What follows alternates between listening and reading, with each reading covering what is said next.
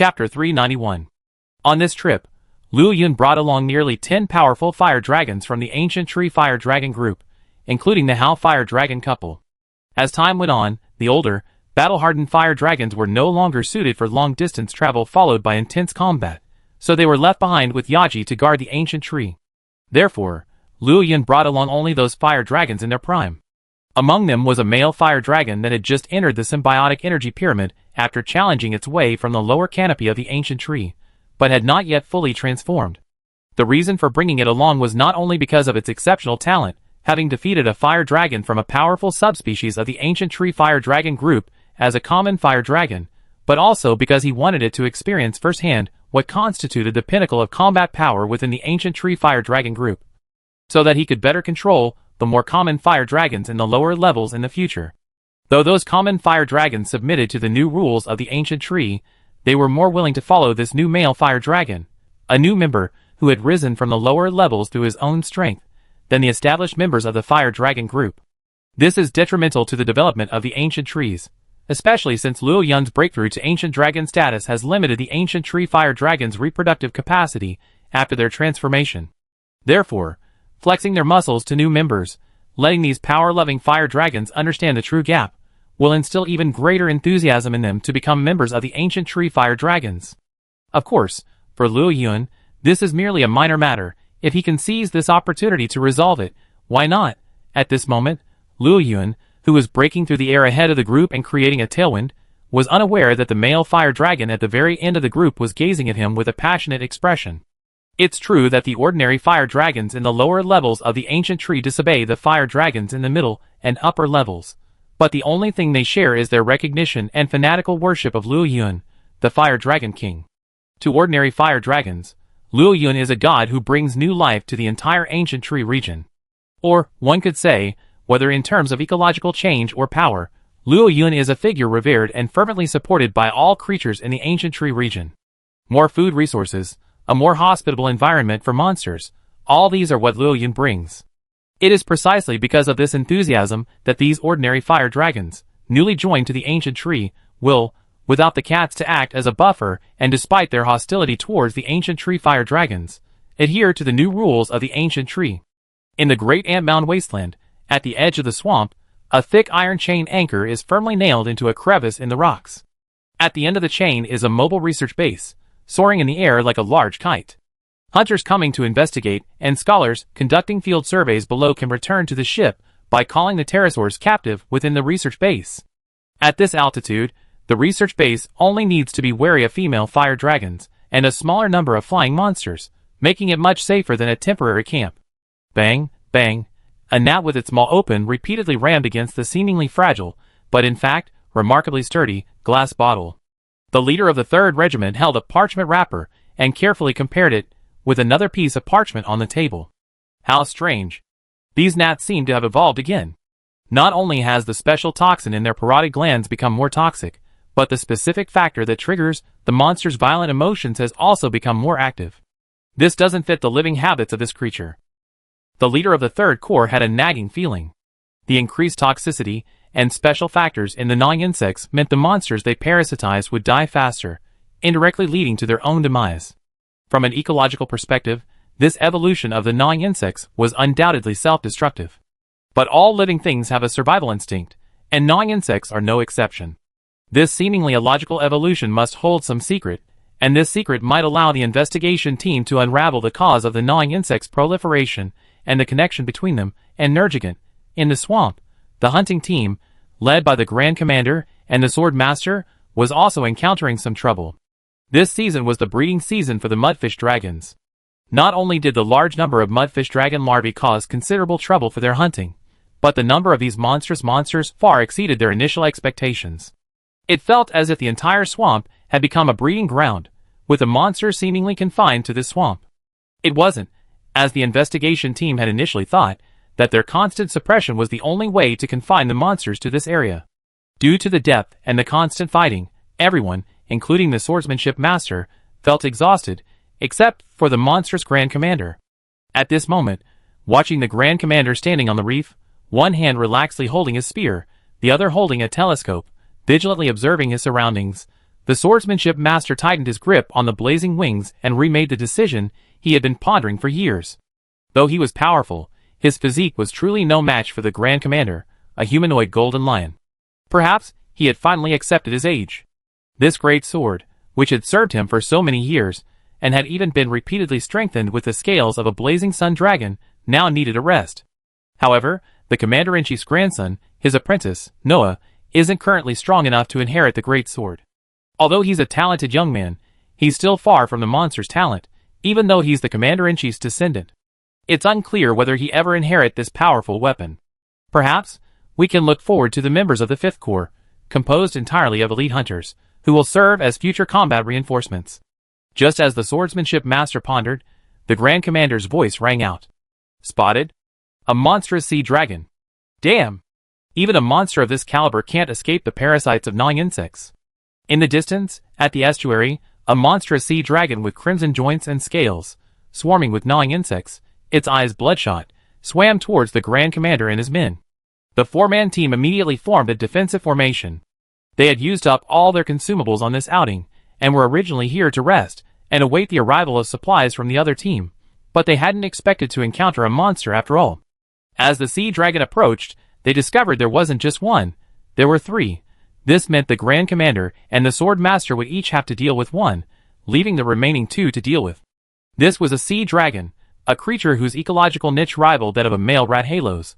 Furthermore, it was strengthened by its monstrous transformation. Although they were elite, exhausted and depleted of traps and medicines, a 2-on-1 battle was dangerous. Chapter 392. As the sea dragon drew closer, the hunters could clearly see the red spines of its electric carapace on its back, emitting bursts of electricity due to the active cells. As the sea dragon swam, it left behind patches of electrified areas in the swamp's currents. Prepare for impact. The Grand Commander, shield in hand, stood at the front of the group. The others took defensive stances, ready to face the sea dragon's charge.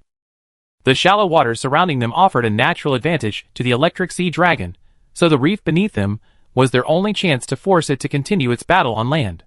The Grand Commander and the Sword Master were fine. With their strength, even in their exhausted state, they could each handle a sea dragon, easily repelling it, if not outright killing it. But for the remaining 2 hunters, the reef's range was quite small. Accompanied by the sea dragon's roar, its massive body whipped the shallow waters into waves, surging continuously onto the reef. The hunters could now clearly see the monstrous sea dragon's gaping maw and its monstrous, bloodthirsty, crimson eyes. As the battle clashed, several dark shadows streaked across the sky, and several scorching fireballs rained down. The sea dragon, about to leap ashore, fell back into the shallows amidst a burst of flames and a wailing cry. The sudden attack startled the nervous hunters. The Grand Commander instinctively looked up and saw several ancient tree fire dragons swooping down from the sky, unleashing a relentless barrage of flames upon the 3 sea dragons. Get out of the way! As soon as the Grand Commander's voice rang out, the others leaped back, away from their previous position. Only the Grand Commander, whose reaction was delayed by looking up, was left holding up his shield, helplessly resisting the shockwaves from the explosions. Hush, have the ancient tree fire dragons grown stronger again? Or am I just really tired? My hands are actually numb. As a top hunter who had spent years in the ancient trees, the Grand Commander was well aware of the general strength of the ancient tree fire dragons. He judged that while this fireball attack was being launched by several males, his strength wasn't enough to directly confront them. He was merely dealing with the shockwaves, which would at most allow him to retreat a few steps. Unexpectedly, after continuously blocking, he not only retreated several steps, but even felt a slight numbness in his right hand, which held the shield.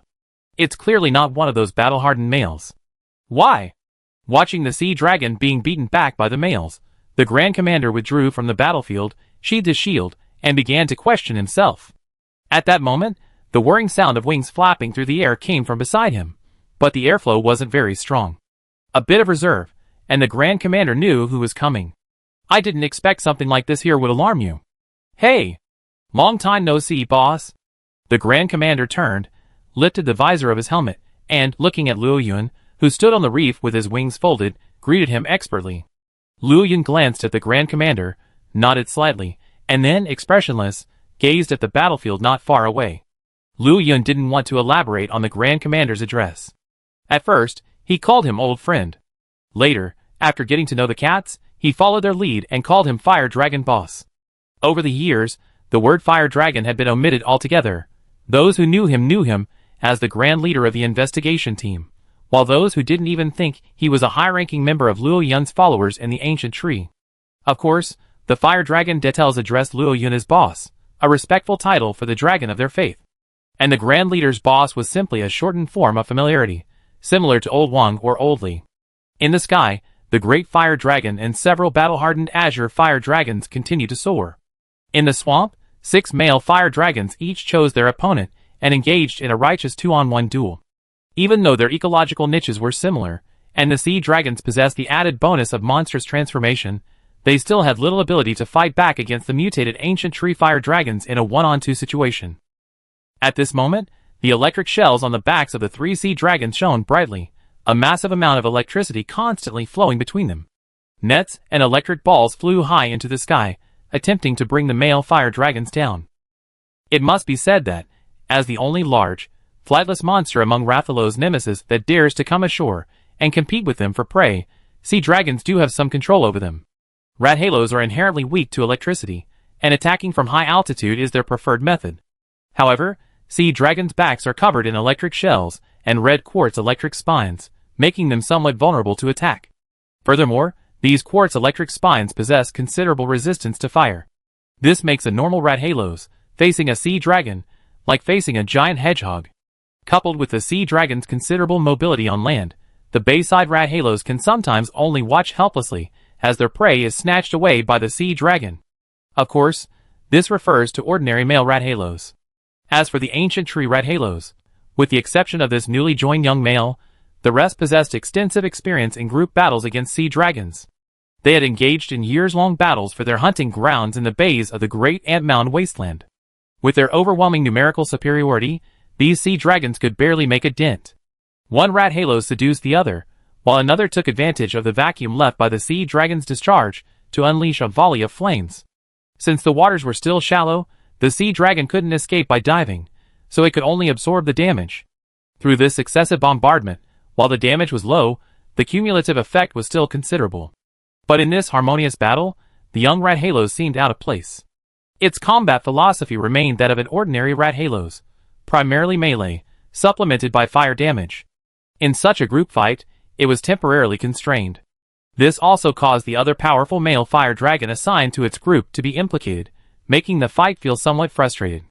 Seeing this creature unable to contain itself again and attempting to swoop down, the powerful male fire dragon was also troubled, and ultimately had no choice but to actively cooperate. Since this young fire dragon preferred hand-to-hand combat, it would satisfy its desire.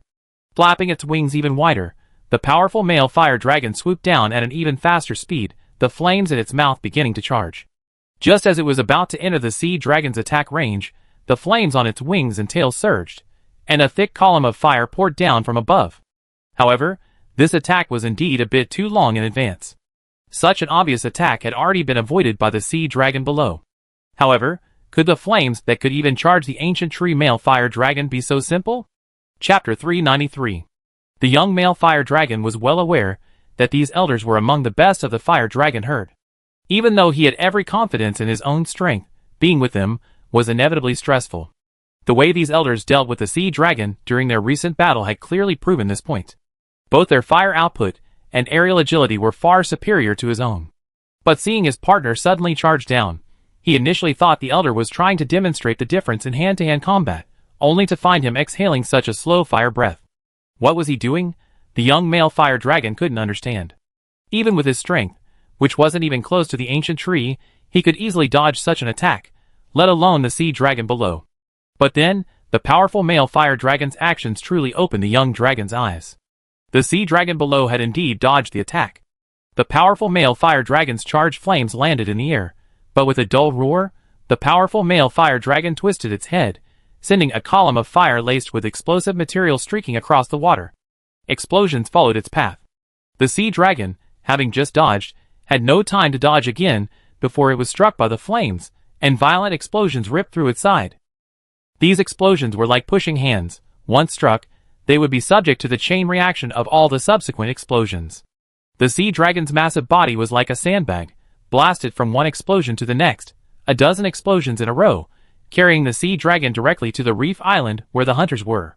The sea dragon's charred body slammed to the ground, its quartz spine scraping with a sharp, grinding sound as it finally stopped sliding. Under the sea dragon's heavy weight, many of its bones broke, and its hollow dorsal shell was severely blocked. Roar! Alright, you can now engage in close combat. The powerful male Rathalos let out a long, hot breath, suppressing the emptiness within his flame sac as he calmly growled at the younger male. The younger male Rathalos glanced at his senior, then at the monstrous, wounded sea dragon struggling to its feet on the reef. This time, it was convinced. Could such an attack really be performed by ordinary fire dragons like them? With this doubt in mind, the younger male Rathalos pounced upon the sea dragon. With its shell blocked, the sea dragon, unable to engage in melee combat for a short period of time, was directly at the bottom, passively taking the beating. It couldn't even leave the reef and return to the shallow waters. On the other side of the reef, the hunters reeled in their drawn weapons. It looked as if the attacking male Rathalos was already confident of victory, so there was no need for them to do anything unnecessary. With one sea dragon missing from the water, a gap began to appear in the sea dragon's combined electric field. The Rathalos seized this opportunity, inflicting even greater damage. Perhaps sensing a serious threat to their host's life, the gnawing insect eggs lurking in the cracks of the sea dragon's carapace began to hatch en masse, injecting more toxins into the sea dragon, draining its vitality, and then flying out of its body. Almost instinctively, they sought to take advantage of the fierce battle to parasitize the male Rathalos. As the gnawing insects flew out, some of the silvery fragments on the fire dragons detached from their bodies, before the hunters' astonished gazes, transforming into butterflies dominated by silver. Like the gnawing insects, they practically ignored the flames and electricity, engaging in another aerial battle. And so, in addition to the flames and electricity, silver and red streaks appeared in the sky. Neither side yielded, entwined like mortal enemies, even forming a storm of interwoven silver and red. Luo Yun observed the clash within the storm. The Yao crystal butterflies he had deployed were merely a backup measure to prevent the gnawing insects from secretly parasitizing them. Number-wise, the Yao crystal butterflies outnumbered the forcibly spawned gnawing insects by nearly a third, yet the battle situation indicated a surprisingly even balance of power. The gnawer's cylindrical mouth is indeed convenient for latching onto large monsters, but it's somewhat inferior to the spiky beak of the crystal butterfly in terms of combat effectiveness. Furthermore, the prismatic crystals on the crystal butterfly's wings are not only much harder than those of the gnawers, but also emit high temperatures, increasing its lethality in melee combat. The scales, constantly fluttering in the wind, ignite at the slightest touch. Thanks to its multiple enhancements, the crystal butterfly is indeed significantly stronger than the gnawer. Its only drawback is perhaps its localized nature, requiring it to rely on the crystal branches. It can't, like these mutated gnawers, forcibly parasitize monsters, transforming them into breeding bodies and spawning new gnawers in large numbers. What is this? When did such a powerful insect parasitize a fire dragon? Hearing the Grand Commander mumbling to himself, Luo Yun's brows twitched. What's parasitism? This is a radiant crystal butterfly, not a gnawing insect. Do you even know the right word? Having seen almost everything he wanted to see, Luo Yun spread his wings as he watched the sea dragons, their vitality forcibly stimulated by the gnawing insects, plunge into a final frenzy. The radiant crystal butterflies, previously disguised as scales on Luo Yun's massive wings, spread their wings in a vast, silvery torrent, swiftly plunging into the insect storm in the sky. With the influx of new forces, the gnawing insects began to die in large numbers, dropping like rain. To the radiant crystal butterflies, their relationship with the gnawing insects was like that of an unfriendly subspecies, disdaining the original species, and even wanting to kill them immediately. To the gnawing insects, these gnawing insects, having achieved a different evolutionary stage, were no longer relevant to them, and were even the greatest obstacle to their parasitism. Therefore, despite their small size, the battle between the two sides was incredibly fierce, with not even one retreating, and the fight continued until one side was completely annihilated. With the complete disappearance of the gnawing insects, the sea dragons also burned out their last bit of life force, and just like that, under the fire dragon's final charge, their bodies were torn into several pieces. Accompanied by the fire dragon's excited roars, a flock of luminous crystal butterflies swirled in the sky, and the sunlight filtered through their crystal-like wings and fell to the ground, reflecting a rainbow of colors. But within this beautiful illusion, the scarlet blood and the corpses of the gnawing insects, bobbing in the puddles with the current, seemed so discordant. So beautiful. The young hunter looked at the luminous crystal butterflies in the sky. For some reason, he suddenly felt that the hunting insect in his backpack, which had accompanied him for so long and had been carefully nurtured for so many years, no longer had any appeal. Chapter 394. Judging from the Grand Commander and his companion's state, they'd likely been away from the starry stronghold for quite some time. News of the crystal butterflies only recently arrived at the starry stronghold via transport from the ancient tree, not to mention that the ancient tree had only recently tested the feasibility of transforming the crystal butterflies into insect hunters. This insect master, judging solely by the battles between crystal insects and gnawing insects, was able to identify the crystal butterflies as excellent insect hunters. His vision is quite good. Overhearing this insect master whispering to his companions, his eyes occasionally glancing at the crystal butterflies flying freely in the sky, Luo Yun naturally couldn't hide this movement. Seeing that both the fire dragon and the crystal butterfly had vented their anger sufficiently, Luo Yun let out a calming roar. Instantly, the cloud of insects that had transformed the area into a vibrant, ethereal illusion froze. Then, amid the exclamations of the Grand Commander and the others, they swarmed towards Luo Yun. They arranged themselves neatly and methodically on his wings, then folded their wings onto his carapace, transforming once again into tranquil silver scales. Unless one looked closely, Luo Yun's wings seemed to have undergone a complete transformation. The scales were neatly arranged, and the icy blue patterns on the backs of the crystal butterflies combined to form a single, perfectly regular pattern. From the overall perspective, the pattern on Luo Yun's wings was so regular it looked like a product of technology.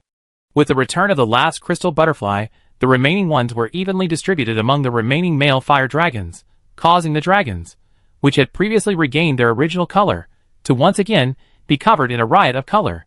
At this moment, Luo Yun, who was still folding his wings, felt a fiery gaze falling on his wings. He was slightly stunned, and the words of the ancient dragon prophet to the Yao Jing butterfly on the ancient tree emerged in his mind. Then its wings fluttered slightly, and a low growl emanated from its throat. Under the bewildered gazes of the crowd, after a mere 2 seconds of hesitation, a well-behaved scale emerged. It circled Luo Yun several times before dangling over the insect club user's head. It continued this way twice, before finally landing with a hint of disdain on the other's relatively unsullied shoulder. This. The insect club user tilted his head in disbelief as he gazed at the crystal-like Yao Jingyin. Its silver and icy blue body, its folded wings nearly crystal clear, looked like a fragile luxury item.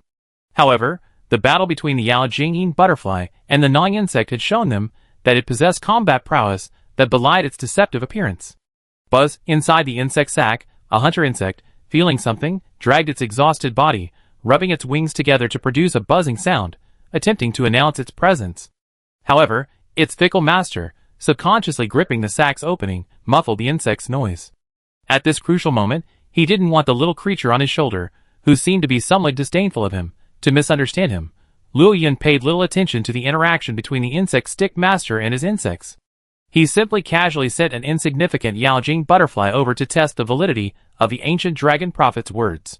So, after all this, Luo Yun lowered his head and asked the Grand Commander about their current intelligence. Roar! Yes, unexpectedly, contrary to our assumptions, the gnawing insects have become an infestation in the swamp. Roar, roar! Xiaolong intervened? No. Since returning from the ancient tree, Xiaolong hasn't left Xingchen. Aside from visiting the ancient tree, he's basically stayed in his lair in the back mountains for the past few years. Roar! Roar! When the backup personnel carrying supplies arrived on their pterosaurs, they saw the Grand Commander sitting on the ground, seamlessly communicating with Luo Yun about various matters. Yes, seamless. Without even a deter or feline to translate, the Grand Commander understood Luo Yun perfectly. Even the swordsmanship master beside him could only gauge Luo Yun's current mood from the tone of his roar, but the Grand Commander had no language barrier at all, answering fluently. After this quick exchange, Luo Yun soared into the sky, feeling satisfied, leading the male fire dragons deep into the swamp. His purpose for this trip was to cleanse the swamp, and the battle with the sea dragons was merely a warm-up to test the strength of his fire dragons. As Luo Yun and the fire dragons departed, the Grand Commander turned to look at his companions, only to be met with their slightly peculiar gazes. What's wrong? Why do you look as if you don't recognize me? The Grand Commander scratched his head, puzzled. Grand Commander, I have a question, but I'm not sure if I should ask it. Question? Oh, you want to know why I can communicate with the fire dragon boss, right? I tell you. No. The hunter interrupted the Grand Commander's explanation, gnashing his teeth before finally speaking with difficulty. "What I want to ask is, are you truly unrelated to the Golden Lion?" The Grand Commander remained silent for a long moment before slapping the hunter's shoulder in a gruff gesture. Amidst the hunter's gritted teeth and gasped, he managed a forced smile. "It's okay." The already exhausted sword master and the others burst into laughter at this scene. As for why the Grand Commander was able to understand Luo Yun's words, aside from being exceptionally gifted, there was no other explanation. As for the claim that years of spending time with fire dragons could lead to understanding their language, that's simply impossible. If it were that easy, the scholars who spent years at the Ancient Tree Research Base would have learned it long ago.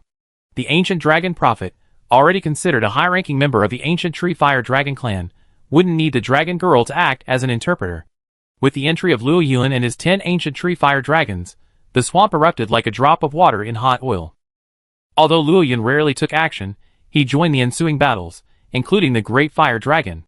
He slew any large monster within his field of vision, regardless of whether it showed signs of transformation or not. This left the swamp in chaos, with even the crickets afraid to venture out during the day to forage. During this period, the Yaojing butterflies also made numerous appearances, wiping out large numbers of gnawing insects, while also suffering considerable losses themselves. To replenish the Yaojing butterfly population, Luo Yun had to actively shed a dozen dorsal scales imbued with his energy, allowing them to draw energy at night and fuel their reproduction. After several days of cleaning, Luo Yun finally gained a clearer understanding of the current situation in the swamp. At least 60% of the monsters still living there were infested with gnawing insects. Chapter 395. This exaggerated parasitic population essentially confirms the ultimate conclusion. The ecosystem here has collapsed. Large monsters infected with gnawing worms will inevitably die, and even if the gnawing worms die in large numbers, the remaining gnawing worms will be enough to parasitize the remaining 40% of monsters. Even if a few monsters manage to survive this disaster, that small number is completely insufficient to sustain the entire swamp's ecosystem. Furthermore, Luo Yun was worried about another issue. That was the Grand Commander's suggestion that the gnawing worms were suspected to have been brought and spread by Nergigant.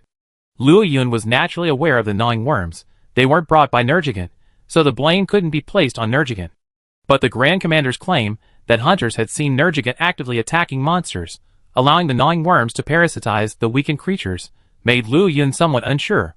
Although, according to the game settings from the previous life, for thousands of years, the best host for the Gnawers, besides the Abyssal Dragon, only the Jew Silver Dragon could barely meet the Gnawers' requirements and become their backup symbiotic partner. However, whether Nergigant, also a melee-type ancient dragon, could even manage to become a symbiotic partner for the Gnawers is truly questionable.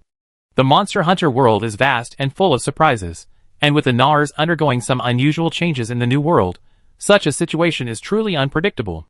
The radiant crystal butterflies hanging from his body are the best proof of this. From Luo Yun's understanding of the giant black hedgehog, it wasn't like the original Jew Silver Dragon, who resisted the Gnawers with integrity, only beginning to harness their power after being subtly influenced by them for a long time. By that time, the Jew Silver Dragon's strength had already dwindled significantly from years of battling the gnawing insects.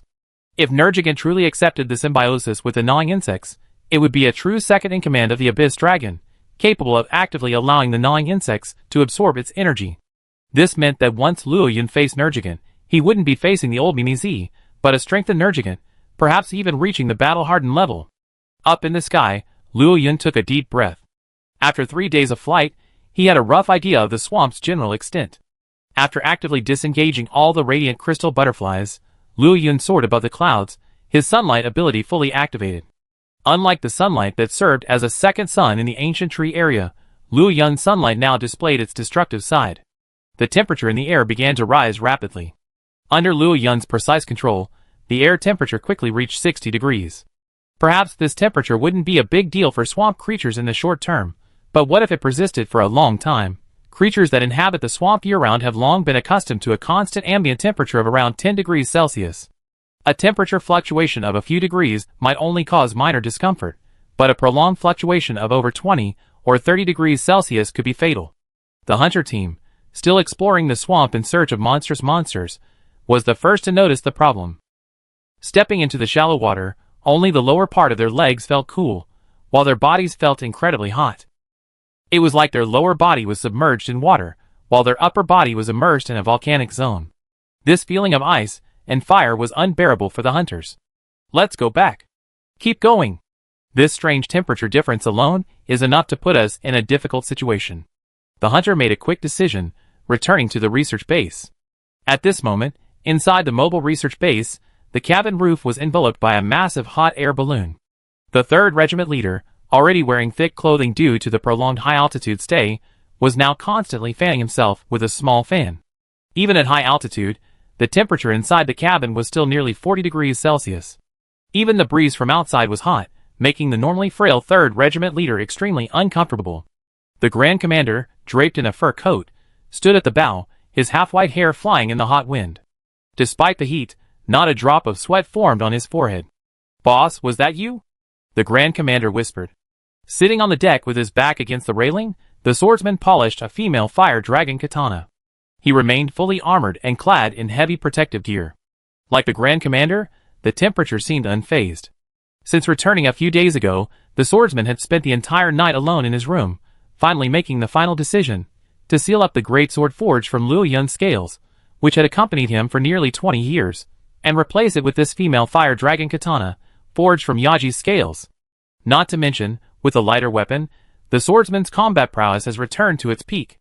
However, compared to the greatsword's powerful force, the swordsman now places greater emphasis on technique. According to scholars, the blazing sun dragon can cause regional high temperatures, just like the sun flame dragon. Although its ecological benefits have been demonstrated in the ancient tree over the years, this doesn't mean it lacks a destructive side. The swordsman master sheathed his blade and stood, facing the bow like the Grand Commander. It took a long moment before he spoke again, his tone hesitant. If he continues like this, the swamp's ecosystem will undoubtedly be severely impacted. Even worse, it could cause a mass extinction of all life in the swamp. Should we stop him? The Grand Commander listened to the swordsman master's words and fell into deep thought. Hunters pride themselves on being the maintainers of the ecosystem, and generally speaking, when something like this happens, if they have enough manpower, they definitely intervene. To limit hunters from killing too many, the survey team has recently enacted hunting permits similar to those in the old world. Coincidentally, the 3rd Corps leader, the Grand Commander, and the swordsman master all have the authority to issue hunting permits. However, this time, the one causing the disaster is the blazing sun dragon. Both personally and from a broader perspective, this is a very difficult decision. I plan to find him first and communicate with him. From what I know of him, he certainly wouldn't cause a disaster of this magnitude without reason. Every decision he makes is undoubtedly purposeful. The Grand Commander turned and walked back into the cabin. He intended to speak with the 3rd Regiment leader, who, after all, was the captain of this mobile research base. But what if he truly goes berserk? The Grand Commander paused and said calmly, "I believe in him." The sword master remained silent, gazing at the cloudless sky and slowly exhaling. "Yes, it's the blazing sun dragon after all. Let's talk about it. At worst, we can just pretend we don't know." Chapter 396. In less than a day, the swamp seemed to have lost its vitality. The once lush aquatic vegetation began to die in large numbers due to the extreme temperatures. The corpses of various plants floated on the surface, emitting a foul odor. The reeds and water grasses on the shore had lost their former vitality, their leaves quickly withering and turning yellow. Many fish wandered aimlessly between the rocks, seeking a glimmer of hope. Unfortunately, the duration of this high temperature would depend on how long the large monsters in the swamp could withstand. For creatures living in shallow waters, survival was essentially impossible. Of course, even so, Luo Yun could not exterminate all life in the swamp. After all, under the influence of life energy, some creatures would always find ways to survive. But as long as he could destroy more than 70% of the creatures, it would be enough to eliminate the conditions suitable for the growth and survival of gnawing insects in the swamp. This process would not take long. The high temperatures didn't cause much discomfort for the fire dragons. In fact, the fire elemental activation brought on by sunlight enhanced their combat capabilities to a certain extent. Their efficiency in clearing out the monstrous monsters, weakened by the sudden extreme climate change, was greatly improved.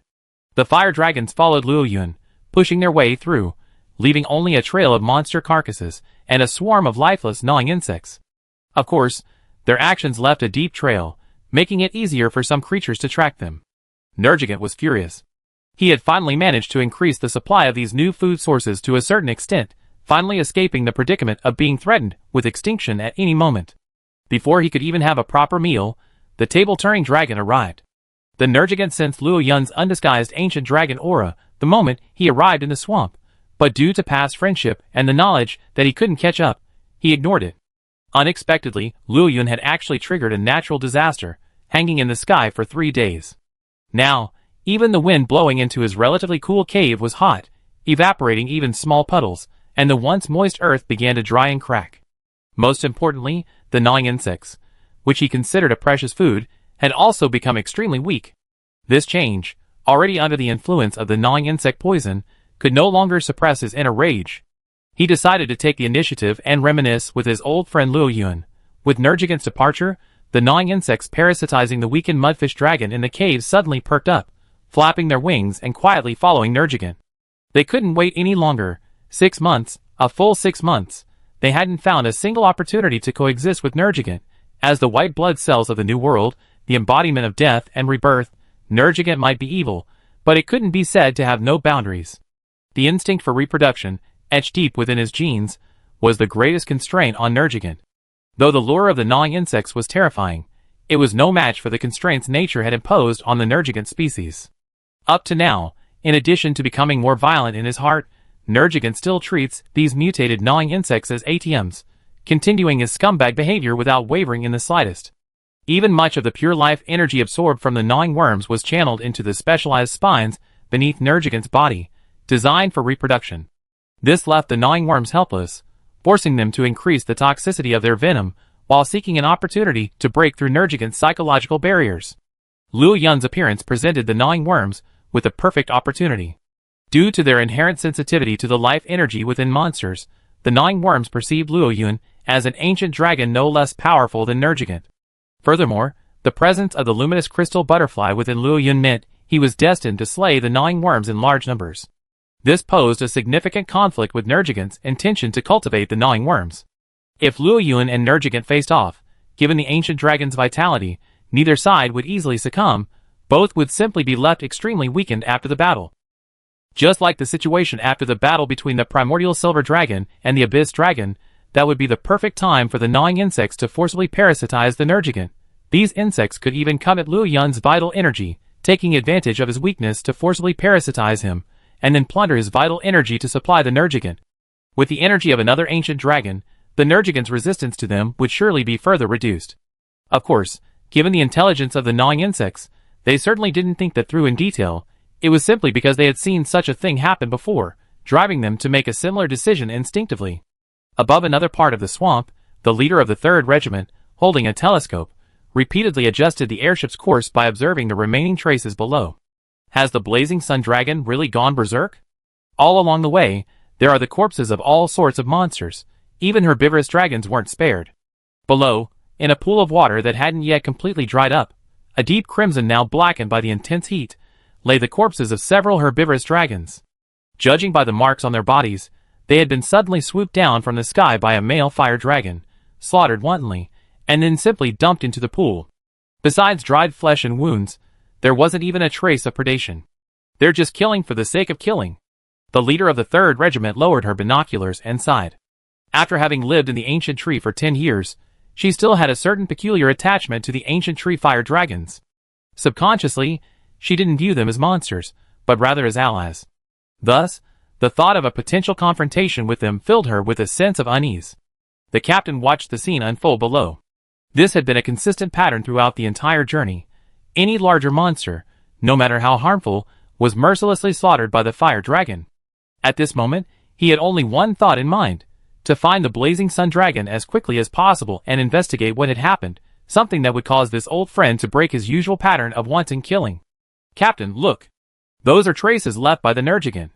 Suddenly, the navigator at the bow zoomed in his telescope, pointing at the corpse of a sand dragon lying along the path. Hearing this, the captain quickly pulled out his telescope from his bag and peered over. Sure enough, the sand dragon's corpse was riddled with Nergigant spines. Looking further down the sand dragon's body, he could still find more of Nergigant's fallen spines. From this direction, the Nergigant is also chasing the blazing sun dragon. Speed up, full speed. Chapter 397. Just as Nergigant and the investigation team were desperately tracking Luo Yun stood atop a mountain at the outflow of an underground undercurrent. Beside him, the yellow-brown sand and rocks turned red from the heat of his body, continuously melting into turbid crystals. Below, a group of fire dragons, led by the Great Fire Dragon, were encircling an entire tribe of mudfish dragons. Whether they were the monstrous transformed mudfish dragons with red dorsal fins, or the ordinary mudfish dragons, so small that it was impossible to tell from their appearance whether they were parasitic, they were all targets of the fire dragon's attack. Luo Yun and the fire dragons had been here for a whole day. According to Luo Yun's observations, the undercurrent outlet below the mountaintop was the largest outlet in this swamp area. It connected to the underground undercurrent of the Great Ant Mound Wasteland, and also served as the swamp's outlet to the sea. For those aquatic monsters unable to withstand the heat Luo Yun was bringing, and under the influence of gnawing insects, unwilling to leave the swamp, the underground currents here offered the perfect hiding place. Not to mention the current temperature, which was only 60 degrees Celsius. Even if it rose to 100 degrees, it would be nothing to the deep-lying underground currents.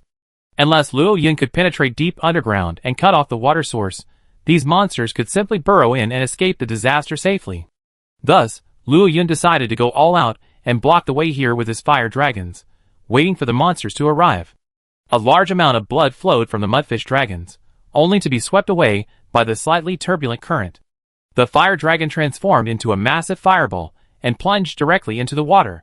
The absolute heat evaporated a large amount of water vapor, blasting the mudfish dragons hidden in the water out.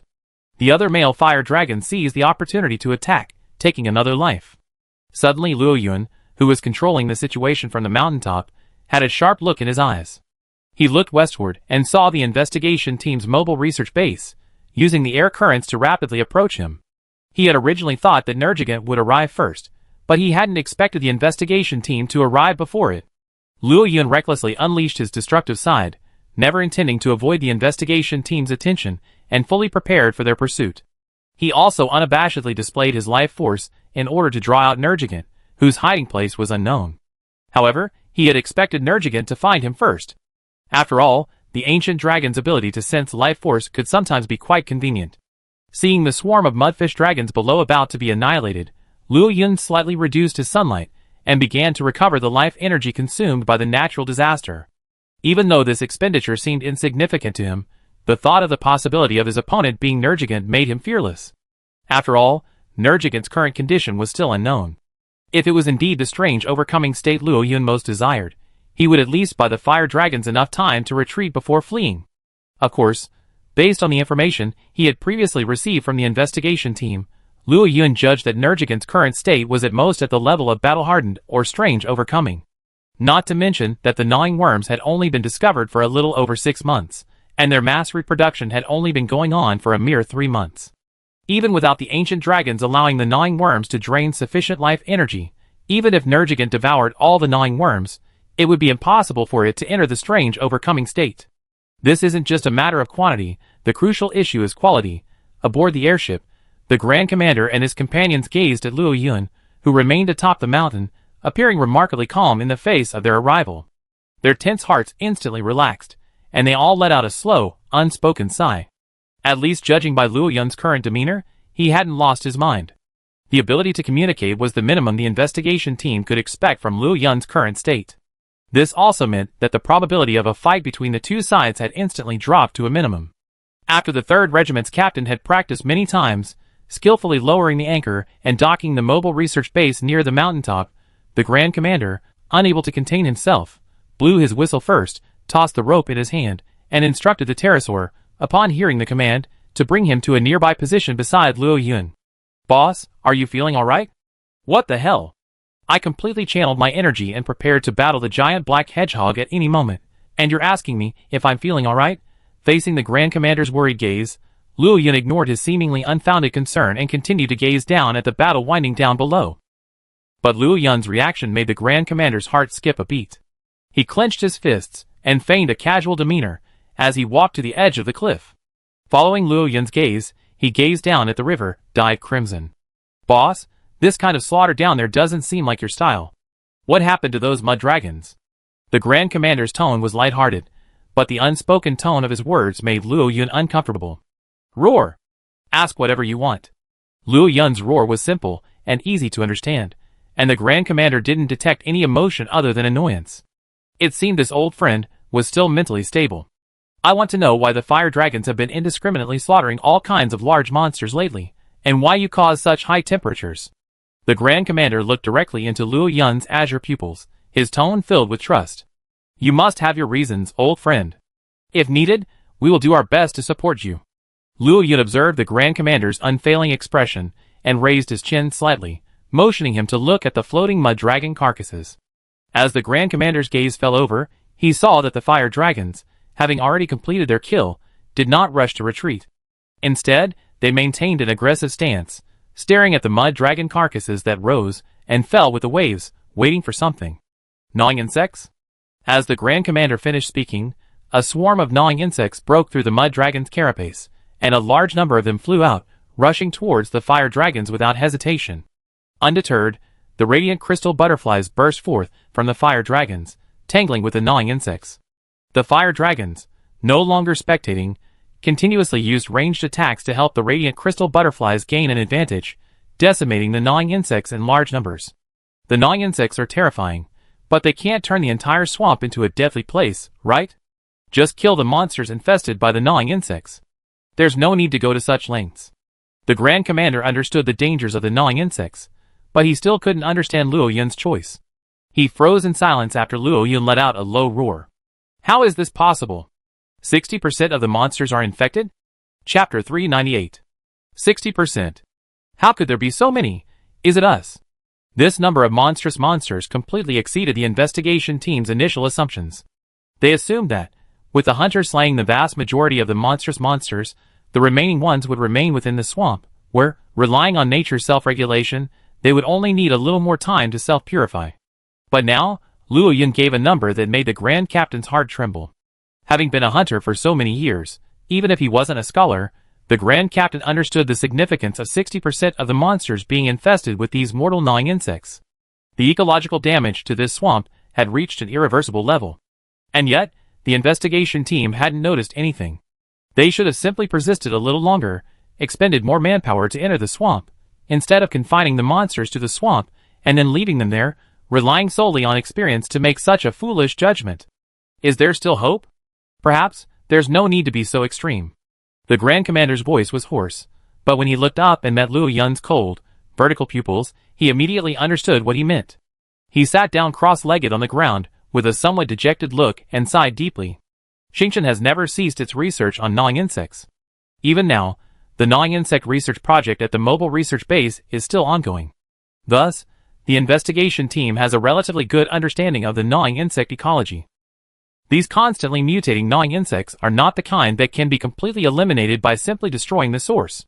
Even if the investigation team mobilized all its forces, or even urgently dispatched a liaison ship to invite the true monster hunters of the old world to use their most common decapitation tactics, it would probably be impossible to prevent the ecological collapse of the swamp.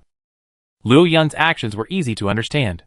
Since the swamp's ecosystem collapse was inevitable, why not accelerate the process and allow the swamp to enter its next cycle sooner, even if this would potentially have a chain reaction affecting the entire new world? But it was better than procrastinating and causing a massive influx of gnawing insects to migrate to other areas, right? When the Sword Master and the other two hunters arrived, they saw the Grand Master's desolate figure. This was truly unbelievable to them. After all, in their impression, the Grand Master had always been full of energy and spirit, possessing a personal charisma that always inspired others. But the Grand Master looked like this now. Could it be that the negotiations had broken down? But looking at the calm expression of the blazing sun dragon, that didn't seem to be the case. For a moment, the group froze in place, unsure of what had happened, and decided to wait and see. After a long while, the Grand Master finally made a decision. He stood up, patted his pants, and looked down at the battle below, completely over. He took a deep breath as he saw the corpses of gnawing insects floating on the crimson water. I understand. Xingqian will fully support this operation. Leave the outer swamps and those dark, narrow caves to us. Also, we spotted traces of Nergigant on the way here. It's likely coming for you. Do you need any help? Luo Yun growled, refusing the Grand Commander's offer. He had already devised some plans for dealing with Nergigant over the past few days, assuming the Nergigant situation didn't exceed his expectations. After all, based on the current situation and Luo Yun's understanding of boss nature, since no new ancient dragon helpers have appeared, and even Xia Guogua hasn't made any movement, It means that Boss Nature believes his strength is sufficient to handle the situation in the swamp. This is why Luo Yun dared to make that somewhat risky decision. Really? Got it. I contact Xingchen right away. The Grand Commander nodded and turned to the Sword Master. Old friend, I'm glad you're still the boss I knew. Roar! The Sword Master looked at the now recovered Grand Commander and understood what he had decided. His goals were definitely aligned with those of the Blazing Sun Dragon, and at the very least, there wouldn't be any conflict. It seems our relationship with the ancient tree is secure. Humph. Are you kidding? That's the Fire Dragon boss, the Dragon of Creation and Order. All our previous worries were unnecessary. Having made up his mind, the Grand Commander no longer hesitated and returned to his usual state. Let's go and get ready. The base, and we all be busy for the next while. The Swordsmanship Master keenly noticed the Grand Commander's mention of the word base. It seemed the situation in the swamp had deteriorated to this point. The insect stick user, carrying the radiant crystal butterfly on his shoulder, didn't dwell on it. His new hunting insect was safe. The crystal buds he spent countless investigation points on over the past few days had finally paid off. Huh? Why are the Blazing Sun Dragon's wings back to their original form? Have all those radiant crystal butterflies disguised as scales gone to join the battle? The insect stick, caressing the warm, folded wings of a Yaojing butterfly, glanced at Luo Yun's dazzling silver figure, a hint of doubt rising in his heart. After the Grand Commander and his companions returned to the mobile research base, a hunter soon left on a pterosaur. Inside, the hunters and logistics personnel immediately set about preparing cold drinks. Fighting in 60-degree heat, even hunters couldn't endure it for long, so cold drinks that could lower body temperature and enhance heat tolerance became essential. Furthermore, the information the Grand Commander had brought back would spur a large-scale deployment of hunters from the Starry Stronghold, and the mobile research base would provide logistical support for the hunters. The incident had already occurred, and finding a solution was the best solution. Blaming the scholars, or the individuals, who had made the decision not to advance into the swamp was pointless at this point. As the sun gradually set over the horizon, Luo Yun finally gained a clear sense of the Nergigant's location, indicating that the two sides were very close. However, at this point, the Nergigant suddenly stopped. Perhaps, he was preparing for battle. After all, Luo Yun hadn't suddenly concealed his presence. If he could sense the Nergigant, there was no way the big black hedgehog couldn't sense him. It's better to delay a little longer. The longer we delay, the more gnawing insects we can kill in one go. Thinking of the hideous gnawing insects he had seen in the swamp these past few days, forcibly absorbing the essence of monsters, and forcibly hatching from their bodies, Luo Yun felt a deep sense of disgust. Not to mention their destructive impact on the ecosystem, just their appearance alone made Long unable to muster any admiration. Compared to the Yaojing butterfly, they were far inferior. Chapter 399. At the foot of Luo Yun's mountaintop, within a clump of struggling trees, beneath a pile of silver metal scales, one by one, a dazzling crystal butterfly struggled to break free from its shell. Like a programmed machine, it diligently absorbed a certain amount of energy from the scales, ensuring within a short period that it possessed combat capabilities comparable to those of ordinary dazzling crystal butterflies. Then, silently, it flew aside, awaiting the hatching of more dazzling crystal butterflies. These dazzling crystal butterflies, hatched from the energy trapped within Luo Yun's scales, were far inferior in lifespan and size to those hatched from the ancient tree insect nests. Even their intelligence was significantly lower. But as temporary combat insects, they were undoubtedly competent. These past few days, the gnawing insects from the monstrous monsters that the fire dragons had blocked at the undercurrent's exit had been dealt with by these temporarily hatched dazzling crystal butterflies. This not only reduced the loss of normal dazzling crystal butterflies, but also served as a test of the combat effectiveness of the temporarily catalyzed dazzling crystal butterflies. Early in the morning, just as the sun rose, Luo Yun drove away the fire dragons. Even the mighty fire dragons, which could still be of assistance and were powerful enough to fight ordinary ancient dragons, were sent away. He remained quietly atop the mountain, awaiting the Nergigant, which had been preparing all night. The sun rose in the distance, its rays falling on Luo Yun, the reflected light making him gleam. A black dot flapped its wings on the horizon, slowly approaching. Of course, there was no point in rushing. Even if Luo Yun tried to flee, Nergigant wouldn't be able to catch up. Having encountered them several times before, he had some understanding of Nergigant. Luo Yun's pupil shrank, and his exaggerated gaze instantly locked onto Nergigant. There was no unidentified red glow, nor were there any gnawing insects flying around him. This was good. This creature hadn't fallen, or at least hadn't been infested by gnawing insects. Secondly, in terms of appearance, aside from a larger body and more muscular build, there were no other changes in appearance due to any unusual transformations. While different regions have their own variations, the fact that Nergigant hasn't changed doesn't mean it hasn't undergone any unusual transformations, but at least the possibility has been greatly reduced. Finally, there's the question of life energy. It's become much stronger, but it hasn't taken that crucial step yet.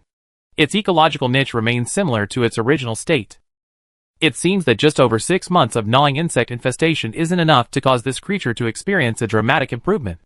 Furthermore, it's possible that this giant black hedgehog isn't deeply connected to gnawing insects, as the investigation team suspected, but is simply taking the blame.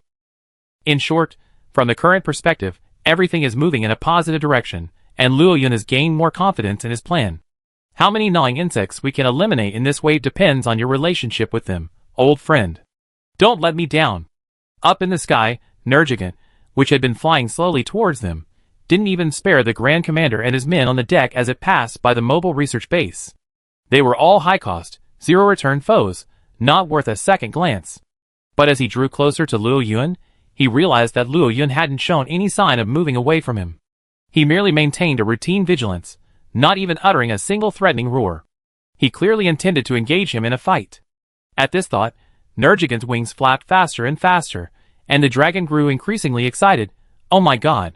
Do you know how long he's been craving this increasingly fragrant brother? In the Dragon Crystal Land, after Luo Yun completed his final transformation, Nergigant had already been craving this newly born ancient dragon. But at that time, Luo Yun's perception was incredibly strong.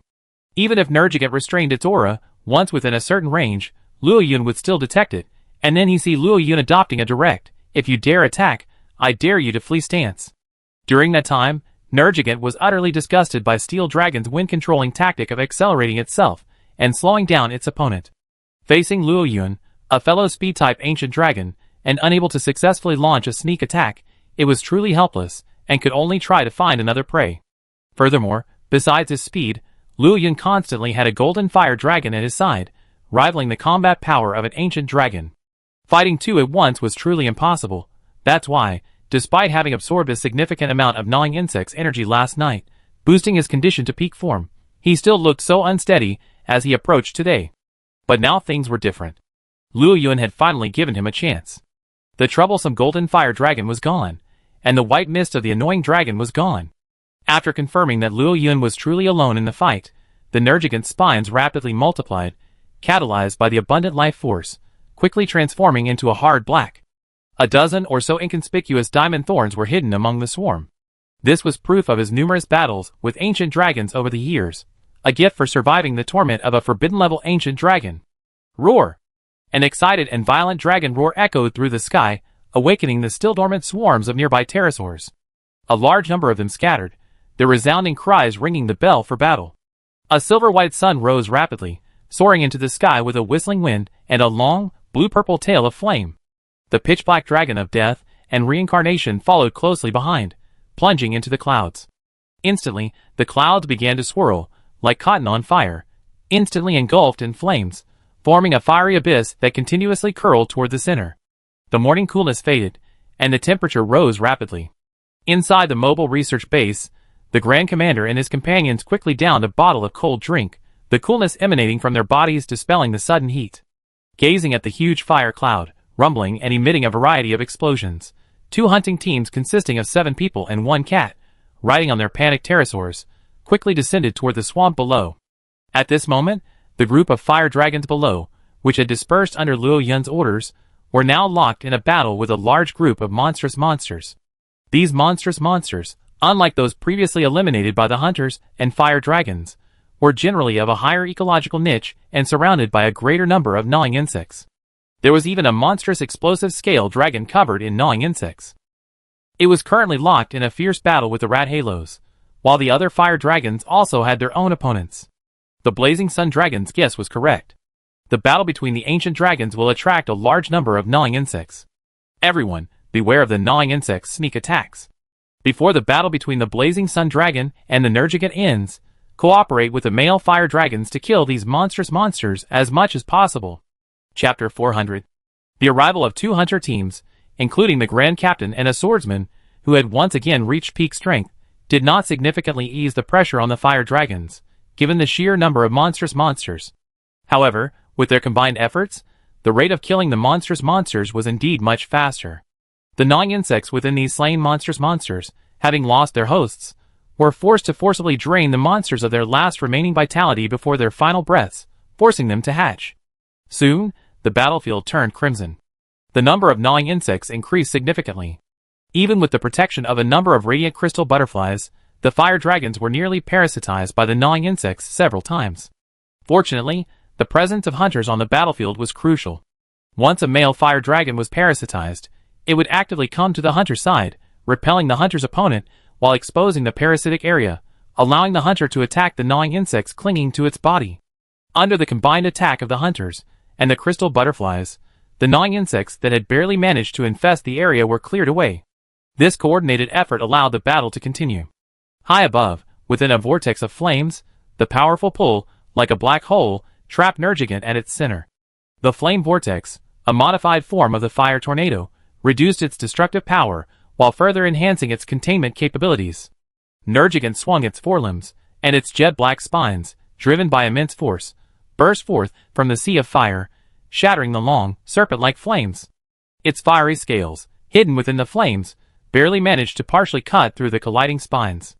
The next moment, the scales, infused with a special energy by the force nature, exploded with a bang, shattering into countless tiny fragments in the released energy.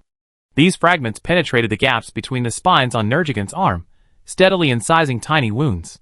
Though the wounds were small, and quickly healed thanks to Nergigant's powerful regenerative abilities, they were still within a sea of fire. For that brief moment, the flaming energy that had been constantly burning him seeped through the wounds, inflicting a steadily increasing burning sensation. Luo Yun's figure darted through the flames, sometimes rising, sometimes falling, and whenever he found an opportunity, he exhaled a high-speed, concentrated breath. Though his laser-like attack couldn't penetrate Nergigant's spines and penetrate its flesh again, it was like a relentless electric shock, causing a sharp stinging sensation with each strike. Roar! Nergigant roared loudly. This disgusting punishment constantly irritated him, fueling his rage. However, his instinct for calculating energy kept him sane enough to endure the pain, flapping his wings continuously as he darted through the sea of fire, chasing Luo Yun. To be honest, the moment he soared into the sky after Luo Yun and plunged headfirst into the vortex of flames he had rapidly created, using the cloud cover to shield him, Nergigant regretted it. Though the disgusting pull wasn't enough to restrain him, it weakened the calamity flames that had spread across the field, causing minimal damage. But the vortex's pull slowed Nergigant's flight speed. The constantly swirling calamity flames not only obscured Nergigant's vision, but also disrupted his perception of energy, allowing Luo Yun to hide perfectly within it. This feeling was a flaming version of the Steel Dragon's Hurricane Arena. As time passed, memories long since past constantly assaulted Nergigant's mind, rapidly filling his already slightly crimson eyes with bloodshot. Rage gradually consumed him, the thorns on his body growing darker and glossier in the firelight, energy gradually seeping out. The vortex of flames was Luo Yun's arena, and he could sense everything within it through the flames. As Nergigant continuously increased his energy output, under the turbulence of the opponent's massive body, he actually managed to scatter the calamity flames around him. Although he couldn't use the same wide area attacks as the calamity ancient dragon to negate Luo Yun's arena advantage, Nergigant now displayed the formidable strength of a melee ancient dragon. Relying solely on his brute force, and the faint dragon attribute energy radiating from his thorns, he managed to dispel the calamity flames around him. Looking down from the sky, Nergigant passed through Luo Yun's vortex of flames, like a gust of black wind, plowing a vacuum. Even though the extinguished flames were quickly replenished, the calamity flames within the vortex could no longer significantly affect Nergigant. Perhaps following its instincts, or perhaps because Nergigant had finally given up on energy loss, after enduring Luo Yun's repeated attacks, it finally realized it couldn't continue. So, Nergigant charged blindly in one direction, its spines condensing and overlapping as best it could to strengthen its defenses, while desperately trying to escape the vortex of flames. Knowing Nergigant's intentions, Luo Yun naturally wouldn't let it escape so easily. He constantly adjusted the speed of the wind in the vortex, emitting fireballs in an attempt to intercept Nergigant through explosions.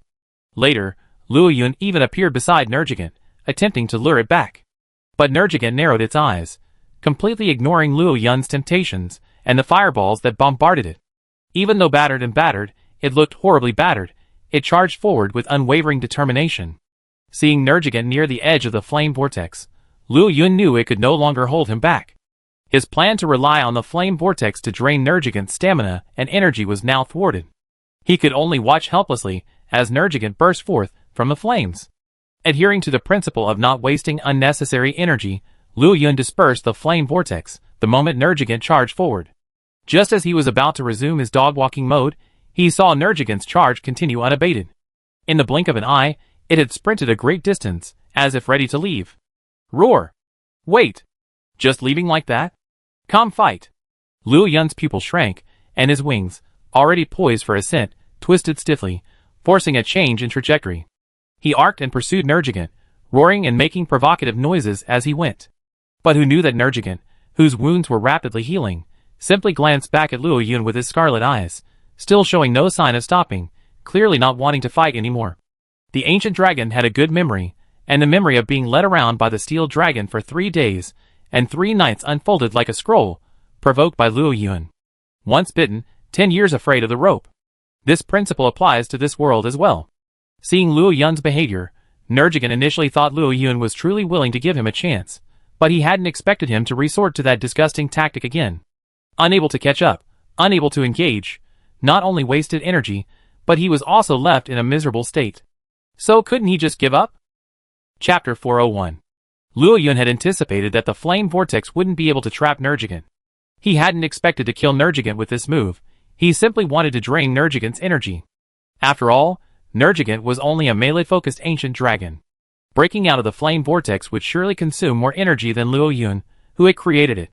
However, Liu Yun hadn't expected that Nergigant, with his eyes already red and looking as if he were losing his mind with rage, would actually stop fighting once he emerged from the flame vortex. Is this still the same muscular warrior he knew? Watching Nergigant respond to Liu Yun's provocations, he only occasionally gave a slightly resentful look. He dodged Liu Yun's ranged attacks whenever possible, relying on his regenerative power to withstand them. His main strategy was to follow his opponent's lead, refusing to cooperate at all. Seeing the Nergigant about to fly into the crevice in the wasteland below, its aura rapidly fading, it was Liu Yun's turn to panic. This was beyond his plan. Regardless of whether or not the Nergigant had a deep connection with the gnawing worms, Liu Yun was certain that these gnawing worms, whether possessed or not, would not miss the opportunity to attack the ancient dragon, whose energy and strength were greatly depleted after a fierce battle. By gathering the gnawing worms in large numbers and decimating them, he could effectively curb their numbers and expedite Liu Yun's purge. But what he had never expected was that the Nergigant, the least likely variable in his plan, would, contrary to its usual behavior, become the biggest variable. Seeing that the Nergigant was about to escape the maximum support range of Liu Yun's hidden radiant crystal butterflies, Liu Yun had no choice but to grit his teeth. His wings shone with a fiery white light, and with a sharp whistling sound as they sliced through the air, he quickly approached the Nergigant. Bone spurs crackled softly in the heat, their skin lacerated by the intense heat, and the crimson blood evaporated before it could even splatter. Nergigant, intent on finding a new place to absorb some gnawing insects to replenish his energy, hadn't expected Liu Yun, who had been harassing him from a distance, to suddenly accelerate and deliver a powerful blow in close combat. The pain of this blow filled Nergigant with both anger and surprise. Although his mind was sometimes not very sharp, from Liu Yun's determination to keep him at bay, he could guess that Liu Yun must have other plans, and that he himself seemed to play a significant role in Liu Yun's plans. Although, as an ancient dragon preying on ancient dragons, Liu Yun's actions felt somewhat humiliating and slighted him, Nergigant didn't take it too seriously. For him, he wasn't afraid of Liu Yun's other plans, he was only concerned that he wouldn't give him the opportunity. Now, Liu Yun's proactive close combat meant he was giving up his original advantage of speed and ranged attacks, handing a certain degree of initiative to Nergigant. This was a great benefit for Nergigant. This also meant that if Liu Yun tried to escape him, he could simply leave. As long as Liu Yun didn't want his plan to fail, he could use himself as bait, giving Nergigant a certain opportunity. Roar! The wound healed rapidly, and the Nergigant, grinning grimly, soared into the sky again, chasing Liu Yun. As he had anticipated, in order to keep him at bay, Liu Yun's attack shifted to speed and close-range attacks. His scorching wings slashed across the Nergigant's body. No matter how much damage he inflicted, Liu Yun retreated after a single strike, never relenting. After failing to catch up with Liu Yun, the Nergigant also changed his tactics. Since he couldn't catch up, and Luo Yun feared he'd leave and attack. He simply gave up the chase, focusing entirely on defending and counterattacking, mobilizing his thorns. Although this ceded the initiative, and often required 1 or 2 defensive strikes before he could even strike back, the Nergigant's injuries appeared more severe than Luo Yun's. However, with his regenerative power, the Nergigant considered this a win-win. As both sides' injuries accumulated, Luo Yun's scales gradually began to break in several places, with the most concentrated on the tips of his wings and chest. While the intense heat from the heat blade wings could rip through Nergigant's spines, potentially damaging its main body, remember that Nergigant was now a giant hedgehog. Every attack from Luo Yun would be scratched by its spines elsewhere. Furthermore, Nergigant would occasionally seize an opening to strike back unexpectedly. While this damage wasn't severe, the cumulative effect was still quite positive. Up in the sky, Nergigant, relying on its powerful visual lock, once again spotted Luo Yun darting through the clouds. After watching him adjust his position, he spread his dazzling white wings and charged towards him once more. The muscles of its massive body tensed, and each catalyzed black spine exploded slightly, reducing its defensive surface while increasing its counterattack surface. Seeing Luo Yun approaching, relying on experience gained from numerous battles, it determined that Luo Yun was no longer able to adjust its attack angles widely. It leaned slightly to the side, allowing the diamond spines hidden among the black spines to better target Luo Yun. After all this was done, it was only a matter of waiting to be hit. Just as the Nergigant had anticipated, Luo Yun's scorching blade wing slashed through its flesh, ripping another long gash in its shoulder with a piercing sound. The Nergigant endured the pain, its wings fluttering slightly as it gasped for air. The diamond spines within the shards formed a well-placed array of spears, forcing Luo Yun, who had no time to stop in his charge, to charge headfirst. Bang! A deep, metallic crackling sound echoed. The diamond spines collided with Luo Yun's scales, instantly shattering the spear. The scales, acting as a shield, were no match for them. The powerful penetrating force pierced through multiple scales, successfully striking the flesh beneath. The shattered diamond spine fragments then slashed through Luo Yun's body again, some tiny fragments managing to break through the gaps between the scales, inflicting lacerations. With a premeditated aerial flip, Luo Yun dodged the Nergigant's blow. With a beautiful flyback, he regained his speed, having lost some of the speed lost by the attack. The energy catalyzed the scales pierced by the diamond spines, quickly detaching them. New scales rapidly formed, covering the wounds beneath. The white light from his wings transformed into flames, and quickly dissipated. The continuous high-speed collisions had worn even Luo Yun down. The multiple piercing wounds, lacerations, and wounds from withstanding the Nergigant's counterattacks throbbed with pain.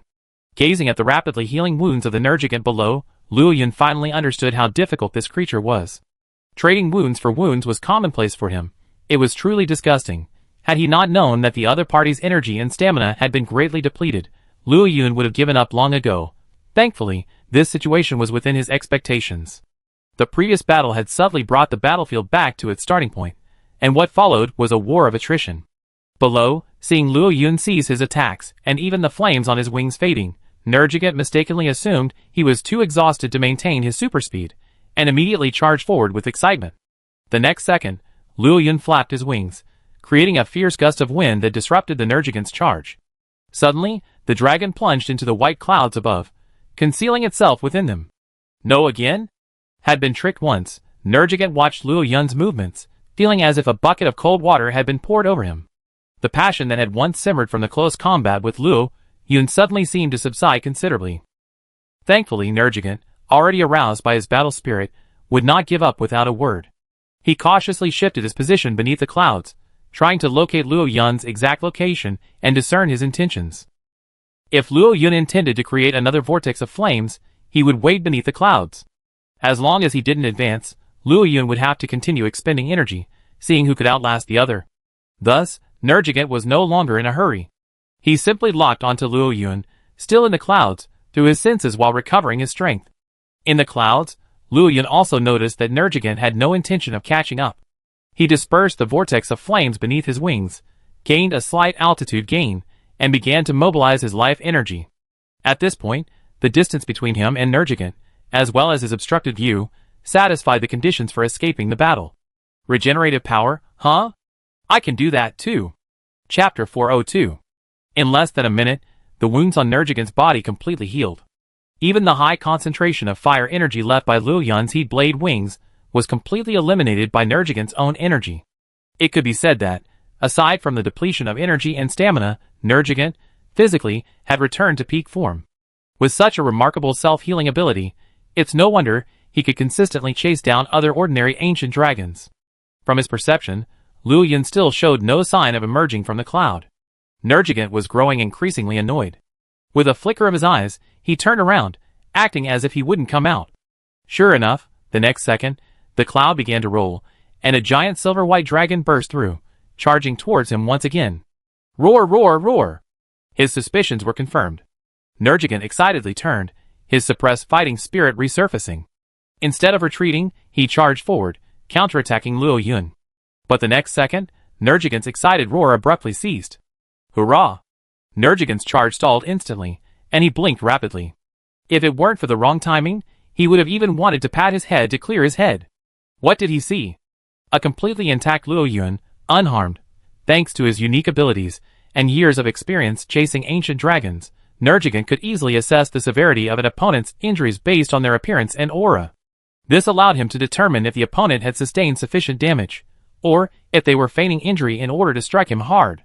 Or was the opponent bluffing, clearly already seriously wounded and facing the cost of continuing the fight, but through techniques like replacing scales and closing muscles, he was faking himself into a state of complete health, thus forcing Nergigant to retreat. But now, whether Nergigant was judging Luo Yun by his current appearance or the aura he sensed, all the results pointed to one thing. The injuries Luo Yun had sustained in his previous battle had completely healed, unsound, but not surprising. Remember, in the previous battle, he had to take 3 hits before Luo Yun was counterattacked once. Even accounting for the counterattack, Luo Yun had only received 1.5 hits at most. After such a huge cost, and in just a short time, Luo Yun's injuries had completely healed. Not sure, let's wait and see. Momentarily doubting his own judgment, Nergigant quickly made a plan. As far as he knew, no other ancient dragon besides himself seemed to possess such regenerative power, not even the floating mountain dragon he had previously fought. For some unknown reason, he suddenly felt a little panicky, feeling that things were truly beyond his expectations. Deep down in his heart, Nergigant couldn't accept this possibility. He felt more that Luo Yun was bluffing, that those wounds must have been hidden by some special ability, and that they were still there. With this thought in mind, Nergigant collided with Luo Yun again. Roar! The familiar burning and piercing pain washed over him. The black thorns and diamond thorns shattered upon Luo Yun's body, the feedback force as strong as ever. Watching Luo Yun effortlessly swerve to avoid his counterattack, then spit fire to prevent him from pursuing before he could gather speed, he executed a beautiful backflip, his scorching blade wings slashing across his body once more. This series of fluid movements forced Nergigant to admit, even if he hated it, that Luo Yun's injuries had truly fully recovered. Does this mean that the beating he had just taken was in vain? Nergigant felt a pang of pain in his heart, his mind racing frantically as he defended himself. Right now, all he could think of regarding Luo Yun's current situation was the croaking monster that had once lurked behind him and challenged him. During the Star's stronghold defense, Nergigant had also received treatment from Xia Croaking. The healing speed of that special mist rivaled his own natural healing abilities. If, in this battle, he was actually facing more than just Luo Yun, the ancient dragon, but also Xia Guogua, stealthily lurking nearby, wouldn't that mean he was fighting 2 against 1? What was the point of the fight then? As Nergigant took the beating, he glared indignantly at the cloud where Luo Yun had just hidden. That damned old six must have been hiding within it. The more attacks Nergigant took from Luo Yun, the more resentment he harbored towards Xia Guogua. At that moment, in the mountains behind the starry stronghold, Xia Guogua, who was practicing her newly developed medicinal mist with her unfilial son, suddenly sneezed, her perfect invisibility slightly compromised, giving the little Xia dragon an opportunity to launch a frenzied tongue lash. But as the little Xia dragon's mouth opened, a second later, a strong sense of dizziness overwhelmed it, and its massive body staggered and collapsed before the eyes of the circle. Quack! Xia lashed the little mist dragon's head with her tail, punishing the rebellious son, who had attempted to murder his own mother. Meanwhile, a sense of unease washed over her, as she felt as if she were being targeted by some foul creature. In the great ant-mound wasteland, beneath the battlefield between Luo Yun and Nergigant, the number of monstrous monsters increased, not only from higher ecological niches, but also from monsters, like monstrous scratching birds. Even with the guidance of the monstrous Gnars, fighting broke out among the monstrous monsters as their numbers swelled, especially between the sand dragon and the mud fish dragon, a pair of sworn enemies. Already spurred on by the monstrous gnawers, the two races, already incredibly ferocious, engaged in a frenzied fight after gathering together, drawing in numerous other monstrous monsters. Thankfully, the monstrous monsters engaged in internal strife, allowing the fire dragons and hunters to maintain their position despite the increasing numbers. The Grand Commander raised his shield, precisely blocking the monstrous Ceratops's head-swinging attack. He then launched a counterattack with his spear raised high. The swordsman's air blade slashed through the Ceratops' aorta, slicing through it. Amidst a splatter of blood, the battered Ceratops succumbed to its wounds. A large number of the deprived gnawing insects flew out, clashing with the surrounding glow crystal butterflies. Over half were destroyed, but the remaining gnawing insects fled the battlefield, hiding in the rubble and weeds on the outskirts of the swamp. There aren't enough glow crystal butterflies. I wonder if this will affect the boss's plan. The Grand Commander's voice, panting slightly, emanated from beneath his wide-faced helmet. As the one in the squad who had always been at the forefront, drawing fire, even with his inhuman stamina, the continuous fighting had taken its toll. Had the scholars not collaborated with the ancient dragon men of the ancient tree to replicate a simpler ancient elixir, and had he not brought a sufficient supply of it from the mobile research base before the battle, he would have likely needed to temporarily withdraw from the battlefield by now. Trust him, the swordsman said briefly, gusts of heat emanating from his faceplate. In the katana technique, maintaining the air blade requires just as much stamina as wielding a great sword. Fortunately, the swordsman, accustomed to using katana techniques with a great sword, could better maintain his stamina after switching to the lightweight odachi. His current state wasn't enough to force him to retreat. After catching their breaths, under the protection of the fire dragon, they once again took on a Heinich monster, and a new battle began. Above, the plain and simple clash of speed and brute force, the clash of flames and thorns, continued. Both sides seemed to have adapted and accepted this fighting style. Luo Yun wanted to drain even more of Nergigant's energy, while Nergigant wanted to see if that damn Xia Guogua was truly lurking nearby, allowing him to make the final decision. The battle continued in this tacit understanding until a fierce clash, when Luo Yun's wings were struck by a powerful punch from Nergigant, who, at the cost of his own chest injury, had tried to hold him back. Watching Luo Yun's flight, becoming somewhat awkward due to his wing injury, and then diving back into the clouds, Nergigant gritted his teeth and charged in after him. Chapter 403. Luo Yun hadn't expected Nergigant to follow him. Fortunately, after a brief moment of hesitation, he endured the pain in his right wing joint, and swiftly created a vortex of flames to envelop Nergigant. After blocking Nergigant's view, he distanced himself again, attempting to trigger the exaggerated self-healing power of post-combat regeneration. To his surprise, Nergigant, as if suddenly overcome with despair, forcibly forced its way through the vortex, braving the exploding scales within it. Covered in tiny wounds, it charged after Luo Yun. A pair of vertical pupils constantly scanned the surroundings as it flew, trying to locate Xia Guogua, who was hiding nearby. So aggressive? Faced with Nergigant, who had suddenly returned to normal, Luo Yun subconsciously spread his swift wings to accelerate himself, continuously attacking Nergigant using his absolute speed advantage in the air and his ranged abilities. When Luo Yun realized this, he discovered that Nergigant showed no sign of retreating, as if in a state of irrational frenzy, allowing him to walk around. You have to understand that Luo Yun's ranged attacks aren't like steel dragons, which appear to deliver energy but are actually physical damage, like wind blades. These concentrated breaths, imbued with the force attribute, not only possess the penetrating power of high speed and high temperature, but also, upon impact, rapidly destabilize the previously stable energy within the enemy, resulting in pure energy blast damage. This attack is far more efficient than Luo Yun's previous use of the heat blade wings. Each time Nergigant consumes a blast, it expends more energy to regenerate. Down below, at the mobile research base, the leader of the 3rd Regiment used a telescope to track two figures in the distant sky, momentarily baffled. It felt as if Nergigant had been provoked into a frenzy. However, this was also a good thing. The research team had a good record of information on Nergigant and Blazing Dragon, and the leader of the 3rd Regiment knew how dangerous Luo Yun's decision to initiate close combat had been. Combat should be about leveraging strengths and avoiding weaknesses, but for the sake of the plan, initiating close combat was understandable. At least now, they were back on track, increasing their margin for error. Up in the sky, Nergigant, enduring the pain, willingly allowed Luo Yun to lead them, all in pursuit of Xia Guogua. But after searching for a long time, they still couldn't find any trace. After being hit by another vortex of flames, slowing down again, Nergigant realized the rapid loss of its energy.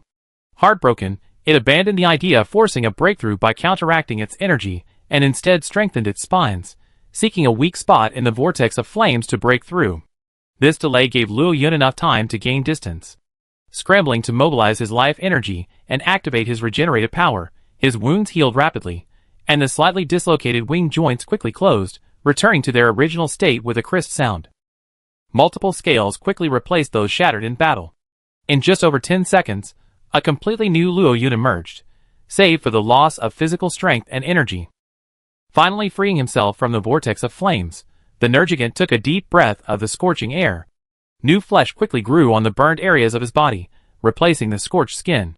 His regenerating shell exerted force, and white spines emerged once again. After a few deep breaths, Nergigant returned to peak condition. But as he looked up, his eyes finding Luo Yun, the scene he least wanted to see reappeared. Luo Yun had recovered. Roar! You have no moral integrity. You're actually fighting 2 against 1. Nergigant's roar was so loud it even formed waves of sound. Originally diving, Luo Yun was startled by the roar and abruptly stopped his dive. He watched as Nergigant, flapping its wings, its eyes red as if it was about to devour a dragon, glared around and uttered a series of deeply insulting dragon roars. This furious look was as if it was trying to find a non-existent enemy, tear it into pieces, chew it up, and swallow it carefully. But how could you find an enemy that didn't exist? Luo Yun didn't bother to care what was happening to Nergigant. He simply unleashed a charged fireball. Amid the explosion of the fireball, Nergigant seemed to regain consciousness. He hunched his body, half of his spines broken, and glared at Luo Yun with dilated pupils. He looked as if he had seen a ghost. His curses had been harsh. Even someone as patient as Miss Dragon would have reacted if they were nearby and provoked like that. After all, it was 2 against 1. Even if he was cowardly, he wouldn't be so cowardly as to throw away his dignity, right? Ancient dragons are flexible, but their inherent pride remains. Thus, the truth before Nergigant was only one. It seemed he had met his match in terms of self-esteem. Roar! How could there be a monster like you in this world with such a disgusting self-healing ability? Luo Yun met Nergigant's bloodshot eyes, listening to the giant black hedgehog's unwarranted complaints. This guy was actually slandering him. Do you want to hear what you're saying? Being beaten and outlasted by the filth of the ancient dragon realm. Nergigant complained bitterly, disgusting. Is there any justice in this? How dare this giant black hedgehog say that? Luo Yun admitted that at this moment, his defenses were broken. Flames once again spread throughout his body, his sunlight attribute fully activated. He threw aside all thoughts of saving energy and increasing his margin of error as a last resort, and with a massive vortex of flames, he pressed directly towards Nergigant below. At this moment, Nergigant, feeling his own attributes severely challenged, also felt his pride stirred, and was determined to challenge Luo Yun in the realm of regeneration. And so, an even more intense battle began. But besides the intensity of this battle, there was something else. Nergigant, relying on its regenerative power, forged ahead against the flame vortex, encircling Luo Yun. After numerous collisions with the ferocious Nergigant, Luo Yun would escape the flame vortex's range after sustaining a certain degree of damage. After activating his regenerative ability to recover from his injuries, he would charge back in. As the battle intensified, the battle, originally planned to last several days, stretched from daylight to dusk. Both Nergigant and Luo Yun had already expended considerable stamina and energy. Even the roar of the flame vortex was less powerful than before. Following Nergigant's roar and the flame vortex's detonation by its forced nature, both Luo Yun and Nergigant's energy levels had reached the threshold they had set for themselves. The results showed that Nergigant's current condition was slightly inferior to Luo Yun's. In this state, they still maintained about 80% of their peak combat power. Physically, however, their energy consumption was indeed excessive, and unless they risked their lives, their normal combat performance would undoubtedly be affected. This was precisely the perfect opportunity the mutant gnawing insects had been waiting for. At this moment, Nergigant urgently needed a large amount of energy to replenish itself and ensure its ultimate victory. As Nergigant's opponent, Luo Yun could either fight Nergigant in a single blow or watch helplessly as the mutant gnawing insects came to Nergigant's aid, resulting in his failure to retreat in time and giving the mutant gnawing insects an opportunity to plunder his life force. Regular ancient dragons were not afraid of gnawing insects draining their energy. Instead, they could absorb their energy through consumption or other means. But an ancient dragon in its weakened state was unable to do so. In the swamp below, the monstrous monsters, having been battling for a day, suddenly convulsed.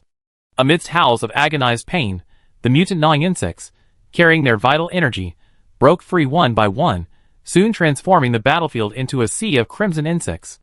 After a similar day of fighting, only a third of the remaining radiant crystal butterflies fearlessly charged towards the sea of insects.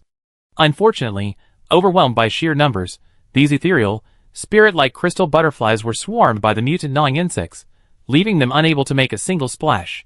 The mutant gnawing insects hiding near the battlefield also joined in, merging like converging streams into the sea of insects, surging skyward. The Nergigant, panting heavily with its mouth wide open, sensed something. Glancing down at the sea of gnawing insects charging towards it, it gave Luo Yun a sinister smile. Roar! Are you foolish? I still have energy back up. With a delighted dragon roar, Nergigant roared at Luo Yun, seemingly showing off. After a day of intense fighting, Luo Yun's physical exhaustion had significantly reduced his speed.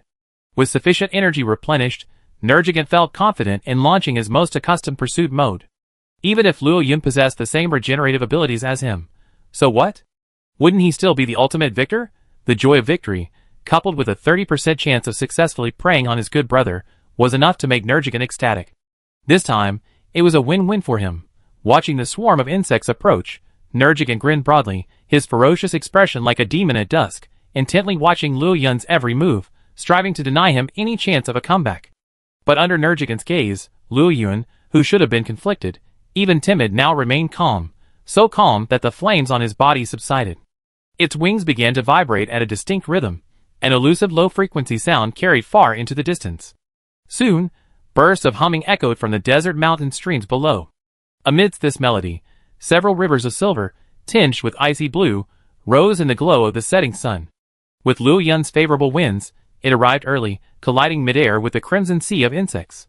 As the Nergigant stared with rage, it successfully intercepted the sea of gnawing insects. Instantly, a rain of insects began to fall from the sky. Roar?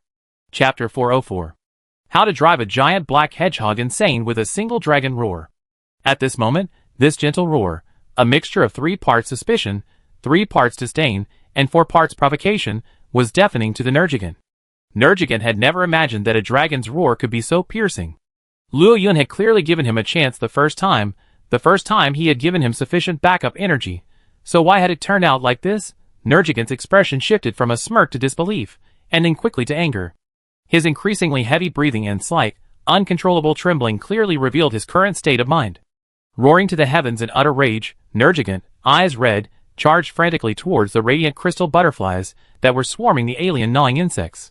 Successfully capturing Luo Yun was a remote possibility. Even with the alien gnawing insects' help, Nergigant only had a slight chance of success.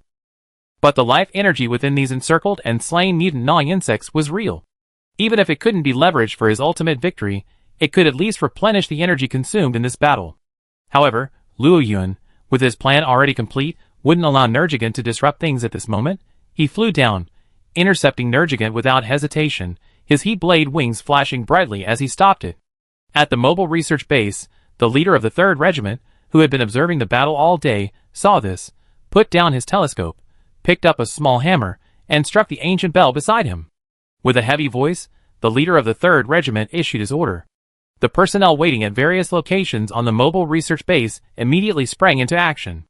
As the anchors fixed to the ground were reeled in, the cabin, towed by the heated hot air balloon, quickly ascended into the air, soon arriving at the location where the crystal butterflies and the gnawing insects were entangled. Circling around to the gnawing insect's side, the 3rd Regiment leader took off his glasses and waved his hand, gazing at the crimson sea gathering in the sky. Fire! The roar of artillery shells rang out as the 6 newly designed cannons installed as defenses on the mobile research base opened fire in unison. 5-round, high-capacity shells flew into the sea of gnawing insects and detonated. Continuous flames and explosions swept away the corpses of the mutated gnawing insects one after another. Under the impact of the intense heat, the gaps became the primary attack areas for the crystal butterflies. A large amount of scale powder was scattered by the crystal butterflies' flight, contaminated by the high temperatures carried by the shell's shockwaves, causing multiple dust explosions.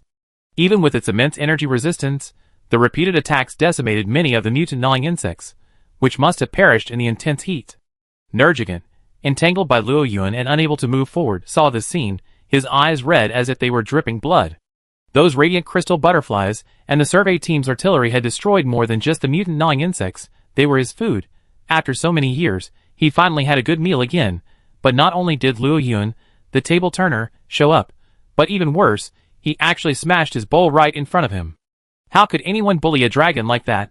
Heartbroken, even though the situation wasn't life or death yet, the violent emotions fueled by the mutant gnawing insect's prolonged infusion of toxins completely erupted within Nergigant, sending him into a frenzy.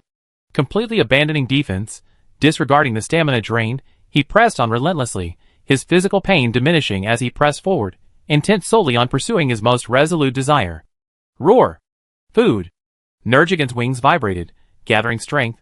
With a roar, he gathered his body, muscles swelling with blood, and the flapping of his wings unleashed gusts of wind. Thorn-breaking annihilation spin. Heaven. Nergigant's ultimate move, normally reserved for ground-based foes, was now to free himself from Luo Yun's clutches and eliminate the butterflies slaughtering his food, even if it meant facing an aerial foe and potentially missing the target, preventing the release of his accumulated energy. But there was one thing he hadn't anticipated: the sheer strength of Luo Yun's resolve to intercept him. Whoosh! Wind, carrying flames, surged from Luo Yun's mouth, through the cracks between his scales, and from the venom glands on his claws. Under the combined influence of the ignition and his flaming body, they were firmly bound to his body's surface. A vast amount of high-temperature catastrophe flames continuously gathered and compressed. The bluish-purple flames gradually shifted towards pure white. The accumulated heat brought sunlight back to the swampland at dusk. A miniature sun, 20 meters in diameter, quickly took shape. As Luo Yun gritted his teeth and began to infuse it with his special energy, maintaining its stability with all his might, Nergigant's attack was about to arrive. Supernova. Referring to the energy utilization of Flame King Dragon's ultimate move, Luo Yun, through years of experimentation, had leveraged his force nature to execute this move, which he now displayed in his duel with Nergigant. All the light and heat transformed into a stored explosion, the accumulated flames becoming fuel for the blast, released in an instant. A massive explosion echoed through the sky, the blinding light instantly blinding all creatures focused on this area, those who hadn't had time to close their eyes. The exaggerated roar lasted only a moment, causing the creatures to feel dizzy and then lose consciousness. Chapter 405. The crystal butterflies and gnawing insects, previously engaged in a fierce battle, suddenly froze. Then, before the shockwave arrived, they simultaneously ceased their fighting and quickly piled into balls, like ants, sacrificing their outer kin to preserve their more important counterparts. The mobile research base, reloading ammunition and observing the situation, sensed something was amiss the moment a white light flashed. Even at such a distance, their vision was still impaired. The vague movement of the gnawing insects was barely discernible, and the leader of the 3rd Regiment acted decisively, urging everyone to prepare for the attack. As expected, a few seconds later, a violent shockwave struck, like a ship struck by a tsunami. The entire mobile research base shook violently under the impact, and the hull creaked under the weight. Fortunately, this ship was rebuilt from the flagship of the 3rd Regiment, using the most advanced materials and construction techniques of the time. This was also thanks to Luo Yun and Xia Guogua. After all, without them, the 3rd Regiment wouldn't have expanded, and with the addition of more factions, they wouldn't have received assistance from the kingdom, which allowed for a complete upgrade of the ship's materials. Thanks to this, despite being pushed back far by the shockwave, the mobile research base managed to survive and avoid the dangerous mid-air disintegration. After the violent shockwave, everyone on the mobile research base quickly scrambled to their feet, fighting back the dizziness. They retrieved a small, bulging, sealed bag from their pockets, held it to their mouths and noses, and took a deep breath. Sufficient oxygen flowed into their bodies, significantly reducing the dizziness. After giving the unconscious 3rd Regiment leader a potion, 2 dragon scholars donned masks and brought her into the cabin. While waiting for her to wake up, they quickly took inventory of the damage and checked whether they could return to join the battle. Even the more distant mobile research base was impacted by this shockwave. One could only imagine the sheer power of the supernova Luo Yun had created, primarily using tribulation flame. The light faded, and the Nergigant and Luo Yun were no longer visible in the sky.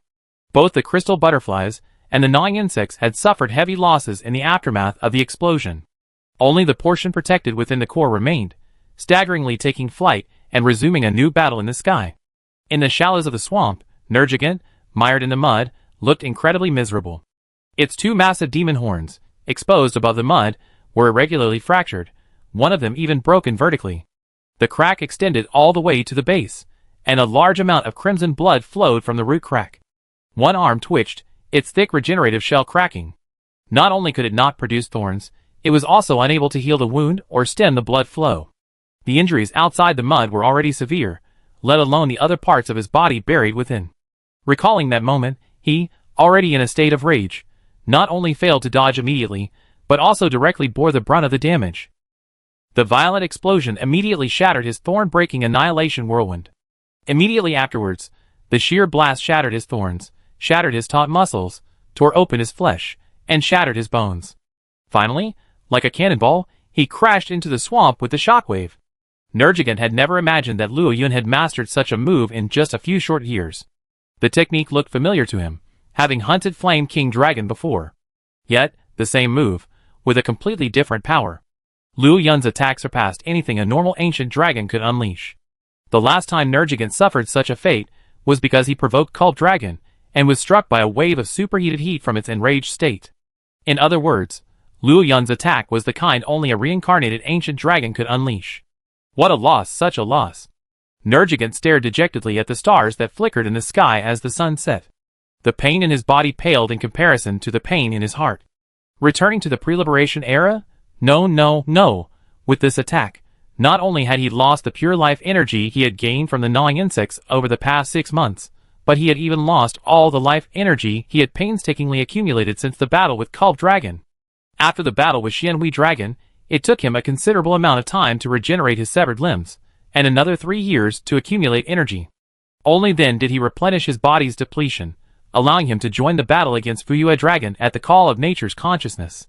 So how long would it take him this time? Suddenly, the Nergigant's pupils constricted, and the silver-white figure that staggered back into the sky brought him back from his preoccupation with gains and losses. As the instigator of all this, even Luo Yun hadn't anticipated that this attack, unleashed with all his strength, would have such immense power.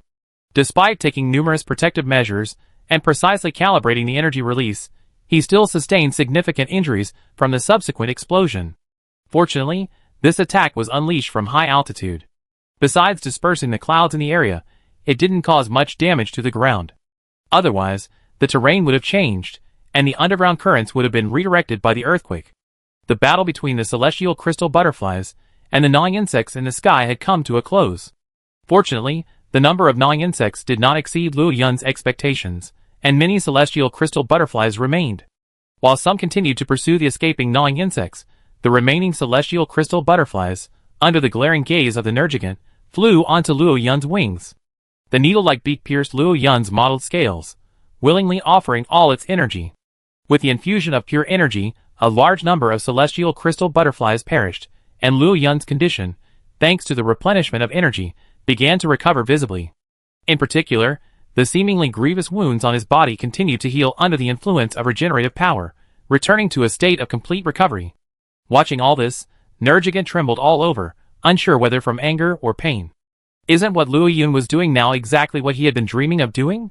Furthermore, these butterfly-like insects not only possess the fighting power to fight against gnawing insects, but also the ability to provide energy to their hosts.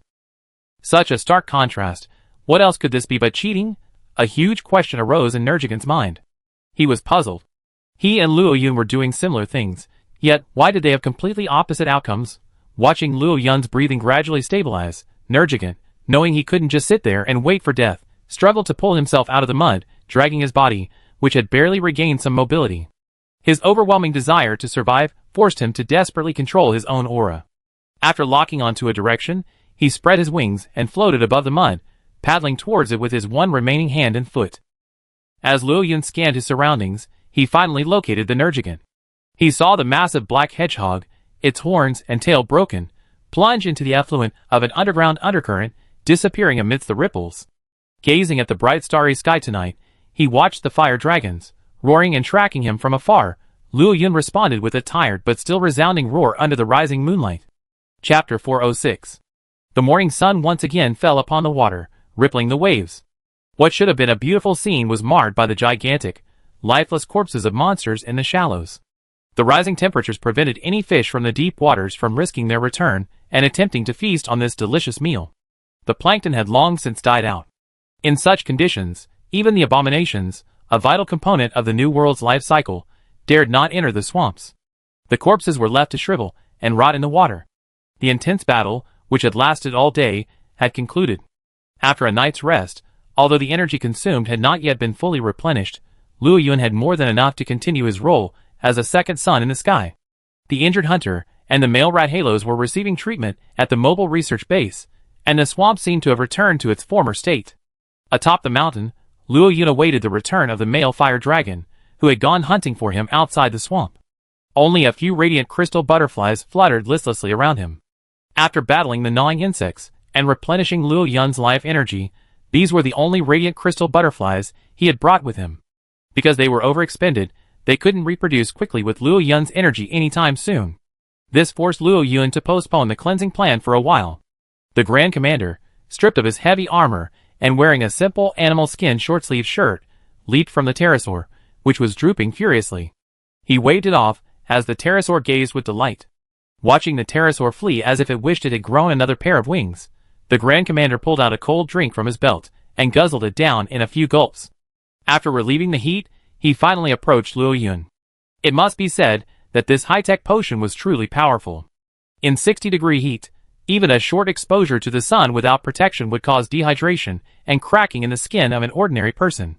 But in this world, after chugging a bottle of cold drink, the Grand Commander calmly approached Luo Yun without breaking a sweat. I sent word to the Starry Stronghold. All hunters entering the swamp to hunt the monstrous monsters are to immediately release a signal flare if they detect any trace of the Nergigant. The Grand Commander looked at Luo Yun, who closed his eyes in repose, and recalled the terrifying explosion, feeling a momentary uncertainty about what to say. At that time, because the monstrous gnawing insects wanted to complete their symbiosis with the Nergigant in one fell swoop, they drained the remaining vital energy from the monstrous monsters, hastening their demise, while also giving the hunters and the fire dragons a chance to breathe. The mobile research base, obscured by the sea of gnawing insects, missed the final scene, but both the Grand Commander and his crew, as well as the fire dragons, witnessed it firsthand. Especially when Luo Yun's figure plummeted from the sky after the bright light faded, the Grand Commander's heart tightened. He thought Luo Yun, desperate to completely resolve the swamp's problems, had resorted to a desperate move he hadn't yet fully mastered, perishing alongside the Nergigant. Thankfully, upon hearing Luo Yun's roar again, the Grand Commander, who was heading in the direction of Luo Yun's fall, finally relaxed his nerves and, working with the fire dragons, completed the finishing touches of the previous night's work. However, early this morning, the hunting team unearthed the severed tail of Nergigant in the shallow muddy waters. They then dived along the outlet through which Nergigant escaped. After failing to find the body, they confirmed that Nergigant was indeed alive. While marveling at the ancient dragon's tenacious vitality, Luo Yun was also excited that he had defeated Nergigant. Listening to the Grand Commander's words, Luo Yun lowered his head slightly. He hadn't given Nergigant much thought. Although he had only briefly seen Nergigant's back as it fled last night, he had clearly witnessed its tragic plight. Even with such a powerful regenerative ability, such an injury wouldn't heal quickly. Forget the massive horns, just the severed tail. Even for Luo Yun, even with regenerative powers activated after the tail was severed, it would take at least a week for it to grow back, and that was only possible in an environment rich in life energy.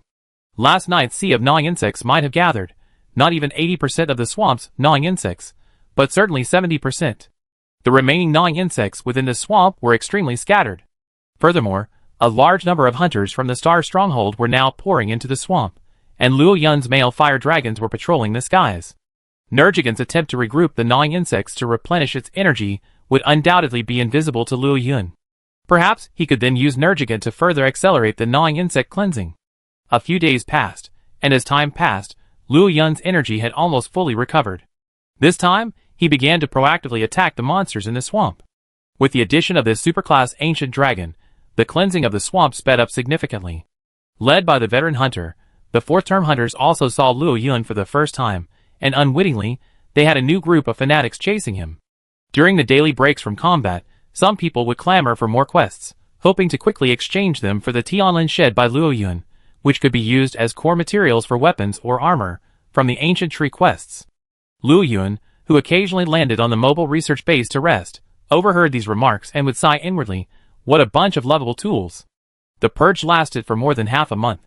With the last monstrous monster falling to the dry wasteland, Luo Yun's mission was finally complete. Nature's consciousness, like a sophisticated machine constantly monitoring every corner of the new world, judged that the number of creatures killed in the swamp had been sufficient. Even if a few gnawing insects had managed to escape the purge, their numbers were unlikely to make a significant impact. Of course, the most crucial factor was that Nergigant, the unstable factor that actively fostered gnawing insects, had long since escaped the swamp, following the underground undercurrent. It remained lost in the complex underground caverns, and it was unknown when it would emerge. As the air gradually cooled, rumbling thunder echoed from afar, and dark clouds, accompanied by a raging wind, enveloped the swamp. A long-awaited downpour fell without warning. Even before the effects of Luo Yun's sunshine had worn off, the bean-sized raindrops mercilessly slammed into his scales, making a crisp sound. It was clear that this bizarre phenomenon was not natural. The great fire dragon, disgusted by the rain, looked up at the swirling clouds. As a true ancient dragon-level monster, he was not afraid of ancient dragons like the steel dragon. Just as he was about to roar at the clouds, a figure resembling a dragon and a snake, constantly stirring the clouds, with two golden horns extending backwards from its head, appeared in a flash of lightning. The great fire dragon's voice abruptly stopped, and it silently closed its mouth, quickly flying towards a natural stone cave nearby. It had no choice. The impression it had left on that figure was too deep. That was the terrifying existence that had once caused a flood in the small volcanic region where the great fire dragon lived in the old world. If the great fire dragon admired Luo Yun, then facing him in the clouds was filled with fear, a psychological shadow etched into its bones. Chapter 407. After receiving a notification from nature's boss, Luo Yun, having disabled his sunlight properties, arrived early to rest at the mobile research base. While enjoying a meal prepared by the base's logistics staff, the weather suddenly changed. At first, Luo Yun thought it was a steel dragon or some other ancient dragon capable of bringing strong winds and heavy rain, coming to clean up the already ecologically devastated swamp. However, as Luo Yun's gaze shifted, he quickly locked onto the ancient dragon causing the storm. It resembled a dragon and a snake, its overall grayish-white coloration, approximately 34 meters long, and its appearance closely resembled that of an oriental dragon. Its back bore numerous white fins resembling coral, connected by a smooth white membrane. As it moved, a vast expanse of white gas swirled around it. If it weren't currently soaring among the clouds, anyone who saw it would probably have mistaken it for a rather attractive sea dragon. But the truth was, this ancient dragon, occupying the pinnacle of its ecological niche, possessed the top 3 positions under the competitive taboo, the dragon of catastrophe symbolizing the storm. Tianjin's land of trouble, Mist Dragon. There's a mist dragon in the new world? Luo Yun narrowed his eyes slightly, his pupils opening to force out the rain that had fallen into his eyes. Unlike ordinary ancient dragons who occasionally unleash their power to cause disaster, Mist Dragon, possessing the multifaceted abilities of wind, water, and thunder, merely used the storm as his vehicle. His mere presence in a particular area could unleash horrific floods. Compared to Mist Dragon, the Steel Dragon, also capable of causing storms, was a downright good-natured person. A being like this wouldn't specifically make a trip to a swamp that had just undergone a major purge and had devastated its ecosystem. Luo Yun believed he was most likely just passing through. Is that guy a new enemy? Beside Luo Yun, the Grand Commander noticed Luo Yun's change of mood. Drenched in the rain, he squinted his eyes as he looked at the storm dragon, which was riding the storm, his tone grave. After all, recent investigations have shown that the gnawing worm and the Nergigant are likely merely partners, and that the gnawing worm's master is someone else. This has led the Grand Commander to subconsciously form associations whenever he sees an unfamiliar ancient dragon appearing in the swamp area. Luo Yun paused, speechless, looking at the Grand Commander. He hadn't expected the Grand Commander to not recognize the storm dragon, and seemingly harbor some hostility towards him? Roar. He's probably just passing through. Don't do anything to him that might cause misunderstanding. Luo Yun growled a warning. The storm dragon was powerful, but compared to most ancient dragons, it had a lower desire to attack, but its territorial awareness was quite exaggerated. It wouldn't actively attack other creatures during its migrations, other than hunting. However, if provoked or once it had secured its territory, even a niche monster like the Thunder Wolf Dragon would be driven away by the Storm Dragon. Thus, both the investigation team and the Fire Dragons should simply ignore the passing Storm Dragon. Passing by? Okay. Boss, are you really not going to reveal more about the gnawing insects? Like, who are their owners? Hearing Luo Yun's words, the Grand Commander's tense muscles relaxed again, and he asked in a tone half serious and half teasing. Liu Yun didn't bother to pay attention to this guy. He did know the gnawing insect's owner, but as of now, there wasn't any trace of it in the new world.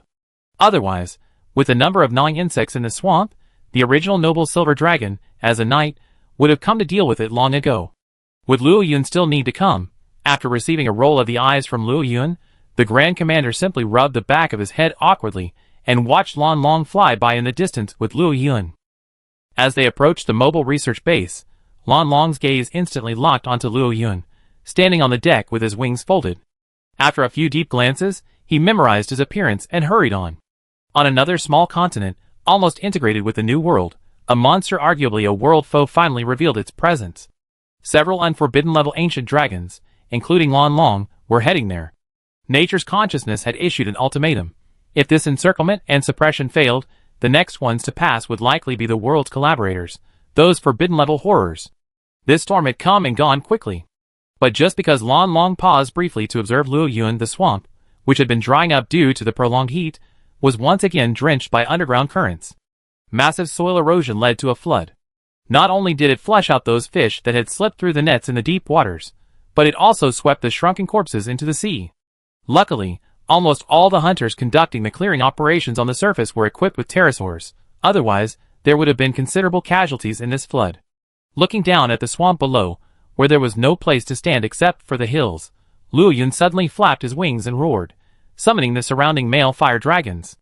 They flew towards the ancient tree forest against the wind and rain. Mission completed. The Grand Commander sighed, wiping the rain from his face. He watched the dark clouds gradually thinning on the horizon. Sunlight streamed through the gaps in the clouds. Hunters, hanging on to their pterosaurs' feet, were returning. In the ancient tree, the little creature gnashed at the thorns on the end of Yaji's wings like it was grinding its teeth, making occasional snapping sounds. Yaji, who didn't need to patrol or hunt herself, could only move cautiously, fearing that a sudden exertion would damage the little creature's not-so-sharp baby teeth. Liu Yun had been away for over half a month. During this time, the little creature had grown rapidly, now able to leave the dragon's nest and chase cats around on its short legs. It must be said that the little creature, having inherited its parents' excellent looks, now had a youthful appearance, yet also possessed an inexplicable nobility after its spines and scales had fully grown. Suddenly, the silver-white figure appeared at the entrance of the nest. Yaji, who had been lying on her stomach, suddenly stood up and ran towards her husband, leaning forward to press her neck against his, a rasping sound emanating from her nose. A small creature, grinding its teeth, was lifted up by its mother's sudden, violent movement. Its teeth ached, and its body spun in the air before landing in its soft nest.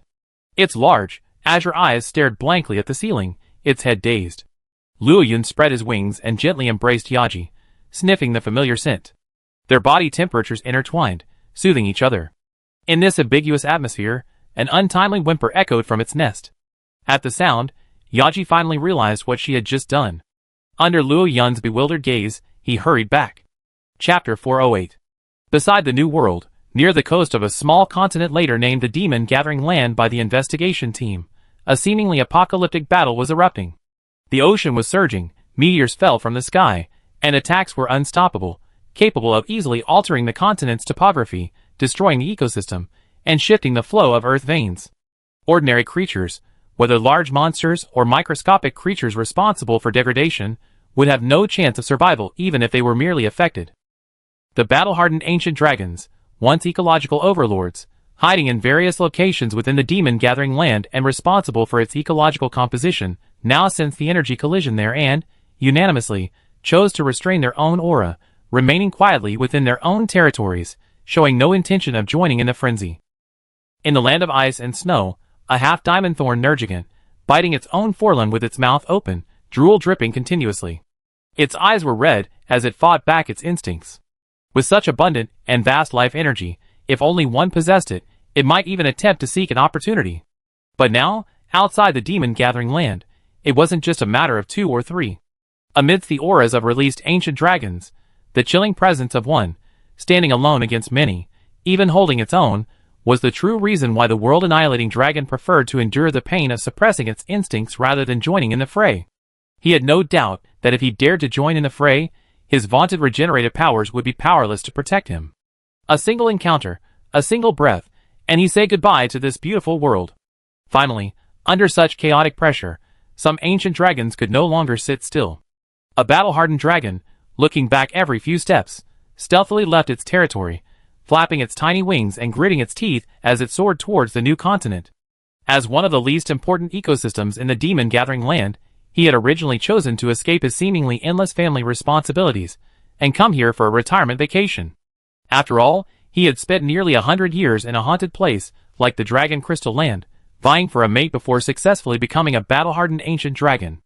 After completing his reproductive mission with his mate, it was time for him to enjoy himself, right?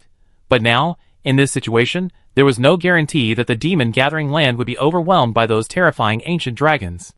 Rather than foolishly awaiting the final outcome, it would be better to leave early and return later when he had time. There were more ancient dragons who shared the same idea as the battle-hardened Mist Dragon.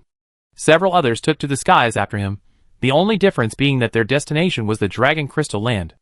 Inside the New World, within the starry stronghold, Xia Guagua, perched on the roof of a converted boat awning, transformed into a chattering gossip-monger, was listening to the drinking conversation of the hunters returning from the great Ant-Mound wasteland in the gathering hall. Suddenly, she felt a chill run down her skin, now completely transformed into orange-yellow scales. A strange feeling lingered within her heart, as if something foul had returned to the New World. But Xia Guagua quickly shook the feeling off, pulling out a pile of hard-skinned fruits. She cracked open the shell of one with a sharp snap, chewing the core, and excitedly perked up to continue listening to the gossip below. "Oh, I envy you. It's only been a while since we heard that the Yaojing butterfly can be cultivated into a new type of hunting insect. The commander-in-chief is still racking his brains over how to negotiate a possible collaboration with the ancient tree. And yet, you actually received an adult gnawing insect directly from Lord Blazing Sun Dragon. How lucky are you?" A hunter with short blonde hair set down his empty wooden beer mug, his eyes narrowed in a slight drunken slump, and gazed with envy at the fantastical crystal butterfly quietly hanging on the insect stick master's shoulder. The insect stick master smiled silently, reaching out to touch the warm crystal butterfly. Amidst the butterfly's discontented chirping, he pulled a leaf from a Taijing branch bud from his bag and fed it to the other insect stick masters at the table. This immediately ignited the atmosphere at the table. Hey, are you looking for death, you lucky bastard? You broke my heart, and I have to drink 3. No! 5 beers before I forgive you. I do that sooner or later. At the edge of the meeting hall, the commander-in-chief took a sip of his beer as he watched the lively scene unfold. This expedition was to cooperate with the Blazing Sun Dragon to destroy the ecosystem of an entire small area. The dangers involved were self-evident, but it was the investigation team's self-salvation, so no hunter chose to retreat. But the outcome was good, everyone returned unscathed, which was truly cause for celebration. Well, you observed the crystal butterfly, and after all these years, you should have gotten over it. Since you're unwilling to cultivate the old hunting insects, why not try these new ones? The commander-in-chief put down his beer and smiled at the dragon hunter, who had returned from the great anthill wasteland with the main force. In that battle, his hunting insect had completed its final dance, and the commander-in-chief, as his companion, had broken a leg for it. Influenced by a variety of intense emotions, the dragon hunter has not yet cultivated new hunting insects. Long-lived dragons are relatively indifferent to emotions, but once committed, they are intensely devoted. Therefore, whenever the dragon hunter considered training a new hunting insect, he would think of his old friend. Rather than becoming restless and suffering, while also preventing the new hunting insect from being properly trained, it would be better to let it go and become a bug wielder without a hunting insect. It was only these past few days that the commander-in-chief's constant persuasion, coupled with the information he constantly provided him about the Yaojing butterfly, finally won him over. Seeing the dragon hunter remain silent, but not directly refusing as before, the commander-in-chief knew he had finally agreed. The dragon people have a long lifespan, and as a close friend, the commander-in-chief did not want this friend of decades to remain lost in the past. The first batch of radiant crystal butterflies, carefully selected by the Detels of the ancient Tree Fire Dragon clan, will arrive with the next transport.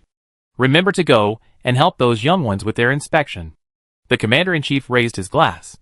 The dragon hunter's eyes flickered slightly, but his expression remained as impassive as ever. He clinked his glass with the commander-in-chief's and drank it all in one gulp, as if trying to cool the sudden warmth in his heart. Let me tell you, when the Blazing Sun Dragon gathered its strength, it was like a second sun hanging in the sky. The bustling meeting hall. Tonight, no missions. No work. Everyone drank heartily, celebrating the resolution of another major incident, Up in the ancient tree, Luo Yun gazed at the moon. He had once again been caught rolling a little creature into a ball in the dragon's lair by Yaji, and was subsequently expelled. Feeling the warm breeze characteristic of the ancient tree, he said, "It seems time to give the little creature a name." Chapter 409. When Yaji was first conceived, Luo Yun hadn't paid much attention to the little one's existence.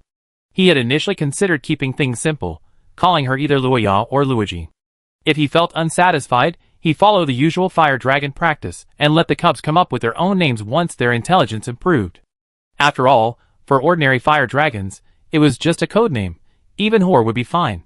While this might seem perfunctory, for monsters, only Heinich monsters, like fire dragons, with their values of family and some sense of community, and a decent IQ, would do this. But now? Perhaps some of the ideas from his past life were still influencing Luo Yun, and because the ancient tree fire dragons had already developed a unique, hierarchical, rudimentary civilization, he had the idea of giving his offspring a well-thought-out name. Besides, with the little one's intelligence, he could easily understand the meaning of a name. So what should I call it? After so many years of smooth sailing, Luo Yun finally felt his brain wasn't enough. He lay on the ground, staring at the bright moon in the sky, feeling a bit resentful. Where was the promised ancient dragon's super brain? Even Xia Guagua had some. So why didn't he have any?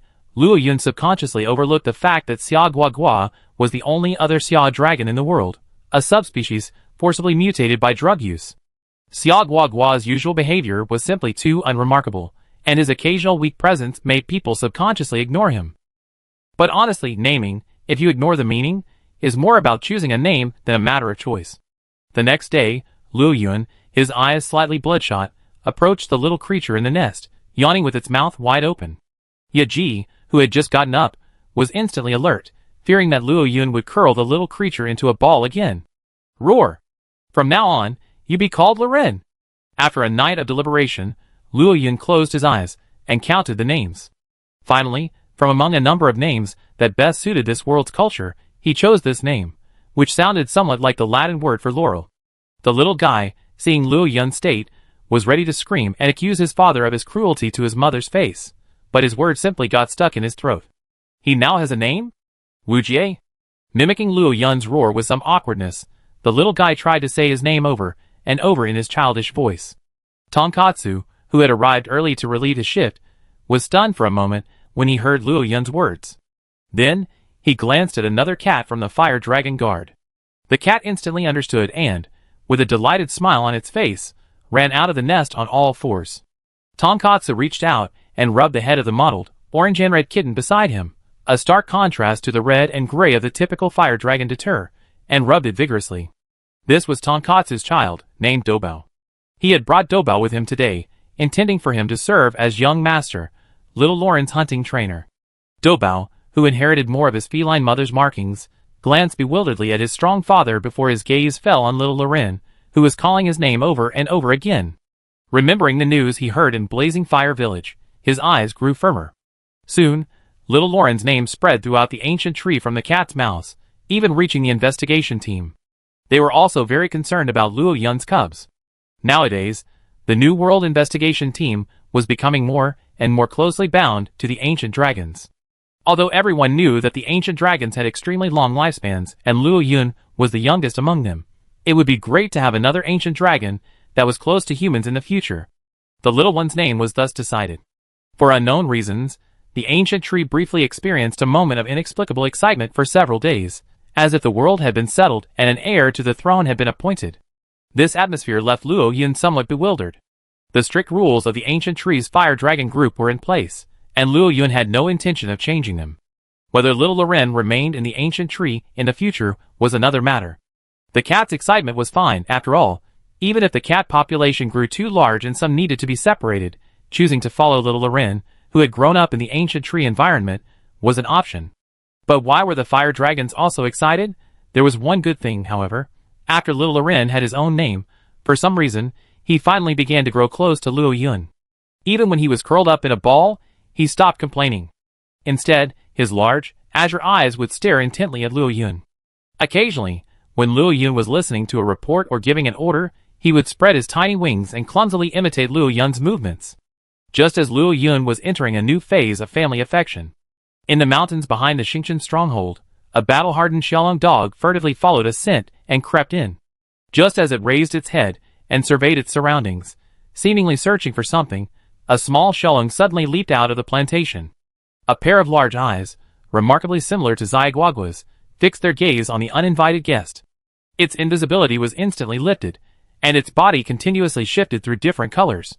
Don't get me wrong, this isn't some peacock-like display of vibrant colors to attract mates. This is how the Xiaolong warns strangers of its kind who intrude upon its territory. The more different colors appear simultaneously, and the faster they change, the more vigilant it is. When the multiple colors become fixed, it will proactively expel the intruder. Although Xiaolong's territorial awareness isn't very strong, the Starry Sky stronghold, where the young Xiaolong grew up, is considered its most crucial territory. Besides its perpetually bullying mother, even its occasional brother, who occasionally passes by to repay a debt, receives a warning, let alone this unfamiliar yet powerful Xiaolong. The battle-hardened Xiaolong tilted his head, gazing at the young Xiaolong before him. The more he looked, the more familiar he felt, especially those large, seemingly innocent eyes that inexplicably held a shrewd aura. Quack! Oh no! Could it be my offspring? As one of the representatives of the surviving parents, the Mist Dragons weren't as ruthless towards their offspring as the Lightning Dragons. They simply found raising them troublesome. But the veteran Mist Dragon had come all the way here, scented by his mate, whom he hadn't seen in decades. Seeing this young Mist Dragon, who might be his offspring, still gave him a shiver of anxiety. After all, if the little Mist Dragon had lived with Mist Dragon, perhaps even been raised by Mist Dragon, then it wouldn't be a problem if he didn't show up. But if he did, wouldn't he have to assume the responsibility of a father? Without hesitation, at this possibility, the veteran Mist Dragon decisively turned and prepared to leave.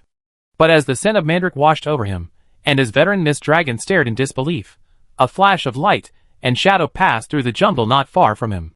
Mist Dragon stared at him with dead eyes. Why couldn't I find him? Li Zhan Xiaolong couldn't believe it. His eyes widened. Chapter 410. That day, the entire Starry Sky stronghold was shrouded in thick fog, with visibility dropping to less than a meter at one point. The busy Starry Sky stronghold was forced to temporarily halt operations for the day. Even the many hunters who had been out on the road, faced with such dense fog, had no choice but to pitch makeshift tents at the edge. However, faced with this unusual phenomenon, no one in the stronghold panicked. The faint scent of datura that occasionally wafted through the fog was enough to reveal the instigator of all this. Decades of trust fostered, the commander-in-chief chose to trust him. Of course, the prerequisite was that it couldn't persist for too long, otherwise, regardless of the reason, they would have to investigate. That night, the fog vanished as abruptly as it had appeared. The senior members of the investigation team, who had been closely monitoring the situation, breathed a sigh of relief. The commander-in-chief specially assigned the supply team to investigate Xiaolong's situation in the back mountains after daybreak. Meanwhile, near the plantation on the back mountain, Xiaoguagua, venting her anger, stretched out her forelimbs, repeatedly kicking the paralyzed Xiaolong. The little Xiaolong, watching her old mother, who had uncharacteristically fallen into a frenzy, ducked her head and silently entered stealth mode, striving to minimize her presence. After you hit him, you can't hit me. The Xiaolong had never imagined that upon their reunion, he would be greeted with a brutal beating. No, why? With his resistance to poison, why was he repeatedly paralyzed and stunned? Furthermore, his partner only lived on the outskirts of the New World. How could he be larger than a battle-hardened ancient dragon living in the gathering demon land? That kick really hurt.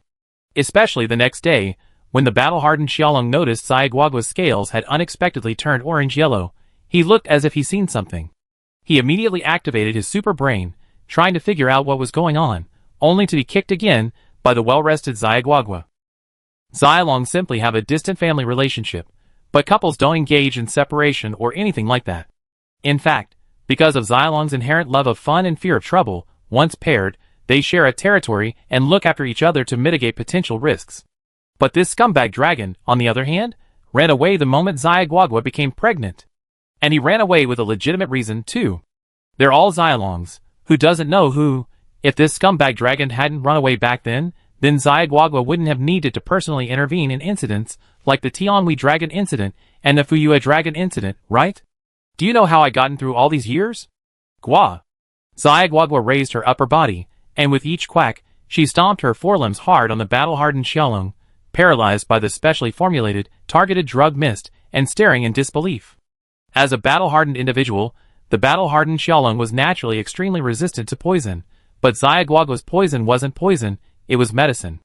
It reacted magically with the battle-hardened Xiaolong's own toxins, thereby deceiving the immune system and restricting its own muscles, causing it to enter a state similar to paralysis.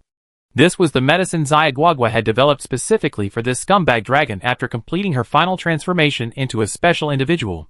She had originally planned to make time to visit the demon gathering land, but she didn't expect this scumbag dragon to actually come back on its own. Little Xiaolong watched her mother's rampage and learned from her words that this Xiaolong, only slightly smaller than her, was actually her scumbag father. However, little Xiaolong didn't feel anything about it. Although Xiaoguoguo had given little Xiaolong a little more affection for her because of her, and they shared the same territory, that was all. But seeing Xiaoguoguo's excuses for kicking out her scumbag father, little Xiaolong was still a little confused. What kind of life was she living? Was it a life of snatching her quota every day, then living a life of idleness and waiting to die, and occasionally going to the ancient tree to beg for money? When the previous supply squad leader led a team to the back mountain to investigate, they saw Xiaoguoguo bullying another Xiaolong, while little Xiaolong watched with gusto. Is this Xiaolong the intruder from last night? Slot signaled the investigators to stop, then walked up to little Xiaolong and asked curiously. In his memory, Xiaoguoguo, aside from the occasional fits of temper when she couldn't unlock a new lock, and the occasional instances of stealing a hunter's medicine and supplies while they were preparing to set out, only to burst into laughter at the hunter's panicked expression, was otherwise quite stable. Even if she stuttered, she could remain quiet for extended periods. But now, this excitement, almost wanting to kick the Xia dragon into the dirt, somewhat shattered Slot's impression of this old friend. Invader? Sort of. The little Xia dragon expertly stuck out its tongue, reached into the backpack on Slot's back, and pulled out 2 bottles of potion, downing them in one gulp. The healing potion, specially formulated for Xia dragon's tastes, made the little Xia dragon flutter its wings in pleasure. As Slot looked unfazed, it poked its head, half the height of his body, out and croaked softly beside him. Master Xiaoguoguo's partner? As the little Xia dragon grew older, the investigation team began using the name inherited from Lu Yuan to distinguish him from Xiaoguoguo. Although Xiaoguoguo protested repeatedly, as more people adopted the name, and as they considerately added master at the end as a sign of respect, the term fell through. Slot rubbed his chin. He was relatively well informed about Xiaoguoguo's affairs. To learn more about the ancient dragon's secrets, he often communicated with her, so he was aware that Xiaoguoguo had a partner. However, the scholars at the Ecological Research Institute theorized that Xiaoguoguo's partner must have died for unknown reasons, which was why Xiaoguoguo had lived in the mountains behind the starry stronghold for decades without seeing her partner. But to her surprise, she appeared today. Slot finally understood why Xiaoguoguo had acted so uncharacteristically. But if it's a companion, with the current output of the star stronghold, it seems we can't afford to support them. Offshore near the demon gathering land, the battle, which had lasted for days, finally came to a close amidst the violent collision of several energies. From a bird's-eye view, the once rounded demon gathering land now resembled a biscuit with a bite taken out of it, the gaping hole clearly visible. The exact battle situation is unknown, but from the gaping hole created by the energy, a flood of seawater poured back, colliding with the magma flowing at the bottom of the pit, forming a new submarine volcano. Around it, a mass of shattered bones rose and fell with the swirling seawater. Chapter 411. Next to the underground crater, a vast expanse of meteorites, still emitting heat, gurgled in the seawater. Suddenly, a gigantic soft-bodied monster, a large tentacle broken off, struggled to push aside the rocks and crawled out from the rubble. Its body was tattered, and blood, oozing with a green, sticky liquid, continued to flow. But this was nothing to the monster. It had successfully survived the final energy collision. As long as it was alive, everything still had a chance. Like a squid, it slapped the seawater, extending its tattered tentacles to touch the dragon bones floating in the water, attempting to reattach them to its tentacles as before. But the dragon bones, once strengthened and made incredibly hard by its tentacle, shattered into several pieces the moment they were touched. Having helped it absorb most of the blast wave, these bones remained intact enough to withstand the onslaught of the seawater. It was a rare sight. But against the massive monster's power, even a tiny bit of damage was far beyond their ability to withstand. In other words, these bones were completely useless. He stared blankly at the skeletons drifting away on the ocean current.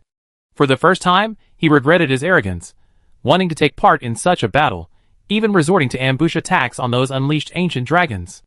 But that opportunity was truly rare. In the past, he had racked his brains to capture those cunning ancient dragons, but this time, he faced a group of top-tier ancient dragons that had fought for a long time and were seriously injured.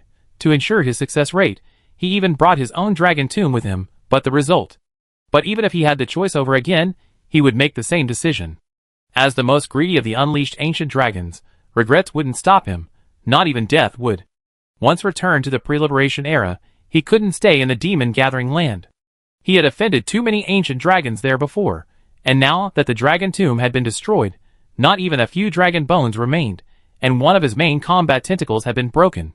Might as well retreat to the new world and fight the sea dragons for territory. Once he's recovered enough, he fight back. His scarlet eyes took one last look at the drastically changed coastal waters. Once returned to the pre-liberation era, the skeleton dragon, having lost its dragon tomb, dragged its exhausted body along the coastal waters towards the new world. The mountain behind the starry stronghold.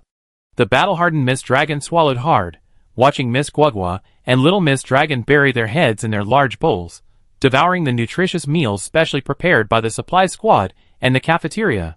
The carcasses of small and medium-sized creatures, suited to the Xiaolong's taste, were lightly roasted to remove the rotten smell. Then, a perfect blend of scattering walnuts, waterweed, poisonous mushrooms, and some bitter worms was added.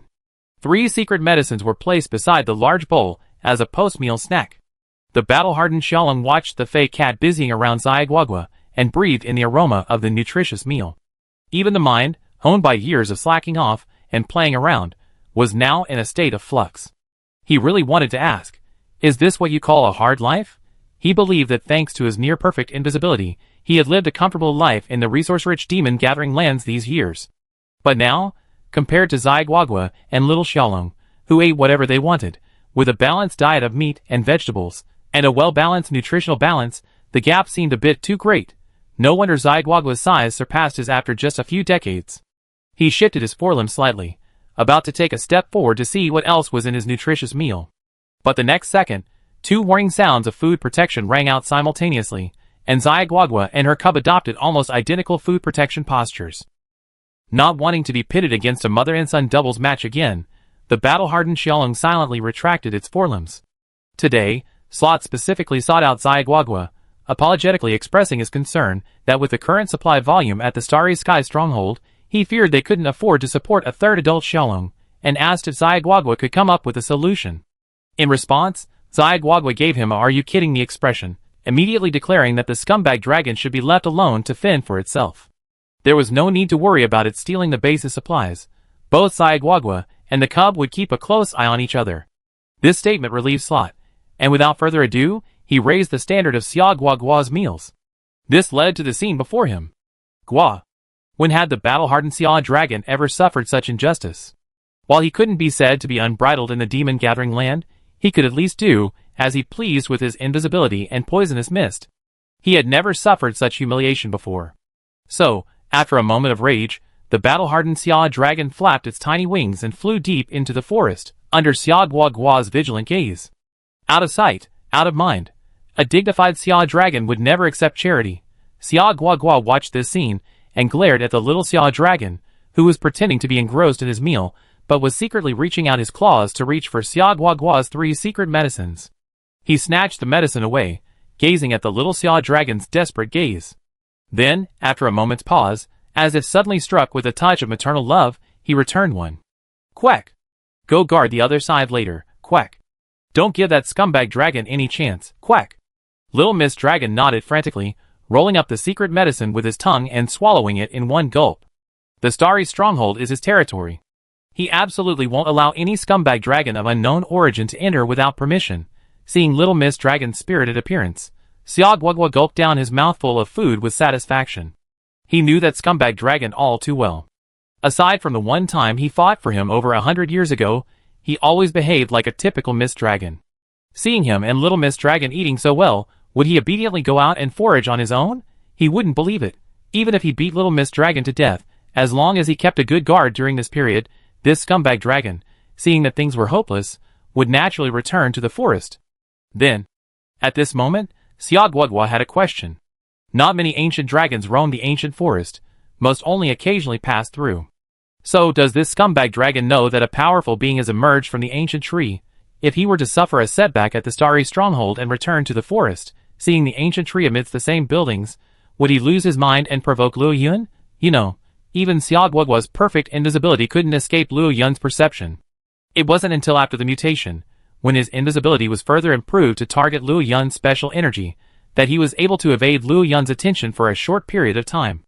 With his half-baked invisibility, only slightly better than that of the little Xiao dragon, wouldn't he be caught and beaten on the spot? Considering this possibility, Xiao Guogua decided to make time to visit the ancient tree. A lesson is one thing, but a real beating would be disastrous. Chapter 412.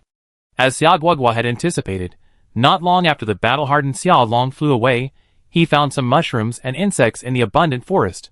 These, in his former self's case, were quite good food, and every swallow would remind him of the nutritious meals Xiao Guogua and her son had shared. The thought of such a rich combination of ingredients made the food he had casually picked seem somewhat bland. So, with a determined heart, he turned around and skirted the mountain behind the starry stronghold, intending to enter the stronghold. Since they could create such a combination of foods, they must have a good supply, right? However, after a short detour, he was blocked halfway by the little Xiao Long, unable to even enter the stronghold's pass. Looking at this young Xiao Long, whose constantly changing coloring resembled his own, he would have undoubtedly taught this clear-eyed little creature a lesson. But thinking of Xiao Guogua's current state, and the paralyzing poison he still couldn't figure out, the battle-hardened Xiaolong readily gave in. He resorted to his old trick, turned away, and attempted to sneak in from another direction. At first, everything went smoothly, but when Xiao Guogua popped its head out of the grass pile beside him and croaked, as expected, the battle-hardened Xiaolong transformed into a paralyzing Xiaolong again, and was kicked out of the base's back door by Xiao Guogua. After 3 or 4 attempts, the battle-hardened Xiaolong finally understood the mother and son's determination. Finally, after nightfall, he plunged into the forest in frustration and began to prey on the smaller creatures. Time flew by, and years passed. 5 years had passed in a flash. At the Xingchen Base conference table, all the senior leaders were present today. The commander-in-chief looked at the dragon hunter leaning against the fence, gazing into the distance, at the crystal-clear brilliant crystal butterfly on his insect stick. After a quick glance, he opened the meeting. The meeting didn't cover much, but it was enough to urge everyone present to take it seriously. First, the next ancient dragon to arrive at the Ancient Dragon Ferry has been confirmed to be the most unique ancient dragon observed since the Hunters Guild began monitoring it. A supergiant ancient dragon, known as a mobile volcano, capable of even serving as a miniature ecological system. The Molten Mountain Dragon. Unlike conventional ancient dragons like the Steel Dragon, ancient records show that 90% of humanity's responses to the migration of such supergiant ancient dragons have been to force them to change their course, rather than repel them. This ancient dragon, capable of causing horrific disaster simply by moving, undoubtedly poses a far greater threat to humanity. The upside, however, is that with its size, it's impossible for it to vanish into the new world like the ancient dragons that arrived at the Ancient Dragon Ferry, making it difficult for the investigation team to continue tracking. This meant that this would be the investigation team's best opportunity to uncover the secrets of Ancient Dragon Ferry. Thus, after numerous discussions among the Hunter Guild's leadership, it was decided to join forces with the Dragon Calendar Institute to form a combat group composed entirely of hunters. The 5th group. This group would be led by a group of hunters and compilers designated as the recommended group, recognized as the absolute elite by the East Dorma Hunter Guild, the Kingdom, and the Dragon Calendar Institute. This was arguably the largest and most formidable recruitment yet. It was clear how determined the Hunter Guild was to uncover the secrets of Ancient Dragon Ferry. After this order was passed down, the person most worried was the commander of the 4th Regiment, currently the head of the supply squad. A 5th regiment composed entirely of hunters would undoubtedly place a significant logistical burden on the current starry stronghold. After years of hard work, the 4th Regiment had finally paid off their debt to the Mantis in the ancient ruins basin. While some supplies were still lacking, they were no longer a significant burden. Thinking of the years of hardship, the 4th Regiment's women were used as men, the men as machines, and the machines worked non-stop year-round. Finally, they could relax a bit. But now? The commander-in-chief looked at the frowning 4th Regiment commander and opened his mouth, but reason forced him to swallow the words that had been stuck in his throat. Forget it. Let's just let the 4th Regiment suffer a little longer. There's no other way. The 1st Regiment is old and wounded. Most have either died somewhere in the New World or retired due to injuries. having returned to the old world on the liaison ship. The remaining members, save for the Grand Commander, the Sword Master, and the Dragon Hunter, are still active on the front lines. The rest are limited to making decisions and handling designs. As for the 2nd Regiment, due to the Ancient Tree's Blazing Fire Village research base, the personnel have been split into 2 groups, each responsible for forging and mechanical maintenance at one location. They're also severely understaffed. The 3rd Regiment. Forget it, let's not talk about it. They're all scholars.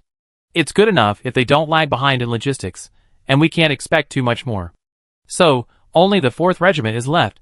Their personnel are in their prime, and they're all skilled logisticians, perfect workhorses. Let's just keep on suffering. I understand. Leave the logistics to us. Seeing that the Commander-in-Chief opened his mouth several times without saying anything, the 4th Regiment leader resigned himself. She snapped shut the thick notebook containing all the logistical information, rubbed her aching temple, and pondered how to explain it to the members of the 4th Corps. Seeing no objections, the Commander-in-Chief brought up another matter.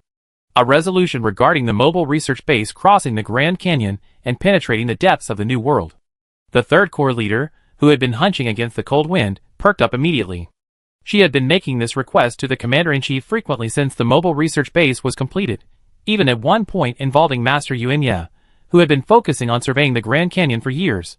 But then, with the gnawing insect incident, the Commander-in-Chief always refused to approve it, citing the lack of clarity and the incompleteness of the subsequent eradication work. It wasn't until yesterday that the Commander-in-Chief finally relented.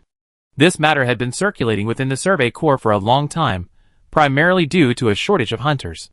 A full team of scholars from the 3rd Corps flying across the Grand Canyon would undoubtedly require a significant number of hunters to protect them, a truly challenging undertaking for the Underman Survey Corps. But now, thanks to the influence of the crystal butterflies, the ancient tree fire dragon clan of Detail has seen the emergence of over a dozen unique insect club-wielding hunting cats. After much negotiation, most of them have registered as hunting cats in the Starry Stronghold, enjoying the same benefits as hunters while also filling the gap in hunters. Thus, the Commander-in-Chief relented. Once this decision was made, all the other senior officials, with the exception of the research team leader, agreed. Seeing the siblings about to argue again on the conference stage, the Grand Commander, who had remained silent throughout, spoke decisively, sealing the matter. I understand. If it had been the Commander-in-Chief who spoke, the research team leader might still have refused to compromise, but the Grand Commander had no choice. Even though the Commander-in-Chief was now responsible for all matters within the stronghold, in terms of prestige, he remained the true supreme leader of the Starry Stronghold. Chapter 413. The Star Base moved swiftly, or rather, the scholars and hunters of the 3rd Corps, who had lived on the mobile research base for many years, were already prepared to depart at any moment.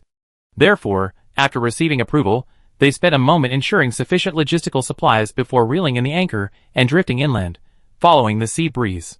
The Grand Commander looked at the silent research team leader, who was gazing at the departing airship, and patted him on the shoulder.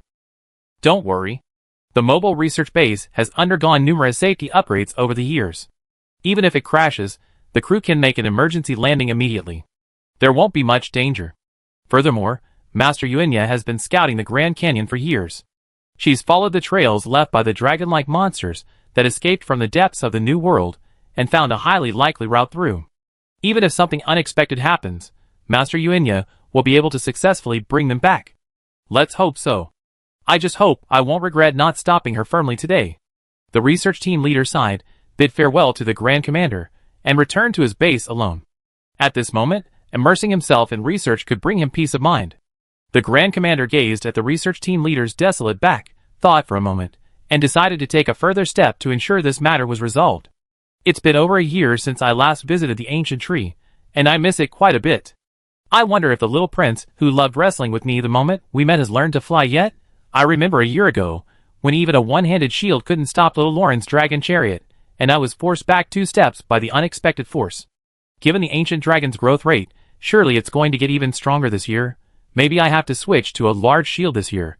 Ancient tree. Nearly 1,000 fire dragons dance freely in the air, making all creatures looking up tremble. Excited, each dead air squatted or stood at the edge of the canopy, meowing excitedly. Even the scholars, who had been staying at the research base for a long time, and the hunters, who hurried to and fro put down their work, each finding a wide view and gazing in the same direction. As the king of the ancient tree, Luo Yun rested on the highest branch of the ancient tree. The sharp points of his thorns had completely transformed into blue crystal, and his appearance was drastically different from that of an ordinary silver fire dragon. If it weren't for his skeletal structure, which still had 2 legs and 2 wings, no one would have thought he was related to a fire dragon. At this moment, beside Luo Yun, with the exception of Yaji, whose scales were gradually transforming from metallic to crystal, the other fire dragons could only land on the branches below. The wind blew, and crystal butterflies darted out, chasing the scattered crystal leaves, casting a shimmering icy blue light. And right where all eyes converged, a male ancient tree wrath dragon, approximately 20 meters long, was locked in combat with a young silver wrath dragon, less than 10 meters long. It wasn't quite a silver wrath dragon, for at least the pattern on its outstretched wing membranes wasn't the lightning-like pattern of a silver wrath dragon, but a regular polygonal pattern composed of silver stripes and blue scales. Little Loren had mastered flight a month ago. Since then, Aji had taken him out of the ancient tree and into the hunting grounds, completing numerous hunts on his own. After confirming his ability to survive on his own, he was finally allowed to leave the nest today. During this period, fire dragons around Little Loren's age gradually left the ancient tree, each forming groups to live together in the deep forest to increase their chances of survival. Little Loren, inheriting Luo Yun's bloodline, and even some of its characteristics, decisively embarked on a challenge to the ancient tree after leaving the nest. Not content with challenging ordinary fire dragons at the lower levels, he immediately challenged the male fire dragons of the ancient tree, the same level as Luo Yun's old nest. As Luo Yun's child, except for the initial year when he was not allowed to leave Luo Yun's nest, he was subsequently allowed to roam freely in the ancient tree under the care of the cat. Only after being allowed to leave the nest and come into contact with the outside world did Little Loren begin to gather a wealth of information about his old father. It can be said that Little Loren grew up listening to various legends about Luo Yun, including but not limited to the challenge he and his mother had brought to the ancient tree at the age of 5, and the subsequent battle as a teenager against the mist dragon that attempted to destroy the ecosystem in the ancient tree area. Born a young ancient dragon, Little Loren possessed not only a superior intelligence compared to other fire dragons, but also the pride inherent in his bloodline. Therefore, upon being driven from his lair, Little Loren immediately set his sights on Luo Yun's former lair, the current headquarters of the fire dragons, the Rathalos. Because of Luo Yun, that lair, like the ancient treetops of the past, had become a forbidden territory for other fire dragons.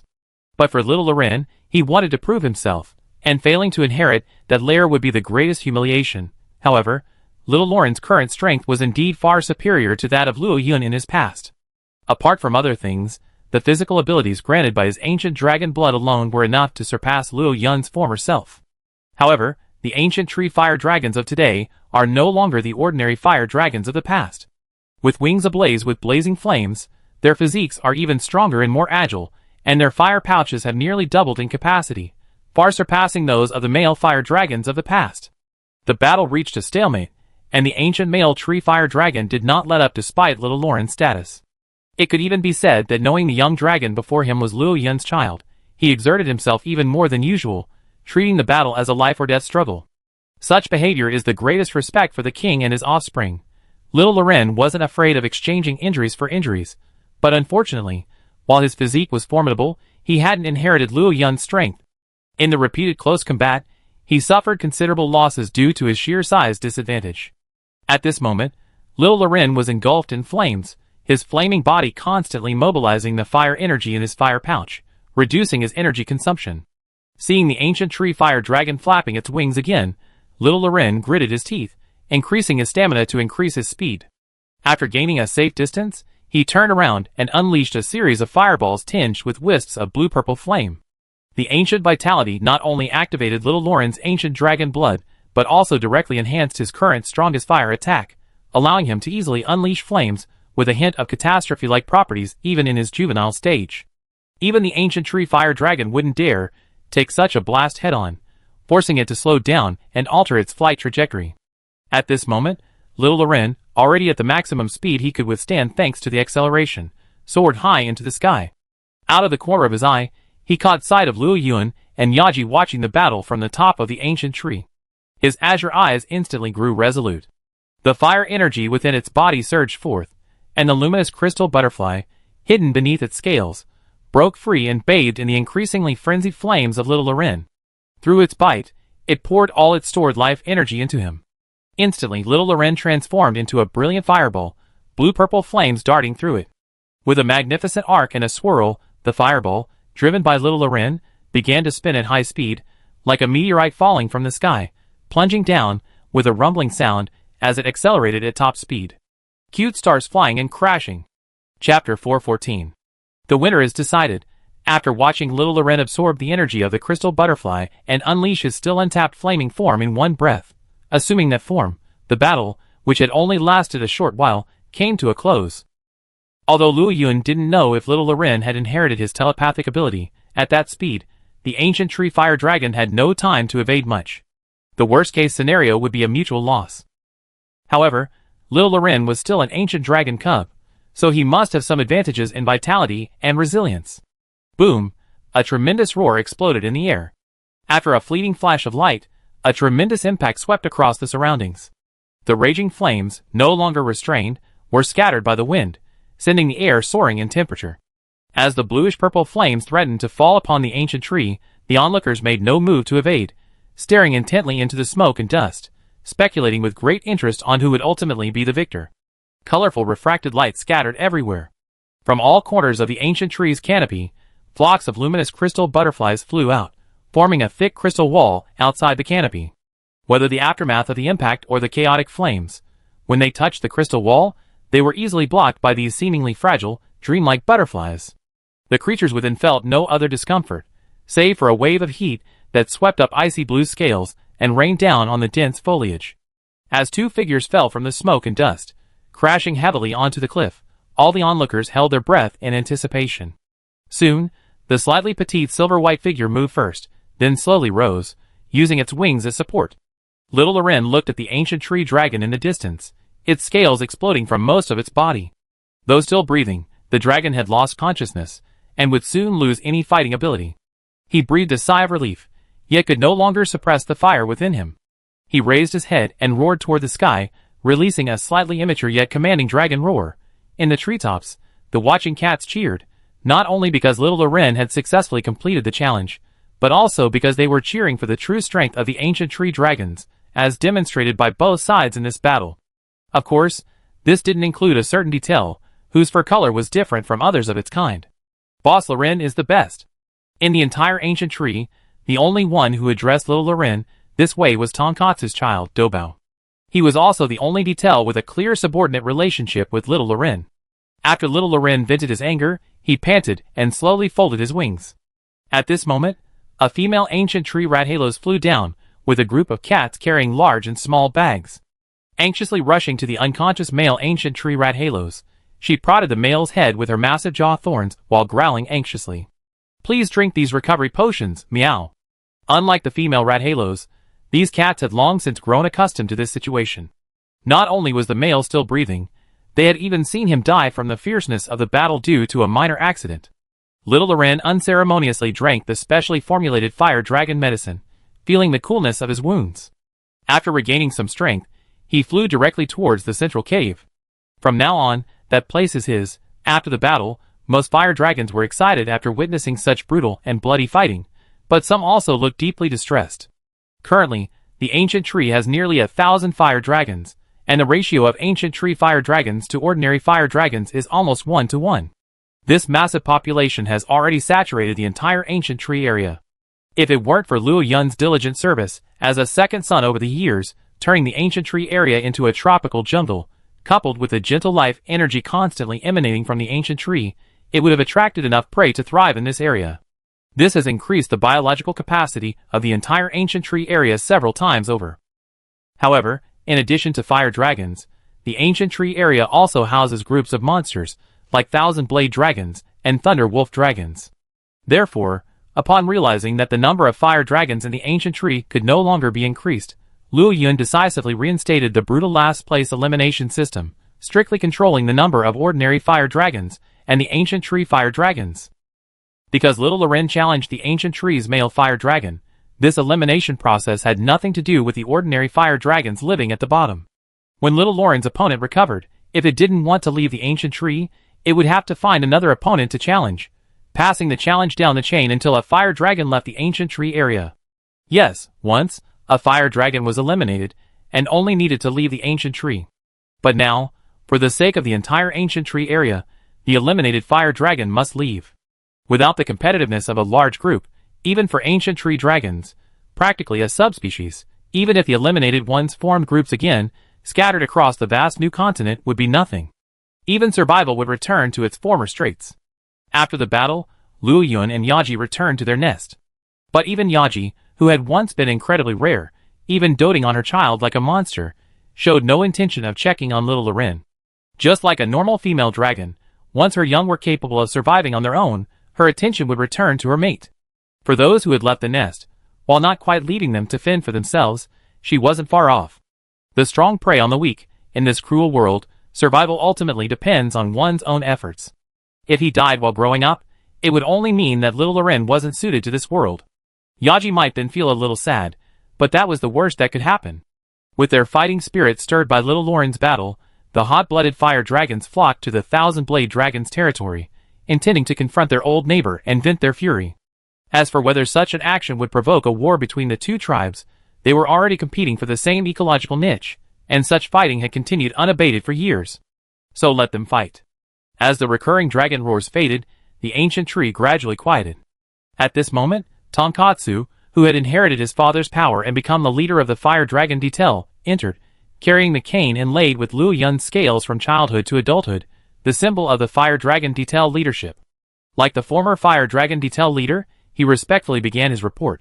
Boss, meow, according to reports from the resource gathering team we formed with the research base, the sea dragons and aquatic beasts from the inland sea and swamps west of the ancient tree area have, for unknown reasons, begun migrating towards the ancient tree area's several large rivers. This could have a significant impact on the existing ecosystem. The ancient tree area is currently saturated. Aquatic beasts aside, the influx of a monster like the Megathias, with a similar ecological niche, wouldn't have much of an impact.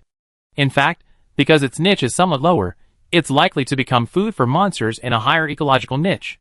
But sea dragons are also migrating. Roar! Put out a commission to the hunters. They're better at this kind of investigation. Chapter 415. Luo Yun's command was delivered smoothly, without a trace of awkwardness, as if it were a directive addressed to his own subordinates, rather than an outsourced task for the investigation team. In fact, as time flew by, the Ancient Tree Research Base and Mission Office had been established here for nearly 20 years. In such a long time, even the young children had grown up.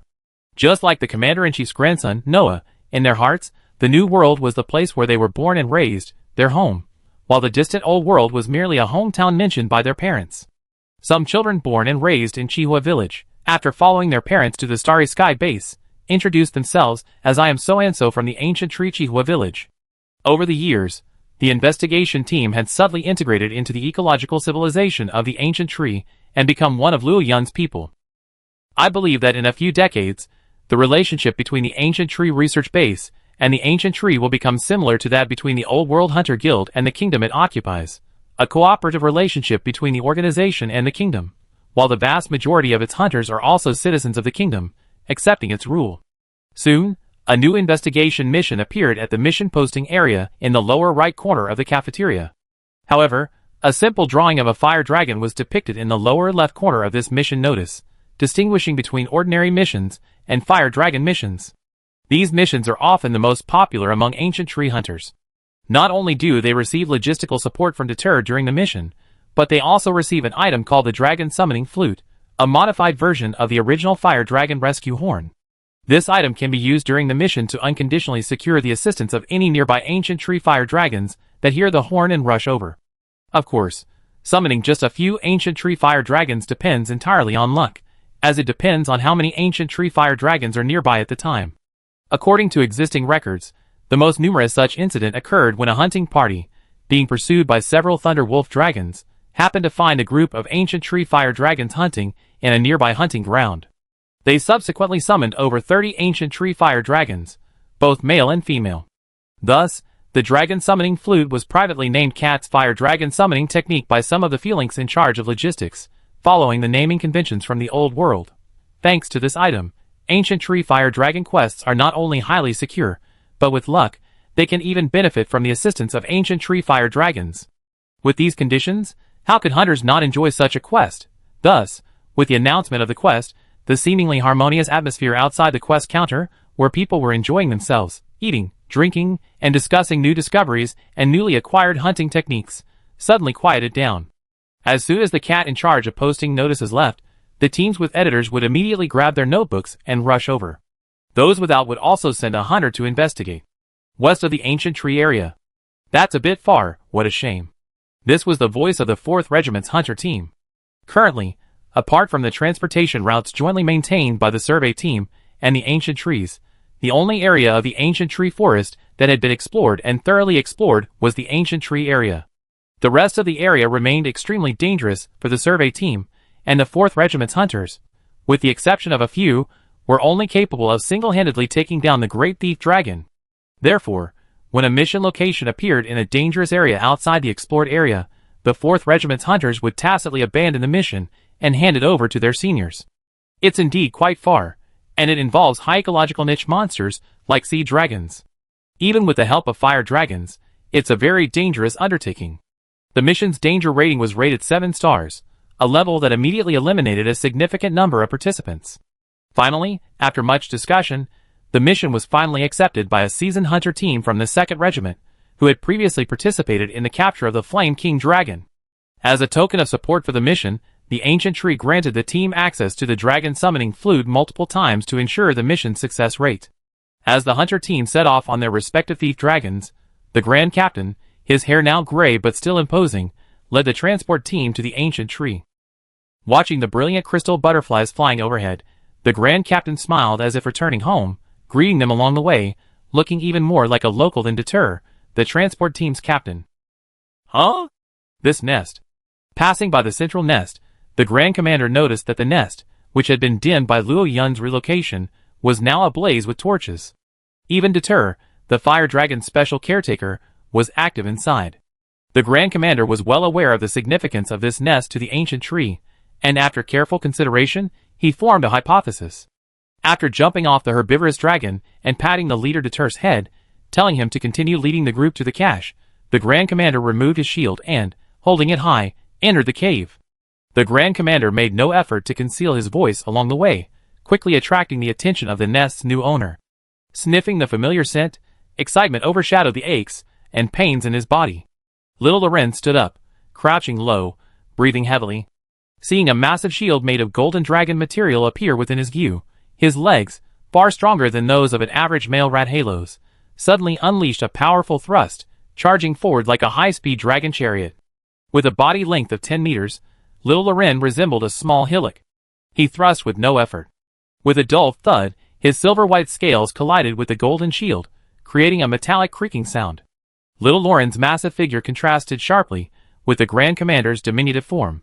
But this time, the Grand Commander not only brought out his finest shield but also donned full armor. Armor provides hunters with not only incredible protection and strange alchemical enhancements, but also serves as a support for the massive weaponry used by hunters. Even a Grand Commander, unarmored and in his 60s, could still lift a massive rock and withstand the Golden Lion's breath with pure physical strength, let alone a Grand Commander now fully armed with maximum defensive capabilities. After a brief collision, Little Loren was about to settle scores with this villain, who had used brute force to suppress him since childhood. But within 2 seconds, Little Loren couldn't hold on any longer. His feet slipped, and before his eyes of disbelief, he was forcibly pushed away by the Grand Commander. Chapter 416. At this moment, Little Loren felt as if he were dreaming. After the battle for the lair of the ancient tree fire dragon, Little Loren deeply understood the importance of size in combat. Whether it was a clash of forces or a larger area of impact, at least in hand-to-hand combat, a larger body often held a greater advantage than a smaller one. But now, he was clearly much larger than the Grand Commander, and his strength was far greater than a year ago, when he couldn't fly. But why? A year ago, he had been able to force the Grand Commander back, but today, not only had he failed, he had even been repelled. It felt like in those brief 2 seconds, he wasn't facing the Grand Commander, but the powerful being named the Golden Lion, who, as Luo Yun and Yaji had said, had once fought 2 at once. His. Not bad, young prince, you truly are worthy of inheriting the master's bloodline. I almost lost my defense, haha. The Grand Commander, unconcerned about whether Little Loren understood or not, laughed heartily, sheathing the giant shield on his back. Like Tonkatsu once, Dobao, who had been acting as Little Lauren's translator, listened to the Grand Commander's words with a troubled expression, but ultimately chose to pretend he hadn't heard. Their boss was no ordinary young fire dragon. Like the fire dragon boss, he was a young blazing sun dragon, born to be king. He needed no such obvious politeness to console himself. The dragon's secret codex, which all fire dragon details must learn, contained a statement universally acknowledged: God will ultimately triumph. Their current defeat was simply due to Lord Lauren's immaturity. Lord Lauren, the bearer of the ancient tree's future hopes, would one day be as invincible as the sun dragon, reigning supreme in his ecological niche.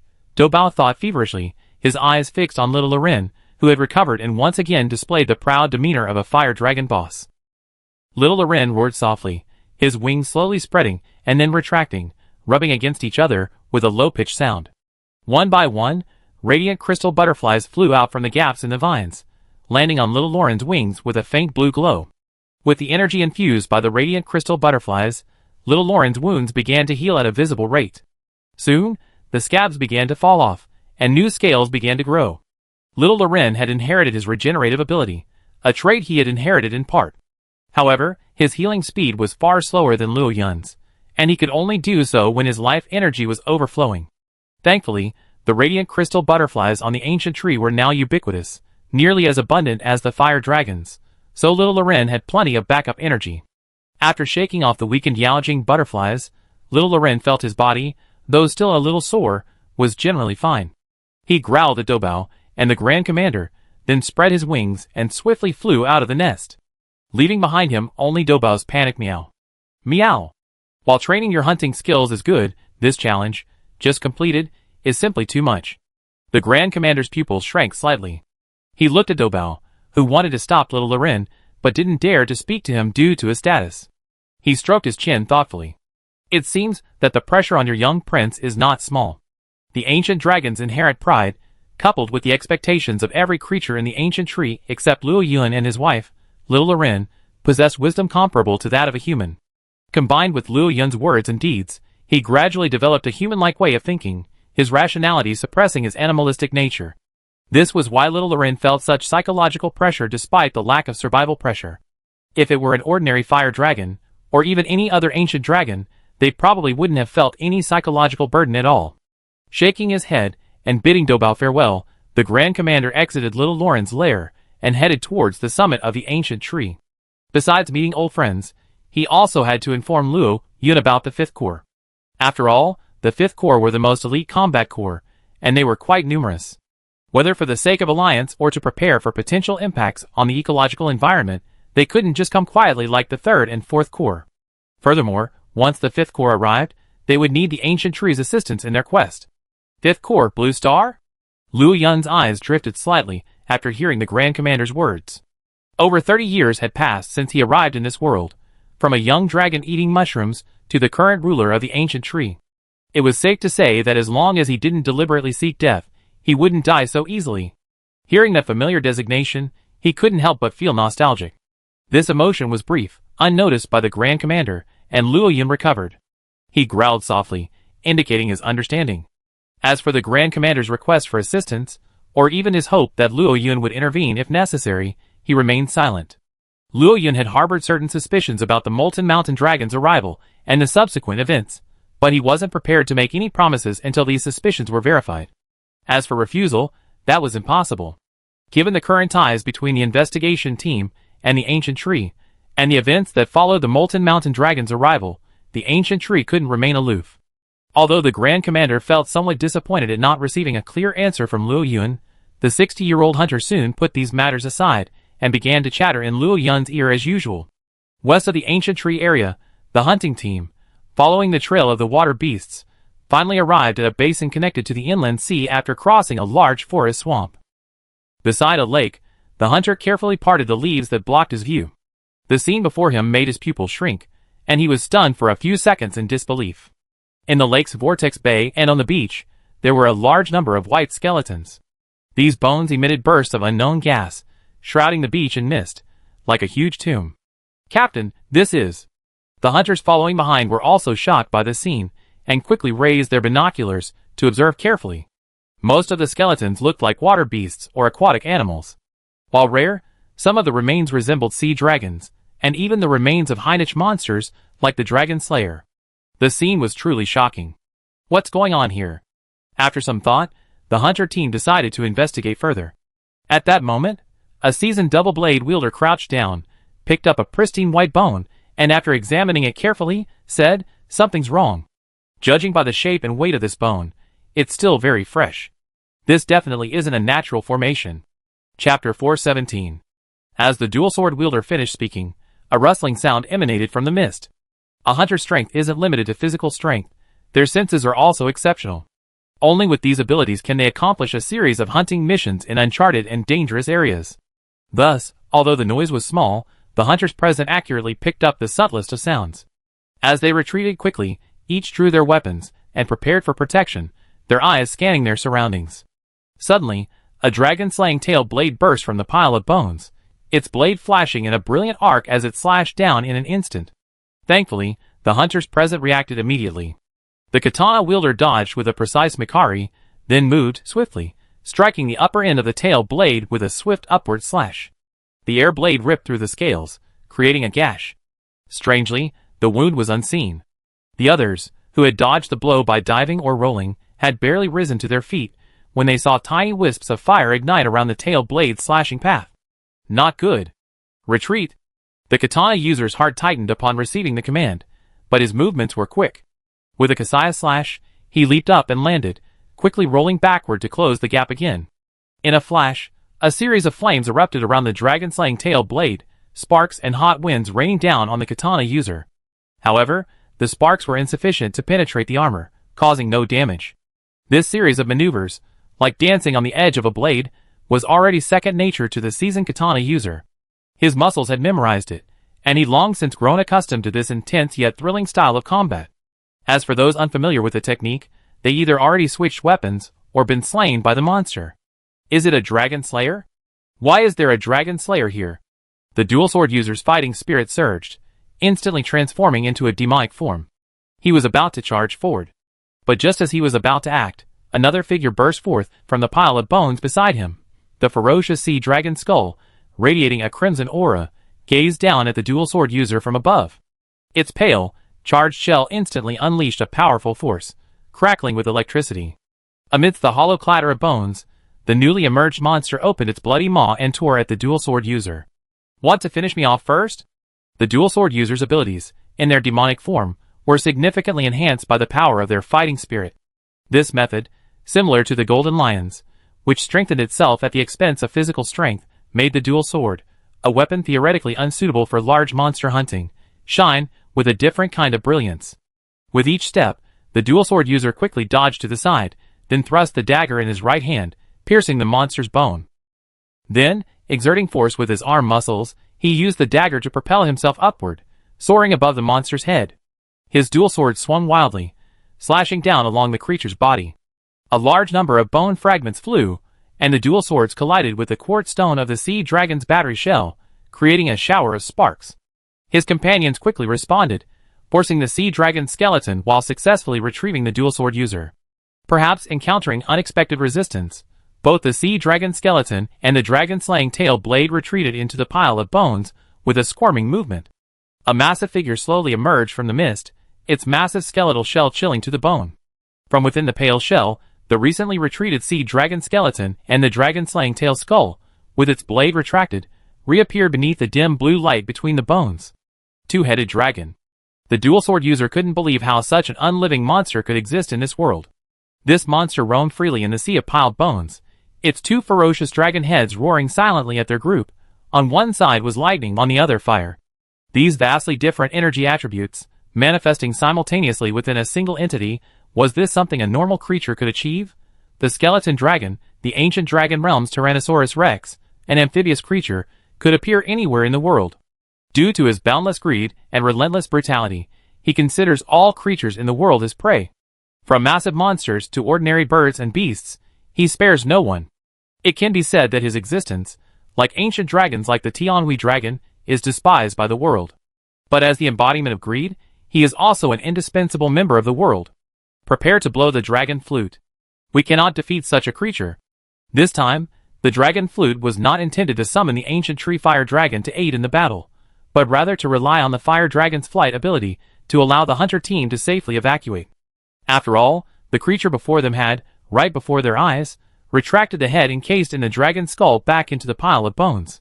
When it reappeared, it had transformed into a fire dragon's skull, raging flames coalescing in its mouth, a massive fireball brewing, and the battle was about to begin again.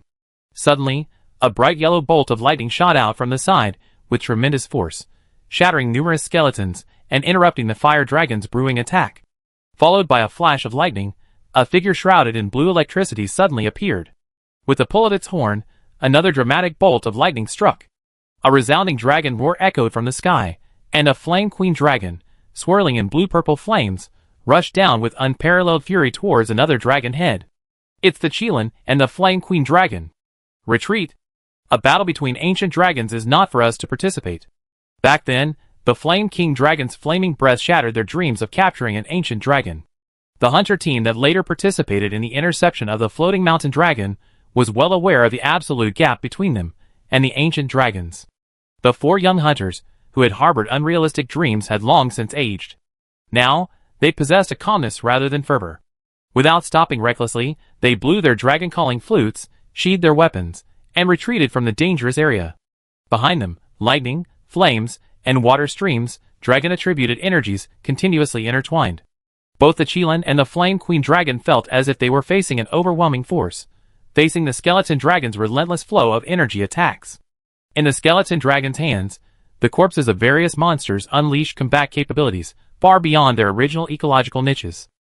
At this moment, the skeleton dragon, like a necromancer manipulating monster skeletons, attempted to overwhelm the two ancient dragons with the corpses of high-niche monsters it had barely captured over the years. However, the dragon cemetery had been established too recently to fully unleash the skeleton dragon's true power, and the battle remained stalemated. Chapter 418. The enormity of the battle here caused celestial changes throughout the jungle swamp. Sometimes it was scorching, sometimes thunderous. Occasionally, a red laser, so terrifying that the mere sight of it struck fear into living creatures, shattered the thick clouds, and sent monsters fleeing the area. Even further away, the hunter team, having escaped the skeletal area, blew the dragon-calling flute several times before finally seeing a pair of ancient tree fire dragons fly over from afar. They hovered only above the jungle swamp, not daring to intrude. The hunter team understood the fire dragon's behavior. After all, they were two ancient dragons fighting an unknown monster together. Fear was natural. With no other choice, they blew the dragon-calling flute to guide the fire dragons to their location while quickly leaving the area. The swamp was teeming with life.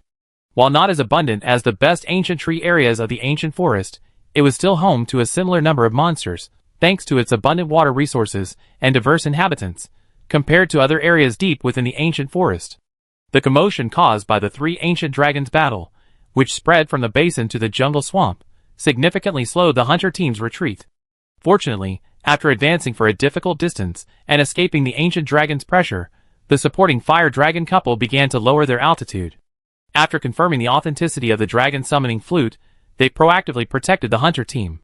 Leveraging the deterrent power of their high ecological niche and their superior aerial vision, they successfully led the hunter team out of the chaotic area.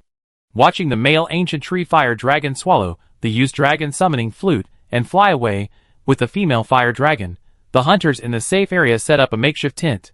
Once complete, they began to gather their memories. Soon, a simple sketch of a monster, still unrevealed but highly recognizable, was pieced together on cardboard. What bad luck! I thought this would be a simple investigation mission.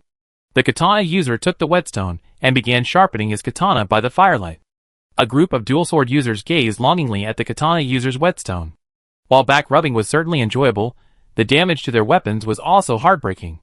His own whetstones had been completely depleted in the fighting, and now they were directly targeting his teammates. The hunting horn user, the team leader, stoked the fire, ignoring the greatsword user who, even decades later, still looked like a novice, humming a song as he timed the barbecue. He sighed, "This truly is the new world." Ancient dragons rarely seen in the old world, often only found in myths, appear here every few years. This frequency is enough to fill a storybook. Thump thump! With a final chorus, the greatsword user expertly lifted the skewers, sniffing the large, crispy, tender chunks, sprinkled them with seasoning, and distributed them to the group. Then write it. At our age, it's time to retire. If you hadn't dragged us secretly to the ancient tree a few years ago, we would have returned to the old world long ago, and now we're wasting resources here. The great sword master finished speaking, and everyone present fell silent. They had come here with the second corps, and were now in their 50s. They weren't as gifted as the Grand Captain. Aside from their hunting experience, they had no real advantage over the 3rd and 4th Corps, who were in their prime, or the still young 4th Corps. Yes, it's time to retire. After taking this information back to the ancient tree, we applied to return to the old world. I'm sure you all heard about the 5th Corps. They're a hunting group of elite hunters, and their arrival will undoubtedly place a huge logistical burden. We, the almost useless old guys, shouldn't be causing any trouble here. Captain, I'm glad you figured it out. It's just a shame you weren't able to unlock the secret of the ancient dragon fairy yourself. Everyone sighed. Many hunters shared the same sentiment as this team. Who could be willing to leave this place where they had fought for decades with such regret? But, even if the dream wasn't realized, it could be passed on. Perhaps these veteran hunters, who had dedicated their lives to it, could finally receive news of the secret being unlocked in their lifetime, freeing them from lifelong regrets. Over half a month later, the exhausted team finally returned, escorted by several fire dragons. However, the great swordsman, despite his age, still acting like a novice, had lost a leg in the fierce battle while protecting a severely injured teammate until the ancient tree fire dragons came to his aid. The battle zones between the skeleton dragon and the 2 ancient dragons were incredibly coincidental. This chain reaction triggered a massive monster-based melee west of the ancient tree area. If it weren't for the 1,000-blade dragons that inhabited the west, having fully adapted to the new world and, with Luo Yun's tacit approval, had occupied a large area, their presence effectively blocking the large-scale monster hordes attempting to migrate outside the ancient tree area, this unrest would have likely affected the ecological balance of the ancient tree area. A bloody cardboard sketch, depicting a stick figure, was placed on a table at the ancient tree research base upon the mission's completion. Without the ancient tree research base's intention to conceal it, the information quickly reached Luo Yun. When Luo Yun first heard about the 2-headed dragon, he was somewhat surprised. He hadn't expected such a fantastical creature to appear in the new world. But when the giant, sticky sketch and a description of the monster's characteristics were placed before Luo Yun, he finally understood what kind of monster it was. The necromancers of the ancient dragon realm used a highly unusual method to resurrect the dead and fight for them. If one didn't know their true form, one might mistake them for creatures from some advanced magical world. But in reality, it was merely a special form of mimicry. The so-called resurrection was simply the skeleton dragon using its dragon-like tentacles to attach the monster's corpse to a special mucus, then harnessing its own energy to mimic the skeleton's original owner's fighting style. Because its energy level was so high, the replicated attacks naturally surpassed those of the original owner. Of course, the original owner here refers to beings other than ancient dragons. And ancient dragons. They all dealt with life energy, so in terms of pure energy quality, there wasn't a huge difference. Even if a skeleton dragon acquired the bones of an ancient dragon, aside from the stronger bone armor, it couldn't surpass the original owner's abilities. Besides, he couldn't resurrect a supergiant ancient dragon, considering he was only 36 meters long. The skeleton dragon's high ecological niche stems not only from its incredible dragon attribute energy, but also from the mimicry of its tentacles, which allows it to unleash ancient dragon-level combat power. Fighting him is like battling a horde of ancient dragons. A typical unrestricted level ancient dragon would feel considerable pressure facing several ordinary ancient dragons simultaneously. However, as long as the skeleton dragon possesses enough high ecological niche monster skeletons, it could effectively defeat an endless army of ancient dragons without seriously injuring its true form. Add to that its ultimate move, Genesis, which is among the best among unrestricted level ancient dragons. Even unrestricted level ancient dragons wouldn't be willing to fight it in its dragon graveyard. Chapter 419. However, based on the sketches and the report translated by Tonkatsu, it clearly states that only 2 ancient dragons were fighting the skeleton dragon during the hunter team's retreat. This suggests that the skeleton dragon must be in serious trouble. Either it's too young, or it's only been in the new world for a few years. Recalling his previous life, the skeleton dragon could compete with the mist dragon for the top 3 most powerful ancient dragons. However, as various data leaked, the skeleton dragon successfully replaced the abyss dragon, becoming the most powerful ancient dragon with the highest upper and lower limits. In all his data, there's a term frequently mentioned, dragon graveyard. As a pure environmental ancient dragon, his strength is closely tied to the dragon graveyard, much like a necromancer. Without a sufficient number of powerful skeletons, his strength plummets, like a skilled cook without rice. The Abyss Dragon, at least, possesses considerable vitality even in its release. Even without gnawing insects, it can still withstand a dozen hits from the latest dragon-slaying spear and remain alive and kicking, possessing ample combat power. But what about the skeleton dragon? Without the dragon cemetery, its biggest competitor is a large sea dragon. On the bright side, it's a sea dragon. On the negative side, aquatic beasts, whose ecological niche is comparable to that of the great thief dragon, are also large sea dragons. It's truly shameful that its competitors can't even rival the ancient dragon. Now, Luo Yun was curious about why it was the Flame Queen Dragon and the Qilin fighting the skeleton dragon, while he, the closest, hadn't been summoned by nature's consciousness this time. Luo Yun pondered this question for a long time, but couldn't figure it out. A few days later, when the Grand Commander came to say goodbye, intending to personally visit the western part of the ancient tree area to observe the battles between the ancient dragons and the skeleton dragons up close, he casually remarked, "It's been over a year since I last came here, and the number of monsters in the forest has increased again." A flash of lightning suddenly struck Luo Yun's mind. The tangled threads were instantly untangled. This was the reason. The number of monsters in the ancient forest had increased, just as the Mist Hazred had once arrived in the ancient forest to spread its spores, initiating a biological cleansing. So long as the Dark Lantern's cocoon remained, the life energy needed for the new world's growth would be insufficient. The Earth vein corridors couldn't supply sufficient life energy to every area of the new world, so forest environments, like the ancient forest, would have to rely on self-production and self-sufficiency. According to the original trajectory of the world, without Luo Yun's presence, the Mist Hazred would have descended again in the future, during the Fifth Group era. However, by then, the Dark Lantern would have died, and its vast life energy, accumulated over the years, would have been reabsorbed by the Earth veins. Therefore, the Mist Hazred's appearance, this time was merely to promote ecological circulation, not to initiate an ecological cleansing. But now, Luo Yun was the full-fledged lord of the ancient trees. It was thanks to him that the entire ancient tree region had become a tropical forest. He had perfectly integrated into this new ecological environment. If, at this point, they still wanted to use the Mist Barrier Corpse Dragon to cleanse the area, would Luo Yun leave obediently? Furthermore, the largest group of monsters in the entire forest today was the ancient tree fire dragons. It was logical for Luo Yun to stand idly by.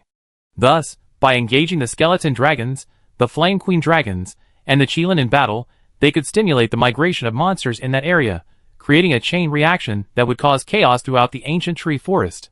This would both suppress the skeleton dragon's growth and control the situation, stabilizing it to a suitable level.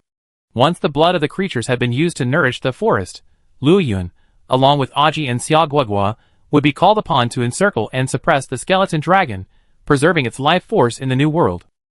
For the new world's natural consciousness, wouldn't this outcome be the ultimate benefit?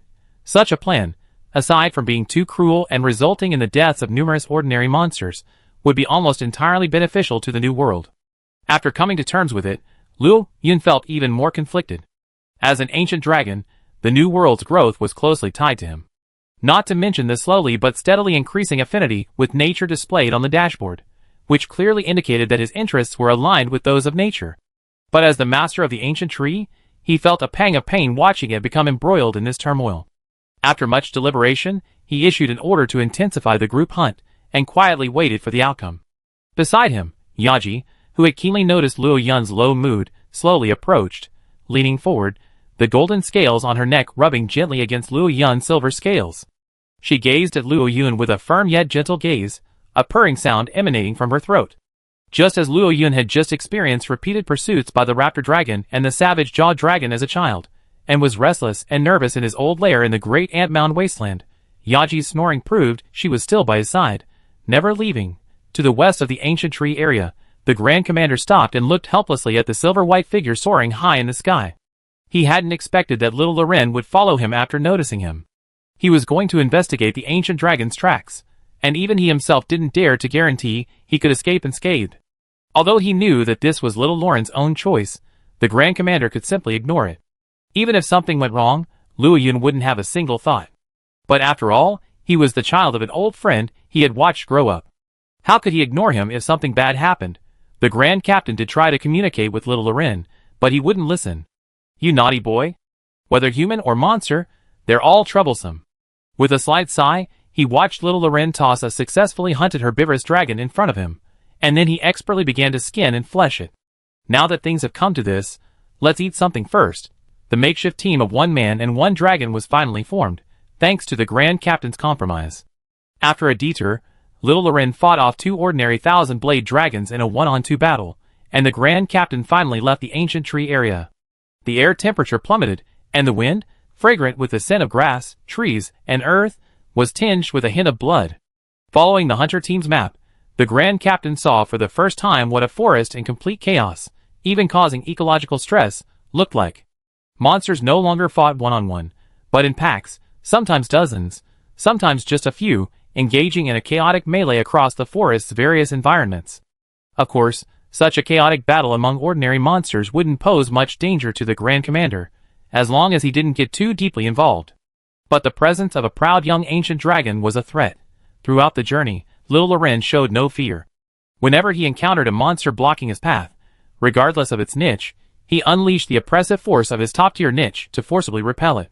He wouldn't hesitate to charge into battle against the stubborn ones, exacerbating the already chaotic situation in the area. It even affected the Grand Commander, forcing him into several meaningless battles. Chapter 420. The Grand Captain, having emerged from a battle between a flock of giant monster birds and a group of scaly birds, appeared somewhat distraught. Although he didn't know why the giant monster birds had engaged in a fight with the scaly birds, after little Loren had almost brutally shot the giant bird leader down from the air and, with his own strength, had forged a safer path through the flock, the Grand Captain ultimately chose to follow little Loren and force his way through the battlefield.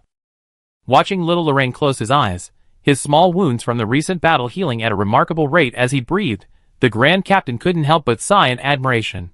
He truly is the child of the Fire Dragon boss. Throughout the journey, little Loren had displayed combat abilities that were completely unbecoming of a young dragon.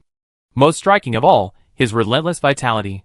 Several times, he appeared battered and bruised, yet afterward, he remained vibrant and alive, as if unharmed. Having battled numerous ancient dragons, the Grand Commander knew full well that in this world, monsters were monsters, and ancient dragons were ancient dragons, though they were often merely massive monsters that defied current categorization. But it was undeniable that ancient dragons were the undisputed kings of this world. Their bizarre abilities and immense vitality, even in their infancy, gave them the combat power to dominate their ecological niche.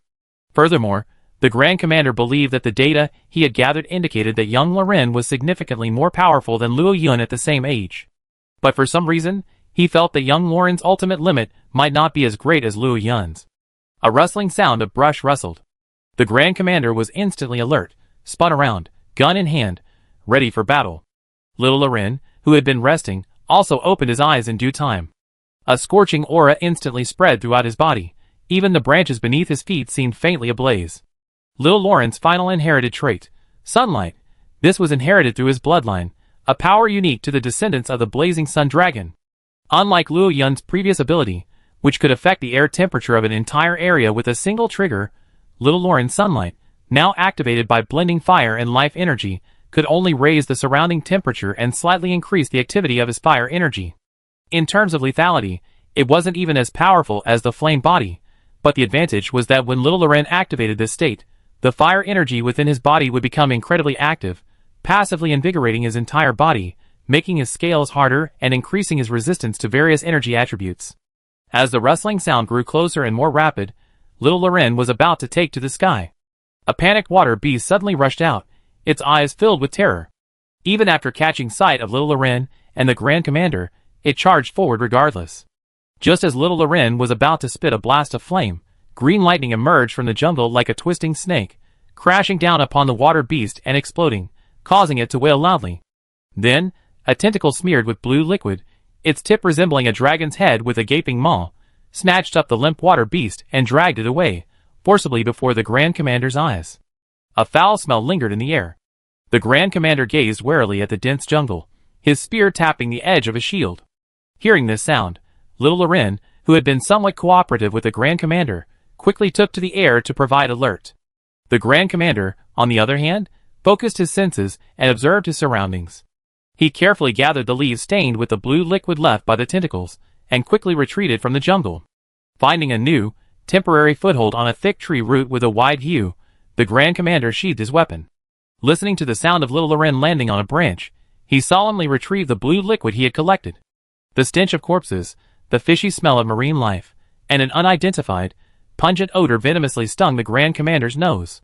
But for a seasoned hunter like him, he had smelled worse odors. What truly concerned the Grand Commander was that the leaves stained with the blue liquid had become incredibly hard, impossible to break without even a little force. This material seems capable of many things. This was the Grand Commander's immediate thought. Roar! Suddenly little Loren roared, accompanied by a shower of falling leaves. Little Loren quickly soared into the air, unhesitatingly unleashing a wide-ranging breath of fire into the nearby lake. But then, a burst of electricity and a roaring sound emerged, and a massive explosion of water erupted. A pale electric dragon skull, its mouth open and scorched with green lightning, burst out of the lake.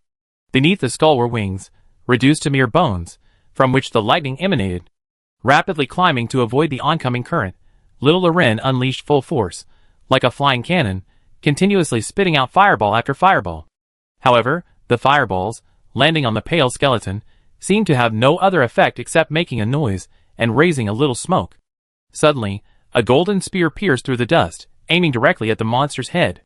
Just as it was about to strike, the water beast, still shredded with shreds of flesh, burst forth from the other side, its skull remaining only. Its body, as long as a snake's bones, it repelled the Grand Commander's timely defense. When the dust cleared, two swaying figures emerged from the lake, staring intently at the Grand Commander and little Loren in the sky. A terrifying sense of oppression instantly overwhelmed them, as if they could be torn apart in an instant. The two-headed dragon mentioned in the report. Doesn't it say it should be in a place like the dragon graveyard? Could it be that it's not an environmental monster, but can move freely? The Grand Commander was momentarily surprised before recovering. A hunter's investigation always has loopholes. Relying solely on intelligence is not a mistake a seasoned hunter would make. Just facing the ancient dragon head-on again, his heart, undimmed by age, was once again filled with excitement. The Grand Commander was thrilled, but little Loren, high in the sky, was suppressing his instinct to retreat. Compared to the Grand Commander, the ancient dragon's blood had given little Loren a more acute sense of perception. The skeleton dragon's undisguised greed and malice, so exaggerated that it surpassed little Loren's comprehension of its vast life force, and the targeted, ecologically oppressive feeling it posed, triggered the fledgling ancient dragon cub's instincts. This guy might be even stronger than father. In little Loren's mind, Luo Yun was an insurmountable mountain. In his presence, he always felt a deep sense of powerlessness. But Luo Yun only brought him a sense of oppression, but the skeleton dragon was different. It would not pamper its prey. Little Loren was under immense pressure. If it weren't for his inherent resilience, he would have immediately turned and fled like those ordinary monsters. Chapter 421. Such pressure was truly too much for little Loren, still a young dragon. When faced with extreme pressure, intelligent creatures often adopt different responses based on their personalities. Thus, facing the skeleton dragon's renewed attack, little Loren chose the most stubborn approach. A head-on confrontation. Down on the coast, the Grand Captain focused all his efforts on the water beast's head, unable to gain a significant advantage in a short period of time. Furthermore, little Loren's life force, already vastly superior to that of ordinary monsters, held a far greater allure for the skeleton dragon than the Grand Captain. How could the Grand Captain's after-dinner dessert compare to the delicious main course? As the green current converged, the blue fluorescence between the bones of the skeleton dragon's tentacles grew brighter. The next second, lightning swept up with lightning speed, reaching little Loren almost instantly. Such a rapid attack was far too fast for little Loren. Even though he had prepared for it, when the skeleton dragon began to gather its electricity, the moment he faced it, he realized his assumptions were far too simple. The immense current transformed into an electric grid. Little Loren, inexperienced in combat, lacked the telepathic ability of Luo Yun to compensate for this shortcoming, and was unable to quickly launch himself into the air and evade. Thankfully, he had already begun accumulating flames, and even with the tingling sensation still present, he was able to forcefully unleash the flames.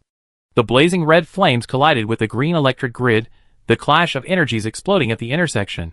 At least he managed to retain his strength for a moment, allowing his flaming breath to carry more calamity flames, thus avoiding being crushed, thus buying himself some time to react. Little Loren acted decisively, flapping his wings repeatedly in an attempt to increase his altitude, thus escaping the lightning attack, which far surpassed that of ordinary lightning dragons. Even as a novice, little Loren was well aware of his racial disadvantages. His weak resistance to lightning energy meant that even a single hit from this electric net would likely be enough to knock him from the sky. You have to know that even Luo Yun now tries to avoid ground combat, let alone little Loren, who is still in his infancy. While the idea is good, don't underestimate the skeleton dragon. As an old man who has lived for who knows how many years, even though the exaggerated battle outside the demon-gathering land has brought him back to a pre-liberation era, he still has a broad vision. From little Loren's physique, which bore a 60% resemblance to the young silver Rathalos, and his similar attack methods, the skeleton dragon could discern little Loren's weaknesses and common fighting style.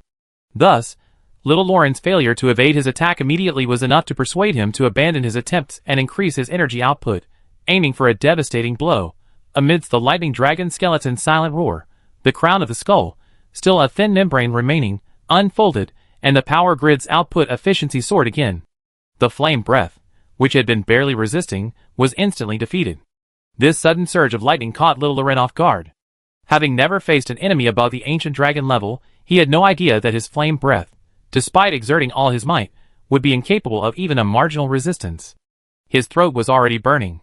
The smuggled light crystal butterflies were constantly injecting life energy into him, but these blessings still couldn't bring about a qualitative transformation in little Loren's breath. He could only watch helplessly as his flames were shattered, and the electric net enveloped him from all sides. Even though the green currents hadn't yet reached him, even through the flames, a tingling sensation still emanated from between his scales.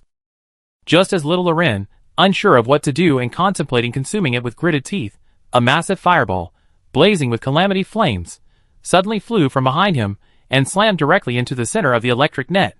The envelopment came to an abrupt halt. The fireball and the electric net locked arms, each clashing with the other. Amidst the clash of energies, the fireball's momentum was steadily halted. As the skeleton dragon continued to inject more energy, the fireball began to dissipate, and the electric net enveloped him once more. Roar! A furious dragon roar echoed from the sky behind little Loren, and another massive fireball fell. The two fireballs collided and merged. Followed by a powerful blow that crushed the power grid, it rushed towards the dragon skeleton like a meteor. Blue liquid seeped out rapidly, staining the electric dragon skeleton a sticky blue. The tentacle, carrying a mixture of blue and green electricity, absorbed the massive fireball head-on. A tremendous roar sent a wave of spray. The water beast skeleton, locked in a fierce battle with the Grand Commander, was interrupted by the impact. It twisted several times, like a snake before retreating into the surging lake. A golden figure descended from the sky, passing over little Loren with a gust of wind. With wings ablaze, Aji once again displayed her domineering demeanor. She plunged into the evaporating mist and, with a muffled dragon roar, unleashed one explosive fireball after another at the dragon skeleton. The battle was instantly taken over by Aji, and the situation escalated further. The surrounding environment was ravaged by the aftermath, and numerous nearby creatures fled this troubled area. Little Loren stared in disbelief at the golden figure below, darting between the two skeletal dragon heads, aggressively seizing the initiative. It turned out to be his mother, who spent her days clinging to her old father, and only watched the female fire dragons hunt when she occasionally went hunting, rarely engaging in any action herself. The way she relied on her nearly limitless abilities, her domineering yet delicate fighting style, and her constant clashes with the skeletal dragons, completely overturned little Loren's usual impression of Aji. Claws, thorns, flames, and poison were unleashed in succession. The lightning dragon skeleton, which had just crushed little Loren with its elemental energy attacks, was now forcibly suppressed, forcing the dragon skeleton to retract its water beast skeleton and attack Aji simultaneously. Deep underwater, the skeletal dragon, hidden within its carapace, felt a sense of helplessness. How could he have been hunting so well when a golden wrath dragon, in the process of transforming into an ancient dragon, suddenly appeared?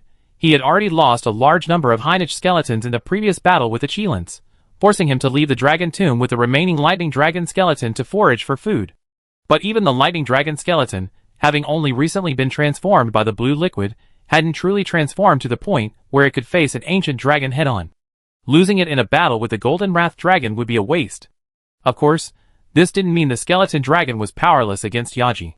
Besides the tentacles that controlled his skeleton, his true form was equally formidable. It was just that he had concerns. He had originally taken advantage of the Cheelan and Flame Dragon's recuperation period to hunt for more food to replenish the losses in the Dragon Cemetery. If he revealed his true form, and didn't quickly kill Yaji due to the violent energy fluctuations that attracted the Qilin and Flame Dragon, then not only would he not gain anything from this trip, but he would also be unable to maintain the current situation, maintain his own condition, and thus maintain the existing dragon cemetery.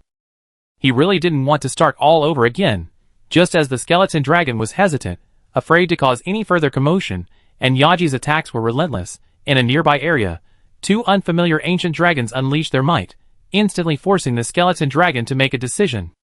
Chapter 422. Luo Yun had never imagined that he, diligently striving to be a good ancient dragon, would one day become the target of interception. A gust of air from his wings blew two cats, each carrying a large kite, away from him. Watching the ever-expanding white mist, emanating the might of an ancient dragon, the scales on Luo Yun's crystallized wings flew up, and a swarm of Yao crystal butterflies plunged into the dense fog. A large amount of high-temperature scale powder, accompanied by the Yao crystal butterflies, fell, sizzling and creating holes in the dense fog. The sunlight properties activated, and light and heat refracted through the Yao crystal butterflies' transparent wings, almost instantly transforming the surroundings into a shimmering landscape. Under such complex lighting conditions, even a Xia dragon would have to expend considerable effort to maintain its invisibility. The slightest movement, revealing even the slightest flaw, would be invisible to Luo Yun's discerning eyes. Unaware of much hostility, Luo Yun slowly descended. Icy blue light streaked through the cracks between his scales, and crystallized Taijing energy flowed through his body. Stimulated by this energy, his already fully crystallized spine surged even faster. The spines on his wings, ankles, toes, and mouth corners grew even more powerful, especially along the edges of his wings, where they took on a smooth, blade-like crystallization. With these supplements, the claws and feet, originally derived from a male fire dragon, were no longer a burden. Luo Yun's entire dragon form was now more suited to close combat than its aerial appearance. Adaptability. A deeper understanding of energies not of this world allows this special ability to be used with greater skill. In different environments and combat scenarios, the special energy will spontaneously change its manifestation, allowing the host to better adapt to the current combat environment. Although nothing major had occurred in the past few years, Luo Yun had still acquired a very powerful trait. At this stage, close combat and ground combat were still not Luo Yun's strengths. This wasn't something that could be changed by simply enhancing certain aspects. It was a weakness stemming from his chosen skeleton. However, with the adaptability trait, I wouldn't say this situation would be completely reversed, but at least it would no longer be a hindrance. Furthermore, this trait not only compensated for this deficiency, but also significantly enhanced Luo Yun's already formidable speed and ranged attack. This included making his body structure more suitable for flight, enhancing the power of his breath with the force trait, and allowing for smoother control of his energy organs. In the jungle swamp, the battle-hardened mist dragon reluctantly hid beneath a hollow tree root, observing the slightly altered Luo Yun from afar. Since he had been unable to penetrate the tight defenses of Miss Guogua and Little Mist Dragon a few years ago, he had finally abandoned the idea of entering the star stronghold and ventured deeper into the forest, intending to temporarily settle in the ancient tree. After all, with his strength, he had no fear of the steel dragon that had once resided in the ancient tree. Unexpectedly, on his way to the ancient tree, he happened to encounter his eldest son, who was currently serving a prison sentence. While he couldn't understand why his eldest son, a Xiaolong, who should have been indifferent, was targeted to such an extent by the consciousness of nature, the faint blood relationship still made him appear and communicate with Xiaolong. He definitely didn't want to find out if there was a way to bypass Guogua and enter the star stronghold. Not only did he find out nothing, he also learned that the ancient tree now had an owner, not the steel dragon that was often on patrol, but an ancient dragon even younger than his eldest son. Of course, that wasn't the main point. The main point was that his eldest son had actually been beaten by the other party. The reason for the beating was actually because he wanted to settle in the ancient tree. And then, his partner, who had undergone some strange changes that he couldn't understand, was actually an ally of the other party, and even in a weaker position. Relationships between ancient dragons of different races were essentially based on strength. Xia Guogua was weaker than Luo Yun in the alliance, and he couldn't defeat Xia Guogua at all. So, to follow in his eldest son's footsteps, he simply gave up the idea of settling in the ancient tree and happily returned to the nest he once shared with Xia Guogua. This resource-rich, ecologically diverse jungle swamp. And only a few years of peace had passed. First, the skeleton dragon, once considered a cancer by the ancient dragons of the demon-gathering land, had for no apparent reason wandered into the nearby sea, seemingly intending to re-establish a dragon cemetery there.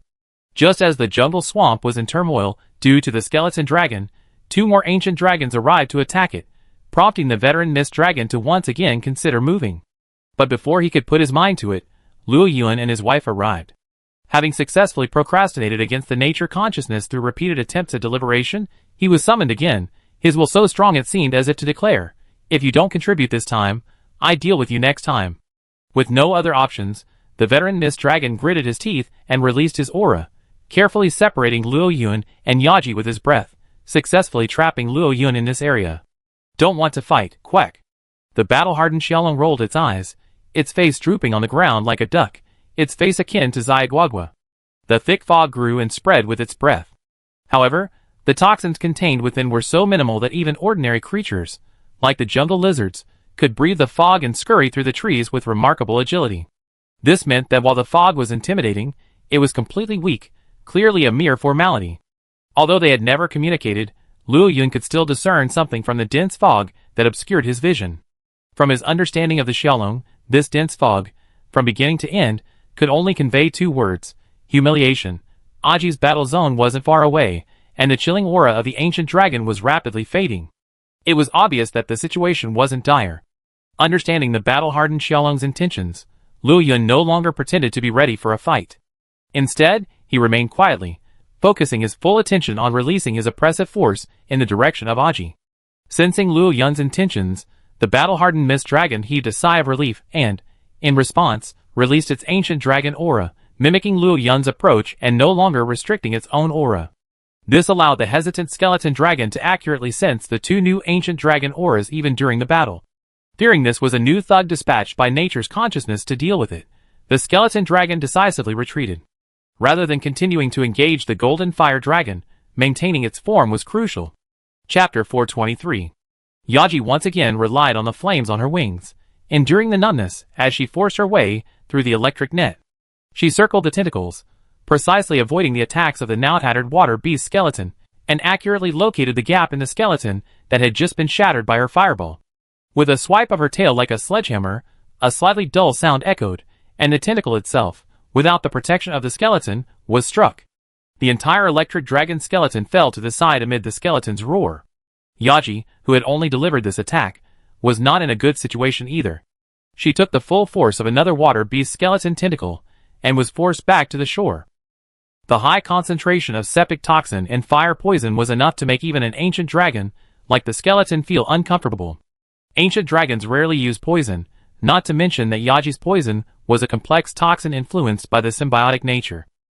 This forced the skeleton dragon to expend even more energy to stimulate its immune system, quickly restoring its bleeding, burning tentacles to a state of mobility.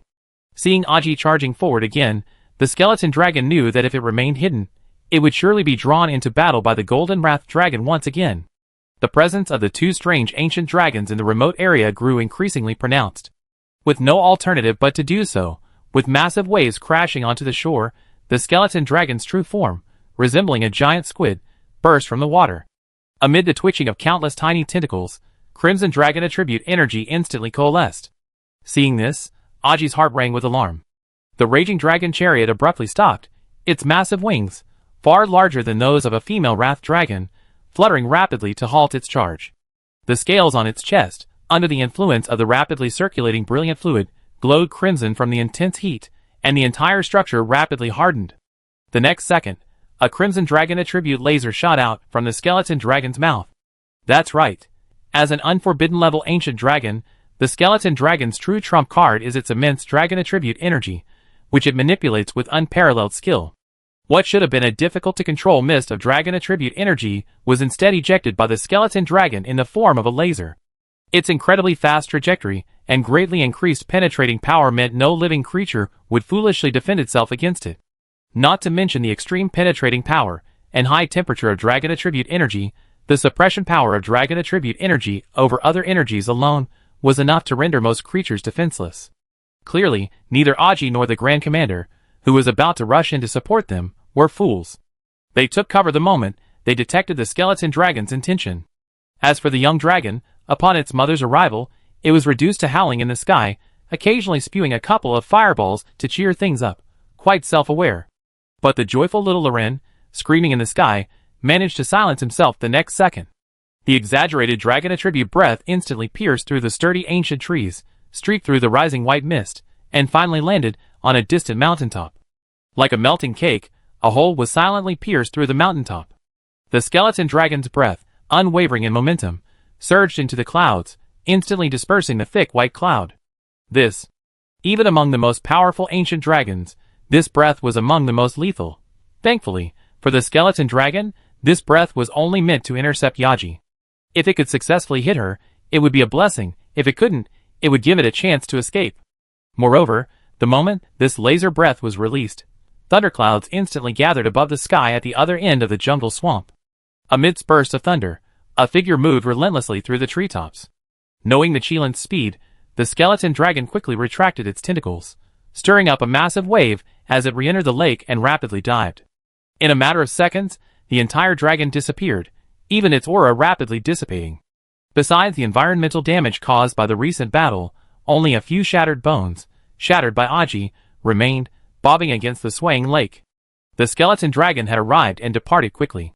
Having already mastered the nearby waterways, it was unstoppable unless it was simultaneously surrounded by multiple ancient dragons or completely overwhelmed. As the skeleton dragon's aura vanished, the Chilan, which had been charging in that direction, paused in due course. The horn on his head was half broken, and he had been recuperating. Now, not only was the skeleton dragon's aura gone from that direction, but it was also enveloped by two distinct ancient dragon auras. Unsure of friend or foe, the Chilan wouldn't rashly enter in such an incomplete state. After a deep glance at the position of Liu Yun and the battle-hardened Xiaolong, he vanished in a bolt of lightning. On the battlefield, the Grand Commander, still apprehensive, sheathed his shield and wiped the slightly foul-smelling lake water from his face. He gazed at the vast gash in the ground plowed by the skeleton dragon's dragon attribute breath. The remaining black-red energy still flickered with wisps of red arcs. Some areas of high temperature hadn't even faded, still radiating the red of lava. Aji slowly landed under a gust of wind, folded her wings, and silently adjusted her somewhat disheveled scales. She even snorted in a friendly manner at the Grand Commander. The Grand Captain didn't mind Yaji's perfunctory attitude. Although Yaji was generally indifferent to everyone except Liu Yun and little Loren, she still found time to show some courtesy when they met the Grand Captain, an old acquaintance, who had once offered her medicine and food when Liu Yun was out hunting when she was seriously injured. After so many years of friendship, the Grand Captain knew Yaji's temperament and deftly stuffed the scales she had voluntarily shed into his backpack. Why do you think he's been able to use his current equipment for so many years? It's because he's been collecting the materials Yaji shed bit by bit during his daily life in the ancient tree, and to do so, he's constantly battling wits and courage with the cats of the Fire Dragon Guard. Little Loren, having lost his arrogant demeanor of the past few days, squatted not far from Yaji, his head lowered and his wings drooping, practically tucking his head into his wings.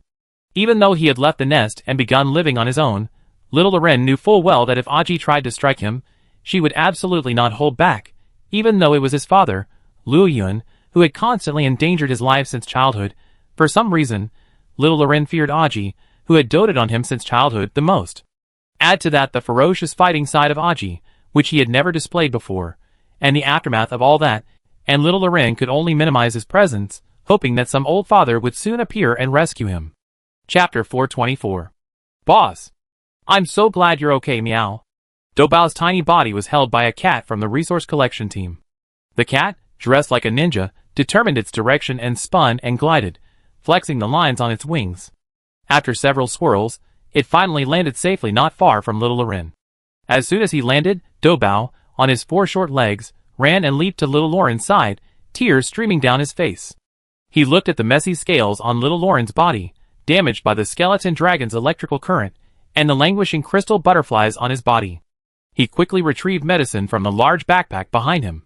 He deftly mixed the appropriate remedy based on his observations of little Loren's injuries, then awoke the sleeping giant honey bug in the backpack. As the honey bug swayed over little Loren's head, carrying the potion Doubao had prepared, little Loren blew a flying needle, puncturing his honey sac. The exploding potion showered down upon little Loren like mist. Receiving this special elixir, his strength and wounds began to heal at a visible pace. Watching little Loren close his eyes in comfort, Doubao breathed a sigh of relief. Little Doubao's honey bug support skills have improved again. He truly deserves to be Tonkatsu's child. The Grand Captain observed Doubao's movements and smiled. My meow? Still can't compare to my father's. Doubao twisted his body, his hands supporting his furry cheeks, and shyly wagged his tail. Then, realizing what he had done, he quickly mixed a new potion and gave the Grand Captain a shot of restorative honey bugs. As for Aji, she didn't dare. After all, when Doubao was little, out of curiosity, he once tried to approach little Loren, who couldn't leave the dragon's nest. Aji, in her sensitive state, had then attacked him fiercely. Ever since then, Aji's image has left a deep impression on the kitten. Besides, after Yaji's careful grooming, she didn't look injured or exhausted at all. In the jungle swamp, the battle-hardened mist dragon was startled. The skeleton dragon's dragon attribute breath flew directly over his head. If he hadn't been lying flat on his back, that single blow would have been enough to inflict a heavy blow on him. Even though he was in the humid swamp, the battle-hardened mist dragon felt as if the scales on his head were still suffocating from the intense heat of dragon attribute energy. Roar! Luo Yun slowly rose. The fluttering brilliant crystal butterflies around him, like soldiers receiving an order, returned to their wings in perfect order. His azure eyes cast a deep glance at the battle-hardened mist dragon's position. With a kick of his legs, he swept up a gust of wind and flew towards Yaji. The battle-hardened mist dragon, feeling a chill run down his spine from Luo Yun's glare, blinked innocently, feeling the scales on his back go cold. Had his location been found? The battle-hardened mist dragon was certain of this. He actually glared at Luo Yun when he left. It wasn't just a matter of pinpointing a specific area. His location had been truly found and pinpointed. So was the world changing too rapidly, or was I truly incapable of doing so? At this moment, the battle-hardened mist dragon was mired in deep self-doubt. He had only been messing around in the demon-gathering land for a few decades, so how could the ancient tree forest become unrecognizable to him? After all, he had once been the dominant force in the ancient tree forest, successfully defeating several adult mist dragons and even mates with Miss Guogua. He considered himself a highly gifted individual, even among mist dragons. But it's only been going on for a few decades. First, Xia Guogua, in just a few short decades, transformed the ancient dragon's incredibly stable physique into a unique entity beyond his comprehension, surpassing him in one fell swoop. Then came the ancient tree lord, establishing a civilization dominated by fire dragons, and his power was quite astonishing. Now, even his perfect invisibility has been broken. Crisis. A major crisis. The battle-hardened Xiao Long suddenly felt that he could no longer stay in the ancient tree forest. Although he was unwilling to enter the star stronghold once, the battle-hardened Xiao Long, sensing a sense of crisis, decided that he must leave immediately and return to the demon-gathering land. Lest I be forced into danger again by nature's will. This increasingly dangerous new world couldn't be left alone for even a minute. With this thought in mind, after watching Luo Yun disappear from sight, the battle-hardened Xiaolong quickly scrounged for the medicine he occasionally stolen from the bags of passing survey team hunters over the years, hid it among the scales on his chest, and flapped his wings as he hurriedly fled in the opposite direction of Luo Yun. Beside the lake, as Luo Yun descended, Yaji's aloof demeanor instantly melted. She touched neck to neck with the descending Luo Yun, confirming that both were alright, and then her expression relaxed. As for little Loren, as long as he wasn't dead, that was all that mattered. Luo Yun folded his wings and surveyed his surroundings. After confirming from the damage he observed the battle, he gained an estimate of the skeleton dragon's current condition and approached the little Loren, who lay quietly nearby. Facing Luo Yun's stern gaze, little Loren felt both unwilling and heartbroken. Even setting aside the fact that he was Luo Yun's child, simply because he had successfully resided in the ancient tree according to the New World Fire Dragon's rules, he was a member of the ancient tree fire dragon herd. Luo Yun's order at the time was that ancient tree fire dragons must act in groups for the duration of the order. Little Loren's act of leaving the hunting team and following the Grand Commander here violated Luo Yun's order. If Doubao hadn't begged Tonkatsu to find Luo Yun, and if he hadn't hurriedly arrived with Yaji after he learned of the incident, little Loren's behavior would have likely made him a new skeleton dragon treasure. Both publicly and privately, little Loren was at fault. With intelligence and intelligence comparable to that of an average human, little Loren naturally understood his mistakes.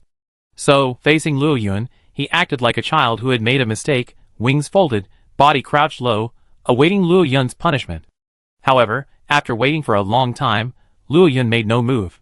If it weren't for the occasional nasal breathing that pierced his ears, little Loren would have thought Luo Yun was gone. Roar! A low growl of approval came from above. Little Loren stared at Luo Yun with wide eyes in disbelief. He had expected a mixed doubles match between his parents, But instead, he received Luo Yun's approval. An indescribable surge of emotion welled up from the depths of his heart.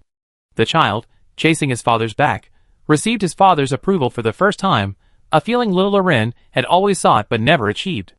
At that moment, little Loren suddenly felt that the sunlight was truly comfortable. Just as he was lost in these thoughts, Luo Yun's eyes flashed, and with a flick of his tail, he whipped little Loren several meters away, sending him plummeting into the deep pit created by the earlier battle with Aji. The aura and oppressive feeling engendered by years of reigning as a king swept over little Loren, who lay on his side in the deep pit.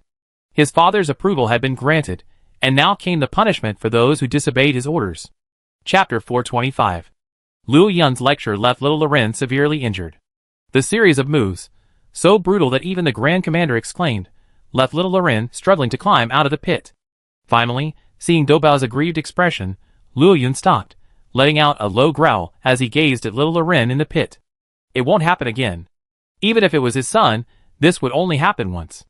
The next time, even if little Loren died outside, he wouldn't do anything. Just like Xiao Guoguo, who had once mediated between his erring eldest son and then paid no further attention to the other party, even though both lived in the ancient tree forest. Doubao, tearful, tried to mix another potion to heal little Loren, but Luo Yun stopped him when he gave him some powerful Yaojing butterflies. This lesson was a lesson little Loren, as an ancient tree fire dragon, must endure, and the pain must be etched in his memory. Therefore, Luo Yun allowed him to rely on his own resilience, rather than asking Doubao to alleviate his pain. Doubao, his eyes wide open and his mouth pouting, tried to pique Luo Yun's sympathy.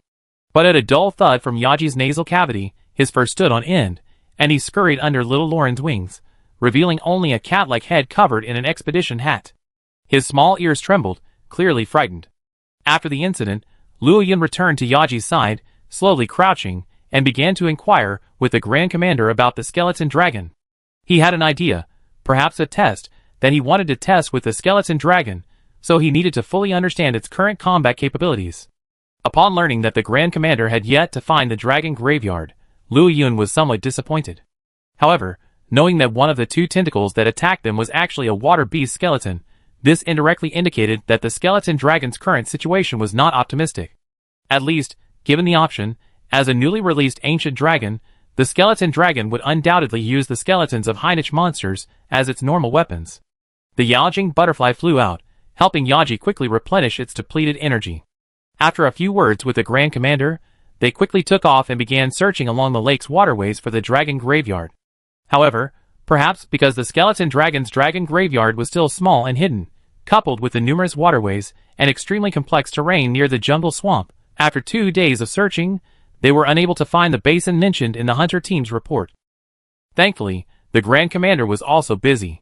Using a guide insect to track the blue slime, they traveled through several areas and finally, after crossing a cliff hidden by a dense forest, they finally found the inland sea basin formed by the accumulation of bones. A flare flew into the sky. Less than 10 minutes later, caught in a gust of wind, Luo Yun and Yaji pierced the clouds at the horizon and swooped down rapidly in this direction. Only when the scene below fully magnified did Luo Yun understand why he and Yaji had searched for 2 days in vain. The cliffs beside the basin largely obscured the view from the jungle swamp. The light mist, combined with the winding vegetation near the basin, provided perfect concealment for the high-flying dragons. This was why Luo Yun, flying over the cliff, hadn't noticed the area. Cautiously descending from the cliff face, Luo Yun landed steadily on a massive tree branch. With a flap of his wings, he dispersed some of the mist, allowing the dragon cemetery to emerge more clearly. It was very similar to the sea of bones he remembered, formed by the accumulation of various bones, except that this sea of bones rested on the shore of a basin, half on land and half in the ocean, rising and falling with the waves. A layer of mucus held each bone together, preventing the sea from being washed away by the water. The lingering scent of burning flames and lightning suggests that the Flame Queen Dragon and the Qilin have been visiting here quite frequently lately. After Luo Yun and Yaji arrived, the Grand Captain became much more carefree. Little Loren, after receiving Luo Yun's guidance, seemed to have grown up a bit over the past 2 days. He no longer caused trouble or hindered him, allowing the Grand Captain more time to rest and recuperate besides tracking. Therefore, after the mist cleared, the Grand Commander, now fully equipped, leaped directly onto the sea of bones. He pulled out his hunter's knife and began tapping and prodding at the bones, making his own judgment based on the marks left on them. Luo Yun dropped from the tree branch, the immense weight of his landing shattering the skeletons beneath his feet. He released the Yaojing butterfly to explore and monitor the other dragon tombs still shrouded in mist. He lifted his claws and grabbed a handful of bones, examining them. Suddenly, with a powerful force, the bones were easily crushed to dust. As expected, though these bones still appeared nearly intact, they had long been affected by the aftermath of the battle between the Flame Queen Dragon and the Qilin, purging them of the energy enhanced by the dragon slime, rendering them extremely fragile. I wonder how many bones like these exist in this dragon cemetery.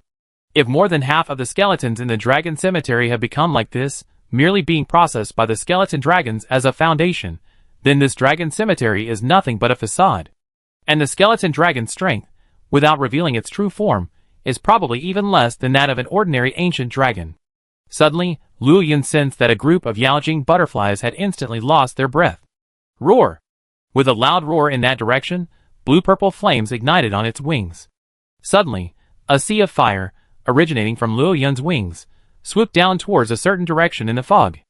Ziz! A fierce electric current roared, and blue lightning and flames entangled. Explosions crackled like large firecrackers. The fog was also dispersed by the explosion caused by the collision of these two energies. Without a word, Yaji soared into the sky, instantly entering a state of tribulation flames, and swooped down towards the skeleton dragon without hesitation. Luo Yun stepped onto the sea of bones and took a deep breath. The scales on his throat quickly turned crimson from the intense heat. In less than a second, a fan-shaped flame, swirling with billowing smoke, lifted the fragile bones from the surface. With a rumbling sound, it broke through the fog and enveloped the entire beach. The Grand Commander quickly threw the rope from his arm and quickly escaped the battlefield, returning to the woods to clear the battlefield for Luo Yun and Yaji. Amidst the flames, the skeleton dragon's true form burst out of the sea of bones, enveloped in a large amount of blue liquid. Two lifelike tentacles roared at Luo Yun and Yaji. Chapter 426. A vast curtain of water surged up, colliding with Luo Yun's fan-shaped flames, evaporating and sending up a massive cloud of smoke. Amidst this smoke, the skeleton dragon's massive body quickly retreated into the sea of bones, vanishing in a flash. Aji, bathed in flames, spread out into the air. With a swoop of her wings, she drew Luo Yun's surrounding flames into her own. From the perspective of her wings, it looked as if Yaji's flaming wings had grown by nearly half their length. The skeleton dragon had not yet departed, the area was still teeming with its own energy. Luo Yun's mind keenly sensed the subtle movements of the sea of bones beneath his feet, and accurately judged the direction of the enemy's attack. With a dragon's roar, a fireball of charged calamity flames erupted towards the side of the sea of bones, soaring skyward with the force of the fireball's explosion. The tentacle bearing the black wolf bird skull, having just emerged from the sea of bones, was struck directly by the fireball before it could strike Luo Yun. The newly strengthened black wolf bird skeleton was shattered into pieces by the fireball. Without time to grieve, the dragon skeleton, whose pitch-black form had already been revealed, rapidly secreted a thick blue liquid. This blue liquid, imbued with the dragon skeleton's own power, completely negated the remaining damage from the fireball, and also coated the tentacle with a temporary protective film. The tentacle struck by the fireball quickly retreated into the sea of bones, clinging to each hard bone soaked in the mucus, rapidly reshaping its surface into a skeletal armor. Even further away, while Luo Yun's attention was drawn to the black wolf bird skeleton, the lightning dragon skeleton tentacle cunningly emerged from the shadows on the other side. Loud and sharp, cyan lightning unleashed its full force, forming an electric net that threatened to engulf Luo Yun. Little Loren, watching from the woods, watched the attack, his mind filled with the feeling of powerlessness he had felt in the face of it.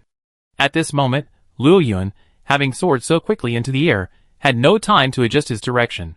Initially, he planned to disrupt the net with a cyclone created by his swift wind wings, while forcing his way through it with his own speed.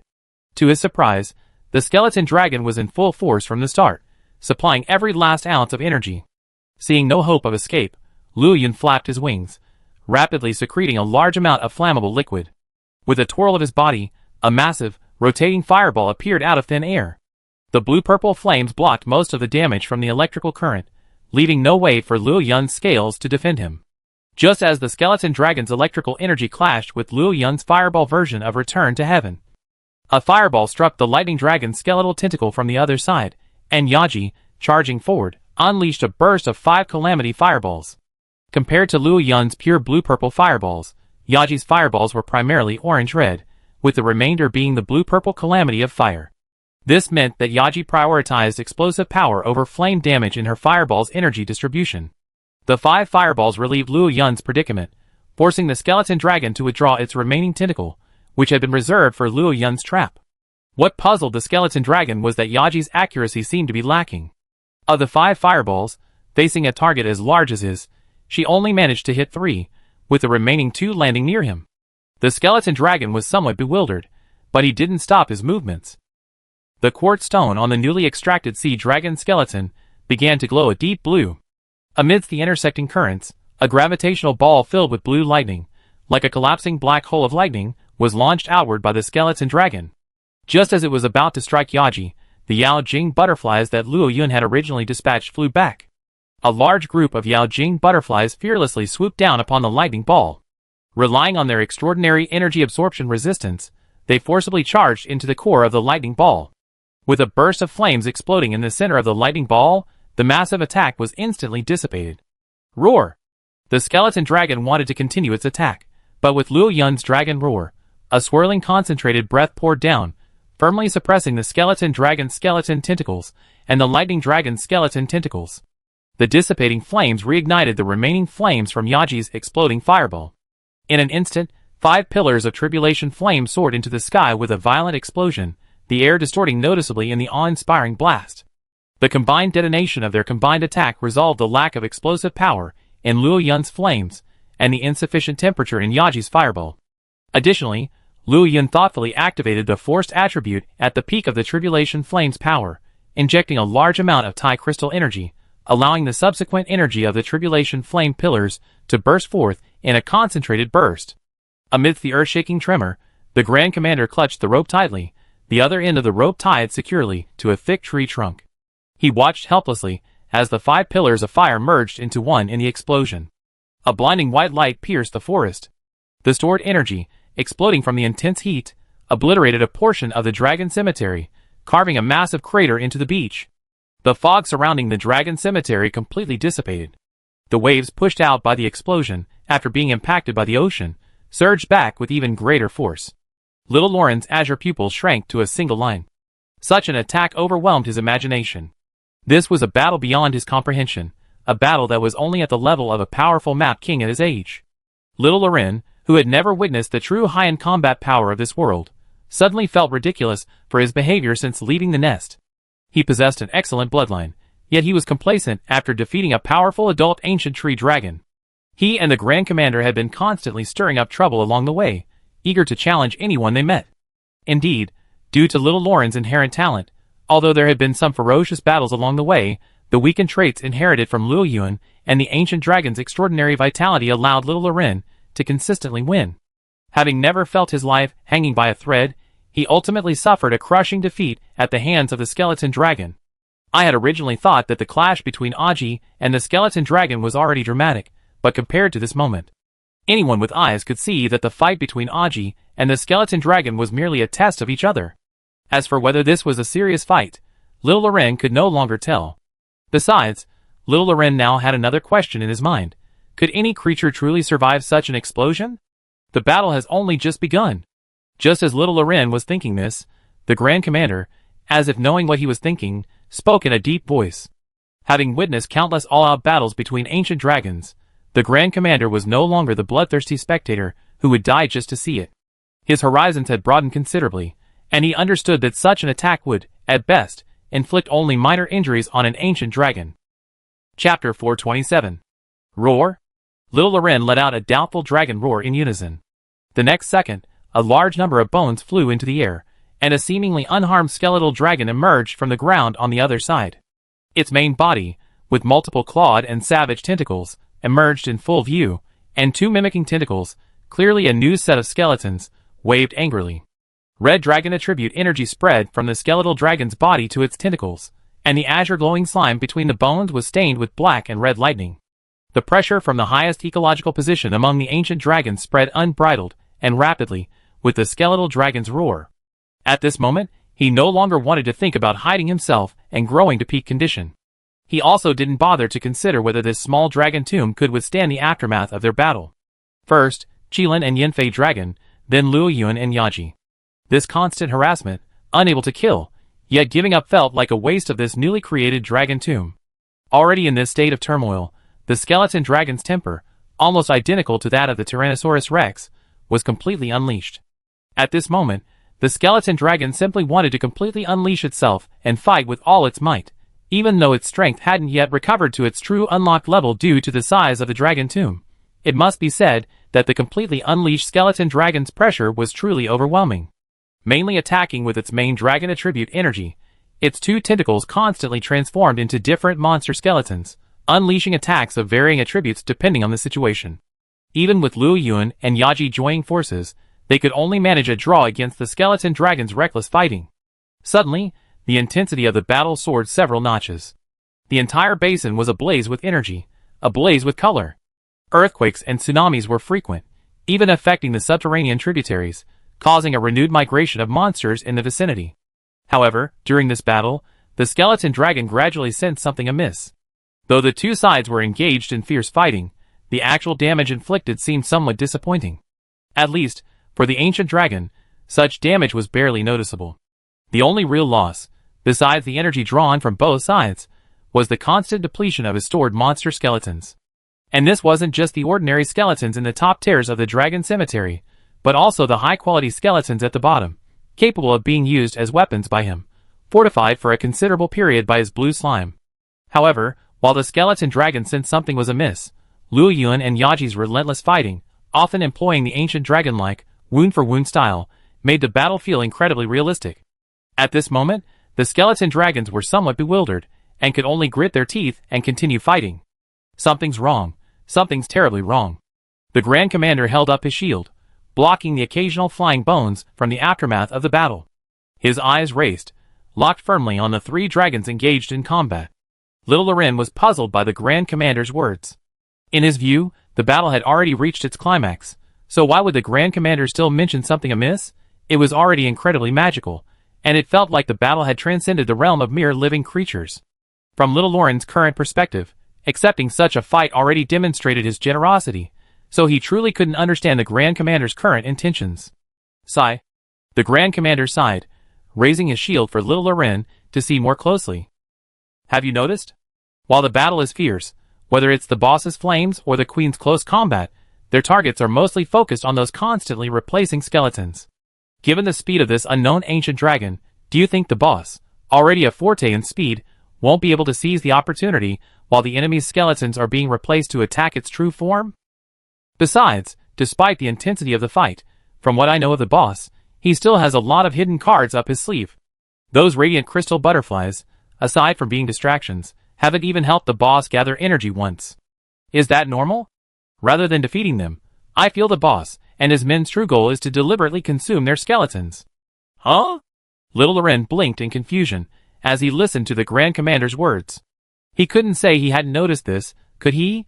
Furthermore, the ability of the crystal butterflies to help concentrate energy was a new use he had only recently discovered. Other ancient tree fire dragons still used them for energy replenishment during battle. He had assumed Luo Yuan was similar, but he hadn't expected that even the discovery he had secretly delighted in was something his own father often used, something the Grand Commander would know. Faced with the Grand Commander's explanation, Little Loren ultimately chose to remain silent, quietly observing and learning, understanding the nature of this combat method that transcended the ordinary monster ecosystem. A battle raged from day to night. The three monsters at the center of the fray, like tireless biological weapons, maintained their peak fighting form, showing no sign of stopping. The Grand Commander keenly noticed that the number of skeletons in the dragon cemetery had decreased significantly. Originally half on the beach and half in the water, now less than a third remained on the beach. Faced with the waves caused by the aftermath of the battle, the clung-together skeletons began to separate and break apart. Just as the Grand Commander began to doubt his earlier assumptions, an angry wolf howl echoed from the cliffs at one end of the basin. And from the surging sea, a gigantic white sea dragon, far larger than an ordinary one, roared in anger. Almost simultaneously, the two uninvited guests, defying the pressure of Luo Yuan and his men, charged forward recklessly. A thunderwolf dragon, its armor mottled and stained with blue and yellow lightning, soared recklessly in its hypercharged state. Sensing the presence of a troublemaker, Luo Yuan dodged the skeleton dragon's breath and, still flying at low altitude, turned back and unleashed a blast of flame, attempting to force the reckless Thunder Wolf Dragon back. But he never expected the Thunder Wolf Dragon to evade his calamity flames without flinching.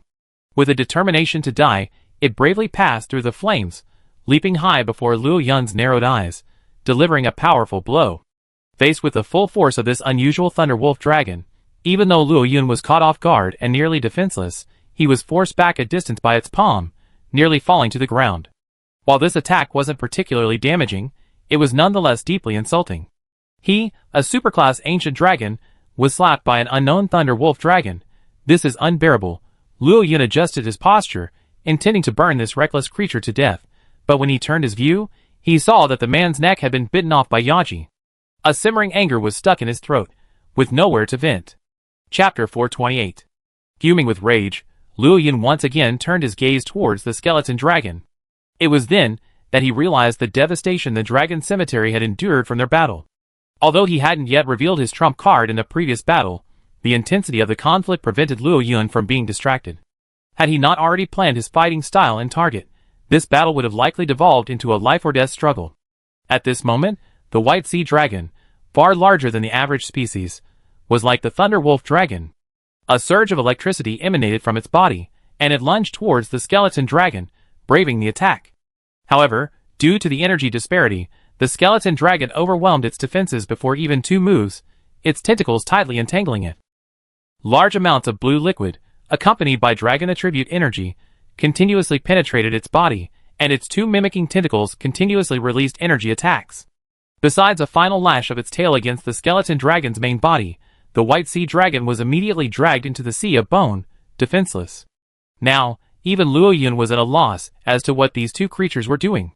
While they weren't ordinary White Sea Dragons or Thunder Wolf Dragons, they weren't strong enough to participate in the battle between Luo Yun and his team and the skeleton dragon. Luo Yun could understand attacking the ancient dragon out of anger, or for survival. After all, he had done the same before. But now, it seemed that their action served no other purpose than replenishing the skeleton dragon's supply of high-level monster bones, which had been lost due to the series of battles. Watching the skeleton dragon disengage from the battle and delve into the sea of bones to begin feeding, the situation in the dragon cemetery now met Luo Yun's expectations. Understanding the intentions of nature, Luo Yun also realized that this level of attack was already teetering on the edge of the limit. They immediately lowered their weapons, growled at Aji, and both flew high into the sky to evacuate. The Grand Captain and Little Loren, who were observing the battle, also hurried away upon seeing this. This battle had broadened Little Loren's horizons, and had also allowed the Grand Captain to gather considerable information about the skeleton dragons, a considerable gain. Only one skeleton dragon, having successfully utterly slain the White Sea Dragon and encased the lower levels of the dragon cemetery in corrosive blue slime, rushed out, intending to continue the battle for 300 rounds. All they found was the corpse of a Thunder Wolf Dragon and a cloudless moonlit night. As for the other 2 opponents, they had vanished without a trace. Gazing at his crumbling habitat, he roughly calculated the losses of this battle. His 2 mimic tentacles suddenly froze, and his giant squid-like form gasped for air. At this moment, after this battle, the overall situation of his dragon cemetery had reached a critical juncture. While he could still maintain his combat prowess, surpassing that of an average ancient dragon, he had to start all over again with those ordinary skeletons, which shattered at the slightest touch. It was like a house. All the walls had collapsed, but the foundation and main pillars remained. It was like chicken ribs, tasteless to eat but a pity to discard. Constructing the dragon cemetery was like starting a business. The skeleton dragon simply didn't want to give up his current conditions and continue to compete with the sea dragon for food. Therefore, even knowing the dragon cemetery's situation was dire, after much deliberation, he ultimately chose, with no choice, to drag the Thunder Wolf Dragon's corpse back into the sea of bones. After this battle, the entire ancient forest fell like dominoes. Due to the unusual movement of the branch veins in the jungle swamp, the already chaotic fighting in the territory escalated further. This time, even the 1,000-blade dragons of the ancient tree zone were unable to keep out all the monsters migrating from elsewhere. The ancient tree zone's borders were like a plastic bag filled with water, forcibly ripped open. Vast swarms of monsters poured through the gap into the already saturated ancient tree zone, engaging in relentless battle with its inhabitants. Undeniably, thanks to Luo Yun's tireless efforts as a son, the ancient tree zone boasted abundant species, and every monster thrived. Furthermore, As a node in the earth vein corridor, the ancient tree zone's life energy was filtered through the ancient trees, making it easier to absorb, naturally making the monsters more powerful than those in other zones. But the sheer number of monsters this time was too great, resulting in a shock comparable to the disturbance caused by the mist dragons. Furthermore, apart from the ancient tree fire dragons, and a few other monster groups that operated in groups, most of the remaining monsters fought alone, resulting in a fiercely evenly matched battle. The ancient tree research base frequently dispatched large numbers of hunters to investigate, striving to mitigate the local ecological situation to a limited extent. However, under these circumstances, the unrest would not cease unless the skeleton dragon was eliminated. A sufficient number of monsters must be killed to complete a new cycle of the ancient tree forest. This unrest was nothing to Luo Yun and his wife. One must consider the situation at each vantage point. Furthermore, even Luo Yun was troubled by the various defenses currently deployed by the ancient tree, including 2 newly developed, triggerable dragon-slaying spears. Although the dragon-slaying lance was a bit outdated and posed little threat to ordinary ancient dragons, its deterrent power against non-ancient dragon creatures was truly exaggerated. Hasn't it been seen that since deploying the dragon-slaying lance, the number of Lian Gu mantises coming to the ancient tree to trade for new materials has decreased? Even with its high attack, high defense, and low health, it wouldn't be in any great shape after taking a hit or two. With such defensive capabilities, the ancient tree fire dragons have ample escape routes. While some fire dragons might die in the chaos, that small number wouldn't be enough to cause serious damage to the entire ancient tree fire dragon population. At this point, Luo Yun and Yaji had been keeping a low profile and stalking the dragon tomb for several days. Every day, they watched the skeleton dragons diligently hunt along the waterway, dragging back large quantities of bones to reinforce their dragon tomb. The recovered Flame Queen Dragon and Qilin had come several times, but each time they happened to notice Luo Yun and Yaji's presence, and then the skeleton dragon, their target, happened to be out hunting. Not wanting to provoke a conflict, they reluctantly retreated. This phenomenon confirmed some of Luo Yun's previous suspicions. Although Luo Yun had not been called upon this time, he had replaced the Flame Queen Dragon and Qilin to weaken the skeleton dragon to a certain extent, keeping its strength within a manageable range and preventing it from being intercepted. Furthermore, if Qilin and Flame Queen Dragon joined in, the skeleton dragon would be no match for the 4 ancient dragons united with a common goal, and would likely be killed on the spot. Thus, Luo Yun and Yaji, who intervened mid-sentence, became the very beings who intercepted the Flame Queen Dragon and Qilin.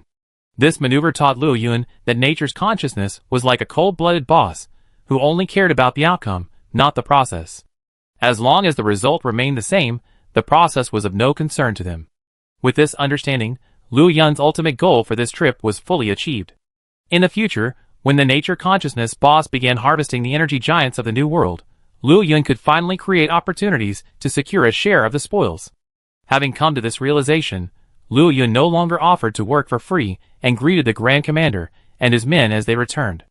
As they left the swampy jungle, little Loren looked back deeply at the dragon cemetery, hidden beneath the cliffs and shrouded in mist, as if wanting to memorize it thoroughly. Chapter 429. The Grand Commander was somewhat puzzled by Luo Yun's seemingly incomplete approach to the fight, especially since Luo Yun and his companions, accompanied by little Loren, had returned from the sky ahead of him on their way back to the ancient tree. Without the ancient dragon's imposing presence to clear the way, the Grand Commander finally witnessed an even more chaotic ancient tree forest. It could be said that now, with the exception of some very remote and rugged areas, the entire ancient tree forest was perpetually filled with the faint scent of blood. This was especially true in the lower levels of the ancient tree forest, those areas that never saw sunlight, but were connected to the underground river. Sea dragon monsters were swarming in great numbers, and regardless of their ecological niche, they engaged in a near-daily battle. Even the omnivorous fish in the river had grown considerably fatter in such an environment. The ever-increasing scent of blood fueled the monsters' violent tendencies. Often, their battles were no longer about survival, but simply about killing for its own sake. At this moment, a pitch-black gas began to emerge from the monsters, capable of amplifying their inner rage and draining their physical strength and vitality. In the dragon cemetery, the skeleton dragon silently digested the large monster it had captured while using its mimicking tentacles to absorb the black gas, brimming with pure life energy, drifting from afar. The ferocity factor, a mutated form of dragon attribute energy, was continuously refined by the skeleton dragon from countless corpses. This energy, controlled by it, allowed it to remotely absorb pure life energy. The only unfortunate thing was that this substance was not contagious, and was very selective about its host, making it a special means of predation for the skeleton dragon. Of course, for skeleton dragons, this was a dispensable item, but for monsters below the ancient dragon level, it was a valuable asset, allowing their combat power to transcend their ecological niche. If a single monster in a tribe could achieve ferocity, it could lead the tribe in the battle to secure better territory and more abundant resources. Amidst this atmosphere, even the Grand Commander returned to the ancient tree base exhausted, his logistical resources nearly depleted. However, the harvest was plentiful. He carried back large bags of materials that were usually unattainable after regular hunting, allowing hunters reduced to using only mineral weapons to barely upgrade their equipment. Gulp, after downing several large bowls of water and removing his heavy armor, the Grand Commander didn't rest but immediately headed to the top of the ancient tree to search for Luo Yun. Even the ancient tree area is starting to unravel. The source of this unrest must be the guy in the dragon cemetery. Looking at Luo Yun, the Grand Commander's tone was firm, though questioning. The Grand Commander's return wasn't simply a matter of hustling. He also drew on his experience and explored the surroundings, ultimately deducing that the source of the unrest was the skeleton dragon. He was puzzled, however. Based on the investigation team's knowledge of Luo Yun over the years, he knew he was clearly an ancient dragon of the Order side. If even he could deduce this, he doubted Luo Yun would be unaware. If Luo Yun knew about this, and had even battled the skeleton dragon alongside Yaji, why would he return with such a whimper? You know, the ancient tree area is also in chaos right now. While climbing the ancient tree, the Grand Captain discovered that many of the fire dragons living at its base were licking their wounds in their lairs. As the king of the ancient trees, how could Luo Yun remain indifferent? Roar!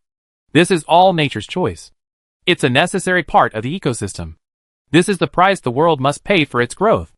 Luo Yun didn't give a direct, clear answer, but the reason he gave left the Grand Captain speechless. As the maintainers of the ecosystem, hunters might occasionally make mistakes, misidentify their targets, and cause monsters to take the blame for no reason, but at least they place immense importance on ecological stability, a requirement for any would-be hunter. If Luo Yun hadn't given this reasoning, the Grand Captain would likely have thought. If Luo Yun hadn't taken action, he would have notified the Starry Sky Stronghold, rallied the hunters, and devised a way to defeat the skeleton dragon, thus stabilizing the situation at its root. But now, the Dragon of Order says this is nature's choice, a necessary part of the ecosystem. He even restrains himself when his people are harmed. So, do the hunters really have to go and hunt the skeleton dragon? Will this behavior preserve the ecosystem, or destroy it? The Grand Commander arrived with doubts and left bewildered. He didn't know. He truly didn't know. His years as a hunter taught him that in such situations, all he had to do was find a way to defeat the culprit. Then, the powerful ecological cycle would restore everything to normal. But his trust in Luo Yun also told him that all this wasn't so simple. This was regarding the situation of the entire ancient tree forest. His perspective and experience were far inferior to Luo Yun's, an ancient dragon. Especially after the gnawing insect incident a few years ago, Luo Yun's opinions at that time truly influenced the entire New World Survey team. In recent years, the team even sought Luo Yun's opinion on ecological issues. Watching the Grand Commander leave his lair, Luo Yun pondered. During his absence, as the situation deepened, not only did the fire dragons at the base of the ancient tree suffer damage, but even the Yao fire dragons, recently renamed a fire dragon subspecies by the survey team, suffered some damage. Although he had anticipated this, Luo Yun still felt a little uneasy when it actually happened. Originally, Luo Yun had assumed that the fire dragons of the ancient tree could only drift with the tide, maintaining their composure. However, his previous explorations of nature's consciousness had given him some ideas. Isn't it just about using the monsters' lives to replenish the ancient tree forest cycle, and in doing so, create more space in the already saturated ancient tree forest? The New World Survey team has been in the New World for so many years, and the second-generation natives have been born long ago. How can they be considered part of the New World? Roar! A long roar summoned Pigbone, who was always guarding the dragon's nest entrance, and issued an order that was enough to make the survey team frantic. Soon, as Pigbone entered the ancient tree research base, a hunter, with a look of excitement and shock, slung a pterosaur and quickly flew towards the star base. Unrestricted hunting permit? The commander-in-chief asked the hunter who had sent the message, holding a parchment from the ancient tree blazing village, stamped with the seal of the fire dragon Deter. Chapter 430. As the ancient tree civilization grew, the survey team gradually, with the subtle influence of time, automatically designated the ancient tree area as its sphere of influence. Additionally, Having spent these years either repaying or on the road to repaying their debts, the survey team, aside from routine maintenance of the transportation corridors between the ancient tree and the old ruins basin, hadn't continued to explore other areas, let alone hunt monsters. After the debt was repaid, to stabilize the ecology, the survey team's hunting requirements were re-regulated, requiring hunters to obtain a hunting permit. Meanwhile, the ecological environment of the ancient tree forest had generally remained stable over the years. This resulted in a significant decline in the daily armor of many hunters, with the better armor being the dragon thief set, and the less advanced being reduced to the ore set or some environmental creature set. The remaining materials in the warehouse were insufficient to even maintain their original armor. The ancient tree forest had been in chaos for some time, and the investigation team had conducted some preliminary investigations. However, Luo Yun had been laissez-faire on the part of the ancient trees, ultimately leaving them for a while. Having already suffered from the insect-infested Great Ant Mound wasteland, the investigation team, faced with this golden opportunity, could only suppress their thoughts and quietly await Luo Yun's advice. Now, the time has come. Since the Dragon of Order has issued such an order, what else does the investigation team have to worry about? Furthermore, for the Commander-in-Chief, this resolves a long-standing headache. The fifth group is arriving, but to prevent ecological stress, none of the hunters will be carrying their own equipment. Although it's said that the kingdom will sponsor defense team sets for the recommended group, the other hunters will only have basic leather armor for protection, without even a weapon. This meant that the Starry Sky base needed to prepare a batch of weapons and equipment that looked decent, at least at the level of thief dragon materials. Unfortunately, the warehouse had plenty of fire dragon scales, but few that could be used to craft equipment. Luo Yun's order now truly resolved his urgent need. By the way, what about the fire dragons living in the ancient tree area? The Commander-in-Chief suddenly asked. The hunter who had sent the message was stunned at first, but then understood what the Commander-in-Chief meant. Recalling the conversation between Tonkatsu and the ancient tree bases in charge, he replied, aside from the fire dragons that inhabit the ancient tree, other fire dragons have nothing to do with the ancient tree. This reassured the Commander-in-Chief. Most of the hunters still in the New World had once possessed protective gear at the fire dragon set level. In those years, fire dragons followed Luo Yun on their migrations, and the various battles that followed made the fire dragon set popular among the survey team. However, as the ancient tree civilization stabilized, humans, based on their worldview, often assumed that other fire dragons living in the ancient tree area were related to the ancient tree fire dragons. To prevent such ties from interfering with each other, even hunting fire dragons in other areas felt burdened. As a result, the survey team's hunters often resorted to expelling fire dragons rather than hunting them. The fire dragon set, lacking access to high-quality core materials for years of maintenance, was sealed away. The Commander-in-Chief's fingers, gripping the parchment, unknowingly turned white from the excessive force. After a few deep breaths, his gaze regained its composure. Order. All departments are unblocking applications for hunting monsters in the ancient tree forest. Except for investigations affecting diplomatic relations, hunters may hunt unlimited targets, as long as they adhere to the regulations. As for the number of hunts, the Commander-in-Chief hesitated at first, but then thought, with so few hunters, even if a hunting team gave their all, and with a bit of luck, hunting a large monster a day would be a mere drop in the ocean for the ancient tree forest at this stage. Unlimited hunting. After the order was issued, both the Star Stronghold and the Ancient Tree Task Management Office quickly posted a vast array of tasks. Hunters, previously scrambling for tasks, could now calmly choose. The long-forgotten high-level protective gear was once again donned. Accompanied by whistles, pterosaurs flew off, carrying the hunters deeper into the forest. These humanoid monsters finally bared their fangs once again, embarking on new hunts for themselves and the ancient tree forest. The bloody battles in the ancient tree forest dyed the earth red. Numerous vegetation and environmental organisms began to rapidly grow, absorbing nutrients, and the saturated biological capacity began to dwindle. Just then, a hunter, his lips chapped from exhaustion and his pterosaur covered in tiny scars, stumbled into the ancient tree research base, bearing shocking news. The 3rd Regiment's mobile research base had just passed through the Grand Canyon Passage, and before entering the area teeming with terrestrial corals, when it was attacked by a flying dragon species named Wind Drift Dragon by the 3rd Regiment's leader. The base was forced to make an emergency landing on a cliff. Although the hunters and fortifications provided temporary safety, the various logistical supplies likely wouldn't last much longer. This call for assistance poured cold water on the enthusiastic investigation team. The Grand Commander dispatched a messenger to the Starry Sky base, while heading for Blazing Fire Village to seek help. But upon hearing that the forced landing was deep within the Grand Canyon, the cats and ancient dragons immediately shook their heads, stating that support would be too difficult. Even the Deter resource-gathering team couldn't make it that far. Furthermore, the ancient forest was in utter chaos, and various flying dragon species were extremely active, greatly increasing the risk. After much discussion, the Grand Commander finally had no choice but to bite the bullet and go to Luo Yun. Support the mobile research base? For so many years, Luo Yun had assumed that the Third Corps incident would never happen. After all, according to the original plot, the Third Corps would have modified hot air balloons and airships to pursue the Steel Dragon shortly after arriving in the New World. Now, this mobile research base was only gradually completed after the arrival of the fourth group. Unexpectedly, after all these twists and turns, it still happened. Fortunately, due to adequate preparations, the crash was reduced to a forced landing.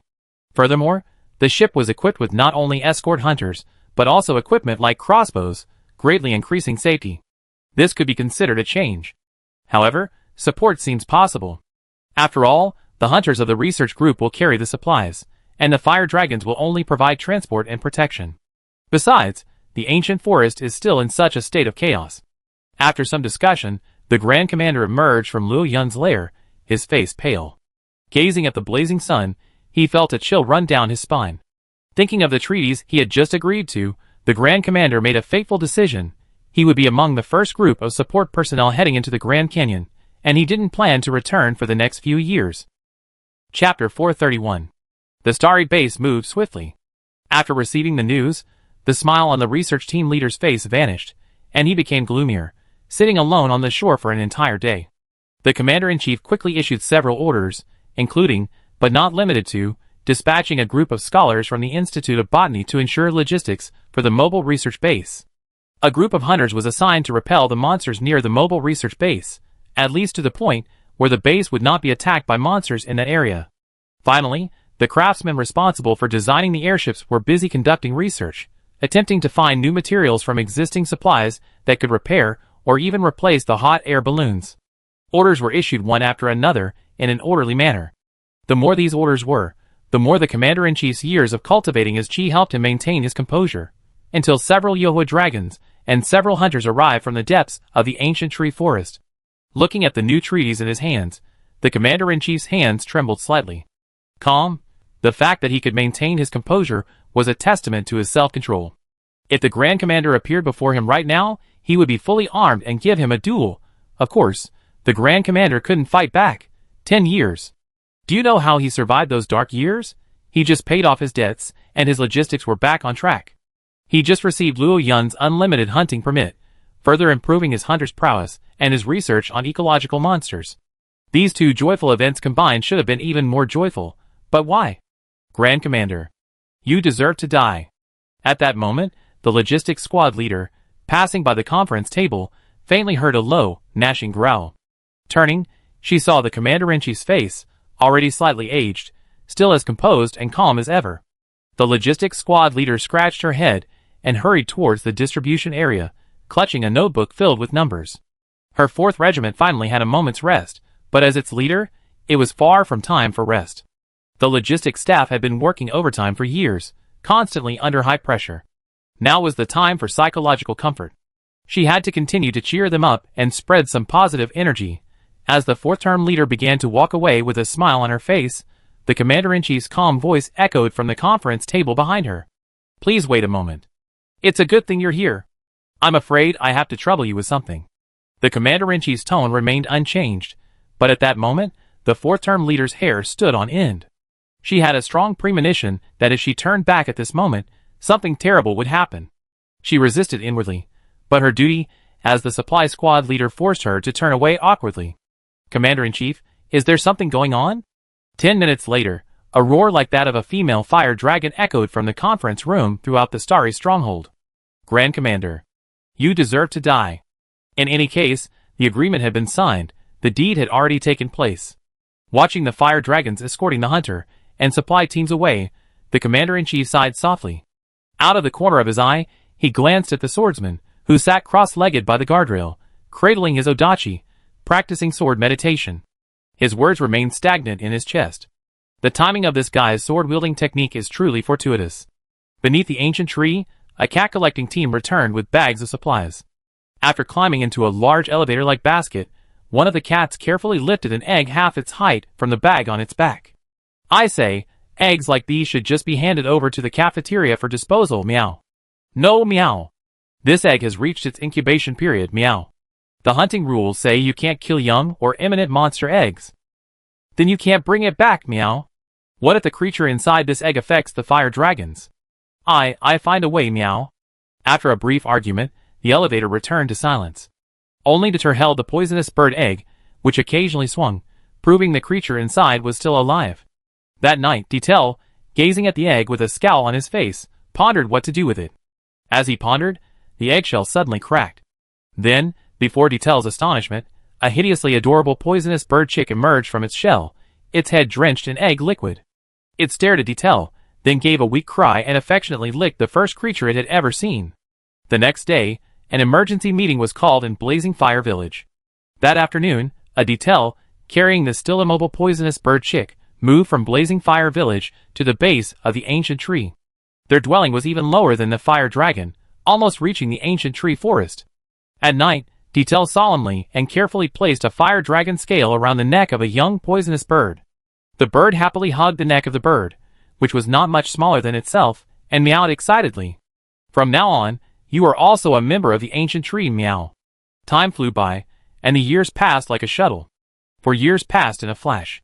For years passed, and the ancient tree forest remained in a state of chaos. The frenzied fighting among the monsters on this layer showed no sign of stopping. After all, the monster's vitality was too strong. Even the pervasive miasma of the Mist Barrier Corpse dragon had taken 2 or 3 years to successfully meet the needs of the forest. Therefore, even with Luo Yun's help this time, the chaotic fighting continued to this day. In the distant waters of the New World, a colossal creature slowly walked through the ocean. A massive crater hovered above the surface. Countless acid pterosaurs and many volcanic creatures were gathering as close to the crater as possible to avoid being washed away by the endless sea. In the distance, 10 of the latest keel-bone ships hoisted their sails, continuously moving along his path. Inside the cabin, numerous hunters from all over the old world, from different guilds, kingdoms, and even different organizations, were all dressed in basic leather armor and drinking heartily. There was no other way. The long voyage was simply too boring. After initially becoming a group of energetic and restless elite hunters, after getting acquainted with their respective editors, they spent their time holding endless banquets, chatting about all sorts of topics over alcohol to pass the time. Chapter 432. A hunter on duty at the Star Stronghold's observation tower suddenly noticed a disturbance on the sea level.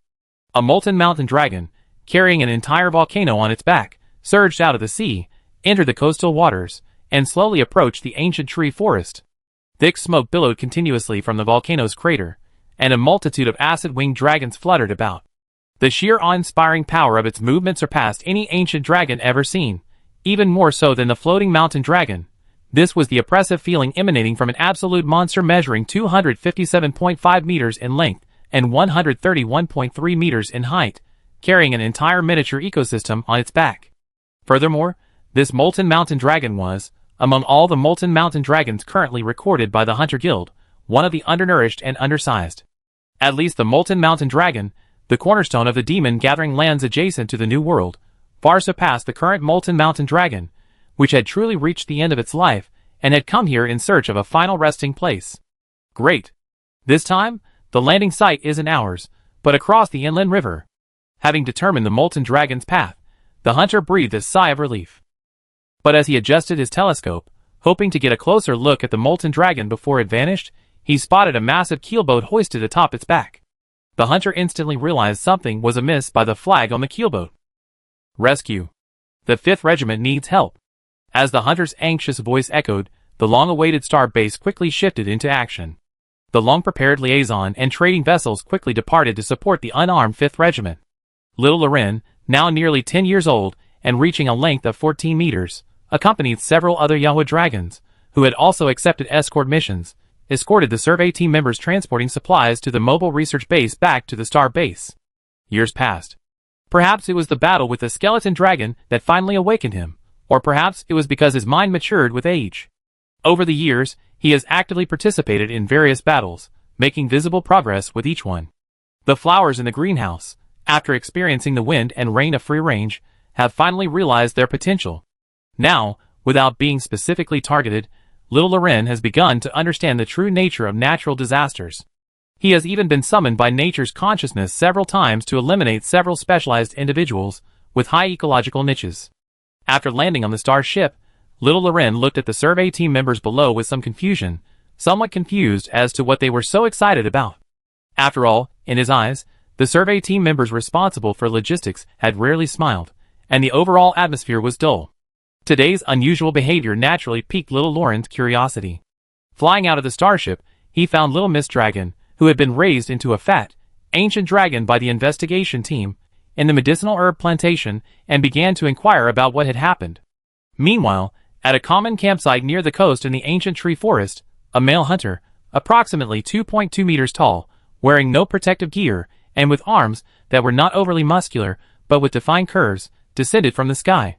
Upon landing, he skillfully rolled several times to dissipate the force, and a sigh of relief slowly settled over his face, a small scar on the corner of his right eye. A lively, freckled girl with him wasn't so lucky. Relying on her own strength to cushion her fall, she landed on the relatively soft grass. Shoo! It hurts. It hurts. Thank goodness I have you, my pet robot. Otherwise, I'd be in such a mess. If I hadn't made it to the new world, I'd be too ashamed to face my grandfather even after my death. The freckled girl rubbed her waist and limped along the nearby path, but at a steady pace. As a member of the recommendation team, the editor selected after numerous trials, now was her time to make her mark. Inside the starry stronghold, as the remaining 9 ships docked, the once spacious harbor suddenly became incredibly crowded. The commander-in-chief looked down from the conference table, watching the hunters disembark, an uncontrollable smile forming on his face. With so many new recruits successfully arriving, the debt will surely be repaid soon. Standing beside the commander-in-chief, Noah, who had grown into a mature man and, through his own strength, had become the leader of the investigation team, saw his grandfather smile and felt a surge of joy in his heart. He knew full well that the old man's lifelong dream was to solve the mystery of the ancient dragon fairy. Surely, with the participation of so many powerful hunters, that dream would finally become a reality. This joy was truly captivating. At that moment, the person in charge of communicating with the Fifth Corps hurried over and whispered something in the commander-in-chief's ear, instantly wiping the smile from his face. Just as Noah was puzzled, the commander-in-chief turned to look at him and said, one of the Fifth Corps' ships was accidentally overturned by a molten dragon. Although most of the hunters were rescued by other ships, one group of recommended members disappeared. According to the latest eyewitness reports, they seem to have captured the acid-winged dragon migrating with the molten dragon at the last moment and successfully entered the new world. They're unarmed though. For safety's sake, you take some people into the ancient tree forest and bring them back. Noah responded gravely. That's the recommended group, although the fifth phase group hasn't officially selected a true leader due to the sheer number of participating factions and individuals. As the truly powerful hunters among them, the existence of the recommended group can be considered a group with the function of a leader. It all depends on the subsequent ancient dragon investigation missions. Whoever stands out will become the leader of the fifth phase group. Therefore, each recommended group is extremely important. They are the absolute main force in future ancient dragon investigations, and must not be easily lost. Noah immediately called a few hunters, and quickly headed towards the ancient tree forest. Ancient tree forest, near the star. At the narrow pass of Chin's stronghold, a hunter and a girl with freckles were being pursued by a giant thief dragon.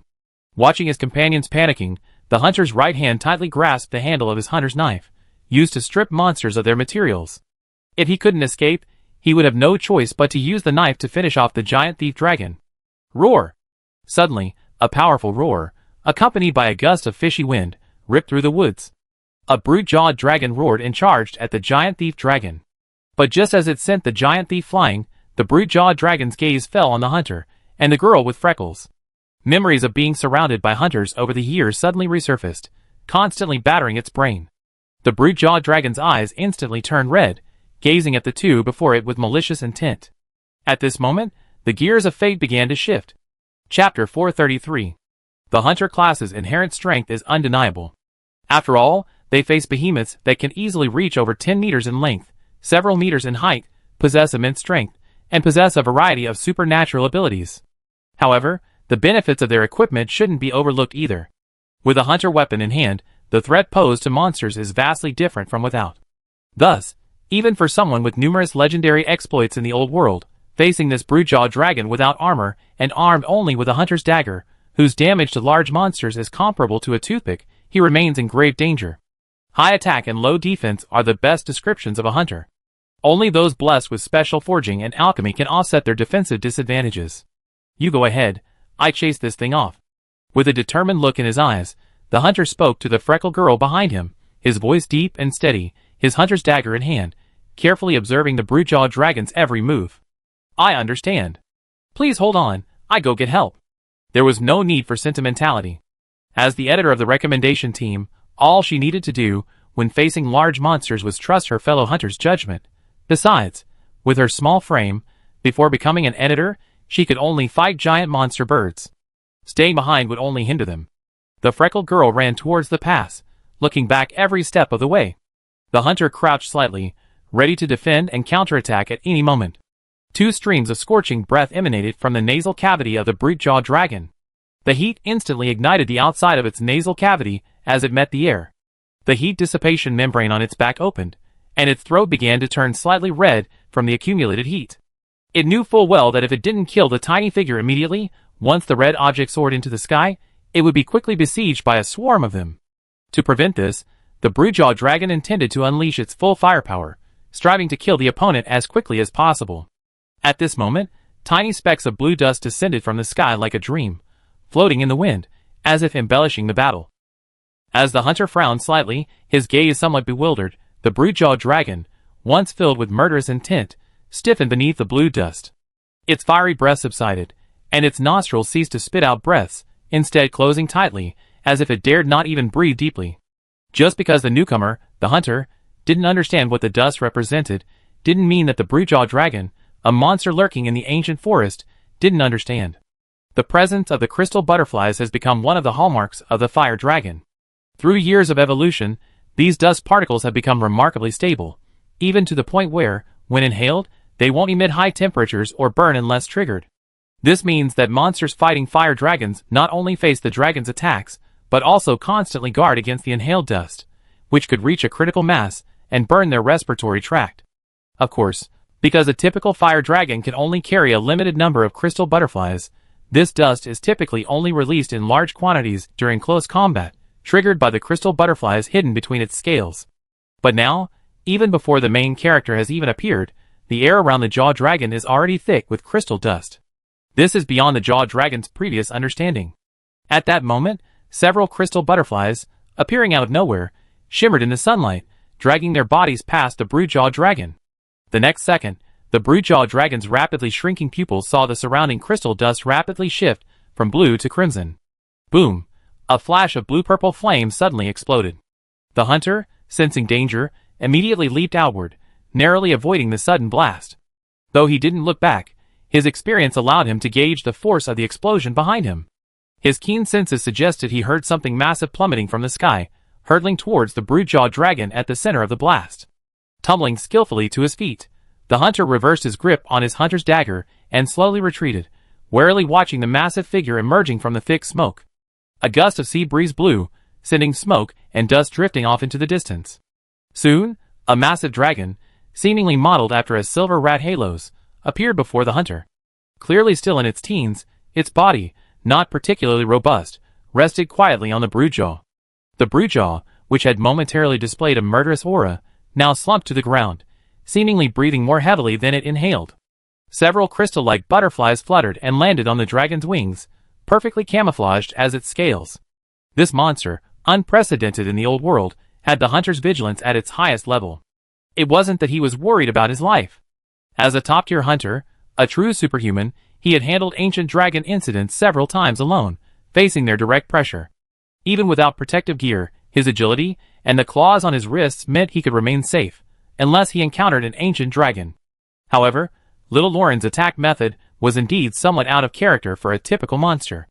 Coupled with the information about the new world that had surfaced in his mind, the hunter had a vague suspicion about little Lauren's identity. Furthermore, little Loren was simply standing on the broodjaw, quietly observing him, without making any other unnecessary movements. Wait! It's not an enemy! Please don't attack. At that moment, Noah and the freckled girl, who who had gone to call for support, quickly emerged from the narrow pass. Seeing the man and the dragon locked in a standoff, they hurriedly shouted, "Huh? Glad we made it. Are you okay?"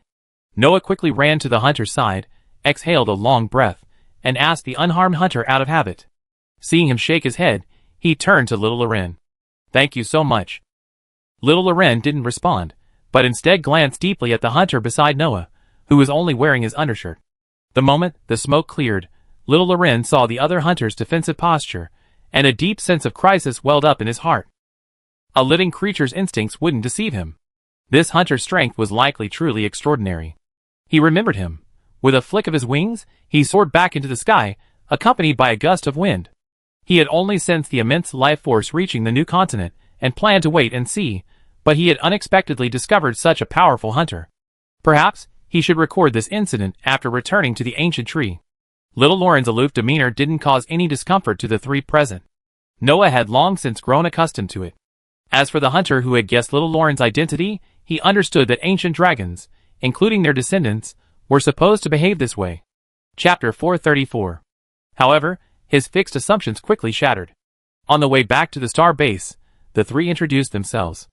The freckled girl named Mia, now out of danger, quickly returned to her lively self, chattering along the way about everything they had seen and heard on their way from the coastal camp. The tall hunter Darren was somewhat reserved. While agreeing with Mia, he habitually replayed little Loren's recent performance in his mind, speculating on his likely fighting style and considering how he could avoid such attacks while finding opportunities to counterattack. Noah led them around several key areas of the star base. Darren's lost fake had joyfully reunited with them. Soon, a horn sounded, announcing that the commander-in-chief, having learned that everyone had been found, convened a new meeting. As members of the recommended group, and the strongest recommended group within the fifth generation group, Darren and Mia were naturally qualified to attend the meeting. The Fifth Corps, unaware that Darren and Mia had successfully arrived at the star base, also negotiated and nominated Sunshine Brother Aiden, a veteran of numerous ancient dragon subjugation campaigns, and his fellow editors to represent them at the meeting. I told you it wouldn't go wrong." Aiden looked at Darren and the others who had arrived with Noah, smiled, and punched them in the chest. When the commander-in-chief saw everyone present, he gave a formal speech, thanking the Fifth Corps for coming. As the commander-in-chief's voice echoed from the conference room, Darren, with his keen senses, noticed that the fruit on the fruit plate on the conference table was disappearing at an unusual rate. Narrowing his eyes and concentrating, he saw a faint shadowy figure moving from behind the commander-in-chief, continuously swiping away the fruit on the table with its tongue. Just as his right hand grasped the hunter's knife behind him, Aiden, standing beside him, quickly shielded his companion, the competitive sister Hina, behind him. He then drew his newly replaced iron blade and held it against his chest, staring intently behind the commander-in-chief. "Look out!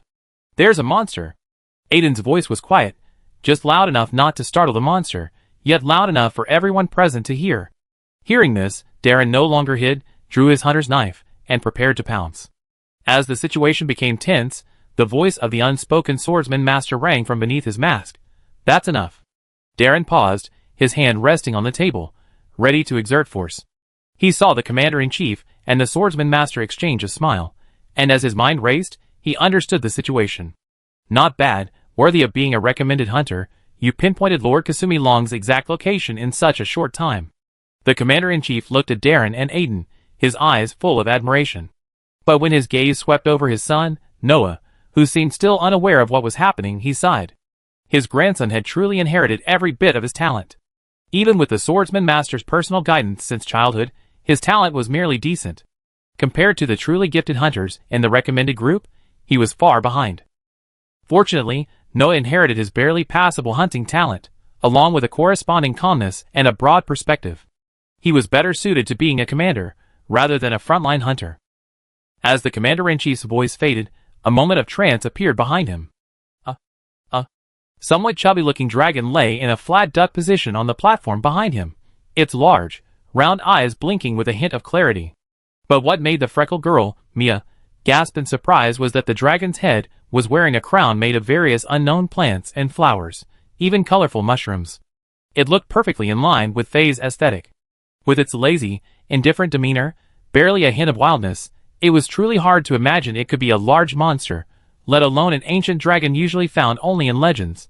Little Miss Dragon's appearance completely shattered Darren's perception of ancient dragons. Honestly, even someone with such a strong sense of danger, seeing Little Miss Dragon, he didn't even bother to look for flaws. It was full of flaws. How could he find them? As if to cooperate with the Commander-in-Chief and complete his mission by showing his face, Little Miss Dragon swallowed the secret potion he received as a reward. Light and shadow glided around him, and just as he was about to re-enter invisible mode, his pupils suddenly constricted. As if something had grabbed its thick tail and lifted it up, Little Miss Dragon let out a terrified cry, entering invisible mode and being forcibly yanked high into the air. On the conference table, only Little Miss Dragon's final, miserable cry echoed. A silence fell. After a long moment, the Commander-in-Chief coughed tactically, announcing the meeting's conclusion. Afterward, members of the investigation team would lead the Fifth Corps into the ancient forest in batches.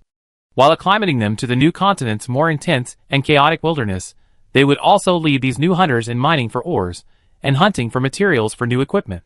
As for the various ores and materials the investigation team had prepared for the Fifth Corps members over the years. In the distribution area, the leader of the Fourth Corps closed his notebook and cursed under his breath again, "Captain, you deserve to die." The next morning, Noah, acting as the guide for Darren and his group, led the two into the ancient forest, heading towards a known lair of the great thief dragon. All the way, Noah watched Darren's back, clad in leather armor and carrying an iron greatsword, and hesitated to speak. Recalling the scene at the training ground last night, when this guy had unleashed a slashing air blade with his greatsword right in front of him, Noah's mouth twitched. After some conversation with Darren, I learned that while training as a hunter in a kingdom west of the old world, he had the good fortune to be mentored by a powerful hunter named Falcon. With exceptional talent, he mastered the techniques of all hunter weapons in just a few years. It's just that as his physique improved and his muscles developed, he preferred the greatsword. The reason he used the greatsword to perform the air slash was simply to see the difference in energy conductivity between weapons crafted from New World ores and those from the Old World. This was crucial, as it would help him better assess the weaponry and equipment of the New World. Of course, Darren said so, but Noah simply felt that this guy was just trying to show off his prowess. Another quest maniac.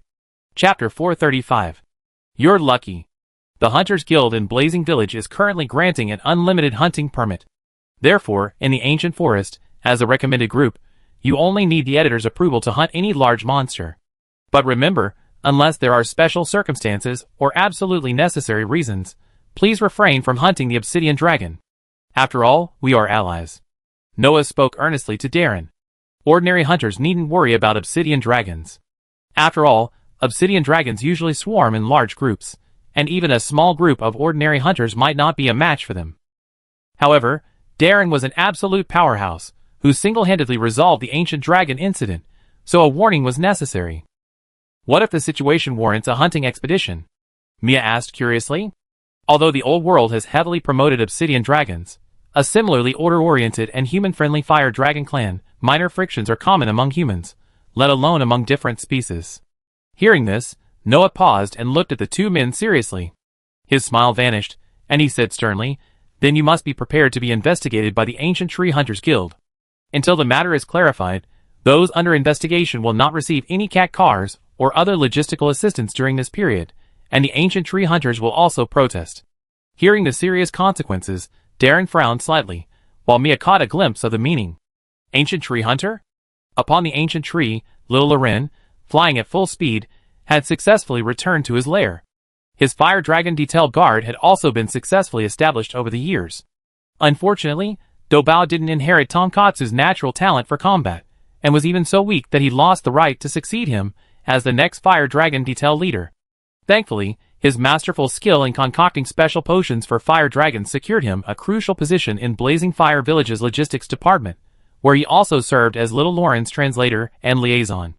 At this moment, Dobao was standing on a small chair in the Ancient Tree Hunter Guild, asking the ancient dragon hostess about what Little Loren wanted to know.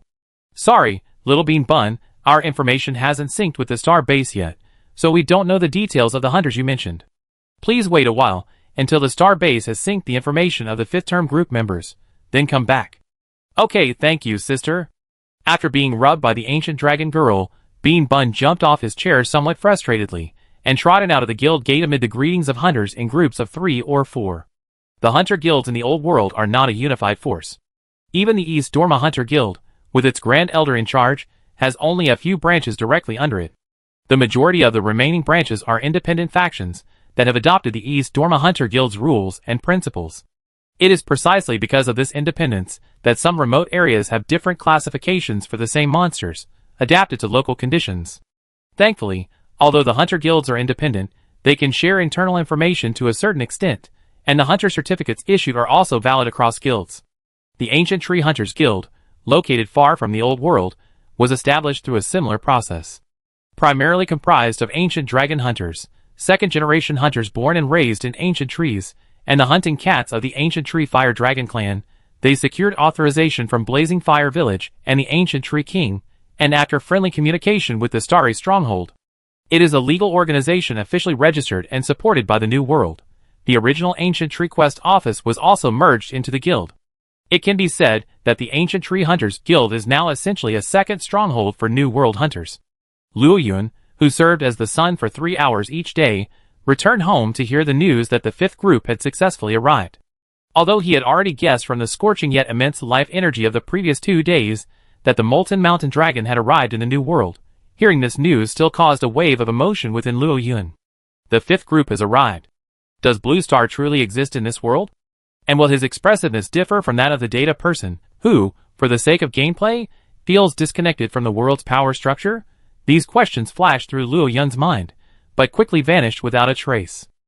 He is no longer the anxious little fire dragon he once was. As the Dragon of Order, as the investigation team calls him, he is a vital ecological link working diligently under boss nature. Even without considering his strength, he will definitely not run into any problems. Even if Blue Star's combat power exceeds expectations, what does it matter? Over the years, Luo Yun's increasing affinity with nature has made it clear that any combat power is false in the face of the might of nature. Even if it transcends the taboos of their ecological niche, they can only choose to cooperate with nature. After all, even if the taboos are extremely difficult to kill, and some may even have the ability to resurrect, in the face of nature, if they die once, they can die twice, 3 times. Nature Affinity. 68, he only needs 2% to reach 70%, and at that point, his strength will be greatly enhanced. Luo Yun has never doubted this. Besides, Azure Star is a member of the orderly side, and the Hunter Code has a strong binding force on him. This is why Luo Yun has been so instrumental in promoting the Ancient Tree Hunter Guild over the years. After all, the Ancient Tree Hunter Guild's hallmark is fire dragon worship. There's no need to worry about Azure Star anymore. Luo Yun is currently contemplating the skeleton dragon west of the Ancient Tree area. It seems the time has come for him to complete the mission entrusted to him by the consciousness of nature.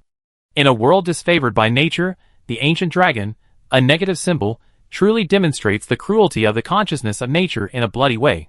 Although they had merely passively accepted the will of nature, this act of abandoning them after use, even to the point of devouring them completely, was truly cruel. Many nights, Luo Yun would congratulate himself on not letting his immense strength blind him. Otherwise, had he acted recklessly and been spurned by nature, a life of such ruthless calculations would have awaited him. For more than 4 years, approaching 5, Luo Yun would occasionally take Yaji to the dragon cemetery to assess the situation of the skeleton dragon when he wasn't needed to be the sun, taking turns with Qilin and the others to weaken it. Now, after so many years of bloody chaos, the number of monsters in the ancient tree forest had dropped to a certain threshold. Perhaps he could use the skeleton dragon to test the existence of the Azure Star within the fifth group. Luo Yun lay in his soft nest, secretly formulating a plan. Chapter 436. On the outskirts of the ancient forest, Darren and his Siamese-like cat, Elu, were each wielding their small pickaxes, grunting as they dug for ore. Occasionally, when they found a piece of even better ore, Elu would meow with delight. A few days ago, after Noah saw him easily interrupt a large thief dragon's attack with a neutralizing upper slash, then follow up with a pursuing cross slash and a true charge, easily defeating the large thief dragon with a series of effortless attacks, he had simply handed him a map of the explored areas of the ancient forest, with various resource points marked, and let his team do whatever they wanted.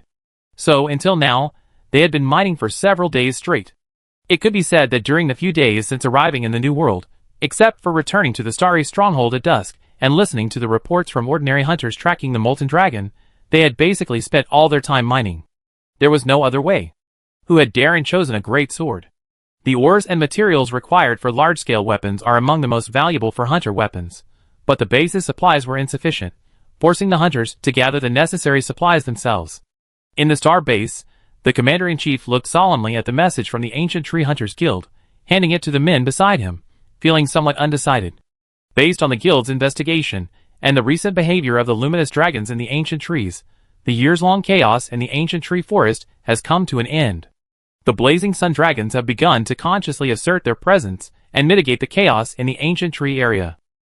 The original thought regarding the molten mountain dragon's entry into the new world was that, because it traveled through the waterways, it didn't cause widespread disturbances and, therefore, wouldn't disrupt the existing ecology of the ancient tree forest. Finally, word spread from the Blazing Fire Village Shrine that, due to the impending winter, the blazing sun dragon needed to maintain the temperate environment within the ancient tree area and couldn't leave the ancient tree for an extended period. Thus, after considering various factors, the think tank recommended seeking an opportunity to consult with the blazing sun dragon to determine whether the ecological environment had reached a point where it needed to stabilize. As for the dragon cemetery and its owner, which Luo Yun had been so obsessed with, the time had come to initiate an investigation. After all, the term dragon cemetery intuitively seemed to be closely linked to the ancient dragon fairy. If the blazing sun dragon hadn't initially claimed that the dragon was closely linked to the ecological disturbance, and if the investigation team hadn't been able to mobilize sufficient forces to conduct the investigation, given the ancient dragon fairy, they wouldn't have delayed this long. The arrival of the Fifth Corps has now filled the gap in combat power. As long as we can ensure that this necessary ecological upheaval has ended, now is the perfect time to launch an investigation into the skeleton dragon. What do you think? The Fifth Corps members are essentially scrambling to acquire materials for new equipment. However, the mines near the Starry Stronghold have been heavily exploited over the years to repay debts, forcing them to travel further, even to unexplored locations, to collect minerals. Therefore, there were no representatives from the Fifth Corps present. It's a good opportunity, but the blazing sun dragon won't leave the ancient tree, and the Fifth Corps, so far, only have the most basic leather armor and iron weapons. Can they break through the ancient dragon's defenses? The second-term leader said solemnly. The fifth-term leader is indeed an elite group. Judging by their battle records alone, the recommended group is no less capable than the former Grand Leaders and Sword Masters. Furthermore, Darren, who had already been dubbed White Wind of the New World by the guild before even setting out, had an even more astonishing record, a truly historic hunter. But even a good cook cannot cook without rice. There's no doubting the hunter's prowess. But, let's not even talk about whether iron weapons can penetrate defenses. Just imagine how many hits a hunter with that kind of armor could withstand. I'm afraid a single breath from that ancient dragon would kill a whole swath of hunters. Since that's the case, let's implement the elite decapitation plan. Several recommended groups will lead the charge against the skeleton dragon, while the remaining hunters will serve as support, intercepting any monster riots from the periphery, creating a completely safe combat environment for the recommended group hunters. In recent years, after learning that the mobile research base's defenses had been completed and the third-term leader's life was no longer in danger, the research group leader gradually recovered. Currently, the Grand Commander and Master Wilderness are using the mobile research base as their base to conduct ecological surveys deep within the Grand Canyon. The Dragon Hunters, having sensed a shift in ley-line energy a year ago, have been missing since entering the Great Anthill Wasteland. The Sword Master is in charge of the Molten Mountain Dragon's affairs. Thus, this subjugation campaign rests solely on the shoulders of the Fifth Corps. As for equipment, I remember the trading ship's return from the Old World is in 2 days. The last batch of ancient tree ornaments and New World specialties we stockpiled will surely bring us a significant income. We use this money to purchase fire dragon materials and the ores needed for related equipment from the ancient trees. We strive to assemble a batch of excellent equipment for the recommended hunters as quickly as possible. Hearing the research team leader's intentions regarding the new funds, the Commander-in-Chief felt a pang of pain. Things were different now. Trade between the New World and the Old World had become a stable market, and money had real value. Hunter missions cost money, star base maintenance cost money, and trading with ancient trees also cost money. But, as a hunter, he couldn't ignore those who were destroying the ecosystem. Okay. It's decided. Recall all recommended teams today to confirm their physical data. The Commander-in-Chief gritted his teeth, thought it over, and agreed to the suggestion. A few days passed in a flash. Darren and Mia sat on the saddled back of the thief dragon, curiously. The lively Mia kept exclaiming in surprise. She had never imagined that the ferocious and cunning thief dragon would be a means of transportation in the New World. Darren's face remained calm, but his eyes were constantly scanning the surroundings, a vigilant look in his eyes. Don't worry, this transport route has been stable for over a decade. Both Xingchen and Blazing Village regularly dispatch hunters for maintenance. Relax. Noah, who was accompanying the team on the back of another thief dragon, noticed the unusual expressions of the recommendation team members and explained with a hearty smile. To expedite the battle against the skeleton dragon, the investigation team decided to have the craftsman from the second phase of the recommended team head to the ancient tree. After completing the transaction with Blazing Village, they would complete the crafting of the relevant equipment within the ancient tree. The remaining members of the fifth phase, however, did not have this privilege.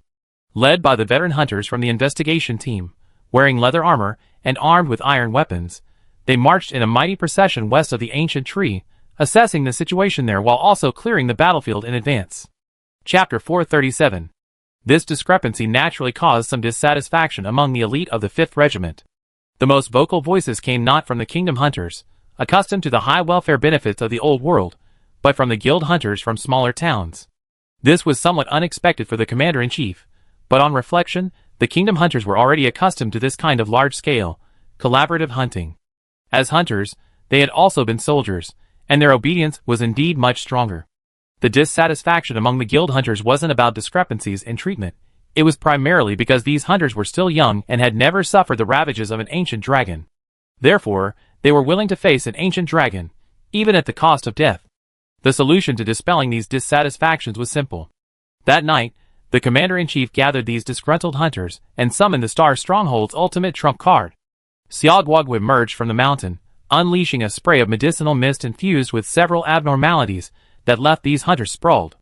Hunters are indeed formidable, able to withstand even ancient dragon-level poisons for a while, but they can't withstand Xiaoguogu's fog, which is medicinal. These drugs pass unimpeded through the immune system, causing a drug overdose-related reaction. This results in the stronger the hunter, and the more robust their immune system, the faster they fall. In a sense, Xiaoguogu is now a special attack on humans. The harm it poses to humans far exceeds its ecological niche, coupled with its understanding of humans. It can be said that if Xiaoguogu is given enough time, even with the arrival of the 5th group, including a hunter as exceptional as Azure Star, it is more than capable of completely annihilating the entire Star Stronghold. But, given Xiaoguogu's current deep bond with the investigation team, the commander-in-chief and his men had immense confidence in this member of the 1st Corps. In less than half a minute, over 20 hunters collapsed in the mist in various abnormal conditions. This scene somewhat frightened the members of the 5th Corps, and all discordant voices instantly died down. They began to obey orders and focus on their respective tasks. Only Darren began to wonder if there were any materials in the new world that could be used to create a mask capable of filtering out the Shellon drug mist. Worried that the drug mist could penetrate through the skin, he even considered making a full-body gas suit. Just as this idea began to take shape, their recommended group was dragged to the ancient tree area, and the matter was temporarily stashed in their minds, waiting for the right time to proceed. Wow! Is this the ancient tree? It's completely different from the giant trees in the ancient forests of the old world. Mia rose slightly from her thief dragon's back, quickly lowered her goggles, and opened the telescope mounted on her left side, gazing at the lush, green ancient tree, its branches interspersed with ice blue, transparent Thai crystal buds.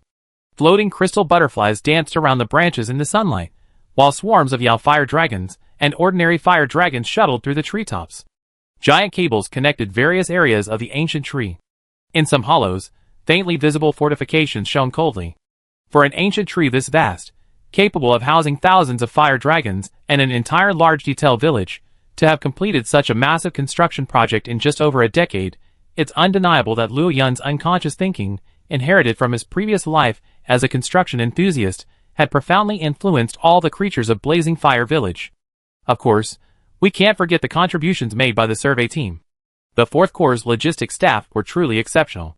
Their constant infusion of supplies helped the ancient tree construct such impressive infrastructure in a world where the technology tree was somewhat skewed. Don't be nervous, Noah shouted, watching the recommended group hunters, their muscles subconsciously tense, some even gripping the hilts of their swords. Master Yao fire dragons are unlike any fire dragons you encountered before. They possess greater intelligence, a more united society, and a civilization unique to them. We are allies with them.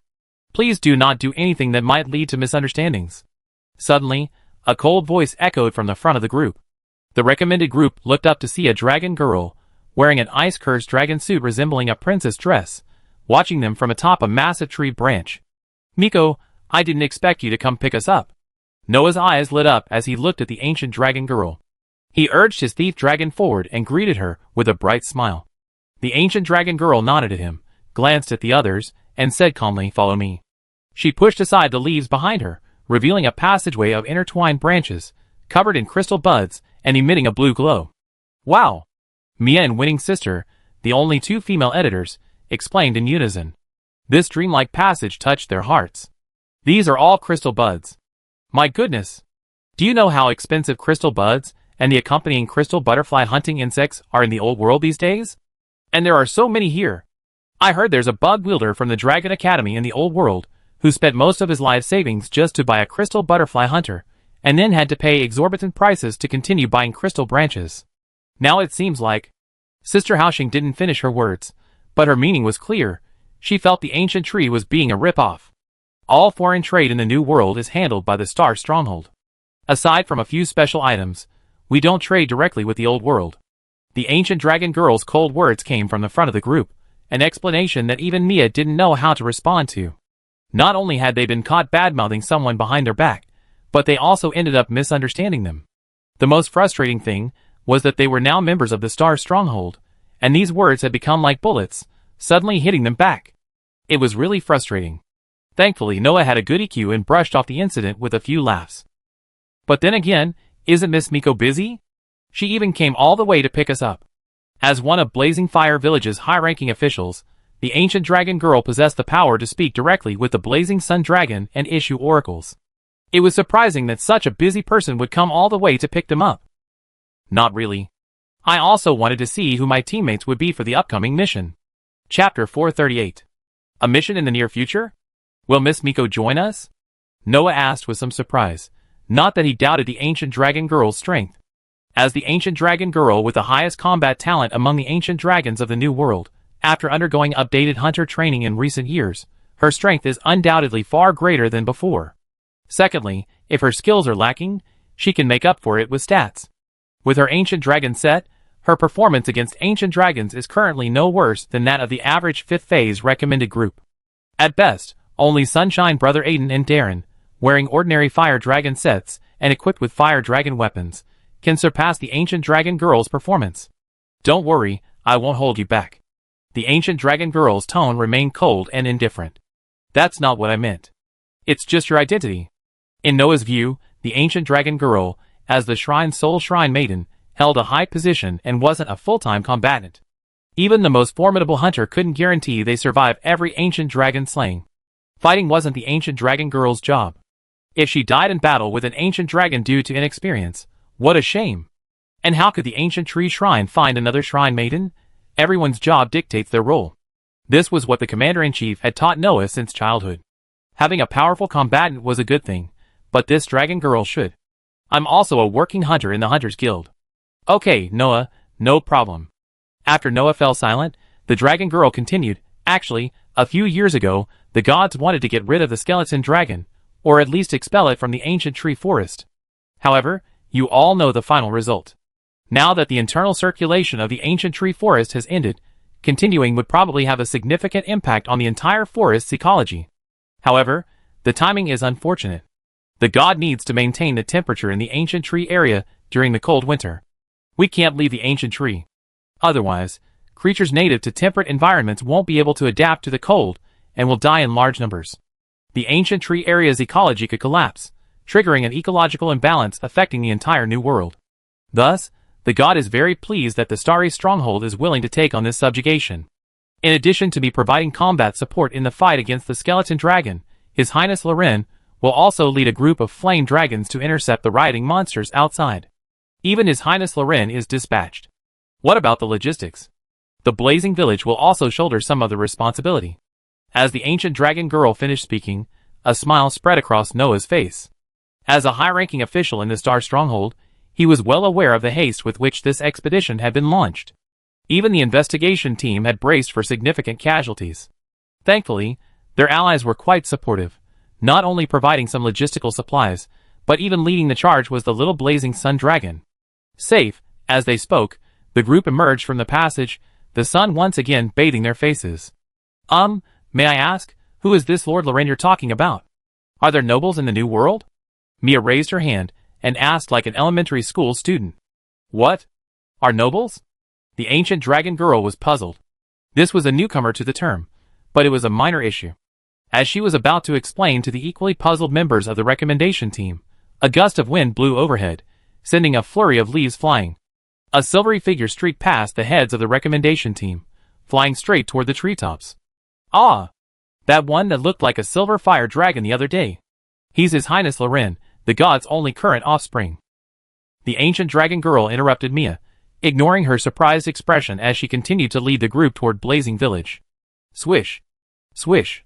Walking along the wide, newly renovated tree trunk path, the sound of hurriedly parting grass and trees emanated from nearby. The recommendation team, still captivated by the novelty of what they had seen and heard along the ancient tree, suddenly looked ahead with curiosity. Don't bite your tail. Detter's uniquely endearing voice echoed, and then a massive black shadow leaped from a nearby platform, soaring over the heads of the crowd, who had sensed something was amiss and quickly ducked their heads. However, before they could rise, another chaotic and clamorous noise, accompanied by the childish roars of fire dragons, rapidly approached. Swish! Swish! Swish! Several more dark shadows passed overhead, and only then did everyone look up to see what they were. A small group of young fire dragons, like free-range chickens, were running wildly, their beaks full of sharp teeth wide open, rapidly chasing a poisonous bird that was also flightless. And on the bird's back, a laughing deter was pleading miserably with the young fire dragons for mercy. This is the only poisonous bird knight in the ancient tree. He must have been assigned hunting training today. Before anyone else could say anything, the ancient dragon girl explained. I didn't expect the ancient tree to harbor other large monsters besides fire dragons, and their interactions are so unique. Mia was truly amazed. The next second, all the editors spontaneously pulled out their notebooks and began scribbling rapidly, their professional ethics fully on display. The ancient dragon girl said nothing more, continuing to lead the unsophisticated recommendation group to Blazing Fire Village. After escorting them to the Hunters Guild, she took her leave. On the way to the shrine, the ancient dragon girl replayed every action she had observed from the recommendation group. While she didn't know why Luo Yun was so focused on these new elite hunters, the god must have his own reasons. The moon was bright, and the stars were sparse. Although winter had already arrived, a warm night breeze still blew from the ancient tree. Darren, beer mug in hand, approached the guardrail, the clamor of hunters cheering and drinking in the gathering hall behind him. His mind revolved around the Sunfire Dragon's movement patterns he observed throughout the day, and from them, he deduced its likely fighting style. Even though he was now considered one of the world's top hunters, he still maintained a habit of preparing based on information. This was one of the key reasons he had reached the pinnacle at such a young age. Relying on past experience to reason several times, he always felt a bit confused, his thoughts constantly being drawn elsewhere. The ancient tree's fire dragons, both common and subspecies, display completely different cooperative characteristics than normal fire dragons. This unique situation rekindled Darren's intense curiosity, a surge he hadn't felt in years, as he pondered a fighting strategy. He wanted to see what the Blazing Sun Dragon, the one who had given rise to the ancient tree's monster civilization, truly looked like. What abilities did it possess? Why was it specifically designated the Dragon of Order by the Hunters Guild, and sincerely worshipped as a god by the ancient tree's hunters and everyone else? Chapter 439. Darren's wish didn't last long. Just a few days later, he and the other members of the recommended group received a notice from the Blazing Fire Shrine, heading to the top floor palace to meet with the Blazing Sun Dragon. Traversing a long tunnel, they ascended. To reflect Luo Yun's lofty status within the ancient tree, there were no cable cars along this route. Even the original passageway had been demolished, leaving only a climbing path woven from special vines. This served both to ensure Luo Yun wouldn't be easily disturbed and as a minor test for the fervent admirers of Blazing Fire Village. As the ancient tree grew in size, corresponding rules naturally emerged. The vines were long, and due to the height, the air was somewhat thin. However, this level of difficulty didn't affect the recommended group's stamina. If they didn't speed up, they could even recover as they climbed. Some of the weaker editors, thanks to the help of their fellow hunters, didn't fall behind. However, as they watched Mia climb swiftly, chatting and laughing with the hunters without even a drop of sweat on her face, and showing no sign of fatigue, they all wondered if she had chosen the wrong career. After all, The hunters she was chatting with were all top-tier hunters in their prime, at the height of their strength. Not only was Mia's stamina no less impressive, she could even keep up with the hunter's pace. As expected of the top-ranked editor, even your physical strength is so outstanding. A panting male editor looked at Mia with envy, then tightened the rope around his waist again, allowing him to better benefit from the support of his fellow hunters above. Roar! Roar! When the recommended group passed through the clouds, they saw powerful fire dragons swarming within the treetops, their wings ablaze with flames. Fire crystal butterflies followed behind them, continuously scattering warm dust. The other hunters felt a strong sense of oppression upon seeing the scene, but within this slightly tense atmosphere, the rugged fire dragons paired with the shimmering dust created a unique beauty. But only Darren, having witnessed little Lauren's actions, knew the dangers lurking within these seemingly harmless and beautiful creatures. Thankfully, a small updraft constantly emanated from the vicinity of the vine rope, covering the entire path and shielding the scattered dust from view. At this moment, the patrolling light fire dragons had also noticed the uninvited guests, the recommendation group. Upon seeing the group climbing the vine rope, they all, without exception, regarded them with wary eyes. Some of the closer light fire dragons even seemed to be making a subtle move to surround them. At this moment, a fiery red-robed deterror, at the forefront of the group, blew the horn at his waist. Hearing this familiar sound, the patrolling light fire dragons relaxed, ignoring the others, and weaving between the branches and the clouds, continuing to guard the dragon palace at the top. Speed up, meow. We're getting close. Sheathing his horn, Deter shouted to the recommendation group below, then used all four legs to increase his speed. Without further ado, the hunters tightened their ropes, and after confirming that the recommendation group members below were keeping up, they began to use leaps to accelerate. Soon, after passing through a passage paved with ether crystal buds, the recommendation team successfully reached the summit of the ancient tree, which had undergone a dramatic transformation. Now, after Luo Yun's lair had undergone several expansions, divided into residential and office areas, a complex of buildings constructed with ether crystal buds and would unique to the new world appeared before the recommendation team. In this location, such a building could actually be built. It's incredible new world. The monsters must have helped. Otherwise, how much manpower would it take to transport all these huge building materials up here? Listening to the sighs of the others around him, Darren briefly glanced at them, and then paid no attention. He was about to meet the blazing sun dragon. Having grown up listening to the chronicles of the New World, he had long wanted to see what was so special about an ancient dragon that could communicate with humans and even create a civilization.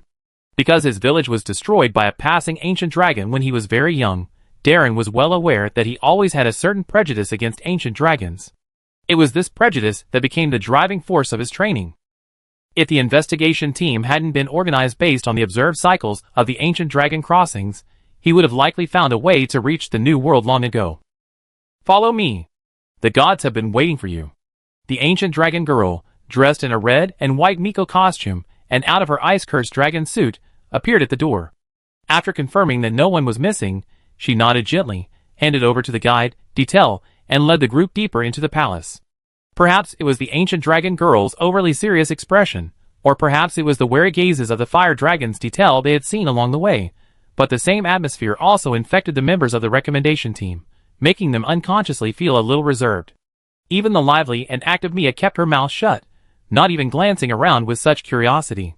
As they deepened deeper into the palace, the air began to warm, and the originally transplanted ice-blue crystal branches gradually took on a faint red hue. Soon, as their view widened, the palace's style suddenly shifted, from its original solemnity to a somewhat rugged look. Accompanied by a dull thud, a massive dragon, its scales smooth and overlapping, like precious metal, emerged from the depths. A flock of luminous crystal butterflies, significantly larger than those found elsewhere in the ancient tree, fluttered around it. There was no intimidation or threat in sight. But as it simply stood there, an inexplicable sense of oppression washed over it. Even in the recommended group, many immediately bowed their heads in the face of this pressure. The few who remained, after a moment's pause, averted their gaze. Only Darren and Sunshine remained calm and composed, staring silently at Luo Yun, as if the pressure from their niche didn't even exist.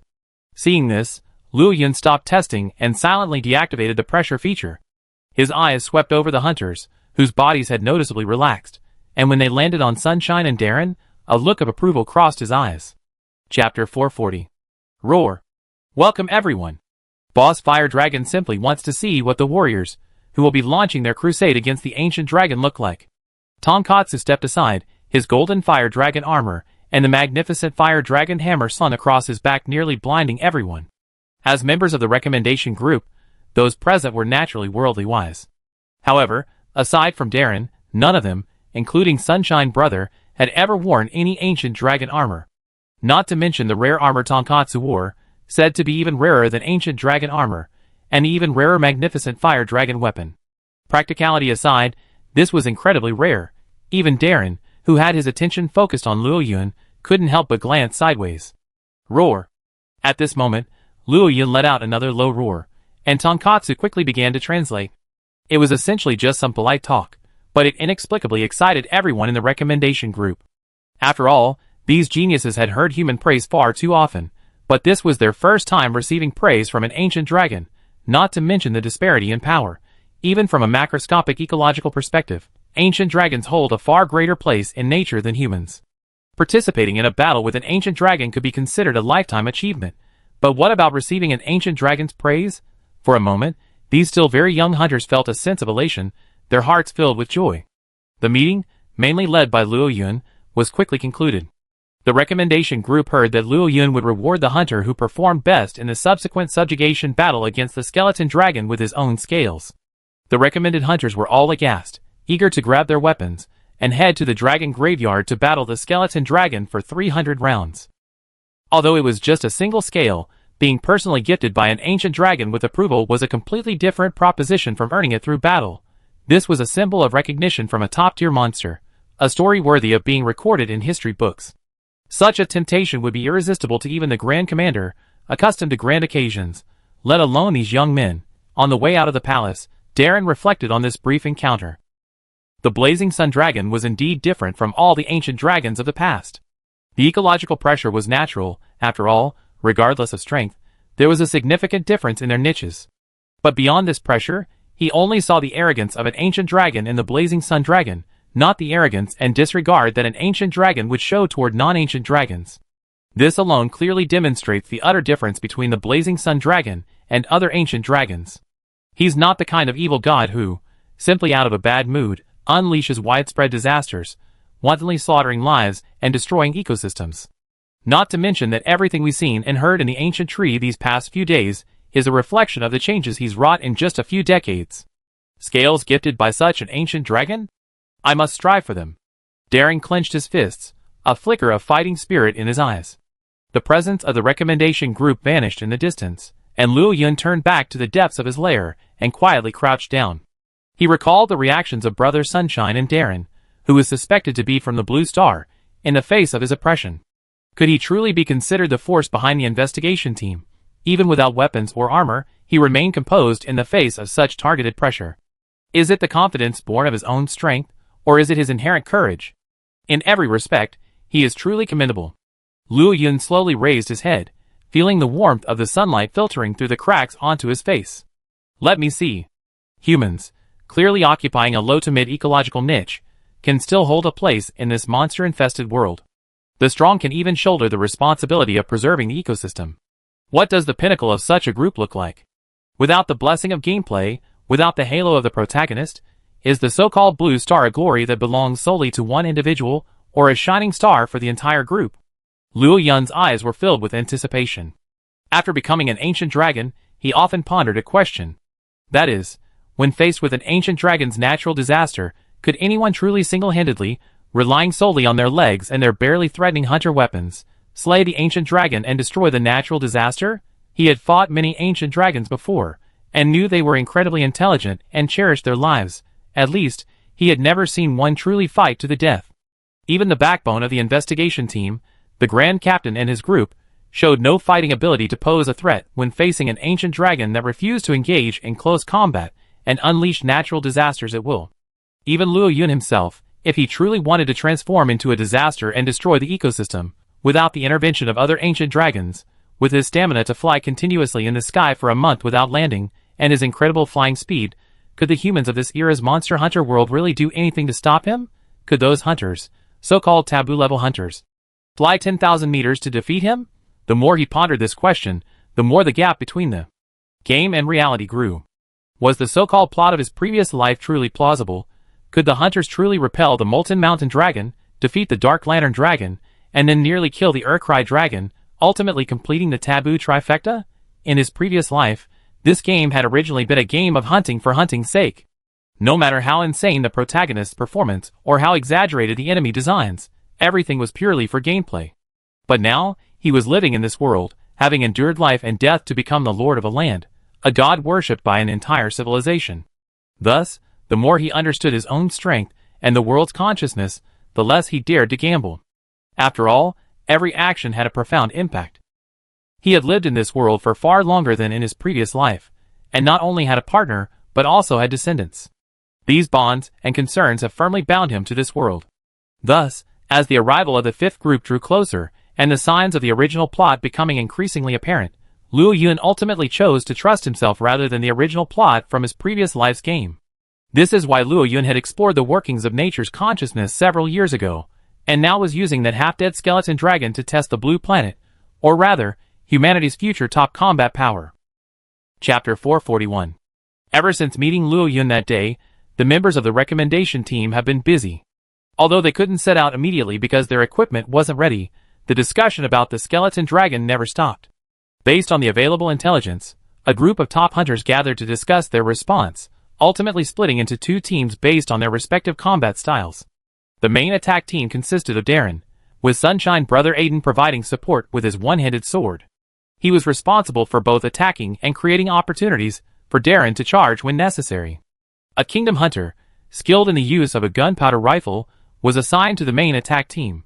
He relied on the gunpowder's loud noise and short range, high-intensity damage to attract the skeleton dragon's attention, while relying on his massive shield to absorb the majority of the skeleton dragon's attacks. The final candidate was initially intended to be the light crossbow user from Cocoa Village for long-range damage, but the intelligence repeatedly mentioned that the skeleton dragon's tentacles would often emerge from the sea of bones to launch surprise attacks. As a result, the light crossbow user's mobility was somewhat limited, and they were eventually replaced by another longbow user. Aside from the main attack team, the remaining personnel were responsible for supporting the outer attacks, occasionally stabbing the skeleton dragon in the back or attempting to sever its tentacles. Of course, most importantly, they needed to be able to quickly step in and temporarily relieve the active team during the main attack team's downtime, while they restocked their medicine.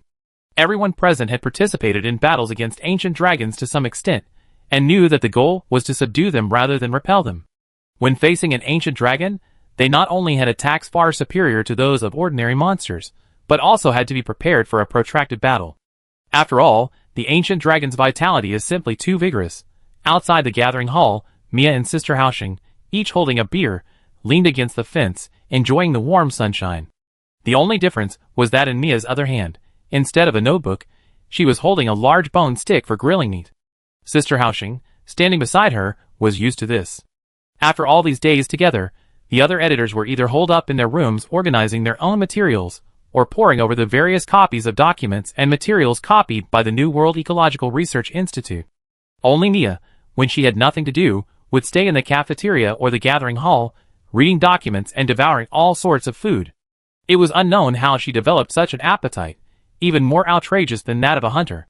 Her stomach was like a bottomless pit, capable of digesting any amount of food. Although she had only been in the New World for a few days, strange rumors about her were already circulating. That was the feelings from her recommendation group. All the money she worked so hard for all day was eaten by Mia. As expected, the ingredients from the New World taste amazing. Not only are they highly nutritious, but they're also incredibly delicious with simple cooking methods. Mia tossed the large bone stick onto the table beside her. Then, seamlessly, she pulled out an apple from nowhere and nibbled at it like a little hamster. Suddenly, a ray of sunlight shone into her eyes, and she paused in her nibbling. Ah! Sun! Sun! What's wrong with the sun? Good Luck, who was cradling a book, looked up, puzzled, following Mia's gaze. The sun! It's falling! Ah! In the sky, the sun, radiating light and heat, began to descend rapidly, growing larger and larger in their view. Just as Mia was about to cry out, the light and heat rapidly receded. At a certain altitude, the sun transformed into a blazing sun dragon. Accompanied by a gust of warm wind, it vanished into the treetops overhead. On the balcony of the meeting hall, Mia and Sister Haosheng looked at each other in silence. The only difference was that neither of them closed their mouths. For a long while, I thought the New World records that the Blazing Sun Dragon was the second sun were just an adjective describing its power, like the Flame King Dragon being called the Scorching Sun. Sister Haosheng rubbed her brow. She hadn't expected that such wording in Old World documents was generally a false description, but she hadn't expected that the New World documents would actually be true. I think so too. How can the scholars of the New World be so realistic? He can actually be a second sun in the sky. No wonder that Sister Priestess said yesterday that if the Blazing Sun Dragon left the ancient tree in winter, it would cause an ecological collapse in the ancient tree region.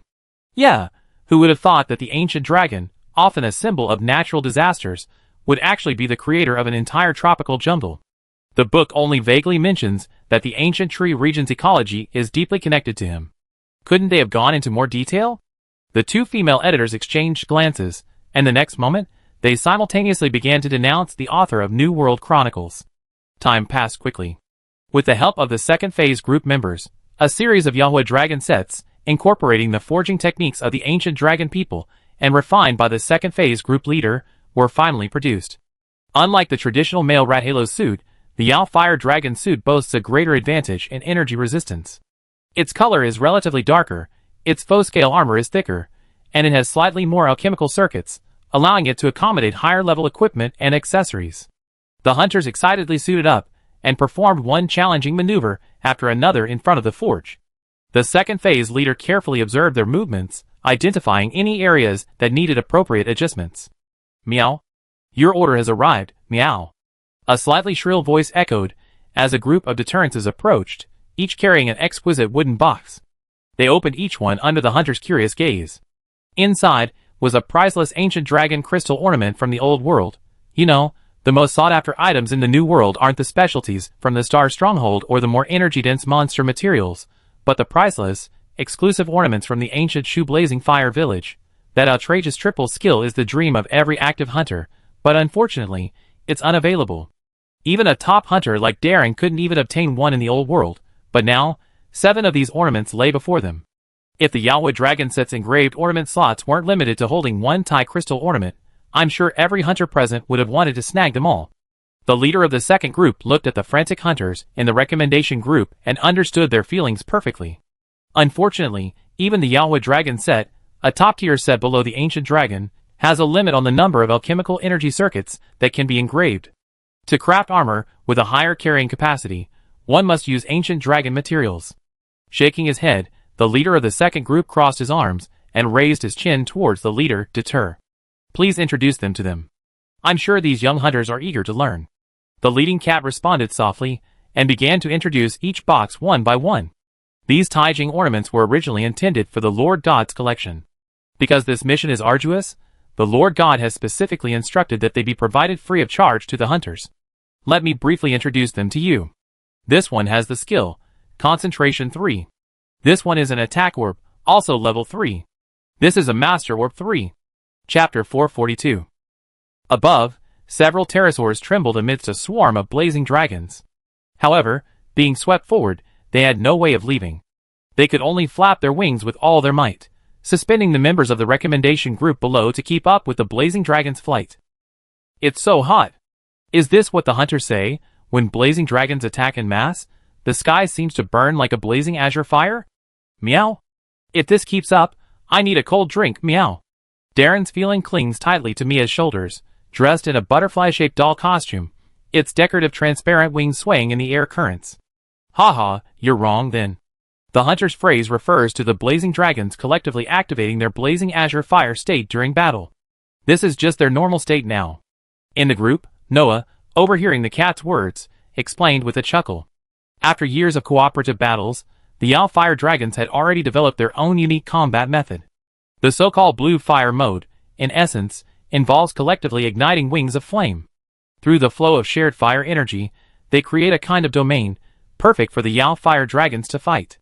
It could be said to be a weakened version of Luo Yun's flaming vortex. The recommendation group chatted, but even Noah, who was more familiar with ancient trees, hadn't noticed that above the Yao Fire Dragons, within the clouds, 3 fire dragons, far larger than ordinary Yao Fire Dragons, were darting among them. The leader, Yaji, shone with golden light, her body clad in metallic scales appearing slightly bloated, but that wasn't the proper way to address her as he now. It wasn't that he had gained weight or anything like that. Rather, after years of occupying the second position in the symbiotic pyramid, he had finally, under the influence of Taijing energy and ancient vitality, successfully crossed that threshold, making the Golden Fire Dragon, a powerful ancient dragon, the second ancient dragon of the ancient tree after Luo Yun. Just like Luo Yun back then, besides a significant boost in vitality and life level, he also gained the ability to control life energy. Overall strength hasn't increased significantly. In a protracted battle, he can only defeat two of his own. Behind Yaji were the Hao Fire Dragon couple, who had been keeping a low profile for years, quietly breeding in the treetops. Unfortunately, a special species is still a special species, and coupled with the influence of symbiotic nature, while their strength has increased, and they can still stably control their raging flames, their already low reproductive capacity has been further affected. Even now, the He Fire Dragon couple remains silent, forcing them to plan to stay in the Dragon Crystal Land for a while longer. Yaji and her group were Luo Yun's backup plan for this subjugation campaign. The Skeleton Dragon's mission had been completed, and the nature consciousness would no longer protect it. The addition of Yaji and the others would ensure that the Skeleton Dragon, whose strength had been limited for years, would be eliminated after this battle. After all, aside from the hunters and Luo Yun's backup plan, the Flame Queen Dragon and the Qilin were both nearby. With this configuration, even if Azure Star didn't exist in this world, the Skeleton Dragon still had no chance of victory. The ancient tree region was vast and densely planted. For humans, much of the area could be described as harsh. Besides the numerous large monsters, there were also numerous small, poisonous creatures. Even a hunter would need several days to reach the western border from the ancient tree by foot. This time, however, with the Yaohui dragons clearing the way in the sky, they successfully arrived in just half a day. At this time, along the border between the ancient tree area and the jungle swamp to the west, temporary camps were established one after another, scattered in groups of 3 or 2 along the cleared land. The sounds of battle could be heard from all around. A signal flare was fired, and the members of the recommendation team commanded the pterosaurs to separate from the main force and fly towards the temporary command post. Little Loren revisited his old place, gazing at the jungle swamp on the other side of the defense line with a solemn gaze. That area had left a deep impression on him. With a low roar, the swarm of Yaohui dragons dispersed, using their exceptional vision to quickly locate the battles below, igniting their flaming wings and swooping down. This time, the king's orders were to drive out and intercept any creatures near the jungle swamp that could interfere with the battle. Therefore, if they identified a creature as an enemy, even a herbivorous dragon, they would attack decisively. If not, even Loren could not command them. Little Loren understood this, and therefore did not impulsively lead the Yaohui dragons into the jungle swamp. Instead, he directed them to assist the hunters fighting below. At the temporary command center, Noah quickly completed the handover with the temporary leader. The hunters assigned to escort and inventory support supplies were all looking askance at the equipment worn by the recommended group's hunters.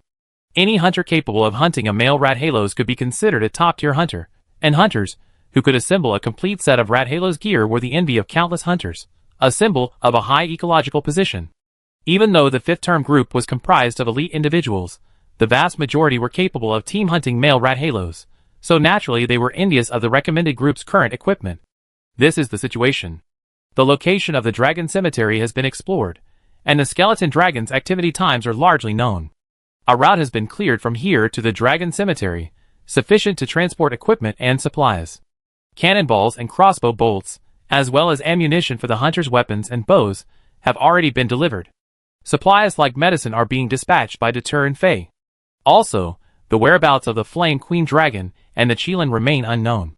However, investigators have deduced from the battle traces in the Dragon Cemetery that they recently clashed with the Skeleton Dragon again, and the intensity of the battle appears to have escalated. Both sides are likely injured. As the scholar explained the situation, everyone present gained a clearer understanding of the current situation. Fighting against an ancient dragon with, or without equipment is a completely different matter. Even without a powerful weapon, like the dragon-slaying lance, artillery, crossbows, and fixed crossbows are enough to give hunters a significant advantage when needed. No one would play the hero in such a life-threatening situation if they could take it easy. I understand. Next, please have the cat chefs prepare the cat food in advance. Tomorrow morning, at sunrise, we begin the hunt for the Dragon Tomb's lord. The Skeleton Dragon. Noah looked at the members of the recommendation team, including the ancient dragon girl, and they all nodded solemnly in agreement. The next day, the sky was just beginning to brighten. The 8 hunters in charge of this hunt quickly devoured the incredibly generous cat food before them. For the next 1 or 2 days, they would receive no additional food except for medicine. So, each of them transformed into a glutton, devouring what could be described as a whole bowl of food before them. Feeling the special blessing of the cat food, they closed their helmets accompanying visors. Chapter 443. A platform carved into the cliffs beside the dragon cemetery was filled with ammunition and crossbows. 6 of the latest cannons removed from the 5th Regiment ships, along with 2 dragon-striking cannons developed by the Star Stronghold, using a model excavated from the ancient ruins basin, and the principles of reverse engineering by ancient dragon prophets, were already loaded and calibrated. Noah surveyed the dragon cemetery in the distance through a telescope, his heart sinking as he watched the bones bobbing with the waves. The sea of bones, permeated with the aura of death, would be a source of profound discomfort to the living, not to mention the hideous skulls of various creatures within. Even the pale green mist that now permeated the sea of bones seemed to be suffused with the aura of death. As the recommended group of hunters arrived, Noah turned back to look at the fully armed hunters. Without a word, he pounded his chest over his heart with his right fist. "I leave the rest to you." Everyone nodded. Noah took a deep breath, turned, and leaned against the simple wooden table before him. He spoke calmly. "Hunting plan, begin." With Noah's command, 5 sunfire dragons spread their wings and glided away from the cliff face. Flames ignited on their wings, creating a fierce wind that partially dispersed the fog. They collectively gathered their energy and unleashed a fan-shaped burst of fire. The flame stretched for hundreds of meters, completely clearing the coastal area of the dragon tomb, leaving this section of the dragon cemetery completely exposed to the hunters perched on the cliff. With this, the Sunfire Dragon's mission was complete. While the skeleton dragon, somewhere unknown, remained silent, they quickly gained altitude and retreated away from the dragon tomb. The recommended hunters exchanged glances, nodded, and blew their whistles to summon the pterosaur. With their catapults extended, they hooked the pterosaur and quickly descended onto the sea of bones within the dragon tomb. Following their original plan, each team took appropriate protective measures. The sea breeze howled, and the waves whipped bones into a noisy clatter. The 3 hunter teams stood in full alert, their senses focused to the utmost, capturing every ounce of information about their surroundings. However, in this tense atmosphere, the skeleton dragon, originally scheduled to burst forth, remained silent. Up on the cliff, Noah frowned, observing the dragon tomb. According to previous reports, the skeleton dragon should be patrolling the tomb at this time. The Yahweh dragon's reckless fog-clearing actions alone should be enough to lure it out. But why has there been no movement yet? Skeleton dragon? Could it be out hunting? A young hunter who grew up in the Star Stronghold asked softly. But as soon as he finished speaking, he noticed everyone around him looking at him with a puzzled look. What's wrong? Glancing at the somewhat flustered young hunter, Noah sighed silently remembering that he was his childhood friend after all. He suppressed his sigh and explained, "Monsters typically don't change their habits without external influence. We've been observing and monitoring the dragon tomb constantly, and nothing unusual has occurred. Therefore, it's unlikely that he would leave the dragon tomb at this time to forage. It's likely he's hiding in the dragon tomb for some special reason." Without waiting for the young hunter to question, Noah raised his right hand and issued the next command.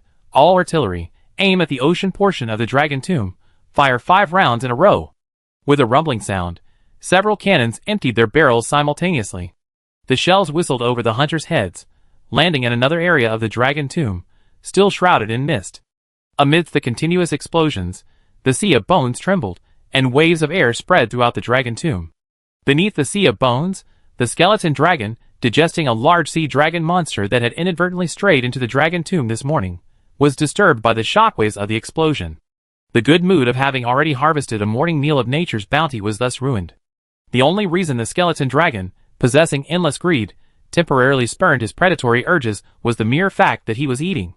Over the years, the Flame Queen Dragon and the Qilin had periodically troubled him, and occasionally the ancient dragon couple from the ancient tree would come and experiment with his new tactics. His life had been unbearable. Despite the abundance of skeletons in the dragon tomb, at least half are simply for show, serving as foundation. The remaining half, however, contains only a few Heinisch monsters, many of which were deliberately destroyed in battle. Thus, during these times, the skeleton dragon learned to cherish what was in hand. Only what he completely consumed truly belonged to him. Digesting and transforming immediately ensured he had the upper hand the next time he faced the two ancient dragons. Furthermore, the skeleton dragon had a little secret of his own, one unknown to the clueless Flame Queen Dragon and Qilin, as well as the ancient dragon couple who had no idea what they were doing there. He had mastered the art of preserving the skeletons of high-niche monsters even in the heat of battle. With just another 10 years, he could show these four ancient dragons what it meant to be at the pinnacle of their niche. With this thought in mind, the skeleton dragon carefully sensed the situation within the dragon tomb.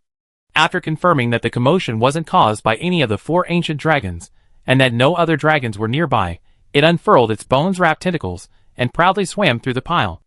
To it, this sea of solid bones seemed no different from being underwater. The sound of bones clashing grew clearer and more rapid. A series of hoarse roars, like those from hell, emanated from the sea of bones. Soon, the hunters present precisely tracked the skeleton dragon's movements and, without command, dispersed according to their respective assignments. Amid the growing din, Darren, who had been silently guarding his rifle, seemed to detect something unusual. He crouched slightly, touched the ground with his hand, and immediately understood what had happened.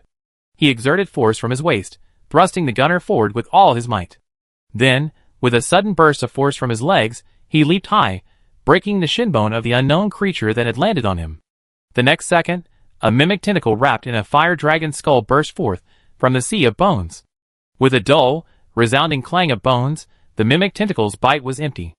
At the same time, the gunner, pushed forward by Darren, had barely found his balance when another mimic tentacle, lashed with arcs of electricity, burst forth from a short distance in front of him, attacking the support team. After all, he was a recommended hunter, and even if his strength wasn't among the top, his adaptability was still exceptional.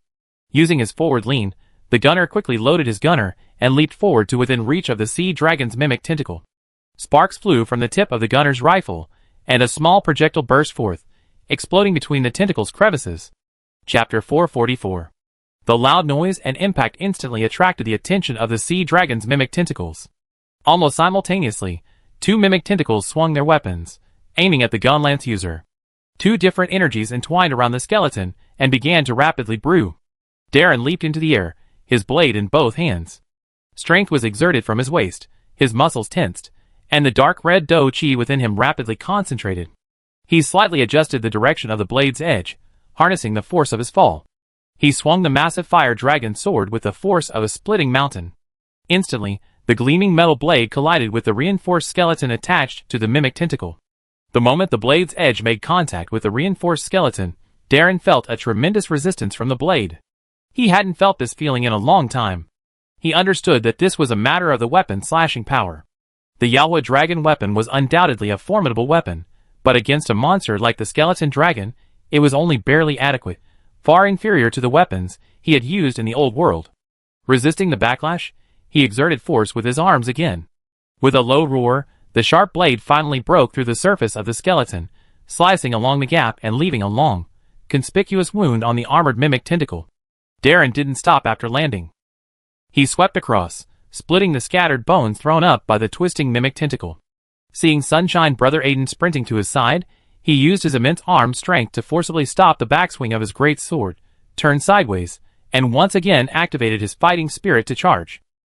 A fireball rained down from the sky, but Darren ignored it, his eyes fixed on the base of the mimic tentacle not far away. A scorching heat washed over him. As the fireball threatened to engulf him, Aiden raised his small shield and precisely positioned himself between it and Darren. He took a deep breath, then, relying on his tiny shield, he absorbed the massive fireball head-on, not even stepping back, creating a fire-free zone for Darren behind him. The fireball's explosion vanished as quickly as it had come. Before the flames in the air had completely dissipated, the impact on his shield had dissipated. Sunshine Brother Aiden leaped sideways, a streak of red dough chi, the same as Darren's, slashing across his crimson armor. He rapidly charged his energy on the spot. In the next second, Darren had completed his third charge. His massive blade sliced through the air, shattering the scattered flames ahead. Everything it passed through dissipated. With immense force, the blade slammed into the thick skeleton. With a dull thud, a large piece of bone flew away, revealing the tentacle beneath, still dripping with blue slime. Even the mimic tentacle, capable of entwining and wrestling with a large sea dragon in the ocean, began to waver under this blow, abruptly interrupting the second fireball that had been gathering above it. Darren wasn't afraid to resort to swordplay. After his successful strike, he rolled forward, half kneeling on the ground, using his sword as a shield, diagonally blocking the door-sized blade to his side, preemptively guarding against the next attack from the skeleton dragon, which might take advantage of his lack of strength. But the mimic tentacle had no time to strike back at Darren. Just as Darren rolled away, Sunshine Brother Aiden finished his charge. He launched a powerful right foot and lunged forward at the tentacle, now without the bone fragments, his one-handed sword dancing in a rhythmic rhythm. Each swing was the perfect moment to charge his Do-Chi. As short weapons, the one-handed sword and the two-handed sword weren't ideally suited for use against large monsters. However, through a series of experiments, the hunters eventually developed an attack method distinct from other heavy weapons. The one-handed sword leveraged some of the Do-Chi charging techniques of the great sword, using multiple, concentrated, charged attacks to inflict multiple targeted damage on large monsters. This concentrated burst of attack made the one-handed sword's overall damage comparable to that of various heavy weapons, including the great sword. Furthermore, because it also carried a shield, it was, in a sense, a lightweight variant of the great sword. After a series of delightful strikes, amid the silent roars of the mimicking tentacles, Yangguang unsheathed the one-handed sword, which had burrowed deep into his flesh, and with a kick of his feet, he quickly retreated, avoiding the skeleton dragon's counterattack. The battle between the skeleton dragon and the hunter team began almost immediately, with both offense and defense. However, the hunters had extensive knowledge of skeleton dragons, while the skeleton dragons were unfamiliar with the hunters. Therefore, even the skeleton dragon suffered a minor setback at first. But a skeleton dragon was still a skeleton dragon, a monster at the top of the ancient dragon ecosystem. This minor injury meant little to it, aside from a slight loss of face. Years of experience had allowed him to quickly grasp the hunter's patterns of action. His attack style also evolved from the initial brutal and unpredictable attacks against large monsters, seemingly powerful but inaccurate, to a less powerful but more controllable attack pattern, with greater speed and frequency, more suited to targeting smaller creatures. Suddenly, a variety of small, dense arcs of electricity and fireballs continuously appeared on the battlefield. Combined with the numerous tentacles lurking beneath the sea of bones, which could emerge at any moment, the battle suddenly devolved into a situation where the skeleton dragon was suppressing the three hunter teams. Fortunately, all the hunters had anticipated this development. Fighting an ancient dragon is a protracted and dangerous endeavor. The transition between offense and defense is extremely rapid. In such a battle, hunters often seek opportunities to counterattack during the gaps between the ancient dragon's attacks, rather than steadily suppressing it as they would with ordinary monsters.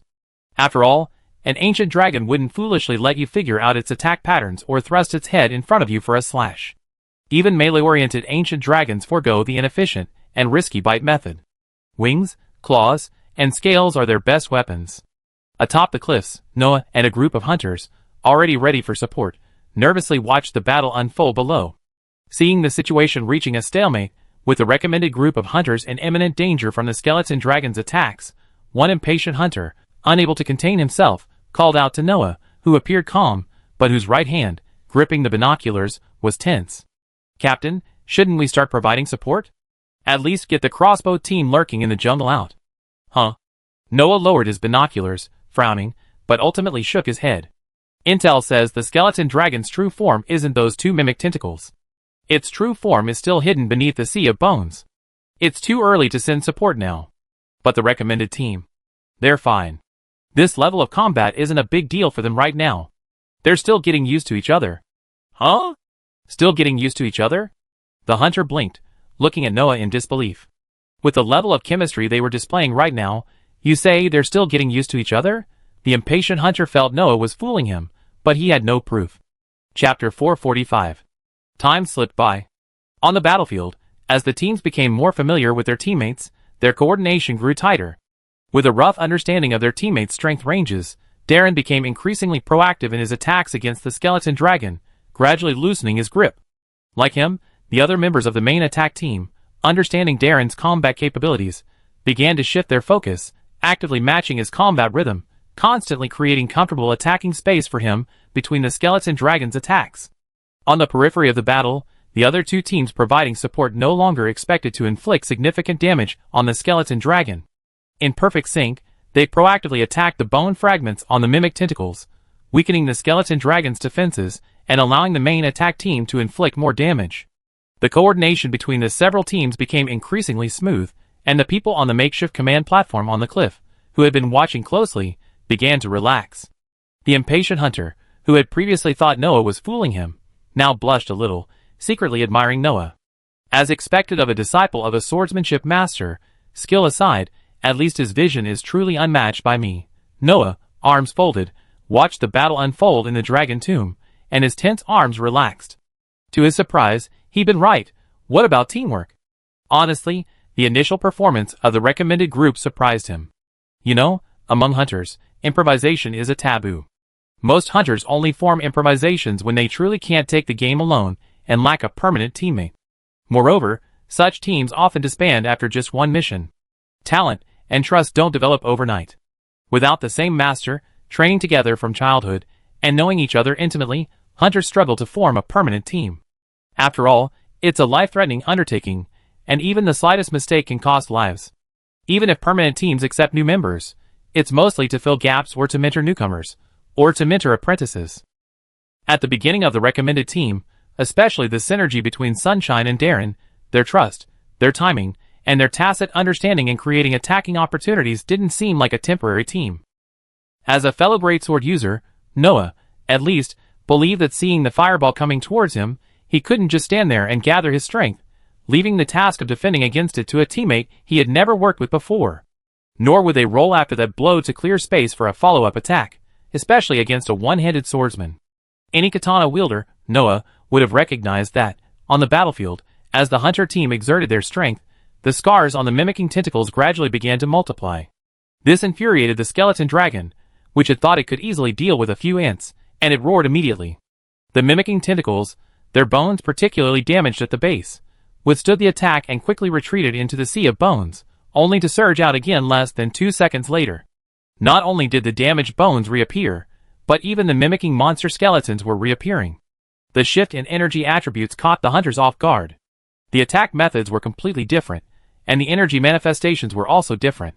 Especially this time, one of the tentacles was equipped with the bones of a dragon slayer. The scorching blade synergized with the other lightning dragon mimic tentacle, one at distance, the other at close range, once again gaining the upper hand. The serious skeleton dragon mastered its various mimicry techniques, its diverse attacks incorporating the fighting style of its original owner. At that moment, the hunters felt not as if they were surrounding the skeleton dragon, but rather as if they were surrounded by a vast army. The constantly changing and randomized mimicry, the different combat styles, and the energy attacks of varying attributes were a dizzying sight, leaving the hunters no chance to adapt. Hunters, who had initially thought they had leveraged their synergy and adaptability to launch a counterattack, were forced to shift to the defensive again, searching for a chance to break through the dizzying onslaught. The battle became increasingly intense, and the sky above the dragon cemetery began to experience unusual celestial phenomena due to the shifting energy attributes. Even the recommended hunters began to take drugs to maintain their condition amidst the volatile attacks. As the battle seemed to be heading in a negative direction, finally, 2 individuals stepped forward. Darren used his gun lance to block the chance of a brute jaw's mimic tentacles bite.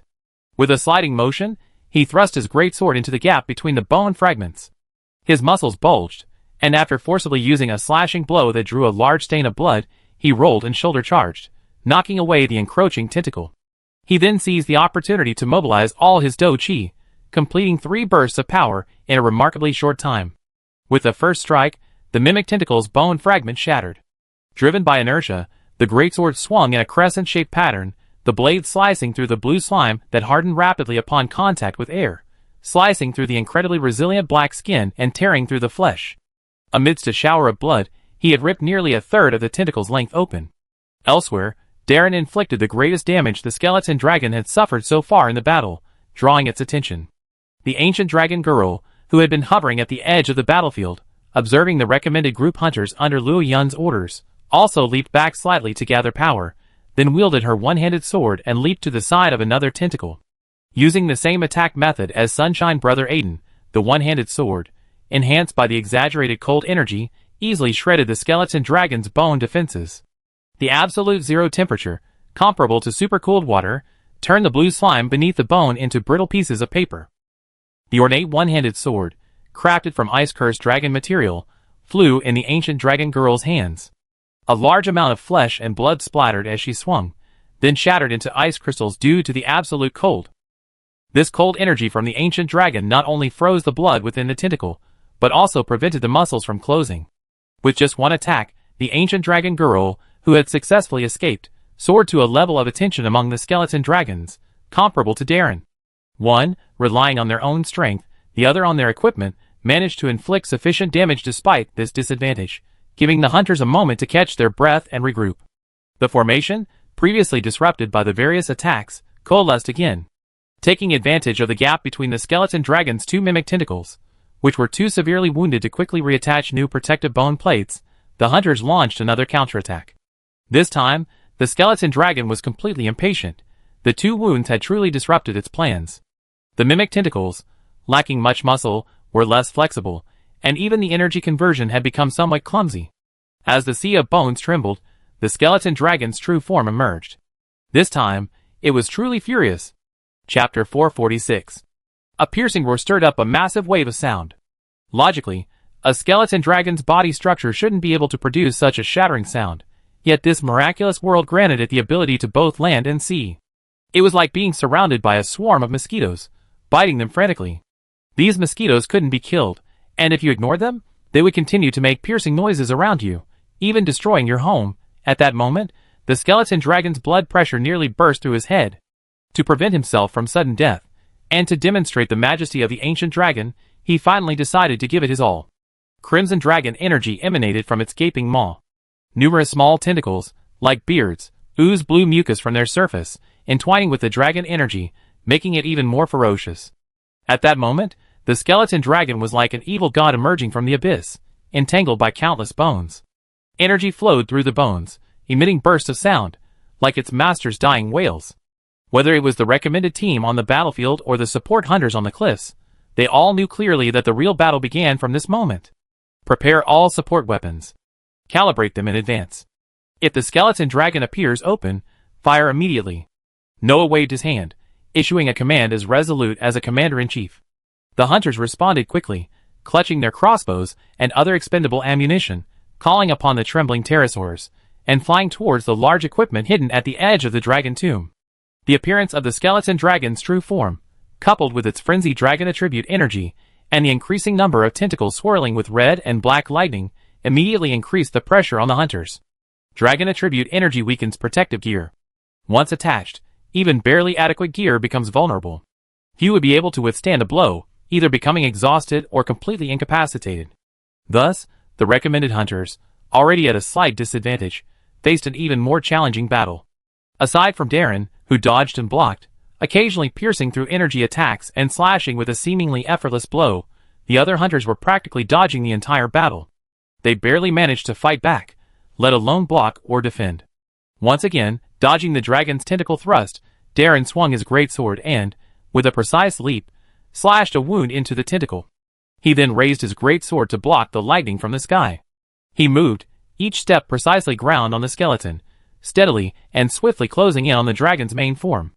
The next second, a subtle clang echoed from the greatsword in his hand, causing Darren, who was advancing, to pause. The next second, he decisively rolled backward, rejoining his squad. Beneath his visored helmet, Darren's brow furrowed slightly. Since morning, the battle had raged on and off, slashing and blocking. The blade's slashing power had been severely damaged, and its durability was severely worn. If he didn't repair and polish it quickly, even if he managed to close in on the skeleton dragon, the sword, with its diminished slashing power, wouldn't be able to inflict much damage. If he couldn't even break through the skeleton dragon's defense, that would be a real headache. Taking a deep breath, he quickly gathered his strength and slashed through the attacking mimic tentacles. After taking a hit from the electric arc, Darren rolled behind the gunlance user and quickly reached out to pat him on the waist. Upon receiving the information, the lancer unhesitatingly raised his shield, taking a defensive stance and firmly blocking Darren's path. Seeing this, the support team, under the cover of the team leader, the lancer, quickly advanced, taking over from the combat team to distract the skeleton dragon's primary attention. Darren quickly pulled a whetstone from his backpack, turned his greatsword around, and quickly located the blunt edge. Amidst a shower of sparks, he began sharpening it rapidly. As a seasoned hunter, he knew exactly the angle and force required to quickly repair a blunt edge. While this wouldn't restore the weapon's durability, it would at least eliminate any immediate offensive challenges. Crossbow fire. At the same time, Noah, who had been keeping an eye on the battlefield, issued the corresponding command. The crossbow, hidden in the nearby jungle, quickly aimed at the skeleton dragon's main body and its two mimic tentacles.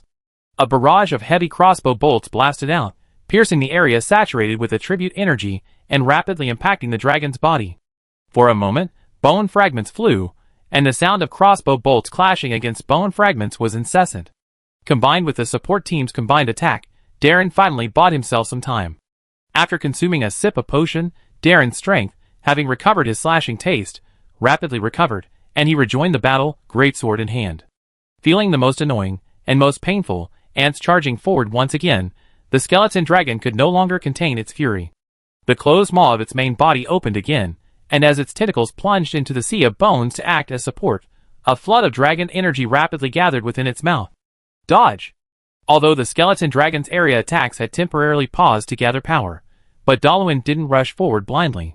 Instead, he quickly alerted his surroundings, sheathed his heavy sword, turned, and leaped without hesitation. The next second, a crimson dragon attribute laser blasted out.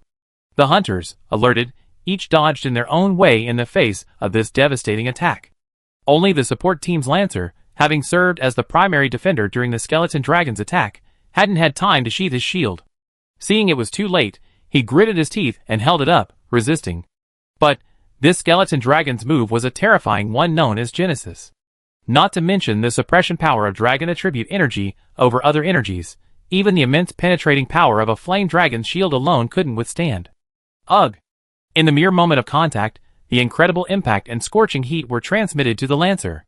The crimson laser pierced through the sky and earth, and even desperate shields were powerless to resist. As the spear user's form began to stagger and his once heavy shield began to crack, the longbow user, already out of Genesis's range, quickly reloaded his arrows, drew his bow, and fired at the skeleton beneath the dragon.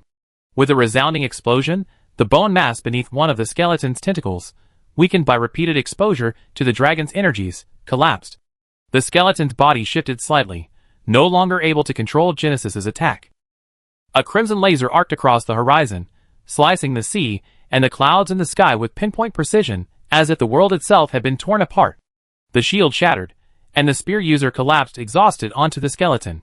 The ancient dragon girl's teammates rushed forward, throwing several smoke bombs to obscure their view, while quickly dragging the spear user away, unable even to grab their weapons.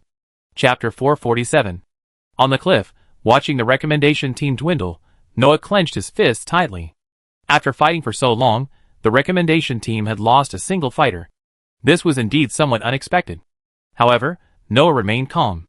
Despite his shock, he immediately ordered the artillery team to fire their shells to cover the evacuation of the spear user. A group of healers and cats had already prepared a stretcher, ready to provide immediate treatment.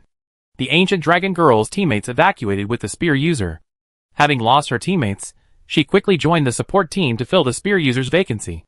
The battlefield was suddenly missing 2 hunters, one of whom was a spear user, which further increased the pressure on the recommendation team's defense. Darren, who had countered the tentacles with a slash, did not follow up with a flying cross slash. Instead, he quickly retreated, freeing his left hand to make a few quick hand gestures. The lancer, rushing forward to assist Darren, paused. Though somewhat baffled, his instincts as a kingdom hunter swiftly reacted, quickly swapping places with the ancient dragon girl, transitioning from the combat team to the support team. This was a pre-planned response. After all, during a hunt, the primary defender is most vulnerable to failure. Darren's gesture meant to swap defenders with the support team, giving the combat team's primary defenders a moment to breathe. However, this time, the lancer from the support team was at risk, and the ancient dragon girl, a one-handed user, was stepping in to fill in. Was this truly the right decision? Both the gun lancers and the commanders observing the battle were perplexed by Darren's arrangement. Wouldn't this exchange compromise the team's safety? However, the battle unfolded after the exchange, surprising everyone. Without the gun lancer's protection, the team was indeed in constant danger from the skeleton dragon's attacks, but their individual abilities were fully unleashed at this moment. While the ancient dragon girl and the longbow master didn't perform particularly well, Darren and Sunshine suddenly stood up. They braved the skeleton dragon's energy barrage and rushed to its core. Without further discussion, Sunshine Aiden took the lead, proactively taking on the scattered tentacles, creating more space for Darren's attack. Darren sheathed his great sword and, with lightning speed, dodged each attack narrowly, leaping beneath the skeleton dragon's core, unleashing a rapid, charged slash. If Luo Yun were present at this moment, seeing the liberated Darren fighting, he would surely shout, "Old gold." A normal hunter, even with concentration 3, needs about 2 seconds to charge Dochi 3 times. In his youth, the sword master could compress this time to nearly 1 second, allowing him to play a leading role in numerous battles against the ancient dragon. But what about Darren? With concentration 3, he could quickly complete 3 charge phases before each swing, attacking at a faster rate than even an ordinary greatsword user without charging. You have to understand that charging Do Chi for a greatsword user takes a heavy toll on the body. 3 charges not only require the hunter to concentrate all his strength, but also cause every muscle in the body to writhe with pain as the strike strikes. Therefore, even legendary hunters, like the sword master, often pause briefly after completing a set of true charge attacks in battle, seeking another opportunity to recharge. But now, Darren's seemingly insignificant muscles, hidden beneath his armor, swelled slightly, his entire body flushed red, veins bulging, and blood rushed through his body as his powerful heart pumped. 3 charged strikes followed by 3 more, each one capable of piercing the defenses of the skeleton dragon's tentacles, leaving a trail of blood. Though such wounds were insignificant for a skeleton dragon of his size, even the smallest amount of bleeding accumulated by a small knife could be significant. For a moment, Darren alone drew the skeleton dragon's attention, significantly reducing the pressure on the others. Is this still human? Even the sword master in his youth couldn't achieve this level of skill, could he? On the cliff, the impatient hunter watched Darren's battle below, his blood boiling.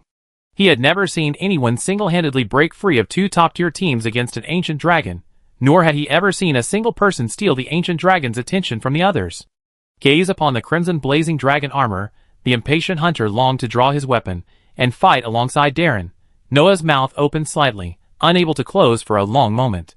A fellow greatsword user, and a genius at that. He had originally assumed that while his own strength was slightly inferior to that of the recommended hunters, the gap was, at most, similar to the gap between his grandfather, the commander-in-chief, and the sword masters. Having been mentored by a sword master since childhood, he had always believed that a sword master was the pinnacle of hunter prowess. Even a grand captain, with his inhuman physique, was only a 50-50 match for a sword master. Noah, who had always aimed to become a master swordsman, finally understood at this moment what it meant to be someone better than you. Every swing of Darren's sword felt like a blow to his heart, demonstrating to him what a true legendary hunter was, showing him why the 5th group, with its multiple recommended groups, had been delayed for a full week just to wait for him. This was true strength. Darren's performance inspired everyone on the battlefield. Even the ancient dragon girl had to admit that this hunter, who had commanded the fire dragon boss's close attention, possessed extraordinary power. This was an ancient dragon, not some ordinary monster. Originally, the ancient dragon girl had assumed that the hidden forces led by Aki would ultimately handle this battle, and that the hunters alone would at best weaken the skeleton dragon. She had already prepared to retreat once the fight reached a critical point. But judging by the current situation, the hunters seemed to have a fight on their side. With Darren's power, the situation on the battlefield began to shift. The talented players in the recommended group no longer held back.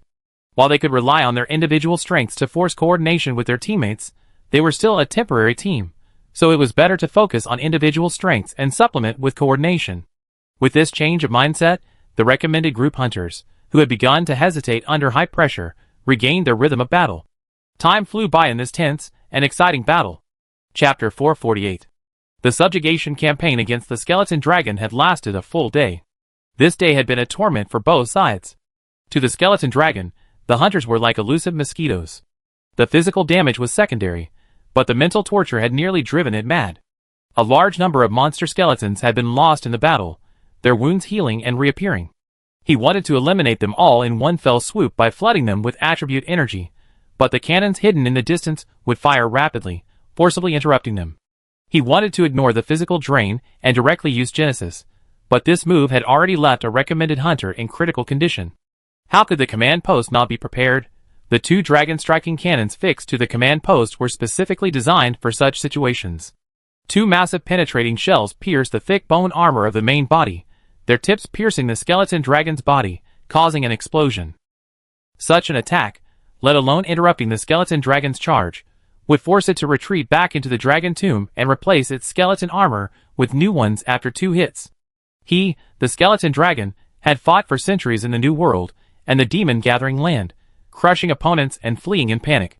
But none of his past battles had ever felt so frustrating. He clearly felt these ants weren't very strong. Aside from the one who frequently rushed forward to slash him, only the ants wearing the faint aura of ancient dragons posed a slight threat.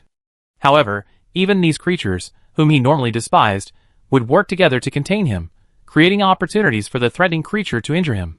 Facing an opponent it had never faced before, the skeleton dragon felt a mixture of anger and unease. How bizarre! Today's experience was truly bizarre. Delicious food had arrived this morning, so how could it have turned out like this just a short while later? And the hunters, aside from Darren and Sunshine, the other recommended hunters, including the ancient dragon girl, were now stretched to their limits both mentally and physically. Even though there had been day-long battles with high-niche monsters in the past, there was no comparison. Fighting ordinary monsters was mostly hand-to-hand combat. After the occasional energy attack, the monsters would consume a significant amount of energy, leaving them exhausted and weakened for a period of time. This allowed the hunters a moment to catch their breath, perhaps even expanding their victory and taking down the monster in one fell swoop. But what about the skeleton dragon? Even after enduring so many attacks, its attribute energy attacks continued uninterrupted, its state remaining at an extremely high level. This balance of forces, even with the aid of ranged devices and the extreme drain on their stamina, still had a significant impact on their combat effectiveness. Thus, at night, the weather seemed to set the stage for this battle. A huge full moon hung in the sky, cloudless, its bright moonlight streaming down the ground, illuminating it like daylight, without affecting the hunter's vision at all. But at this moment, the only ones still within range of the skeleton dragon, or even chasing it, were Darren and Sunshine. The other hunters had been forced to move slightly further out due to the skeleton dragon's frequent energy attacks, and their targets had shifted from the skeleton dragon itself to its two mimic tentacles. Sunshine Brother Aiden used his giant shield to dispel the encircling tentacles, and leaped back to avoid the next attack. From beneath his helmet, he caught a glimpse of Darren, surrounded by a swarm of tentacles brimming with dragon energy. He continued to wield his great sword with ease, leaping up and down, constantly trying to seize the initiative. The opponent's charge slash seemed to have remained unchanged over time, his entire body brimming with energy, like a monster. This alone demonstrates that the gap between people can sometimes be even greater than that between a fire dragon and a great thief dragon, but Sunshine Brother didn't realize that Darren was also feeling a bittersweet feeling of his own. After such a long battle, he had clearly perceived the stark difference between the ancient dragon before him and those he had encountered in the past. While its attack power alone, aside from the attacks launched by its true form, seemed slightly inferior to that of an ordinary ancient dragon, its vitality was truly exaggerated. After a day of fighting, an ordinary ancient dragon, while not suffering life-threatening injuries, would at least appear somewhat weakened, right? Just like the Chelan he had previously repelled, its lightning-enhanced state only lasted a brief half-day before it had to be dispelled due to excessive stamina. After a couple of hours of rest, it re-entered its lightning-enhanced state. Conversely, the skeleton dragon's dragon-like entangling state remained unchanged after its true form emerged. Its two mimic tentacles continued to erratically transform various energy attributes, and its true form occasionally attempted to eject Genesis. He chopped off its smaller tentacles one after another, only to have them grow back moments later. Putting aside its combat power, this vitality alone was enough to give the skeleton dragon the upper hand against ordinary ancient dragons. This vitality truly exceeded Darren's expectations. For Darren, who habitually assessed every monster's stats before every battle and planned his battles accordingly, he hated such unexpected events. But the battle had already begun. With his extensive experience battling ancient dragons, he knew he had to fight with all his might, otherwise he would be easily overwhelmed by the dragon's reliance on vitality and resilience. This forced the initial repulsive attack to become a defensive one, relying on massive manpower and resources to attrition the ancient dragon until one side retreated. Crack! As Darren's greatsword descended with another true charge slash, the ominous sound of a faint sound emanated again. Ordinary weapons struggled to withstand Darren's combat style, using charge slash as a normal attack. Even the Yahweh Dragon greatsword struggled to sustain such a prolonged battle. Just as Darren began to consider whether to temporarily distance himself from the dragon skeleton to polish his weapons and conduct further inspections, a resounding dragon roar echoed from deep inland. On the command platform, Noah raised his binoculars and peered into the forest. After searching for a while, he finally located the creature responsible for the roar. Under the full moon, a large black hedgehog frantically flapped its wings, hurtling towards the battlefield like a black meteor. Chapter 449. It's Nergigant! Someone exclaimed. Noah clenched his fists, staring intently at the rapidly approaching Nergigant. Is this creature here to aid the skeleton dragon, or to cause trouble? Over the years, the research team's understanding of Nergigant has been deeply divided. Some scholars believe that Nergigant is an integral part of the New World's ecosystem, that it and the ancient dragons of the ancient dragon fairy are in a hostile relationship, and that it is crucial to preventing the ancient dragons from causing excessive damage to the New World. This argument is supported by the fact that during the previous battle with the floating mountain dragon, Nergigant displayed a strong desire to fight. Other scholars believe that Nergigant has a deep connection with the ancient dragon fairy. It is precisely because it has collaborated with the entity that caused the ancient dragon fairy, attracting the ancient dragons to the New World through some unknown means, and then preying on them, that the frequency of the ancient dragon fairy has increased over the years, making it one of the main culprits behind the ancient dragon fairy. Regardless of their perspective, the only thing scholars agree on is that Nergigant has a profound connection to the ancient dragon fairy. Thus, before the subjugation campaign against the skeleton dragon, the most discussed issue was whether Nergigant would come to its aid if the skeleton dragon, the mastermind behind the ancient dragon fairy, came under attack. The investigation team had already developed several contingency plans, even preparing for the possibility that Nergigant's involvement might lead to the failure of the subjugation campaign. Furthermore, the investigation team believed that whether Nergigant would appear this time would be a good opportunity to determine its true identity. If it didn't, it would mean that Nergigant was merely a sustainer of the ecosystem. If it appeared, it would immediately prove that Nergigant was one of the culprits, and their stance towards Nergigant should be determined. Since Nergigant has appeared, we can declare this subjugation operation a failure. Wait! What are the flame dragons doing? Noah, who was about to announce his retreat according to the plan, hadn't finished speaking when he saw a large group of flame dragons soar into the sky, attacking Nergigant in their mortal forms. Roar! Follow the king's orders. Expel all creatures that might interfere with the battle. The monster civilization that Luo Yun had maintained for so many years truly showed its fruition at this moment. In the past, when faced with an ancient dragon, the first reaction of the ancient tree fire dragons was to evade, only attempting a counterattack when there was no escape. But now, the flame dragons obey the king's orders. Even if it's an ancient dragon, so what? Even if it fights to the bitter end, they will carry out the king's orders to the letter. At this moment, Nergigant, sensing the abundant energy, felt his mouth water. After being severely injured by Luo Yun's scheme, although his own healing powers quickly recovered from the damage, the deepest level of life energy depletion was too great. Not only did he lose the energy he had absorbed from the gnawing insects, but he also consumed a significant amount of his own stored energy over the years. The Nergigant's silence over the years wasn't due to his recognition of his mistakes, but rather to the excessive depletion of his life energy, so great that he dared not pursue ancient dragons at will. He could only constantly hunt battle-hardened monsters in the Dragon Crystal Land, slowly restoring his energy to peak condition. This time, he had only intended to return to the Great Anthill Wasteland to see if he could encounter creatures like the gnawing insects, allowing him to once again experience the feeling of gaining something for nothing. Unexpectedly, just as he flew over the Grand Canyon, he sensed the energy fluctuations there. When the skeleton dragon became enraged, its bright ancient dragon aura and continuous output of life energy acted like a beacon, guiding the path of the moth, Nergigant. But now, the fearless swarm of flame dragons before him intensified his rage. Already terrified, Nergigant was unsure how long the skeleton dragon would remain there, and he was deeply anxious. But these flame dragons stubbornly blocked his path. For a melee-focused ancient dragon like Nergigant, large monsters were not easily dispatched with a single blow. It would take at least 2 or 3 strikes to dispatch one. Furthermore, with the combined efforts of the Sunfire dragons, the vortex of flames that had once so irritated the Nergigant not only brought back painful memories, but also further hindered his progress. Roar! Get out of my way! A thorn-covered slap sent a Sunfire dragon spitting blood. Its scales shattered as it plummeted to the ground. But their comrades' grave injuries didn't frighten the Sunfire dragons. Instead, their eyes reddened, and they roared, spewing scorching flames that danced around the Nergigant, continuing their tacit collaboration to delay his progress. Sunfire dragons. Damn it!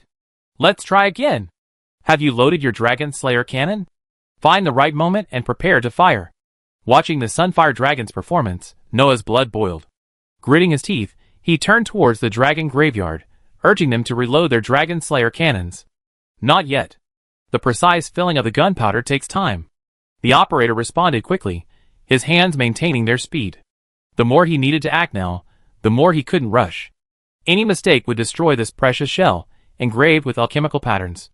Upon hearing the response, Noah clenched his fists and breathed deeply to calm himself. Suddenly, 3 angry dragon roars echoed from the swampy jungle. Facing the moonlight, Aji and the Haohulong couple no longer concealed their figures. With full force, their wings ablaze, they charged towards the Nergigant, which was wreaking havoc among the Yahua dragons. Although they existed as a backup to hunt the skeleton dragons, as one Yahua dragon after another was shot down by the Nergigant, Aji could no longer bear it. He had never had a favorable impression of the Nergigant. When Luo Yun was undergoing his transformation in the Dragon Crystal Land, the creature had attempted to attack him. Since then, he has occasionally appeared near his temporary lair in the Dragon Crystal Land, gazing at Luo Yun covetously. Now, they were slaughtering the luminous fire dragons. How could Aji, who already had a bad temper, hold back? The appearance of Aji and the great fire dragon was undoubtedly a shot in the arm for the luminous fire dragons and the hunters below who, lacking the ability to fight from high altitude, could only watch their companions being shot down by the Nergigant.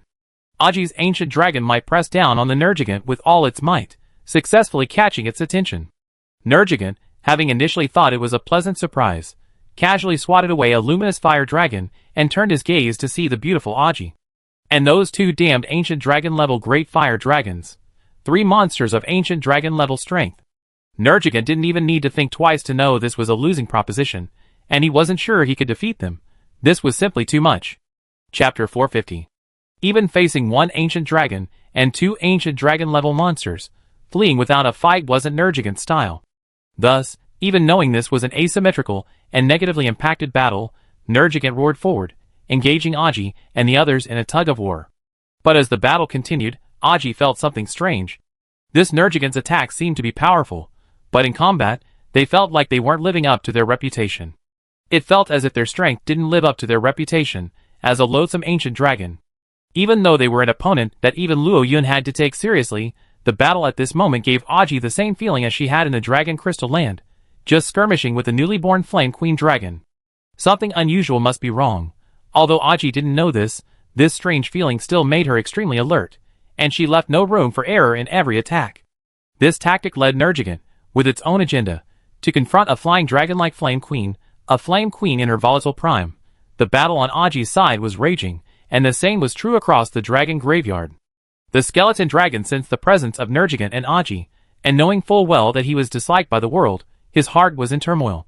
He immediately increased his energy output, his fighting style becoming increasingly frantic. Had Noah not been inspired by the flame dragon and began firing his artillery and crossbows relentlessly, the skeleton dragon's actions might have forced yet another recommended group of hunters to withdraw. In the jungle swamp, little Loren looked up at the battle group on Aji's side, then turned back to the dragon graveyard. On one side, there was a battle among his own kind. On the other, there was the skeleton dragon that had once awakened him, a monster he considered a force to be defeated. 2 choices clashed within him, and for a moment, he was unsure which to make. As time passed, the moon shifted from one end to the other. Not only those engaged in the battle, but even those watching from the command platform felt a sense of mental fatigue. At that moment, a massive explosion jolted everyone from their drowsiness. Noah and his companions quickly turned and rushed to higher ground. Where Aji and his companions were battling the Nergigant, a massive fireball slowly expanded in midair. The intense wind pressure visibly snapped the trees below, and it spread in all directions at a visible speed. Under the combined attack of the 3 dragons, a figure radiating heat and wisps of black smoke fell from the fireball. As Aji and his companions watched, it landed in the river below, splashing high before its aura quickly dissipated. This phenomenon left Aji somewhat baffled. He was well aware of the tenacity of ancient dragons. While the combined attack of him and the Hohydra couple was incredibly powerful and had accurately struck the Nergigant, it wasn't likely they could have dispatched an ancient dragon so easily, was it? Aji lowered her altitude, breaking through the gusts of wind to reach the surface of the water. She carefully surveyed the water, but after a long search, she saw no trace of the Nergigant. Roar! He escaped? The Hohydra landed beside Aji. Its flames touched the river water, sending a thick stream of steam billowing out with a sizzling sound. Yaji didn't answer, and he wasn't sure. His own perception wasn't particularly strong, and he had never encountered Nergigant. At most, he heard Luo Yun and Xiao Guoguo's occasional chats, and their various complaints about Nergigant. For a moment, Undecided, Yaji looked up and roared. Soon, the scattered fire dragons, resting and recuperating, took to the air again and began patrolling the waterway. The fire dragons were tasked with finding Nergigan's whereabouts, while Yaji and the others sought a suitable place to land and recuperate. Whether or not Nergigan truly retreated, the skeleton dragons had to make appropriate preparations. The battle with Nergigan ended with such an abrupt start and a whimper. Even Noah and the others on the command platform, who had been watching closely, had a vague sense that something was amiss. But before they could fully grasp the cause, something unexpected happened on the skeleton dragon's side. As the skeleton dragon's attacks grew increasingly frenzied, the other hunters' health weakened as the battle dragged on. Darren, the most active, was increasingly targeted. Though Darren was still within his tolerance, his equipment had reached its limit. Using his sword as a shield, he once again blocked a strike from the skeleton dragon's mimic tentacle-like form. The massive fireball that followed was unavoidable, and even without a spear or a massive shield, Darren was still inevitably sent flying by the blast. Relying on his immense core strength to maneuver in the air, he landed, rolled several times to dissipate the force, and quickly rose to his feet, ready to charge forward again. But with a lightness in his hand, a crisp snapping sound rang out. The Yahweh Dragon Greatsword had actually snapped. The vast blade had been completely shattered in half. This weapon, crafted from nothing more than the upper scales of a Yahweh dragon, had finally, after enduring a continuous barrage of ancient dragon-level energy attacks of various attributes, and constantly under true power attacks, succumbed to the heavy load, and completely collapsed in the fierce battle. At this crucial moment, the main attacker's weapon had failed. This undoubtedly cast a thick shadow over the hearts of everyone on the battlefield. Support! Brother Yangwang's voice echoed across the battlefield, and the support team immediately rushed towards Darren. Brother Yangwang himself, forcing himself to brace himself, quickly took a secret potion and rushed towards the skeleton dragon's main body, taking over Darren's main attack position. This sudden change on the battlefield was clearly visible from the command post. Captain, isn't it time to cover the recommendation team's retreat? Although they failed to complete the subjugation of the skeleton dragon, they knew the relationship between the Nergigan and the skeleton dragon, confirming the scholar's speculation. Therefore, today's hunt wasn't a failure. After all, the dragon tomb was right here. With proper preparation, they could attack the skeleton dragon at any time. Moreover, the investigation into the Molten Mountain Dragon was imminent. If they expended too many supplies here, what would they do once the investigators discovered the Molten Mountain Dragon's path? Noah frowned at the words beside him. He was unwilling to accept this, truly unwilling. This was his first time commanding a battle. He had consumed so many supplies, and the Hanglong cannon had exhausted all the ammunition they had worked so hard to produce, only to be forced to abandon the battle because Darren's weapon was damaged.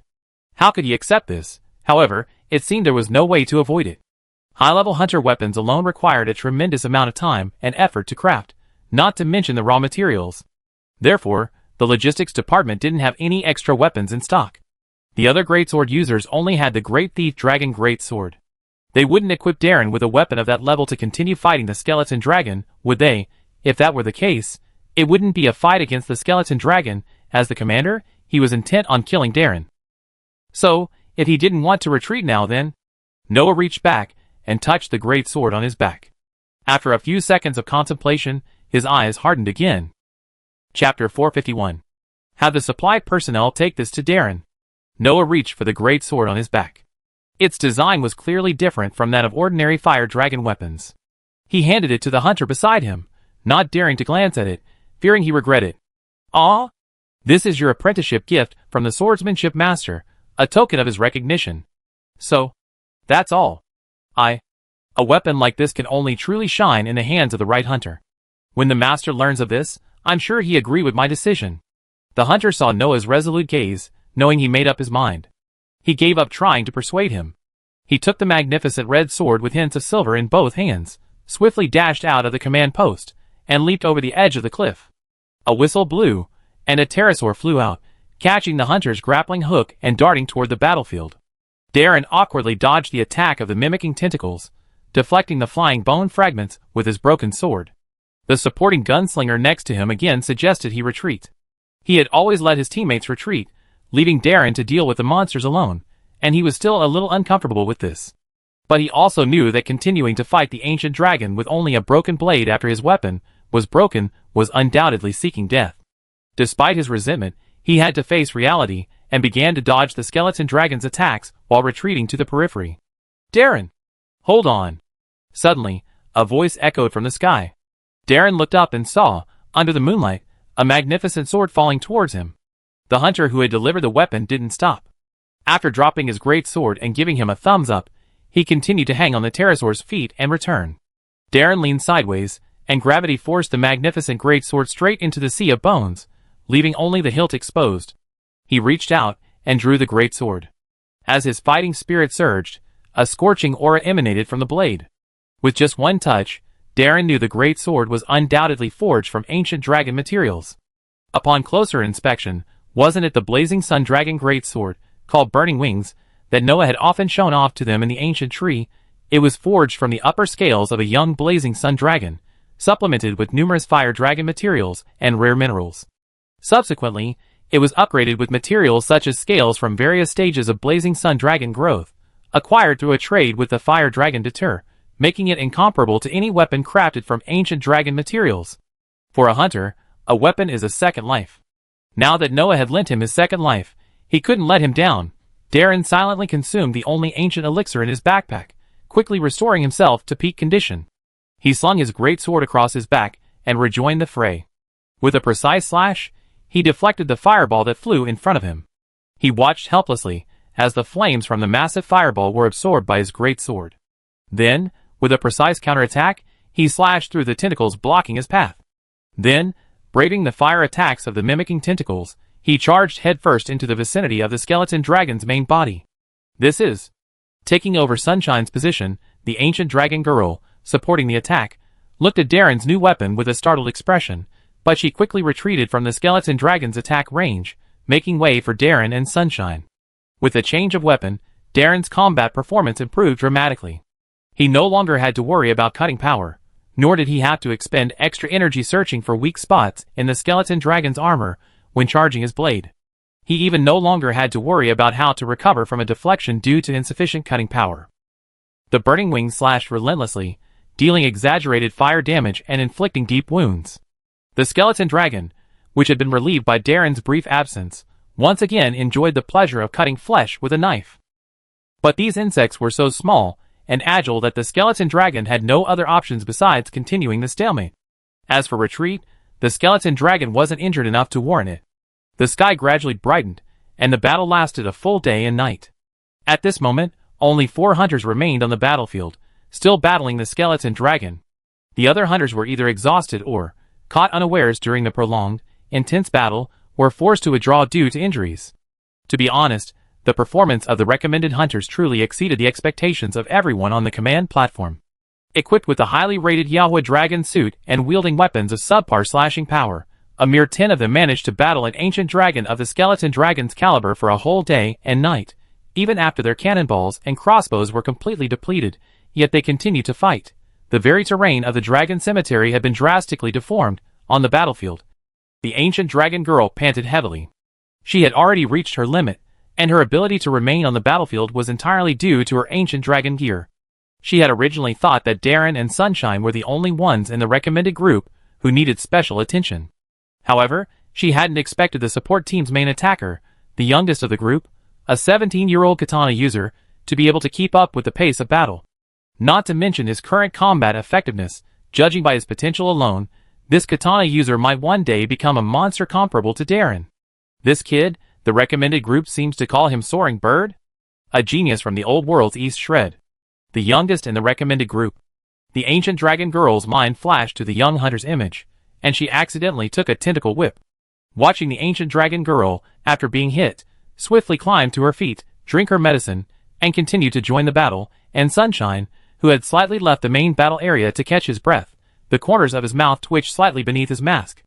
Everyone else had to prepare to retreat after just one hit, but this woman, clad in ancient dragon gear, only needed to drink a potion to continue fighting.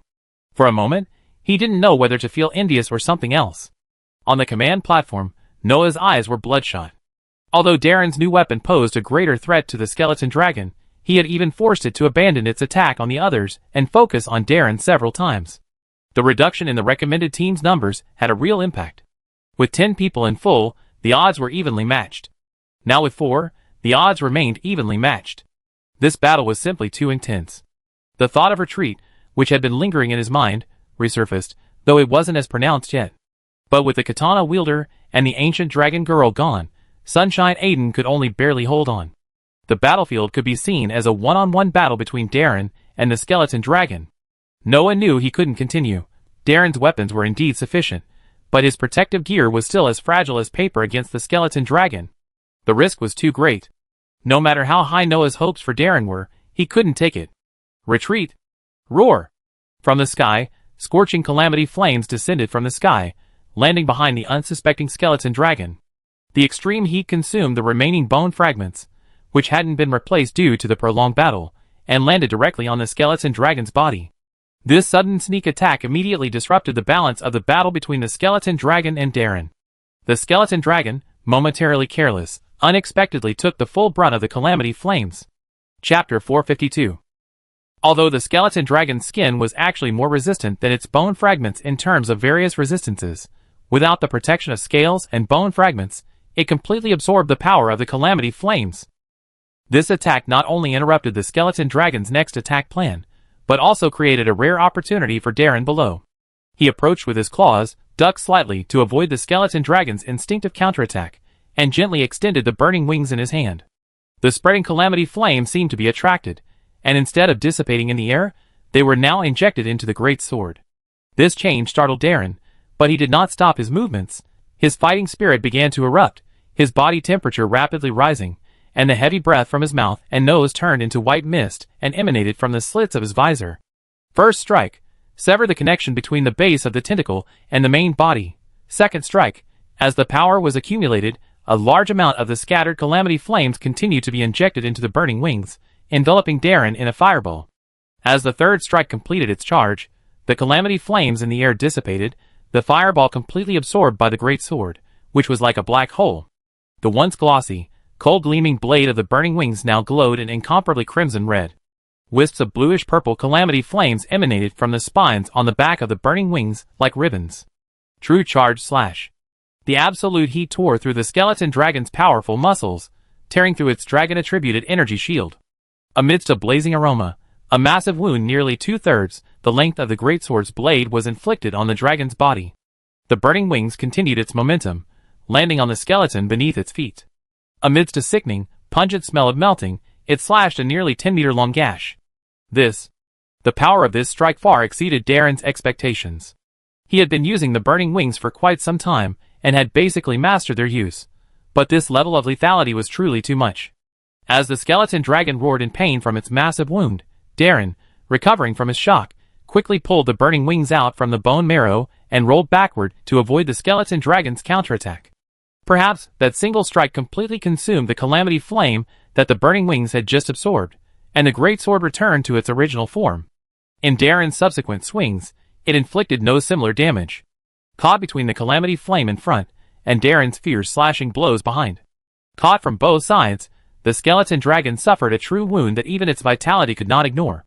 If it endured a dozen or 20 more such attacks, it would probably be ready to retreat. This sudden change once again dispelled Noah's thoughts of retreat. As he watched, little Loren, having successfully landed a blow, burst forth from the clouds, unleashing several more fireballs at the skeleton dragon, interrupting the charging of its mimic tentacles. This sneak attack had been long planned, but the skeleton dragon, having already suffered a blow, wouldn't easily give it another chance. Rather than continue hiding in the clouds, awaiting an uncertain opportunity, it was better to openly join the fray. Taking advantage of the skeleton dragon's current fatigue, he seized the opportunity to inflict more damage. Even if he ultimately fell short, as before, at least this loss would allow Aji to finish the fight more securely. Little Loren's presence made the hunt, which had been increasingly difficult, easier. Darren had just discovered a new use for burning wings, and during battle he would often, intentionally or unintentionally, rub little Loren's tribulation flame, strengthening it before finding an opportunity to deliver a powerful blow to the skeleton dragon. As the battle intensified, little Loren discovered that the skeleton dragon wasn't actually that formidable after all. Now 10 years old, his strength had grown tremendously over the years, and he was no longer the fledgling that the skeleton dragon could easily defeat with a single electric net. With Darren holding him back, the two of them, one in front of the other, one high in the sky, the other on the ground, were overwhelming the skeleton dragon. It felt like there was no point in trying to save anyone. The lightning-powered monster skeletons, which had originally posed the greatest threat to little Loren, had been completely decimated during the day and night of fighting. The remaining ones were either Dragon Slayer skeletons or Explosive Hammer Dragon skeletons, which offered even less of a high-altitude threat. And the Ink Ball Mucus Spray, which didn't use attribute energy attacks, was completely useless due to its slow trajectory. This feeling of being unable to hit, and unable to kill, was an incredible torment to the skeleton dragon's spirit. The more he failed to hit, the angrier he became, and the angrier he became, the more haphazard his attacks became, creating unfounded opportunities for Darren and little Loren to attack. After Brother Sunshine, exhausted and retreating, only 2 dragons remained on the battlefield. If it weren't for the constant pressure of the skeleton dragon's pride at the pinnacle of its ecological niche, he would have seriously considered retreating. No one wants to fight a frustrating battle. Roar! From the other side of the cliff, the great fire dragon questioned Aji. Given the skeleton dragon's current state, if they launched a surprise attack, they would likely inflict severe damage within a short period of time. Even with a focused attack, they could force the skeleton dragon back to the shore, effectively eliminating any chance of escape. Furthermore, if they attacked, the Flame Queen Dragon and Qilin, also lurking in the shadows, waiting for the opportunity to deliver a fatal blow, would certainly not stand idly by. Indeed, the prolonged battle in the Dragon Tomb had already alerted the Flame Queen Dragon and the Qilin. Perhaps they also sensed this was a perfect opportunity to utterly destroy the skeleton dragon, so they concealed their presence and lurked nearby, waiting for the hunters to drain the skeleton dragon's vitality and find the perfect moment to finish them off. If these ancient dragons hadn't lacked a sense of morality or good and evil, they would have been grateful to the investigation team. After all, if the hunters hadn't forced the skeleton dragon to engage in an all-out fight, they wouldn't have been able to lurk so close, and would have been sensed long ago. Roar! Wait a little longer. Aji stared intently at the skeleton dragon, completely unleashing her senses, analyzing its current state from its various manifestations. The skeleton dragon hadn't yet considered retreating, and Darren and little Loren still had enough stamina to inflict considerable damage. So they could wait a little longer. Like Aji, the Flame Queen Dragon and the Qilin shared the same sentiment. However, they had no idea that this wait would stretch out for another day. And, surprisingly, the battle on the battlefield was already over, after little Loren used his adorable star-flying crash to shatter the explosive dragon skeleton on the skeleton dragon's mimic tentacle. The skeleton dragon still didn't withdraw its tentacle into the sea of bones to retrieve a new one. The pitch-black mimic tentacles, drenched in a disgusting blue slime, engaged in a standoff with their tentacles. And now, both mimic tentacles were scarred, each with wounds deep enough to reveal the bone. The dragon tomb did contain the skeletons of other monsters, but those strengthened by the skeleton dragon had been completely consumed. At this moment, the skeleton dragon felt a tinge of fear amidst its anger. His sixth sense was frantically warning him. He seemed to have figured something out. For years, the 4 ancient dragons had repeatedly troubled him, keeping his mimic skeleton population at a precarious level. Perhaps it was all for this day. As ancient dragons hated by the world, no one understood the world's ill will toward them better than they did. Chapter 453. Seeing the wounded little Loren lunge at him again, Darren, his strength seemingly reaching its limit, brandished his burning wings, specially fortified with tribulation flame by little Loren, and continued to dodge his tentacle attacks with nimble steps. The skeleton dragon had to admit, at this moment, he was truly cowardly. A huge life-or-death crisis gripped him. Even with his vitality, he was only between serious and minor injuries. He was cowardly. Once this thought occurred, the skeleton dragon cast aside all his ancient dragon pride. As a dragon who had already saved his life, his thirst for life had reached its limit. As long as it was certain of a threat to his life, he would give up anything. With a roar, the dragon attribute energy wrapped around the skeleton dragon erupted. A large amount of black and red, high-temperature mist, accompanied by the crackling sound of thunder and lightning, rapidly spread, forcing Darren and little Loren back. 2 tentacles swiftly smashed into the bone-crushed ground below, and its massive body bore down into the dragon tomb. At that moment, the sky suddenly became overcast, and a crackling sound of electricity exploded. Accompanied by a blinding flash of lightning, the Qilin-incarnated lightning ball pierced through the dragon-attributed mist. With a tremendous explosion, it abruptly interrupted the skeleton dragon's escape and blasted it out. This wasn't the end. Blue flames ignited from the sea surface. The Flame Queen Dragon, flapping its wings, unleashed hurricane after hurricane of flames, melting the seabed connecting the dragon tomb to the shore. Aji, along with the Halwa dragon couple, unleashed a stream of charged fire in a finished formation, instantly engulfing the skeleton dragon as it retreated to shore. There are so many of them. Even Darren, accustomed to seeing ancient dragons, hadn't imagined he sees so many of them gathered together, even teaming up to take on another one. Seeing the ancient dragon's attack about to reach him, Darren's pupil shrank. He quickly shouldered his great sword and sprinted in the opposite direction. His armor, stained with the dragon attribute energy of the skeleton dragons during the prolonged battle, couldn't withstand the combined attack of the ancient dragons. Seeing the flames and lightning approaching, Darren gritted his teeth and prepared to draw out his burning wings for protection, a desperate bid for his life, when a dragon's roar echoed from above. Looking up, he saw little Loren was just at the maximum range of his hook. Without a second thought, he unleashed his hook towards little Loren, and just as the faster lightning was about to reach him, he soared into the air. Little Loren clutched Darren's hook tightly and flapped his wings rapidly, carrying him away from the battle area. On the command platform, Noah, fists clenched tightly, let out a long sigh. Just a moment ago, he thought Darren was going to get into trouble. Fortunately, this ancient tree prince had shown some humility, and knew to rescue his former comrades. Now that Darren was no longer in danger, Noah's gaze naturally returned to the battlefield, and he fell silent. No one present had expected things to turn out this way. They had thought they were fighting alone, but in reality, they were actually acting as vanguard for the ancient dragons in the shadows. If they were to say they were unwilling, they certainly were, but more than that, they were pondering the true significance of so many ancient dragons being mobilized together. What would they gain afterward? The initial interception of the floating mountain dragon left behind a wealth of floating mountain dragon materials. While not enough to craft suitable equipment, studying these materials allowed people to gain a deeper understanding of this ancient dragon, a significant benefit. Thus, the investigation team welcomed the ancient dragon's takeover of the battle. The sudden appearance of 3 ancient dragons and 2 ancient dragon-level special fire dragons caught the skeleton dragon off guard and inflicted considerable damage. Gazing at the dragon surrounding him, the skeleton dragon became increasingly convinced that his premonition was correct. The consciousness of nature truly had a murderous intent against him. Such a lineup was enough to suppress and repel him, yet he waited until after he had fought those ants for so long, exhausted all his mimic skeletons, and expended considerable energy before appearing.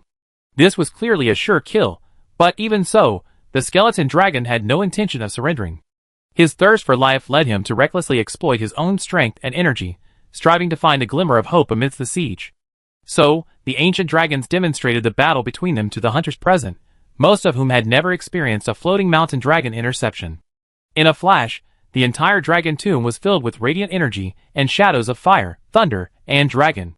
The sky's atmosphere also became extremely extreme as the ancient dragon's energy burst forth, extending far beyond the reach of the naked eye. Unlike the delicate control in the hunter's era, the energy battles between them were large-scale and open, with the main feature being a saturation attack. When faced with some seemingly smaller attacks, they didn't even dodge, relying entirely on their own vitality and defense to withstand them, just to launch an equally threatening attack. Compared to precise hunting, the battles between ancient dragons were even more brutal, the rage within the monster's bloodlines on full display. The surrounding environment constantly shifted during these battles. Breached coastlines were blasted, the jungle was burned to ashes, and even the incoming waves were completely evaporated. The Genesis, which pierced heaven and earth, erupted, ripping the ocean apart. Aji and the others combined, charged breaths scorched the earth. The Chilan, accompanied by flashes of lightning, constantly shuttled in all directions, unleashing fierce and threatening attacks. The Flame Queen Dragon fearlessly engaged in close combat, repeatedly striking and tearing at the skeleton dragon's body amidst the blue flames. Watching such battles made the hunter's blood boil. This primal animality constantly assaulted their senses, leaving their mouths dry. This is nature. One hunter roared, unable to contain his excitement, his eyes bloodshot, unwilling to miss a single detail. In this fierce battle, beyond Aji's and the others' expectations, the skeleton dragon, relying on the suppression of dragon attribute energy, even without its mimic skeleton, still managed to forge a path to safety through its own strength. Watching the skeleton dragon absorb the Chilan's lightning strike, its bones shattering as it leaped into the ocean, Aji and the others felt a sinking feeling in their hearts. I didn't expect it could escape even in this state. Roar! At this moment, an untimely roar of excitement suddenly rang out.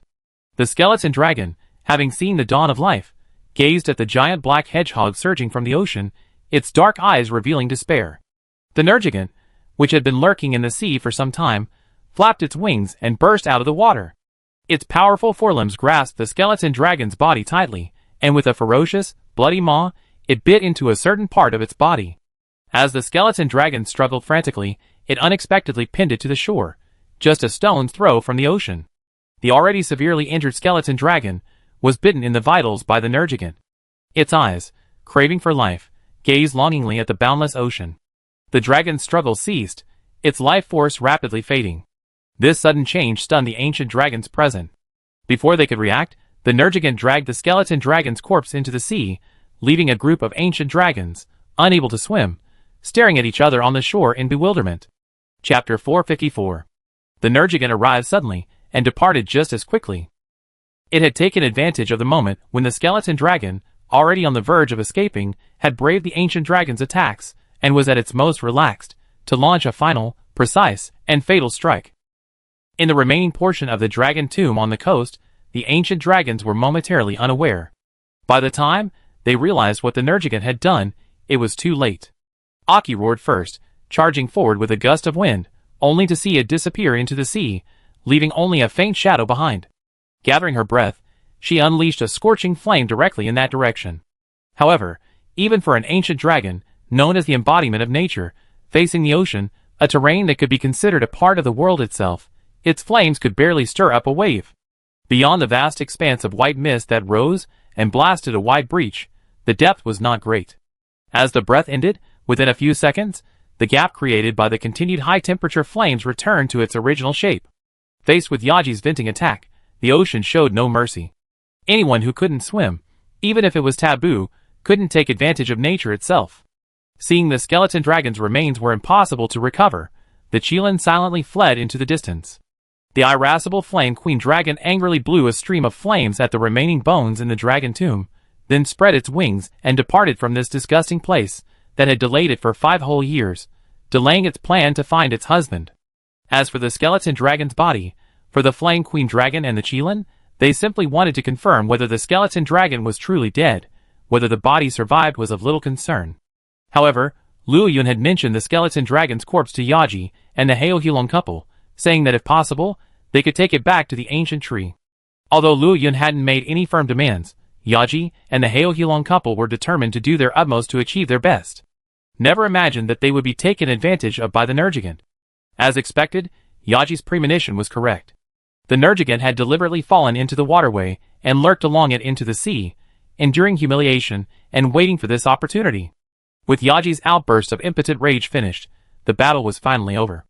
Darren, using a whetstone to maintain and polish the burning wings, felt a strange feeling as he watched little Loren depart with the Yeohulongs led by Yaji. He had never imagined that he would one day be able to fight alongside an ancient dragon. Even though he was still just a young ancient dragon, this was an experience he had never even imagined before. And most amazingly, even though this was their first time working together, they fought with such tacit understanding. This was unlike working with other hunters. There was no need to compromise one's own strengths to accommodate the overall coordination. He simply needed to fully utilize his strengths. When he swung, little Loren would automatically charge his energy. When he dodged, he would unleash a powerful attack, preventing the skeleton dragon from pursuing him further. Even when charging, little Loren would perfectly clear a path for him at the right moment. Man and dragon were like old friends who had worked together for years. No need for verbal communication. Simply observing each other's movements, they could predict each other's next move, achieving near-perfect coordination. The new world, what a magical place. A faint smile slipped across Darren's usually calm face. He was looking forward to the next hunt. This skeleton dragon subjugation campaign ended with such limited preparations. The commander-in-chief had already mentally prepared for failure, but he hadn't expected the hunters to give him such a surprise. Not only was the culprit of the ancient dragon fairy dead, but the hunters even brought back a large amount of ancient dragon materials. Though they were merely scraps shed during the battle, many were incomplete due to damage. But the sheer quantity was incredible. This is undoubtedly a great boon for ancient dragon ecological research on the conference stage. That's how it is. Noah's eyes revealed reluctance, but his tone was resolute. The swordsmanship master glanced at Noah, then at Darren, who seemed a little embarrassed, before chuckling and nodding. Since you made your decision, then so be it. This is an extremely fine weapon. If I weren't already exhausted, I wouldn't have given it to you so easily. You must treat this child well. The swordsman addressed the latter half of his words to Darren. Though his expression beneath the swordsman's mask was unseen, Darren solemnly pounded his fist and pounded his chest, promising to wield this great sword wisely. Though Darren felt deeply embarrassed for having taken Noah's great sword, he honestly felt the burning wings were tailor-made for him. Though the current burning wings were still inferior to the weapons he had used in the old world, the weight, the opening of the blade, and even the appearance of the weapon stabbed him like a thorn in his heart. It had never been so smooth before, not to mention those few strikes, fueled by little Lauren's calamity flames. The sheer force of both physical effects and attribute energy, heightened to the utmost, was truly what he wanted. Seeing the three hunters reach a consensus, the commander-in-chief, who had remained silent, spoke again. Darren, we have recorded your outstanding performance in this battle. This record will be sent to the ancient tree with a transport team shortly. You can also claim rewards from the Blazing Sun Dragon. After obtaining the scales, you can try to communicate with the Blazing Sun Dragon to see if there's any way to obtain other materials. This greatsword still has considerable room for improvement, but you have to acquire the necessary materials yourself. Darren nodded in understanding. The ancient dragon girl had already mentioned this to him on the way back, offering to give him some opportunities to acquire the Blazing Sun Dragon's latest materials. While he didn't know why a shrine maiden would specifically mention this to him, it at least gave him some hope. For Darren, who had already experienced the weapon's special qualities, if nothing unexpected happened, this weapon would become his exclusive weapon in the new world, and indeed for the rest of his life, atop the ancient tree within the palace. Luo Yun carefully listened to the ancient dragon girl's report. Although he had already heard it from Yaji, the ancient dragon girl's report was generally more detailed. Unexpectedly, Boss Nature would be so generous this time, allowing the skeleton dragon's corpse to be taken away by the Nergigan. Could it be that he felt he was being too harsh on the child, and was planning to reward him? Chapter 455. But regardless, the skeleton dragon is dead, and the specific performance of the recommended team is roughly known. Luo Yun's goal has been achieved. How should I put it? A mixture of relief and disappointment. Thankfully, the Blue Star's overall combat power isn't quite as exaggerated as in the game. It doesn't give the impression that killing the unbanned is as easy as killing a chicken. With a little effort and some support, you can kill the taboo. There's always a sense that this guy shouldn't belong to the human race. In my previous life, just watching the game without understanding the background, based on Blue Star's performance, there was no sense of humanity occupying a lower middle ecological niche, still struggling to survive in the world. It was a pure heroic story, although it was certainly enjoyable to immerse yourself in it. And now, it seems that Darren, suspected of being from Blue Star, is still very powerful. He was able to hold off a half-dead skeleton dragon with armor that only served as a skill loader and weapon support, without much defensive power, and a weapon that barely broke through defense. Even after using the great sword, he only demonstrated a combat capability that was threatening even a restricted ancient dragon. For an ancient dragon with such exaggerated vitality, the threat was significant, but not fatal. As long as he avoided traps and a fight to the death, even if he couldn't win, he could retreat safely. As for Lost, as a member of the New World, Luo Yun couldn't avoid the series of troubles that would soon unfold in the New World. The Dark Lantern Dragon was fine, a newborn cub still struggling to even fly. Even with restricted power at birth, it wasn't beyond his reach. Putting aside other things, just pulling the top combat power from the ancient tree would be enough to give the Dark Lantern Dragon a hard time, not to mention the presence of the investigation team. But what about the Earth-Crying Dragon? Although everyone jokingly calls it the Little Dragon, this creature is perhaps the closest to godhood among the released ancient dragons. His combat power might barely rank in the top 3, or even in the top 5. But in terms of his impact on the ecosystem, he is undoubtedly the most outrageous among the released monsters. No ordinary ancient dragon would be worthy of facing him. Recovering from his reverie, Luo Yun immediately saw the ancient dragon girl's expression, as if she was about to speak but hesitated. He lowered his head slightly, and a muffled growl emanated from his throat. After receiving Luo Yun's permission, the ancient dragon girl asked hesitantly, "His strength is indeed formidable, but that is your material, after all, and it contains too much of your power. If the investigation team uses it to analyze your general situation, will it?" Roar. "Don't worry, my strength is far from reaching its limit." Luo Yun's confident growl echoed, and the ancient dragon girl was slightly startled. Her eyes flashed with admiration. After a deep bow, she slowly retreated away from the ancient tree. In the coastal area of the ancient tree forest, at a point connected to the earth vein corridor, the Nergigan violently grabbed the skeleton dragon's main body, dragging its massive form into the cave. Looking around vigilantly, her perception maximized, observing any movement around her. Despite having experienced many failures, Mimizi remained vigilant at this final moment. He didn't attack immediately, but instead stayed by the skeleton dragon's corpse, ensuring there were no creatures nearby that could prevent him from feeding. Finally, unable to contain his urge, his spines erupted, and with bloodshot eyes, he pounced upon the skeleton dragon's corpse, digging his front claws into its flesh, fearing the dragon would suddenly revive and escape his grasp. Nergigan couldn't bear another blow like this, or even he would be driven mad. Fortunately, it seemed that boss nature had finally shown mercy. Understanding the hard work of this arguably best employee, and no longer being stingy with his immense life energy, Nergigan's feeding went surprisingly smoothly. Aside from the sound of waves and the gurgling of magma within the cave, the corridor within the earth veins was completely silent. At first, Nergigan bit normally, using his senses to locate the areas of the skeleton dragon's body that held the most energy. But as time passed, and Darren's life energy flowed into him through his digestive abilities, Nergigan lost its reserve, tearing out mouthfuls of blue flesh one after another, swallowing them whole without chewing. This child was truly starving. This feeding spree lasted a full day. Even the few bones in the skeleton dragon's body were not spared by Nergigan, who devoured them cleanly, leaving not a trace of flesh behind, before casually tossing them into the lava.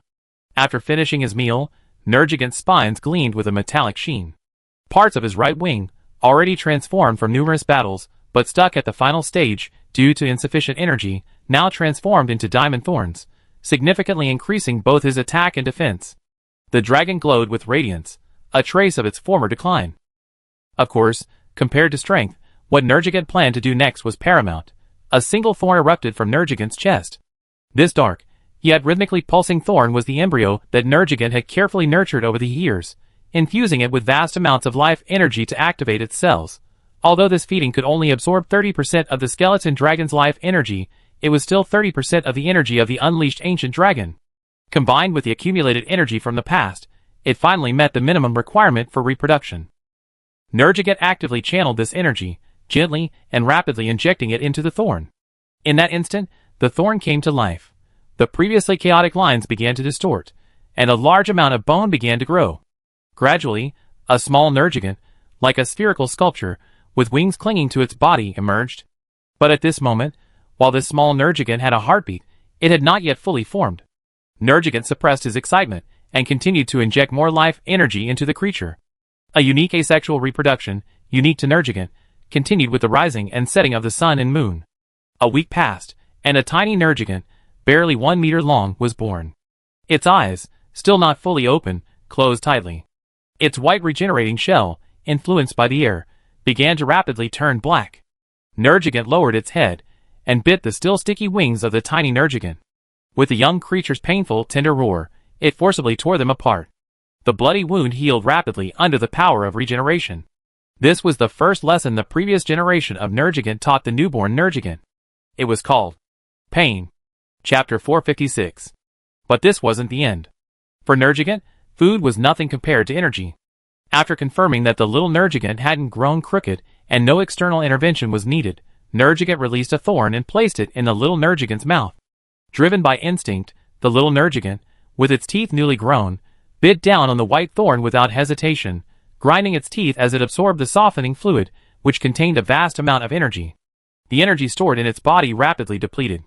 The feeling of fullness from devouring the skeleton dragon lasted only a day before disappearing, but for Nergigan, this was already incredibly satisfying.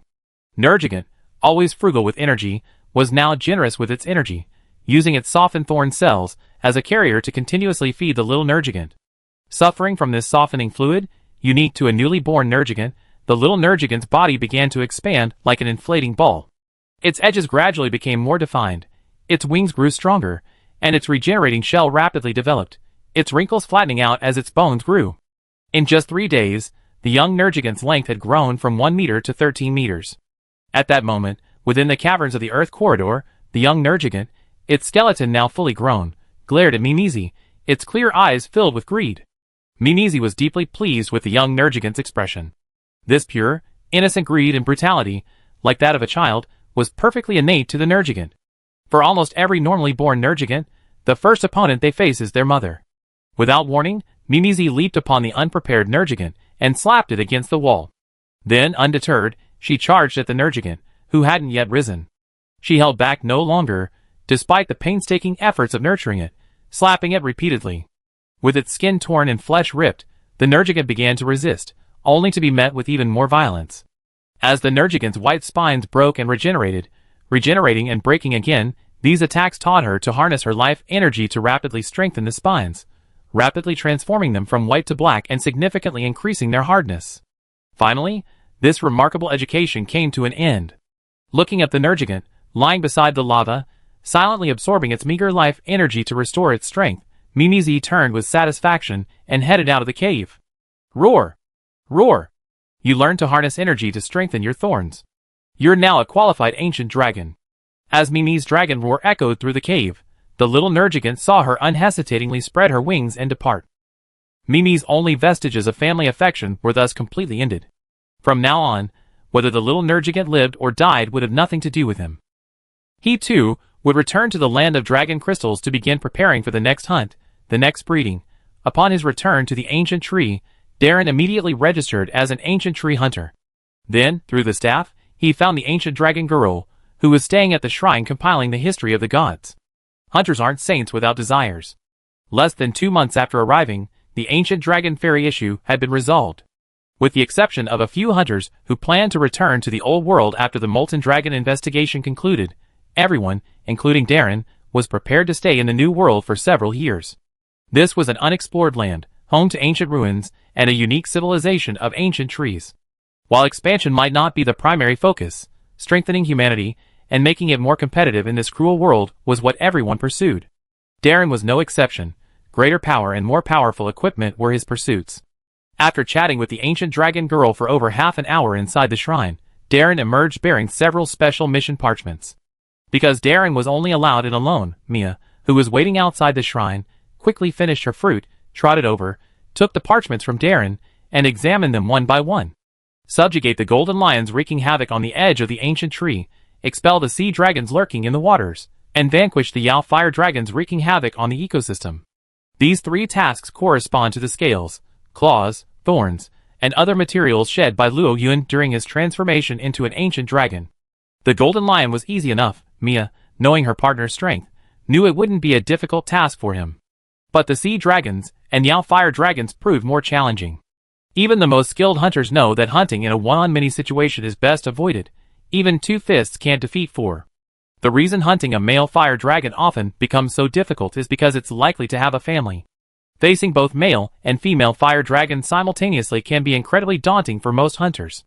Of course, given Darren's strength, the male and female fire dragons weren't a major headache. The gold and silver fire dragons were the ones he didn't want to face. Why don't we go to the guild and ask about the sea dragon and light fire dragon groups? I always felt something's amiss with these 2 missions. I'm afraid one person might be a bit overwhelmed. Mia suggested, putting away the parchment. Darren had no objection. In the meeting hall, Detel, the receptionist, carefully examined the parchment Mia handed him. Not recognizing Darren, he looked at him with some surprise. These 3 missions were the most pressing issues facing the ancient tree right now. As for the golden lions, those 2 had been wreaking havoc at the border of the ancient tree area for a long time.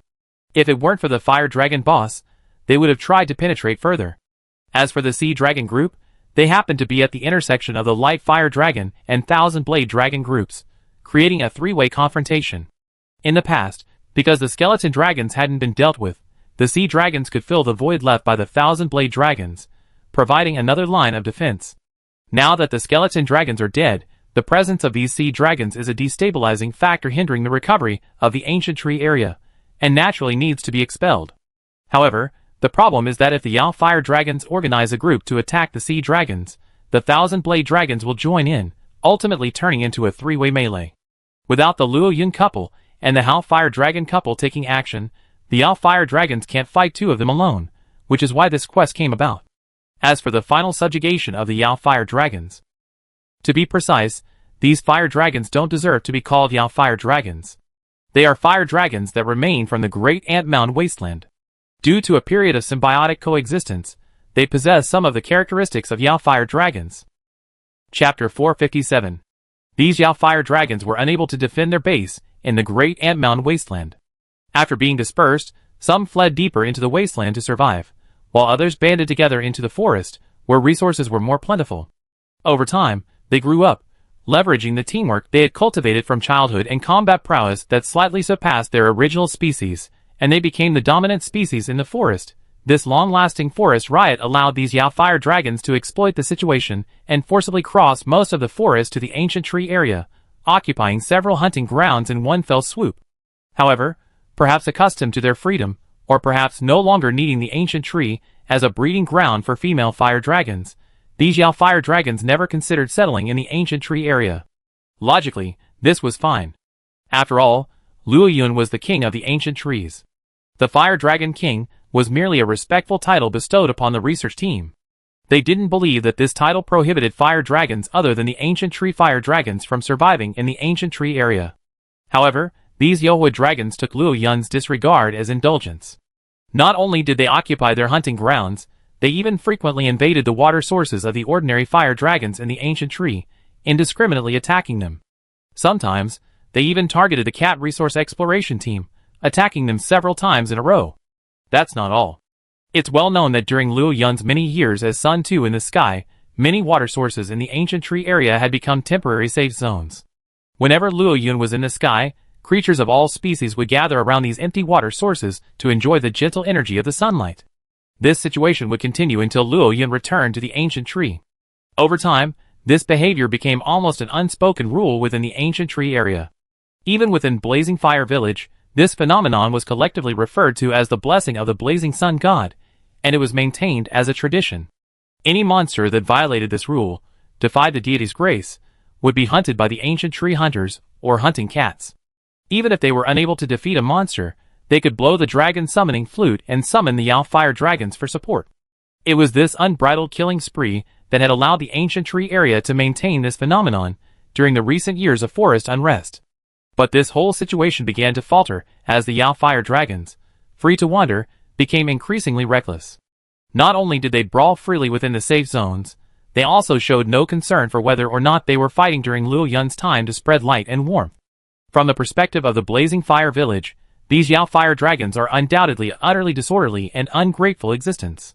They have forgotten that they once provided protection for the Fire Dragon clan, and that it was the Rathalos who painstakingly raised and fed them that prevented them from being abandoned by their clan and starving to death in the great Ant Mountain wasteland.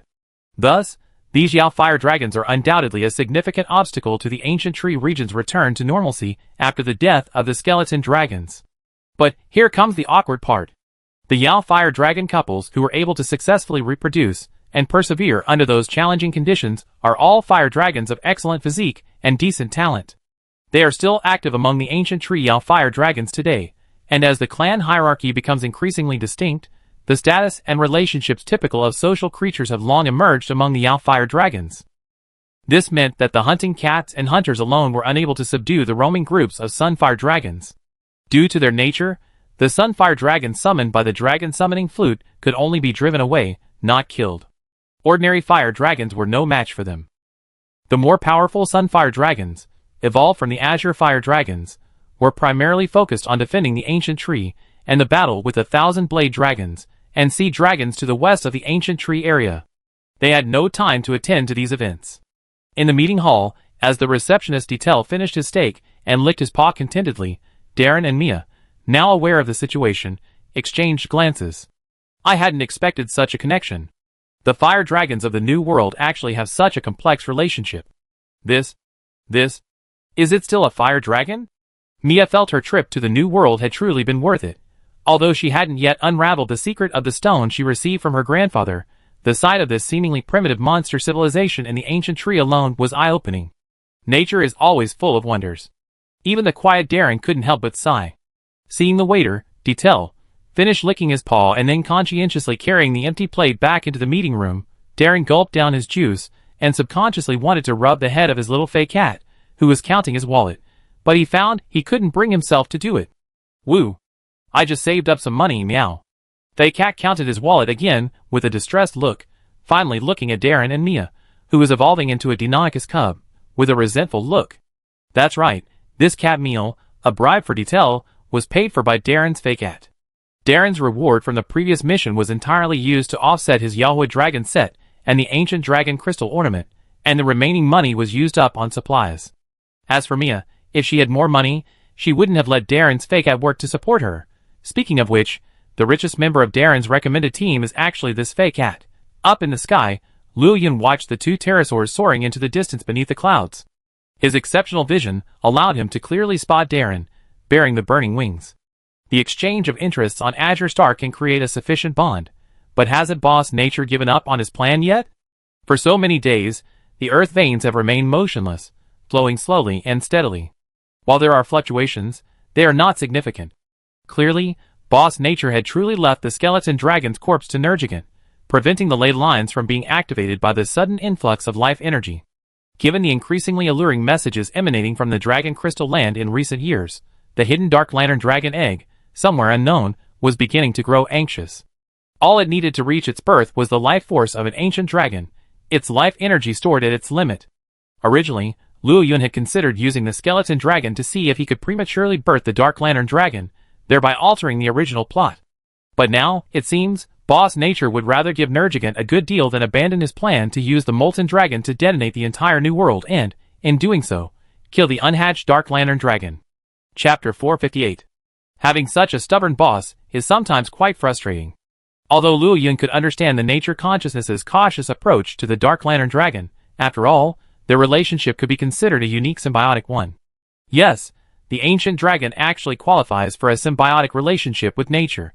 Although it's a time-limited relationship, a life-or-death struggle upon its expiration, it's undeniable that Nature Consciousness will do everything in its power to protect the Dark Lantern Dragon's cocoon until the Dark Lantern Dragon successfully hatches. Otherwise, given the Dark Lantern Dragon's centuries-long release of lifelight that attracts ancient dragons, there are so many ancient dragons in the Dragon Crystal Land, countless of which could be attracted, yet none have been able to find the Dark Lantern Dragon. Is there something fishy going on here? The Nature Consciousness needs the Dark Lantern Dragon cocoon, using its power to continuously attract ancient dragons whose lifespans are nearing their limit, willing to risk their lives even in the face of danger, to the new continent. The Dark Lantern Dragon also needed a vast amount of life energy to unlock its immense potential, surpassing that of a regular Dark Crimson Dragon. This would allow the world to no longer hold it back, allowing it to become the true ancient Dragon King. So the two hit it off. The Nature Consciousness obscured the Dark Lantern Dragon's traces. While the Dark Lantern Dragon cocoon lacked full self-awareness, it instinctively hid within the Dragon Crystal Land to plunder the energy within the Earth Vein corridor. This was the true reason why the intervals between ancient dragon crossings had shortened over the years, from hundreds of years to once every 10 years. The Dark Lantern Dragon absorbed the vast majority of the energy of the deceased ancient dragons. Originally a turning point in the Earth Vein corridor, the Dragon Crystal Land, where life energy overflowed, became even more attractive to ancient dragons because of its presence. The remaining life energy is supplied to the entire New World through the Earth Vein corridors, thus maintaining its ecological environment. However, this creates a major problem. As the New World continues to expand, the remaining life energy after the Dark Lantern Dragon absorbs is no longer sufficient to sustain its expansion. The vibrant ancient forest, located on the outskirts of the New World, especially requires sufficient energy to power it. This means that every 10 years or so, creatures from the forest must be used to fill this gap. Now, the Dark Lantern Dragon has reached its limit in energy absorption. Its juvenile is nearing perfection. If it only absorbs the life energy of a top-tier ancient dragon, it could achieve the remarkable feat of being born with the power of an unleashed level. The Dark Lantern Dragon's transformation is extremely rapid. If it is not eliminated before it transforms into a dark red dragon, its transformation will be a disaster for the entire world.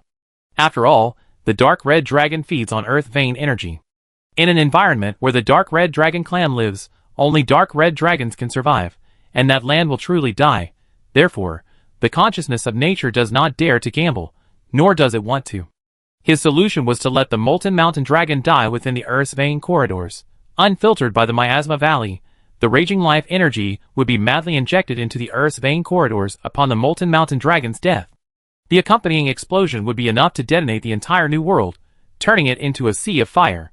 And the Dark Lantern Dragon cocoon within the Dragon Crystal Land would be the first to withstand the self-detonation of a restricted-level ancient dragon at its peak energy. Even if it had hatched, let alone before it had hatched, it would be unable to withstand it.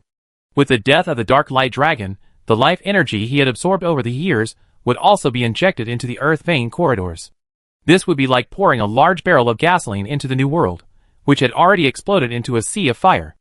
At that point, the New World would likely become a dead land of magma. And of the species currently existing in the New World, with the exception of the ancient dragons and some flying dragons that managed to escape, the rest would be extinct. This cruel outcome would be of little concern to the nature consciousness. It might even be considered welcome.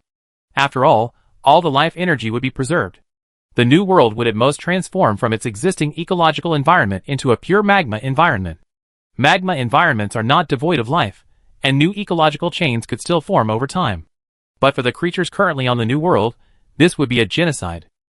Luo Yun was not afraid. He could guarantee his own survival, and that of at least some of the Yahui dragons and cats. However, the natural favorability he had worked so hard to earn would likely be wiped out, and whether he would have the opportunity to rebuild it in the future was still a question.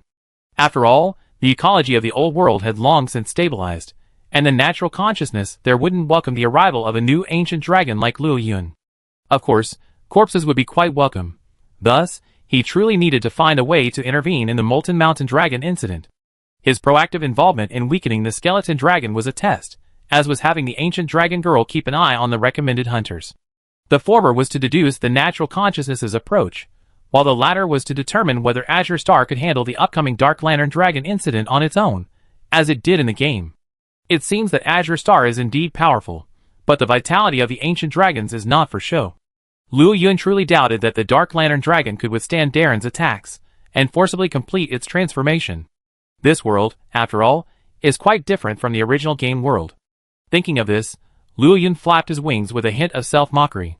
He looked towards the Miasma Valley. The Molten Dragon can die anywhere, but it absolutely cannot die in the Earth Corridor. The Nergigant had just preyed on the Skeleton Dragon, and would not have the energy to interfere with the Molten Dragon anytime soon.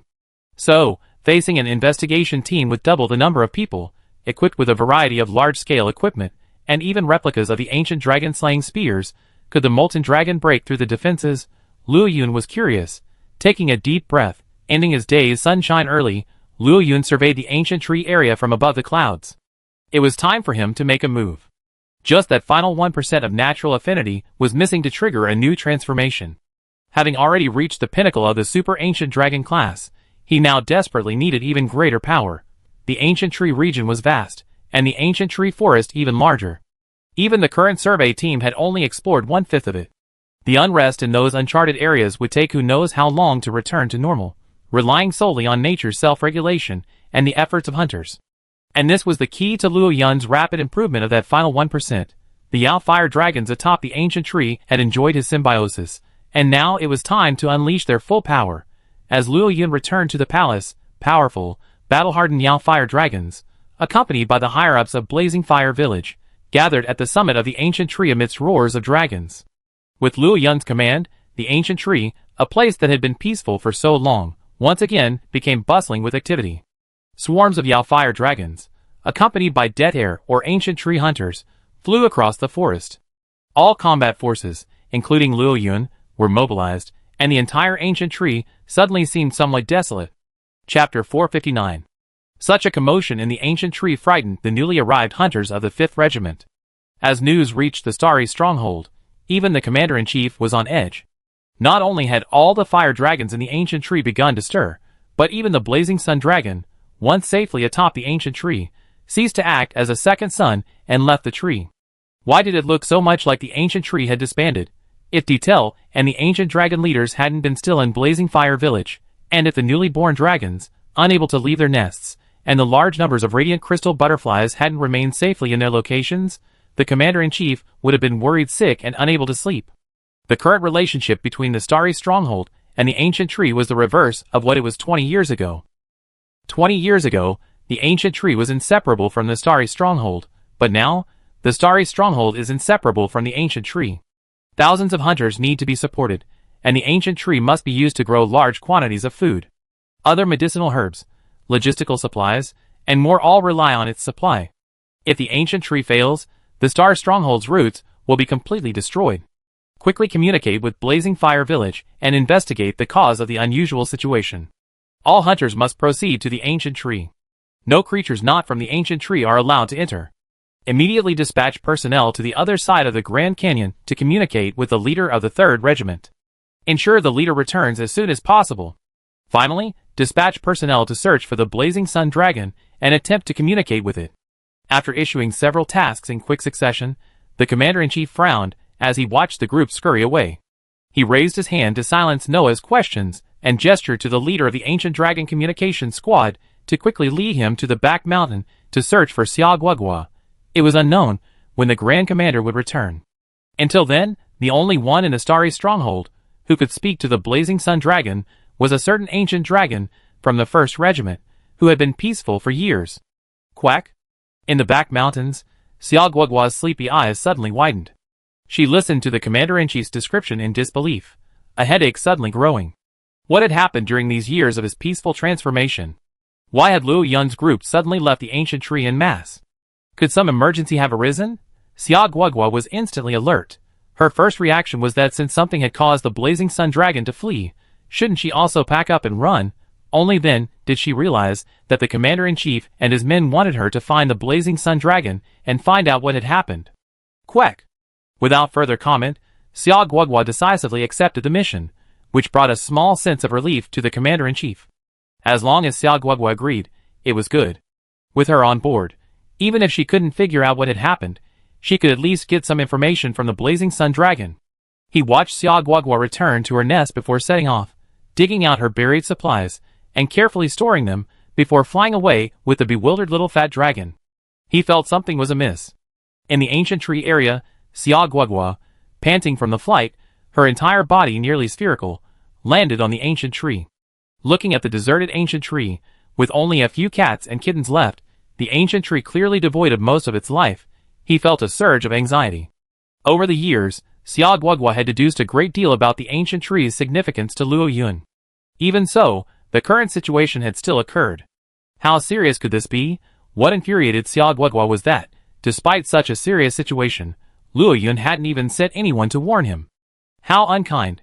Just as Xiao Guogua was beginning to wonder where to look for Luo Yun, and if she couldn't find him, whether she should take Little Miss Dragon to the demon gathering grounds to find that scumbag dragon, Aji, accompanied by a swarm of radiant crystal butterflies, descended heavily, causing the branches of the ancient tree to crackle under the weight. Xiao Guogua's perfect invisibility meant that even Aji couldn't detect it until it launched an attack. But Little Miss Dragon was different. Although also invisible, Aji spotted it instantly. Curious about why this little follower of hers was here, Aji let out a low growl. Quack? You're not gone, quack. The sudden appearance of Xiao Guogua startled Aji, and she instinctively blew a fireball at him. Unprepared, Xiao Guogua was toppled over, revealing her true form. The burns from the fireball healed rapidly in a faint yellow glow, leaving the dragon completely unharmed before it even hit the ground. Quack! Xiao Guogua's angry voice echoed. Aji, with wisps of smoke still hanging from the corners of her mouth, blinked, seeming a little embarrassed. But when she saw Xiao Guogua still quacking relentlessly, her azure pupils narrowed, her gaze suddenly fierce. Xiao Guogua's quacking stopped abruptly, like a song with the pause button pressed. The dragon froze in place, then flinched and croaked softly, as if complaining about Aji's inability to be teased and her decades-long temper. Watching the show from the side, little Xiaolong smacked his lips. He was already accustomed to the way his mother and Yaji interacted. One was cowardly and prone to troublemaking, while the other showed no mercy and would strike at will. Even though Xiao Guogua was now so difficult that it would disgust Yaji to death, he just had this kind of bully personality. When it came to my partner and son, I strike hard. When it came to the hot-tempered Luo Yun couple, I'd just be submissive. This was little Xiaolong's summary of his mother. Seeing Xiao Guogua behave himself again, Yaji didn't bother to pursue the matter further. These days, he'd been dealing with unrest in one direction alone. Because he couldn't kill without restraint, he had to wait for the hunters and cats to assess the situation before he could restrain his strength, expelling those who needed to be driven away and maintaining those who needed to be maintained. Not only was his battle urge unfulfilled, but it also made him very tired. Now that he was back, he naturally needed to rest. He wasn't in the mood to waste time with Xiao Guogua. Yawning loudly, Yaji growled, telling Xiao Guogua and her child to play on their own. Folding her wings, she trudged towards the nest with heavy steps. Quack! Xiao Guogua's rapid cries stopped Yaji in her tracks. Watching her excitedly quacking and dancing, a hint of confusion crossed Yaji's eyes. Go! Where to? We're not migrating? Yaji's bewildered expression told Xia Guogua that this was definitely a misunderstanding. The ancient tree hadn't disbanded, and the Luoyuan couple hadn't run away. This brought him a huge sigh of relief. Although he felt a little resentful that the ancient tree had quietly pulled off such a fuss, at least he didn't have to run off to the demon-gathering grounds to face that scumbag dragon. That was good news, after all. Chapter 460. Xia Guogua was relieved by Yaji's return, but even after relaxing, her intense curiosity took over again. As the foremost ancient dragon in the New World, for centuries, from the end of the great Ant Mountain wasteland in the east to the edge of the ancient tree forest in the west, there was no melon she dared not eat. So, Xia Guogua completely forgot her previous worries and pestered Yaji for information. Until Yaji couldn't stand it anymore and lashed out at her, she was chased out of the nest with a low, aggrieved croak. Quack! Xia Guogua muttered, head bowed, as she walked out of the nest. She immediately saw her obese, rebellious son, carelessly munching on a Taijing branch he plucked from who knows where, looking like a useless dragon again. Recalling Yaji's recent outburst of anger, she was already feeling uneasy, and seeing her rebellious son's lack of self-worth, she was furious. Back then, she had been cruelly driven out of the Starry Sky stronghold, and lived on her own for 2 or 3 years. She had already seemed like an ancient dragon. But to think, in just a few years, she had fallen to this level, especially when I thought about how every time Little Miss Dragon visited the Starry Sky stronghold, she would follow little Loren around, completely devoid of any ancient dragon pride. My rage soared to the limit. Quack! A puff of orange-yellow smoke enveloped Little Miss Dragon, who hadn't expected her mother to suddenly attack him. Before she could even recover from her flat-footed position, she sank into a paralyzed state, her mind filled with questions. Looking at the demon-like Xia Guogua, who was approaching her with a sinister look, Little Miss Dragon strained her strength, forcing a few hoarse sounds from her throat. Quack! Don't come over here, quack! After a beating, Xia Guogua, feeling relieved and her pent-up energy largely relieved, walked with a reckless gait, heading towards Blazing Fire Village. Since she couldn't get any useful information from Aji, she could definitely get some from Blazing Fire Village, right? Xia Guogua believed she still had some face. As for the little Xiaolong, still paralyzed, her superficial wounds already healed by Xia Guogua, ensuring she looked perfectly normal from the outside, her limbs twitched as she lay on the ground like a cricket pupa. She silently shed tears, praying that no kind-hearted cat would see her current state and force-feed her a specially formulated anti-infection fruit juice, thereby further exacerbating her paralysis. After all, there was precedent for this kind of thing. In Blazing Fire Village, Xia Guogua was filled with questions. She didn't know if her face was truly worthless, or if the cats of Blazing Fire Village simply didn't understand what was going on. After questioning many familiar cats, including the current head of Blazing Fire Village, all they could get was that the Fire Dragon boss had suddenly ordered a massive deployment of combat forces to various parts of the forest to stabilize the ecosystem. As for why, what exactly was the reason that would send the Yao Fire Dragons, who had always cared only about the tiny patch of land in the ancient tree area, to undertake such a dangerous mission? The cats were clueless. This made Xia Guogua feel like she was being gently tickled by a cat, itching. Aji's return was like a signal. Amidst the bewildered gazes of the ancient tree research base, over the next few days, the Yao Fire Dragons, who had been away, began to return with their cats. Their wounded bodies and exhausted appearances clearly showed that these light fire dragons had been through more than one battle. Even though they were already adept at group combat, and with cats by their side, ready to dispense potions at any moment, they were still in such a disastrous state. It's easy to imagine how much trouble the light fire dragons had endured this time. By the time the 5th group had dispatched most of the hunters they could muster and arrived at the ancient tree, all but a few light fire dragons at the top of the tree had returned. This silenced the 5th group hunters, who had been scrambling all the way and, upon arriving at the ancient tree, were now facing a formidable threat. What's going on? At this critical moment, while chasing the molten dragon and trying to find better equipment, they issued such a desperate order, leaving everyone on edge, and then claimed it was all a misunderstanding? The light fire dragons, including the Blazing Sun Dragon's companion, recently named Ash Moon Dragon by scholars, Aji, had returned to the ancient tree. With the exception of the Blazing Sun Dragon, the ancient tree had returned to its former order. Although I felt a pang of frustration, there was no other way. Now that I was here, I couldn't just go back to the starry base and do nothing. Not to mention whether that was a bit inappropriate.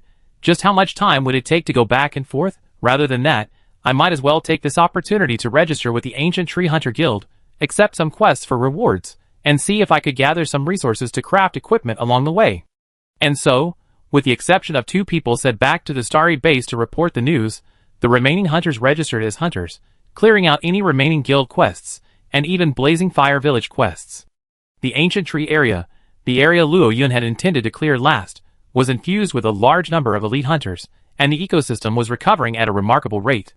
After painstakingly completing his golden lion hunt, Darren dragged himself wearily to his makeshift camp, while Mia, beside him, continued to complain about the guild's intelligence system. It had been agreed that there would only be 2 golden lions, but there were 3, and all of them were capable of entering their dochi state, having passed the trials. It was a 1-on-3 situation. Fortunately, Darren had plenty of stink bombs, otherwise, with just 3 golden lions, his equipment would have been enough to give him a hard time. 2 fists can't beat 4 hands. Besides Mia's nagging, Darren, helpless, carefully reviewed the previous battle. How should I put it? Perhaps it's because the life energy in the new world is so abundant and active. The golden lions here are completely different monsters from the ones Darren encountered in the old world.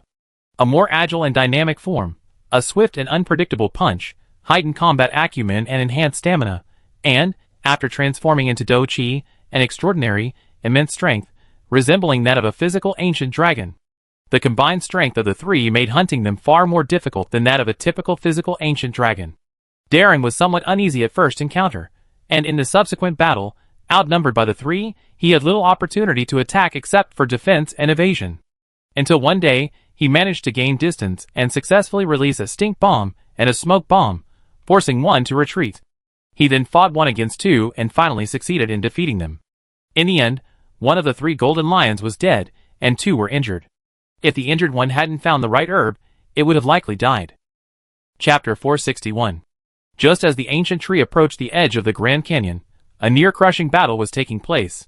At this moment, Luo Yun was fighting 1 against 2, an explosive dragon and a Devilja. In the battlefield, the corpses of several Thunder Wolf dragons lay nearby. Originally, the Devilja was attempting to hunt the Thunder Wolf dragon, but the hunted Thunder Wolf dragon had called upon several other hunting companions nearby to join the Devilja's attack. Originally, the Devilja was powerless against so many Thunder Wolf dragons, and with their support, it was even preparing to flee. However, upon hearing the noise of the battle, the explosive dragon suddenly joined the fray. After a fierce bombardment, the Thunder Wolf dragons fled, leaving behind only a few corpses. Then, the explosive dragon, believing the Thunder Wolf dragons to be its trophies, and the Devilja, who had silently buried his head in his food, resumed their fight. Luo Yun, who had been tracking the exploding dragon, saw this and charged directly into the battlefield, unleashing full force, practically crushing both dragons. As Luo Yun's scales erupted, they landed on the exploding dragon, causing explosions that sent it reeling back to the ground as it attempted to take flight. Raising its head with difficulty, the exploding dragon watched the swirling wind sweep down, its scales turning crimson under the bluish-purple flames. It felt a familiar attack pattern. The Deviljo entered a state of dragon energy, furiously and impotently blasting a slow-moving dragon breath at Luo Yun. However, Luo Yun's concentrated breath, imbued with a powerful force, suppressed it. The superheated beam, brimming with Tai crystal energy and concentrating nearly all of the remaining energy from the flames, instantly pierced its jaw, melting a hole in the toothed jaw that the Deviljo was so proud of. Even with the Deviljoven's self-healing abilities, whether this hole could ever be fully healed was a question. That, of course, presupposes it could still have a future. Sheer power, combined with its size and flight advantages, prevented Luo Yun from being trapped in the awkward situation of being surrounded like Darren. There was no hand-to-hand combat. Instead, he relied on the vast difference in energy to unleash a reckless barrage. The Deviljoven and the explosive dragon barely managed to reach the end of their respective enhanced states, losing their combat power comparable to that of an ancient dragon before being engulfed by the intense calamity flames. Engulfed in the magma pools created by the calamity flames, amidst this drastically altered landscape, perhaps humans or other intelligent creatures could unearth their fossils in the future.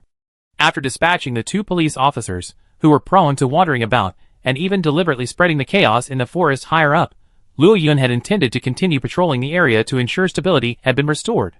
But just as he spread his wings and soared above the clouds, the long silent control panel finally reappeared. The progress bar representing natural affinity shifted slightly forward, imperceptibly. 69% progress instantly reached 70%. Instantly, the energy node throughout Luo Yun's body, as well as his most vital energy organ. The thorns at the corners of his mouth began to glow. This abundant, otherworldly energy finally merged with Luo Yun's life force. One side analyzed and merged with the other, actively adapting to the corresponding energy laws of this world. The other, after being merged, began to significantly strengthen the other through the unique energy reactions of this world. Finally, the two merged into one, initiating a new round of transformation upon the host. This strange feeling alerted Luo Yun to something, and he used his own willpower to slow down the ongoing transformation. With his wings spread, a turbine jet, a combination of swift wind wings and tribulation flame, emerged from beneath him. From the outside, it looked as if Luo Yun's wings had suddenly erupted with a vast expanse of tribulation flame, forcing him from wing-based flight to abruptly turbo-propelled flight. Under the vast sound barrier cloud, Luo Yun's form exploded, scattering the white clouds and leaving a long trail of flame high in the sky, rapidly advancing towards the ancient tree. After a long moment, the trail of flame dissipated, a cloud band gathering and dissipating due to the void in the air. At this moment, a crimson figure suddenly rushed past, then, after soaring into the distance, seemed to have discovered something and returned like a comet, finally coming to a steady stop beside the dissipating white clouds, gazing thoughtfully at the faint trace. However, he, who had been preparing for a change, sensed the emptiness of his dragon energy and ultimately abandoned the idea. After a brief turn, he returned to his original direction. A single scale, detached due to excessive refraction, fell at an incredible speed towards the forest floor. Who knew who would be struck by it? One could only hope that lucky person survived.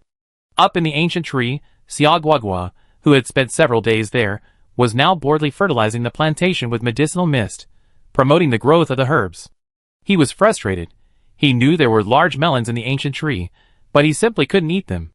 Even with the return of so many Yaohui dragons, despite threats and inducements, they still couldn't obtain any useful information. It was basically the same as in Blazing Fire Village. These Yaohui dragons knew only to carry out their mission and nothing else. Xiao Guogua was grumbling. She resented Luo Yun's arbitrary actions, and also resented him for not giving any instructions and forcing his dragons to carry them out without a second thought. To Xiao Guogua, who had thoroughly studied the behavioral and management patterns of the investigation team and, with her superior intelligence, understood many of the laws of human society, this behavior was utterly uncivilized and disorderly. Return to the Dragon of Order, Gua. Xiao Guogua snorted coldly, spitting out her long tongue and curling up a freshly catalyzed datura, chewing it carefully. The slightly bitter juice and perfectly balanced toxicity made it a delicacy for Xiao Dragon. Especially with the blend of the ancient tree's gentle life energy and the light, slightly spicy Taijing energy, the taste of just one datura was no less than that of a secret medicine. The hard-working cats were no strangers to this. Whenever Xiao Guogua and her son visited the ancient tree, they would stay in the plantation, eating and taking everything. If Xiao Guogua hadn't been able to ripen these plants, allowing the cats to reap more than they had put in, they would have already complained to Luo Yun. Just as Xiao Guogua was grumbling about Luo Yun while eating, filled with resentment, Luo Yun streaked across the sky like a meteor and plummeted directly to the top of the ancient tree. The loud bang startled all the creatures on the ancient tree, and hundreds of Yaohui dragons quickly flew towards the top. But with a familiar dragon roar, the commotion in the ancient tree quickly subsided. Xiao Guogua stared over there, quickly swallowed the herbs in her mouth, and flapped her wings to fly away. His curiosity was truly unstoppable. Chapter 462. I'm here, quack! Xiao Guogua emerged with a swagger on her four short legs, about to enter Luo Yun's lair with a familiar air. Suddenly, a wave of heat, tinged with shimmering flames, accompanied by a vast amount of Taijing energy, surged from the lair. The next second, Yaji flapped her wings and rushed out of the lair with a heat wave, blowing Xiao Guogua back several steps. Quack! Quack! Quack! Below her feet, clusters of Taijing crystals solidified in the dense energy, spreading from the interior of the lair, covering the ground and walls. Seeing it was about to spread to her, Xiao Guogua, despite her intense curiosity, knew something strange was happening within the lair, and it was best not to get involved with it. Didn't you see Yaji hurriedly fly out? Xiao Guogua loved eating melons, but only if she didn't put herself in danger. So, without a second thought, she followed closely behind, flapping her wings and soaring out of Luo Yun's nest behind Yaji. What the hell just happened? Quack! Did that guy have an accident? Quack! Outside the nest, above the palace, Xiao Guogua stuck out her tongue to dissipate heat, and asked suspiciously to Yaji, who was preening her scales. The heat and Tai Jing only extended to the nest entrance and then stopped, clearly intentionally controlled by their owner. Xia Guoguo stared at the once large nest entrance, now sealed by the ever-growing icy blue crystals, completely isolating the aura within. This strange feeling made Xia Guoguo's heart itch. Yaji paused in preening her scales after hearing Xia Guoguo's question, then lowered her head and continued. He also wanted to know what had happened. Luo Yun had just suddenly returned, startling Yaji, who was napping. Instinctively, she went to greet him, as she had done for years. But before she even reached the nest's entrance, she saw the Yaojing butterflies on Luo Yun's body fly out, escaping into the nest's cracks as if for their lives. Luo Yun's condition wasn't good either. The energy within him was uncontrollably dissipating. Don't get me wrong, this wasn't the kind of ancient dragon reaching its limit, its aging body unable to withstand such overwhelming life force. Rather, it was a more complex, uncontrolled dissipation of energy. This dissipation even affected his appearance. Most of his wings had become unnaturally crystallized, and the scales on his body were constantly falling and regenerating. When Yaji saw him, nearly a third of Luo Yun's body was encased in ice blue crystals, and a flood of calamity flame seeped from the gaps between the scales and the crystals. With every step, a large amount of Tai Jing crystals formed beneath his feet. When Luo Yun's slightly narrowed, crystal-encrusted eyes finally spotted Yaji, he only managed to growl twice, telling her to leave the nest and to guard it for a while, waiting for him to awaken. Then, he quickly crouched down inside and closed his eyes. Although puzzled, Yaji instinctively fled, watching the calamity flames and the power of the Tai crystal spraying outward from the nest. In her last glance, she discovered that Luo Yun had seemingly transformed into an egg. Yaji was a little puzzled, but remembering Luo Yun's instructions, she raised her head, cleared her throat, and let out a muffled roar characteristic of a female fire dragon. Soon, following the roar, the Hao fire dragon couple, who had returned several days earlier and were residing in the nest closest to the summit, roared in response, quickly flying towards them. The Chihua village leaders, including Tonkatsu, who had been moving closer, having sensed Luo Yun's return, also hurriedly quickened their pace and rushed towards them. However, when they saw the nest entrance completely sealed by ice blue crystals, they looked at each other in bewilderment, unsure of what to do. Finally, they could only turn their attention to Yaji and little Loren, who had just arrived beside her. By this point, little Loren and the Hao fire dragon couple had already received a preliminary understanding of the situation from Yaji. Knowing that Yaji disliked excessive interaction with creatures other than fire dragons, little Loren took the initiative and began issuing orders. Soon, martial law was declared atop the ancient tree.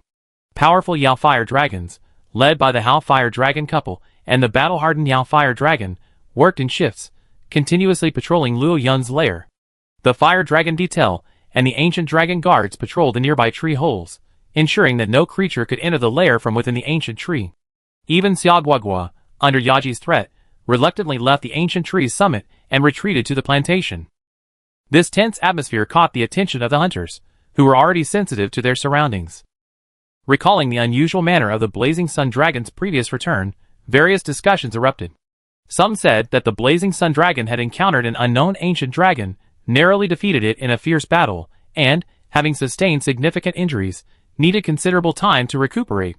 Consequently, for its own safety, most of the creatures within the ancient tree now remained within, staying alert and prepared. This view was widely shared, and as a result, many hunters spontaneously began to cooperate with the Detels in enforcing martial law around the ancient tree. It could be said that even a stork accidentally passing by the ancient tree and encountering these hunters would be slapped twice before being released. Another widely shared view came from a scholar at the ancient tree research base. This dragon scholar based his theory on previous inferences about the Blazing Sun Dragon's growth at the Starry Stronghold. Back then, they had stated that the Blazing Sun Dragon had not yet reached maturity, remaining in its juvenile stage of transformation. It still had at least one more transformation to go before it could truly transform into its final form.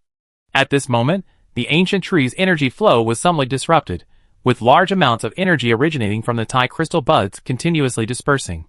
The Yao crystal butterflies were significantly more active than before. Therefore, this scholar deduced that the Blazing Sun Dragon was about to undergo the next stage of its transformation. This transformation process was extremely dangerous and could not be disturbed, hence the martial law. Once the Blazing Sun Dragon's metamorphosis is complete, they will undoubtedly witness its true form. Will it be an unknown ancient dragon, or will it transform into some legendary ancient dragon? Aside from the two aforementioned perspectives, the remaining views attract little attention. But regardless of which viewpoint the hunters espouse, they are all doing the same thing. Protect our allies, protect the ancient tree lord. Amidst this atmosphere, within a nest filled with Tai crystals, Luo Yuan, enveloped in a massive egg woven from a mixture of Tai crystal energy and life energy, now begins a crucial transformation while slumbering. Chapter 463. The crystals enveloping Luo Yuan were all new Tai crystal energy, successfully localized and blended with life energy. This was a new elemental energy further sublimated from the original fire energy. With the aid of life energy, a nearly tangible Tai crystal energy was formed. And within the egg, amidst the faint, flowing light, Luo Yuan was covered in an incredibly strong Tai crystal shell, protecting him. At this moment, his body seemed to have transformed into an energy-interacting machine tool. His various organs, transformed by enhanced characteristics, radiated an extremely high temperature. If it weren't for the isolation of the Tai crystal shell, the ancient tree would have been burned to a deep pit.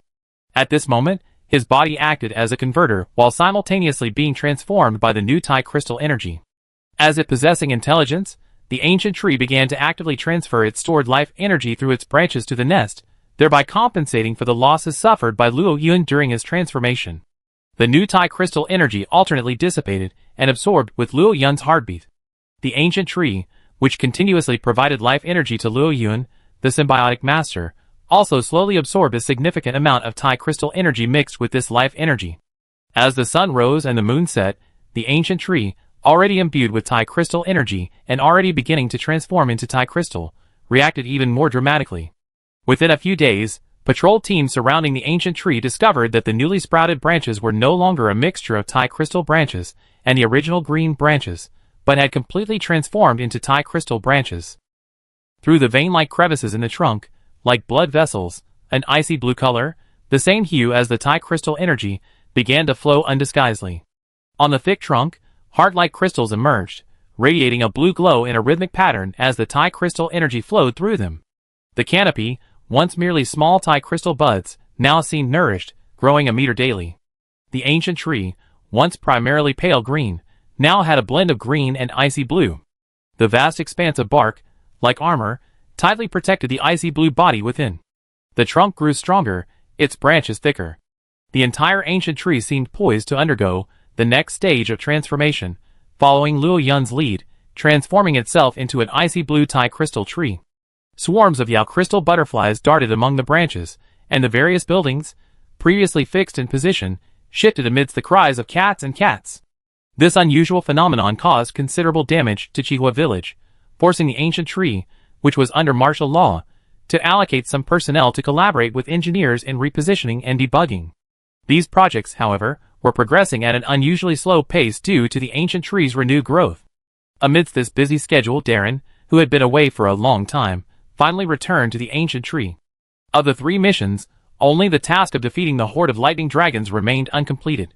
Compared to the constantly monitored golden lions and the sea dragons, which had their own distinct habitats, the horde of lightning dragons, with their vast territories and exceptionally fast flight, had yet to be truly located, let alone their leader.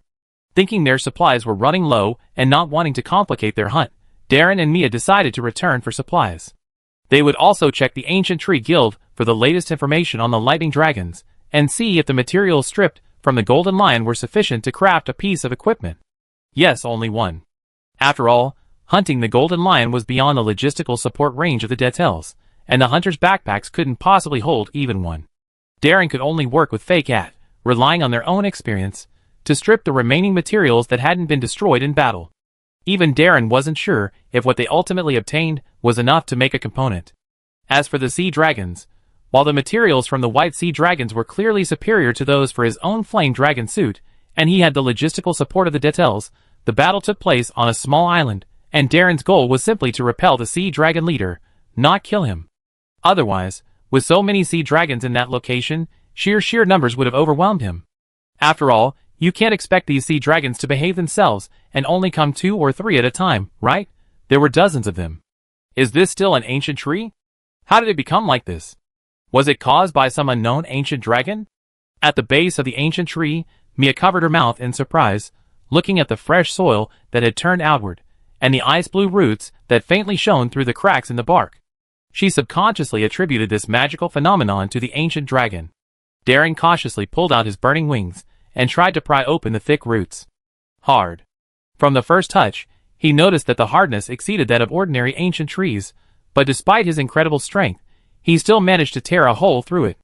But seeing the Thai crystal energy flowing through the roots, like flowing blood, Darren's eyes narrowed slightly. Ah! It's so hot! Curious, Mia reached out and touched the veins within the ancient tree's roots. The scorching heat caused her to quickly withdraw her finger and blow on it twice. Hey, be careful! The ancient tree is undergoing a transformation, and the energy flowing through it is extremely hot. At this moment, a voice rang out. Darren looked up and saw an ancient tree hunter wearing leather armor, a style unique to the New World and bearing the aesthetic of Blazing Village. He was riding down the passage, atop a tame thief dragon. Huh? Isn't this the reserve leader of the 5th Regiment? Have you returned from your mission? Darren was quite well known within the ancient tree hunter guild. After all, he had received an audience and received a commendation from the Lord God, an honor that filled the ancient tree hunters with envy and resentment. Darren nodded in response, but before he could speak, Mia, standing beside him, seemed to be his mouthpiece, peppering him with questions. Hey! It's nothing serious. It's just that the Lord God is finally transforming into his next form. As the Lord God's abode, the ancient tree is naturally following in his footsteps, transforming towards greater strength. Every day at this time, which lasts for about 2 hours, the Thai crystal energy rapidly flows through the ancient tree. The veins of the ancient tree will become very hot during these 2 hours, so be careful. The ancient tree hunter's face was filled with unconcealed pride as he mentioned this. Clearly, he was a proponent of the theory of transformation. Chapter 464. After learning from the ancient tree hunters that the current changes in the ancient tree were caused by the blazing sun dragon, Darren's brow furrowed in a professional frown. Then he realized what was happening. The ancient tree is the blazing sun dragon's lair, and it won't carelessly damage its ecosystem. Therefore, there's no need to use past experience to assess what's happening here. Then, Darren realized what was happening again, and his heart suddenly became excited. Transformation is great. The stronger the blazing sun dragon's transformation, the higher the upper limit of its burning wings. This is a good thing. With this feeling, Darren and Mia passed through one heavily guarded area after another, finally returning to the gathering place. However, when he heard other different speculations in the gathering place, he couldn't help but join in, and the atmosphere infected him, and he began to feel nervous and uneasy. It wasn't until the ancient dragon girl sent someone to find Darren that his emotions finally eased a little. After some praise, the ancient dragon girl handed Darren the rewards for the 2 missions as a reward, emphasizing that this was a special gift from the gods. Looking at Darren's slightly raised mouth, it was unclear whether it was because he had obtained the materials he wanted, or because he had received the approval of the ancient dragon girl, or rather, the Luo Yun she represented. It was probably both. After all, even in this world where human intrigue is rare and relationships are relatively simple, the allure of power still exists. Even the most elite hunters are still just hunters. And Luo Yun is the god of the largest local power in the New World. Watching the figure disappear completely at the temple entrance, the ancient dragon girl pulled out a small notebook from the side. It contained the task Luo Yun had assigned her earlier. Blue star bundled, crossed out, investment plan. Lord God, are you alright? The ancient dragon girl clutched the notebook tightly, her low voice tinged with worry. Time passed slowly. Over time, the ancient tree seemed to be less nervous. The hunters of the 5th group were also recruited to the Great Ant-Mound Wasteland for various reasons. It was said that they had discovered the movement of the Molten Mountain Dragon, seemingly intending to cross the Grand Canyon and reach the depths of the New World. Thus, all these hunters were sent there to conduct field research. Once confirmed, a safe route for transporting supplies would be established as quickly as possible. Of course, this kind of work was handled by ordinary hunters. The hunters in the recommended group continued to diligently carry out various difficult tasks, coordinating with the various agencies in the star base for investigations while also trying to find ways to acquire better equipment. After all, although he wore the Yahweh Dragon suit, in terms of equipment level, it was only a high-tier suit, crafted from ordinary ores, naturally shed Yahweh Dragon materials, and ordinary Fire Dragon core materials. Dong dong. Dong dong. That day, deep within the nest sealed by countless crystals, a powerful heartbeat suddenly echoed from the giant egg radiating heat and shimmering with Taijing light. The surrounding Taijing crystals flashed arcs of light in rhythm with this heartbeat. Soon, the heartbeat intensified. The energy within these dangerous Taijing crystals, centered around the giant egg, was rapidly drained, and each crystal collapsed into a fine powder. With a crisp sound, like a young dragon hatching from its shell, a crack began to appear on the surface of the giant egg. As a flood of life energy poured into the egg through the crack, the giant egg crackled with a series of crackling sounds, as if it were the prelude to some event. Ice blue, high-temperature light burst out from the cracks, landing on the Taijing crystals on the surrounding walls, melting them with a bang. Bang! In a gust of wind, the Taijing shell, depleted of much of its energy, exploded with a resounding roar, flying in all directions. A strong ancient dragon's pressure instantly enveloped the entire ancient tree area. A sensitive and timid monster like the scratching bird was caught off guard, its legs giving way, and the dragon egg it had stolen from somewhere fell to the ground. The hard, fragile shell shattered, and the yolk, with its fishy smell and a hint of a formed embryo, spilled onto the weeds. The scratching bird, always cherishing its eggs, couldn't care less. Instinctively, it wanted to get away from the center of the pressure, but its legs refused to obey, trembling as if it had osteoporosis as it moved forward. Ga! Dead legs move. Ga! Alongside, the herbivorous dragons, hearing the scratching bird's strange cry, trembled even more violently, burying their heads deep in the grass, as if to conceal their presence. This was just a small microcosm. The entire ancient tree area was in turmoil due to the pressure. And the mantis in the ancient ruins basin, its beautiful compound eyes gazed thoughtfully in the direction of the ancient tree. It hadn't expected Luo Yun to grow so quickly. It seemed it was time to find an opportunity to update its collection of figurines. In the ancient tree cave, Luo Yun, whose entire body had transformed into a crystal-like ice blue, slowly opened his eyes. His wings stretched out as if in motion. The awkwardness of holding one position for so long rapidly receded. The perfectly regular ice blue scales on his body, as he breathed and came into contact with the outside air, rapidly solidified, transforming from a slightly ethereal texture into a solid form, like sapphires embedded in his body. Above his head, a pair of massive, silver-blue, curling horns rested like a crown. The spines at the corners of his mouth had completely crystallized, adding a sense of heaviness to Luo Yun's already thin features. A layer of crystal armor coated his joints and spines as the Tai crystal's energy surged, particularly around his chest, where a sharp, angular armor shielded him securely. With a slight flick of his trident-like tail, he easily shattered the otherwise difficult-to-mine, hard Tai crystals. His body, now more solid and powerful, overflowed with life energy so vast that even Luo Yun himself could not fathom it. Combined with the new Taijing energy, which had been successfully localized and transformed from fire energy, Luo Yun felt as if he had broken free from the constraints of the world and could finally act recklessly. Of course, having undergone several transformations and possessed a strong character through the years, Luo Yun quickly suppressed such an impulse. He knew very well that this was merely an illusion caused by the high level of Taijing energy and the surge in his own strength. His strength was formidable, but far from transcending his ecological niche. As Luo Yun calmed down and was about to completely absorb the Taijing energy in the nest, his body, transformed by the Taijing energy and life energy, allowing energy to flow freely within him and even the energy that escaped could be perfectly controlled, suddenly gave him a new idea. By leveraging the properties of Taijing energy, it seemed possible. Chapter 465. Luo Yun took a deep breath and slowly closed his eyes. As his adaptability activated, the Tai crystal armor on Luo Yun's chest slowly extended in a flash of light, quickly forming similar protective measures throughout his body. At this moment, on either side of the armor, near the base of the wings, strands of Tai crystal energy spread outward. Like silk threads, they slowly woven into blood vessels. Then, the materialized, transparent Tai crystals transformed into bones, filled with abundant Tai crystal energy as muscle. Finally, the Tai crystal armor grew again, transforming into patterned scales that covered it. Crack! With a flick of his power, the slightly transparent phantom limbs easily crushed the Tai crystals beneath. Luo Yun lowered his head, slowly observing the dragon claw that had risen at his will. Except for the lack of any tactile sensation, it felt like a newly grown limb. His hind legs bent slightly, and he landed on all fours. His wings suddenly spread out, stirring up a gust of wind in the somewhat confined space. And in the center of the gust, Luo Yun stood as steady as a rock, his body unwavering. Taijing transformation, four-limb form. A thought surfaced in Luo Yun's mind.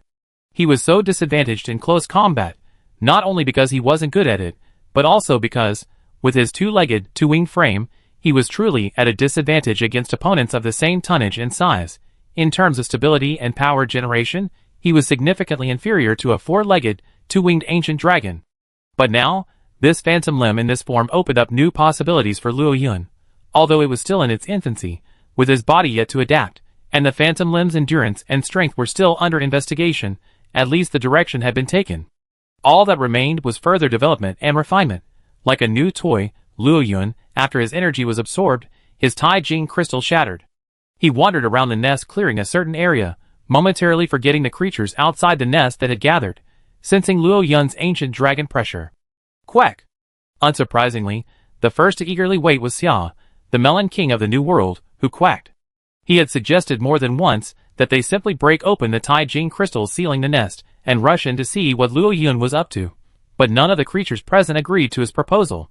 Of course, that was with a certain little Xia dragon, who had grown up to be a professional dissenter from his mother, who quacked, urging her mother to charge in without hesitation. Roar! Before Xia Guogua could make a move, little Loren roared at little Xia Long. In a split second, little Xia Long shut up, like Xia Guogua before her, silently entering invisibility and pretending not to exist. Xia Guogua stared at this familiar scene, wondering if she had seen it somewhere before. She subconsciously began to recall it, and for a moment, she fell silent. Aji stood atop the palace, seemingly calm, but in reality, the eaves of the palace roof were nearly crushed by her crush. If it weren't for years of contact and the symbiotic nature of the energy pyramid, which gave Aji a certain sensitivity to Luo Yun's condition, she would have rushed in first, inside the lair. After expending all her curiosity, Luo Yun slowly released this state, took a deep breath, and absorbed all the remaining Tai Jing energy into himself.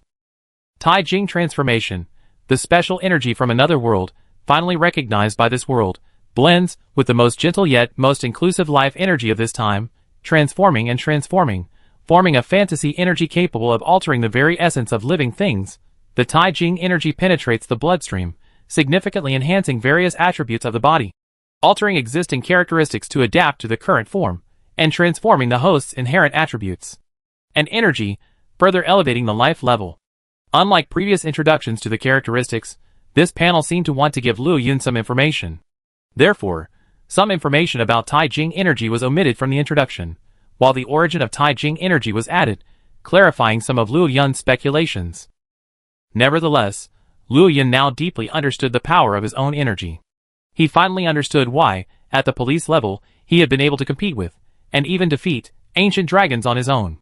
But after transforming into an ancient dragon, despite possessing so many characteristics, and possessing strength surpassing most ancient dragons, he still felt so powerless when facing a truly complete, unleashed ancient dragon. The higher one ascends in this ecological niche, the greater the disparity.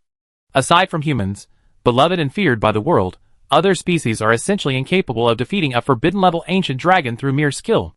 His curiosity was over. Now that he had overcome the moment of weakness after emerging from the egg and completing his transformation, it was time to once again reveal his existence to the world. Opening his eyes, without a single movement, a single burst of energy shattered the surrounding Tai Jing crystals.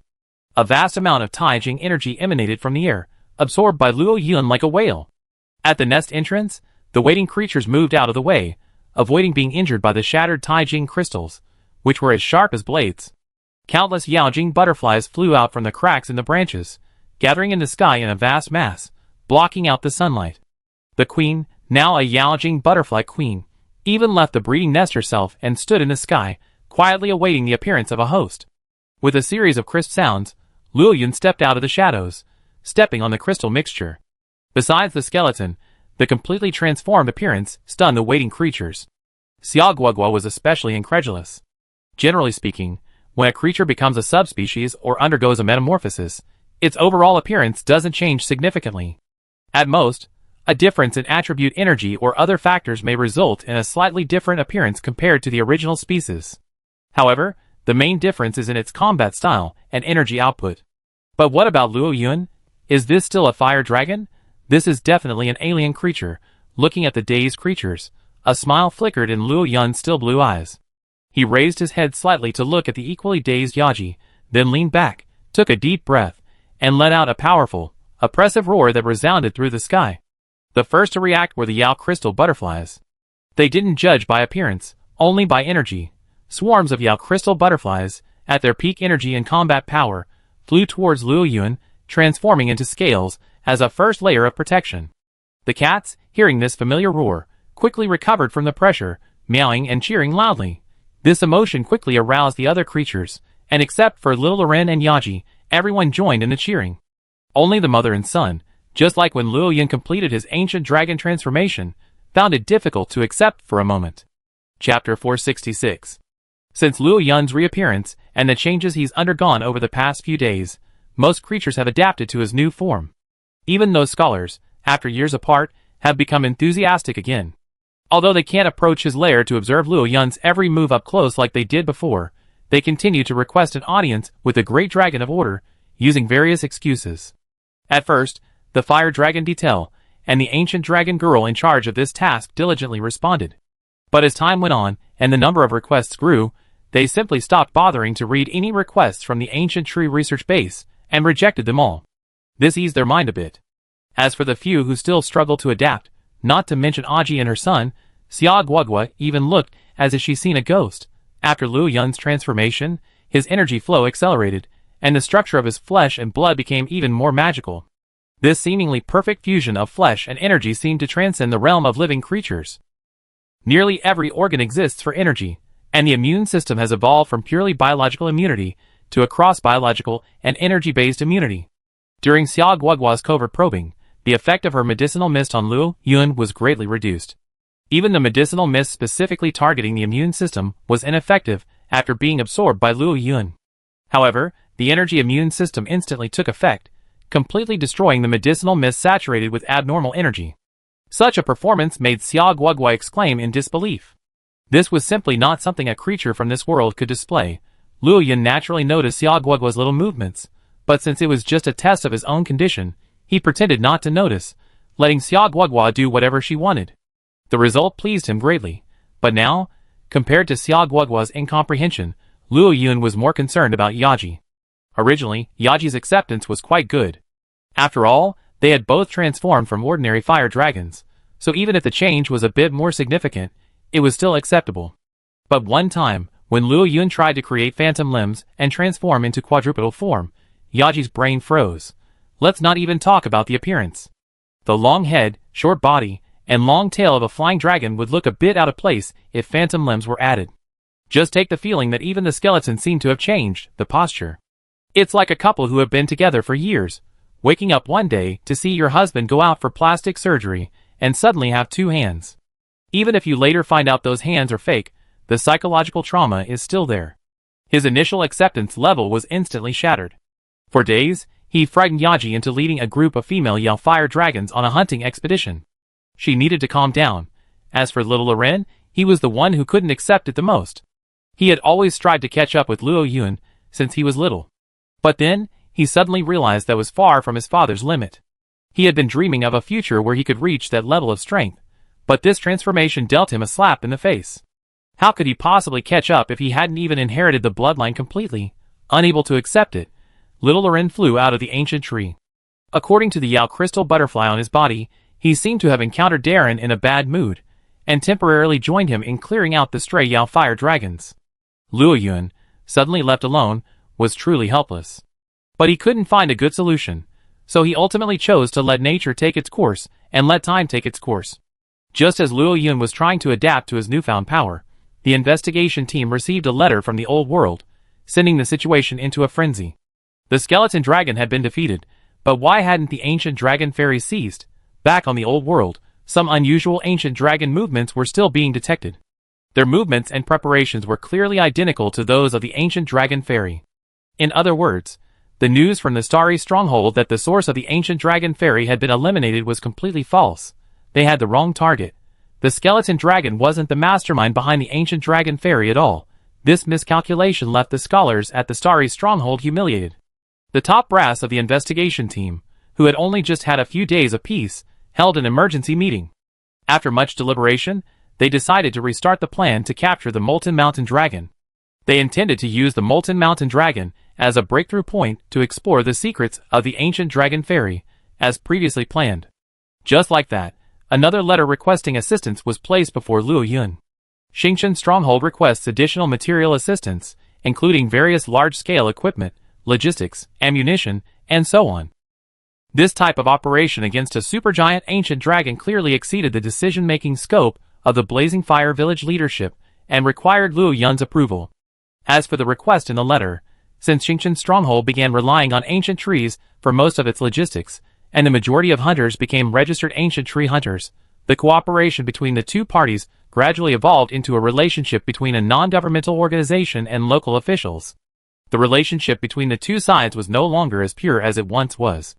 Some Yao fire dragons even privately instructed the new generation of domesticated cats to conduct simple trade with the Star Stronghold, something Luo Yun had begun to turn a blind eye to. It was because these Yao fire dragons were becoming increasingly intelligent. This was an inevitable stage in the birth of sociality. Class. Luo Yun could find no reason to refuse the task of intercepting the Molten Mountain Dragon. He was no longer as wary of the Star Stronghold as he had been before. In the past, he worried that the more advanced civilization of the Star Stronghold would negatively influence the simple fire dragons and cats, turning the tables. But now, the new society of ancient tree species, comprised of dragons, humans, cats, and other species, had become completely independent, and even more legitimate in the minds of those who had come from the civilized order of the Star Stronghold. Hunters' non-participation in national politics, coupled with the common practice of hunters registering with various hunter guilds and staying wherever they chose, had, under the influence of the ancient tree hunter guild, led to the recognition of this civilized nation. Right now, because of the ancient dragon fairy incident, these hunters still consider themselves survey team hunters. Registering as ancient tree hunters simply facilitates their activities, allowing them to take on missions and maintain ecological balance in their accustomed ways. But after the ancient dragon fairy incident ends, those hunters interested in remaining in the new world will naturally shift their focus to the ancient tree hunter guild, a local official organization. By then, whether these hunters will be survey team hunters or ancient tree hunters remains to be seen. After 100 years, when most of this generation of humans from the old world have passed away. Star Stronghold? No. It's the ancient tree starport. Chapter 467. A blue comet streaked across the sky. Because his skeleton and spines were encased in crystallized tie crystals, Luo Yun's wings were no longer suited to flapping flight. His increased weight and slightly stiff wing membranes caused him to face a similar challenge to the explosive scale dragon. Gliding was fine, but relying solely on wing flapping to fly long distances like a normal flying dragon proved awkward. Thankfully, after a period of initial discomfort, as Luo Yun flew more frequently, these symptoms began to rapidly ease. The swift wind wing's ability to manipulate airflow allowed him to maintain short-range agility, even when his wing membranes were less flexible, while his thick skeleton and scales allowed his wings to withstand even more violent turbulent airflow. So Luo Yun's flying style changed. For short distances, he used airflow to enhance his agility, just like a steel dragon. For longer distances, he simply turbocharged his flight, instantly transforming into a blue meteor, carving trails across the sky. Ancient Tree Hunters Guild. Darren, finally completing his last mission with the help of little Loren, was now dressed in casual clothes, comparing his various speculations about the Blazing Sun Dragon's transformation to a record in his hand, and forming a corresponding judgment. According to the scholars at the Ancient Tree Research Base, this Blazing Sun Dragon's transformation should be the true form of his species. According to nature's theory of mimicry, rare and vigilant camouflage creatures will only fully transform into their true form after ensuring their strength to survive in the ecosystem. Although we haven't seen the Blazing Sun Dragon's battle stance or physical data after its transformation, based on past knowledge, we can infer that it's currently at the true top of its ecological niche, including that of ancient dragons. At the very least, there are probably few creatures in this world that could pose a threat to it. Darren quite agrees with this inference. Although the Hunter Guild's classification of ancient dragons only includes common ancient dragons and super ancient dragons, which possess power beyond that of common ancient dragons, as a top-tier hunter, Darren is well aware that there are many ancient dragons with power exceeding this level. It's just that such ancient dragons are extremely rare, often representing the most powerful creatures within a certain cultural circle, and not universally available. Furthermore, for ordinary people and 90% of hunters, ancient dragons are already beyond their reach. Above ancient dragons, most hunters will never encounter them in their lifetime, so there's no need for a more detailed classification of those above them. Before his transformation, Luo Yun was already considered a top-tier ancient dragon in Darren's eyes. Now that he's transformed and no longer disguised, his strength has undoubtedly increased dramatically. I really want a set of equipment crafted from his materials, Darren muttered unconsciously as he looked at the words in his notebook. The burning wings have been handed over to the forge, and will be upgraded using the rare ores he and Feycat collected deep in the ancient tree forest, and the quest rewards received from the ancient dragon girl. As for his protective gear, thanks to little Lauren's help, he was able to accurately locate several leaders of the free-ranging Yao-fire dragons in such a short time. After hunting them, the newer and more powerful materials, combined with the scales shed by little Lauren during his rest, can be combined to create a more powerful Yao-fire dragon suit. This would also be a significant improvement for his strength. Whose material do you want? Mia, with a large plate of food, sat down beside Darren, a woman with a mournful face and tear marks under her large eyes, curiously pouring herself a beer.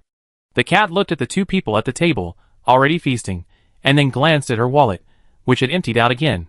Needless to say, the two had once again spent all their money, and this celebration meal for completing the mission was paid for by her. Silently nibbling on her small grilled fish, the cat was already considering whether she should take on a part-time job in her free time. Nothing. Although he had this thought, this was the Ancient Tree Hunters Guild. If others knew his thoughts, those ancient tree hunters, who could pass down a scale as a family heirloom as a reward, would probably want to kill him. Seeing Darren evade the question, Mia tactfully refrained from further questioning, instead changing the subject. I didn't expect the ancient tree's prince to have such a cold exterior but a warm heart. Compared to the little mist dragon in the stars, this prince is simply my dream dragon. If it weren't for Lord Blazing Sun Dragon's brilliance, I'm afraid he'd be even more popular in the ancient tree. Ancient dragons don't need the approval of other creatures. Their strength and ecological presence. Darren was completely at a loss for words to respond to Mia's remarks. How could he respond? In the end, he could only offer a few dry words to ease his awkwardness. He's seen too many cases of ancient dragon worship. As a top-tier hunter, he wouldn't have entertained such thoughts, but the synergy between him and little Loren, and the distance they shared during their encounter, did make him feel comfortable. By the way, I heard Starry Sky is about to launch a blockade against the Molten Dragon. Can we make it? Perhaps sensing Darren's embarrassment, Mia quickly changed the subject. No problem. I asked before upgrading my equipment. We have enough time, but I'm worried. We're facing a colossal ancient dragon this time. Will the new world have enough large equipment? Darren was a little worried. For a hunter, a colossal ancient dragon, especially a molten dragon, considered the largest of the colossal ancient dragons, effectively minimizes their role. Even if a hunter's weapon were inserted completely, it wouldn't even penetrate its scales. Facing such a creature, large equipment is the primary weapon, and the hunter's role is at most supporting. Mia couldn't answer such a question. They still knew very little about their new world. They were constantly busy searching for weapons and equipment, rarely even attending meetings. The only knowledge they had came from overhearing conversations during breaks in the meeting hall. For a moment, both of them fell silent, each lost in their own thoughts, quietly eating. The feline, who had already finished a piece of fish and was licking his paw, suddenly became alert. Based on its past experience, if its owner was silent, it was definitely playing tricks. Hurry and cover your wallet. It's really out of money. Chapter 468. Day by day, large quantities of supplies were transported from the ancient tree, guarded by hunters and cats, first to the star base, and then by the investigation team to the Grand Canyon. Up in the sky, Liu Yun sniffed the life energy tinged with a rich scent of sulfur, watching the acid pterosaurs scattering frantically in the sky upon sensing his presence. His gaze fell upon the vast void below. For some unknown reason, the arrival of the molten mountain dragon did not cause the same massive commotion as previous ancient dragons. Because of the impact of his entry into the earth vein corridor, and because the ancient tree forest had just undergone a cleansing, there was no significant disturbance among the creatures. Aside from occasionally emerging for air, creating one massive void after another, there was little damage. It can only be said that this molten mountain dragon is truly serious about the ancient dragon crossing. Unlike those drawn here by the pheromones of the dark light dragon cocoon, its emotions are remarkably stable.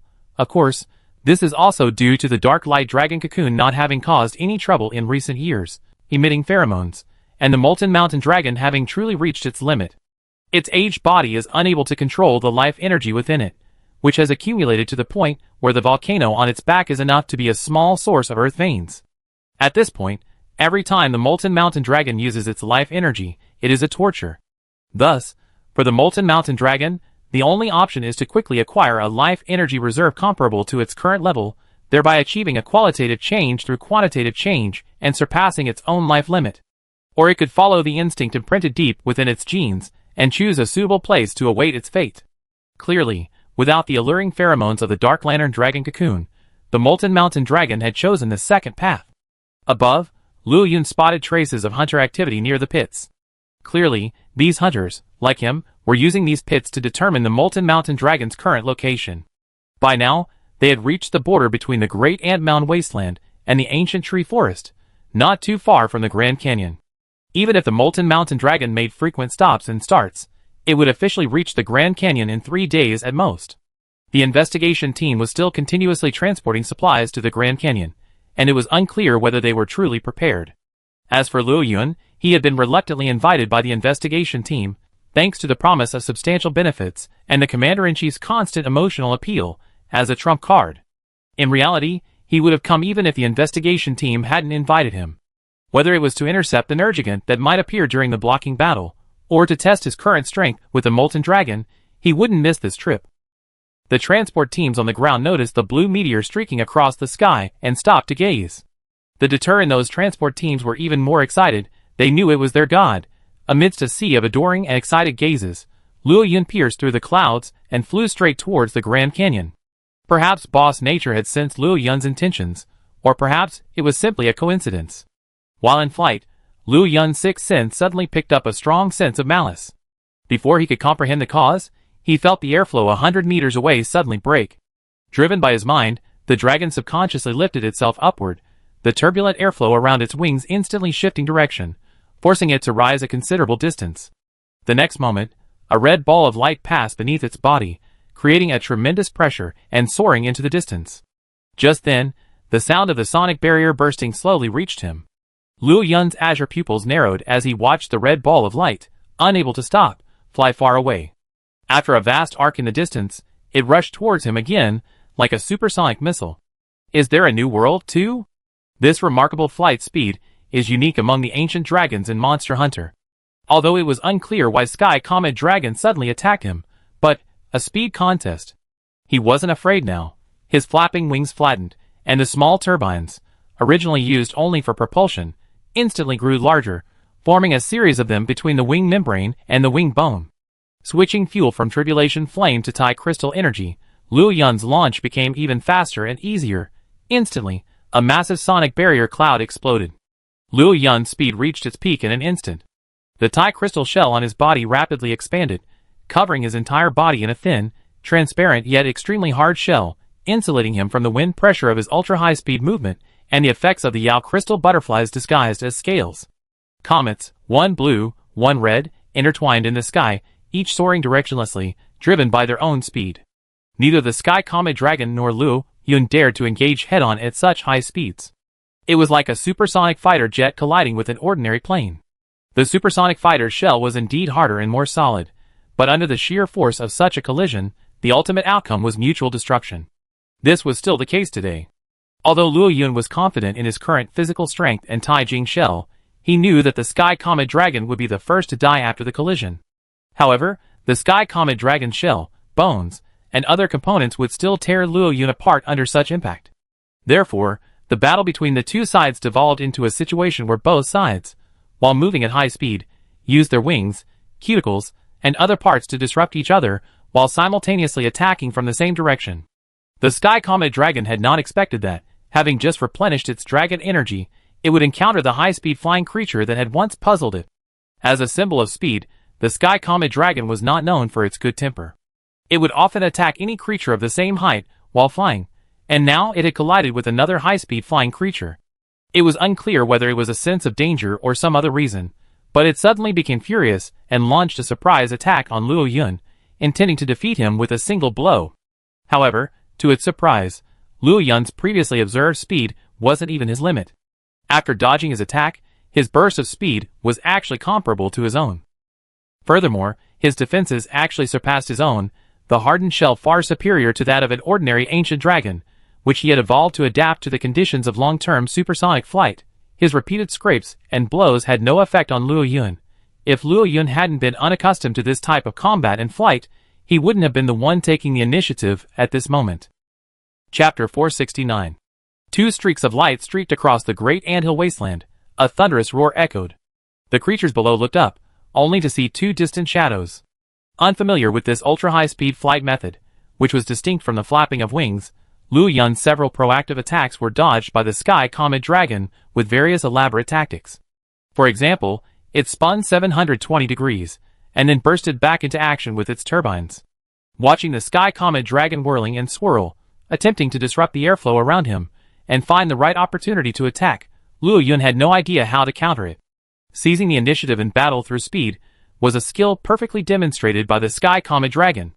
Of course, this didn't mean it was impossible to defeat it.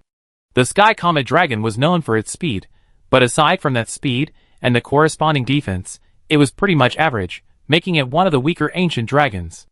Therefore, in order to achieve greater lethality, the Sky Comet Dragon needs to utilize its speed to enhance its attacks, thus achieving its ultimate kill.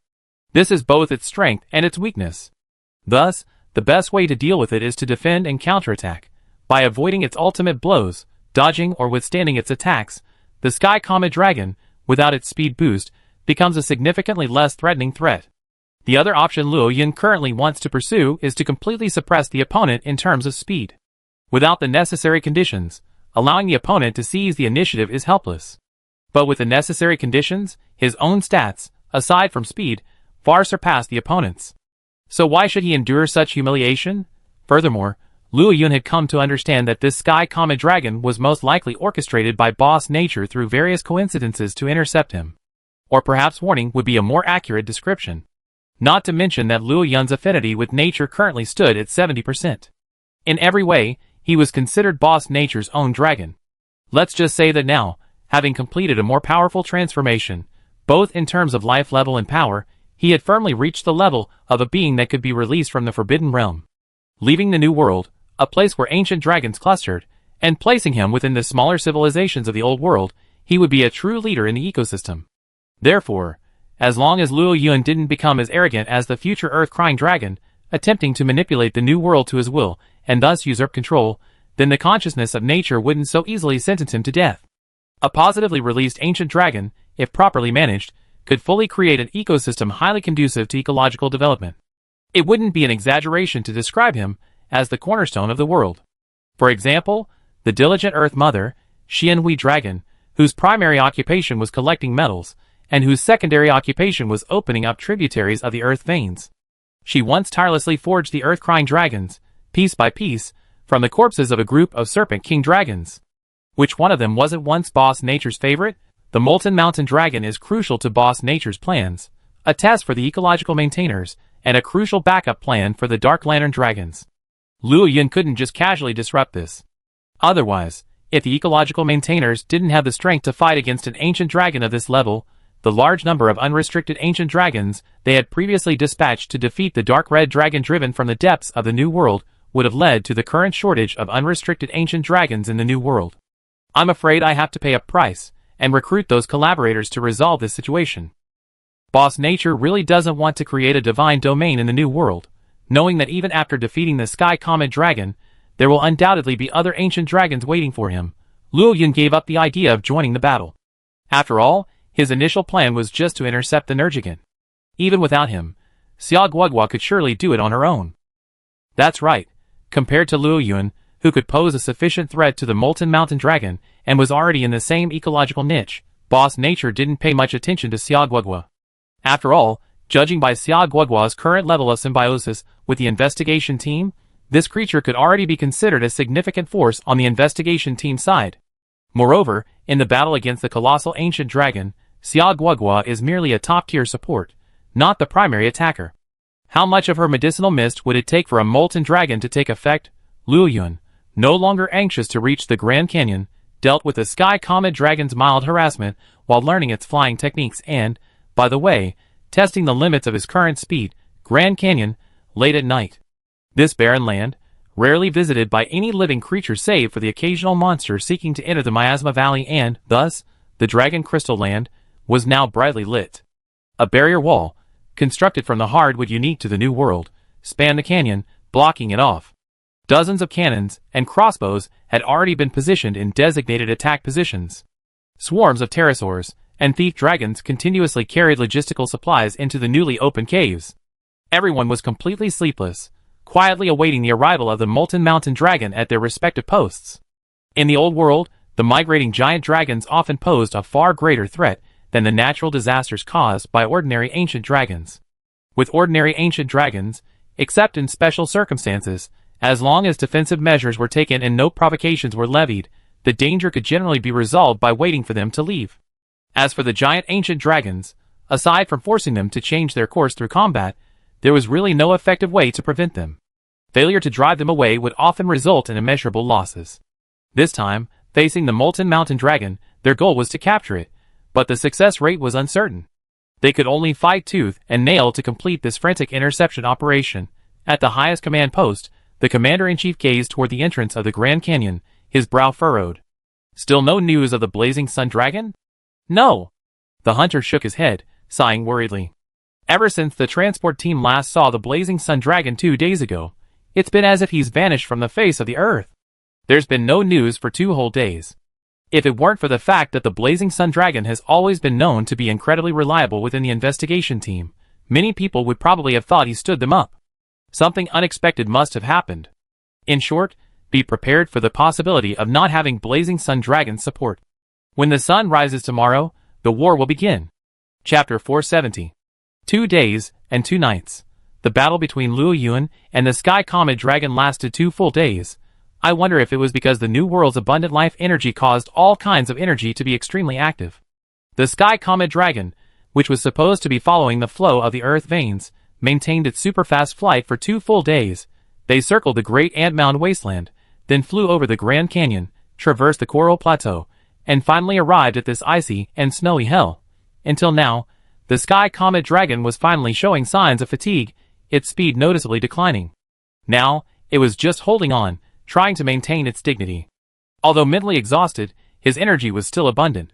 He even carried the backup energy of the Yaojing butterfly swarm. Physically, his energy was also largely undepleted due to the abundant energy. Luo Yun was now just like the Sky Comet Dragon 2 days ago.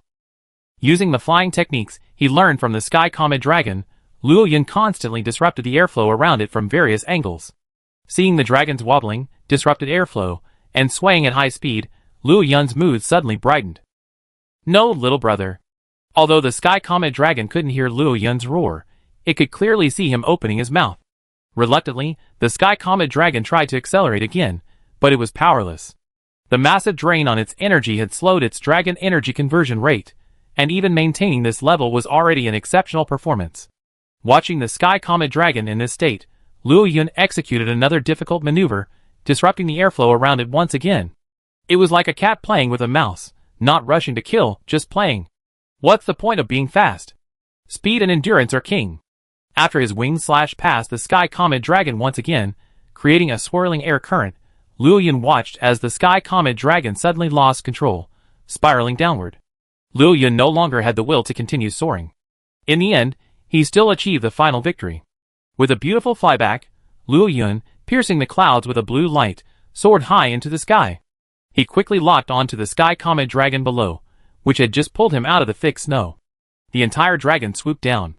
Several scales were ejected by Luo Yun, and driven by the acceleration, they fell from the sky like small meteorites, emitting flames from friction with the air. Shaking his head to recover from his daze, the Sky Comet Dragon sensed movement and instinctively looked up.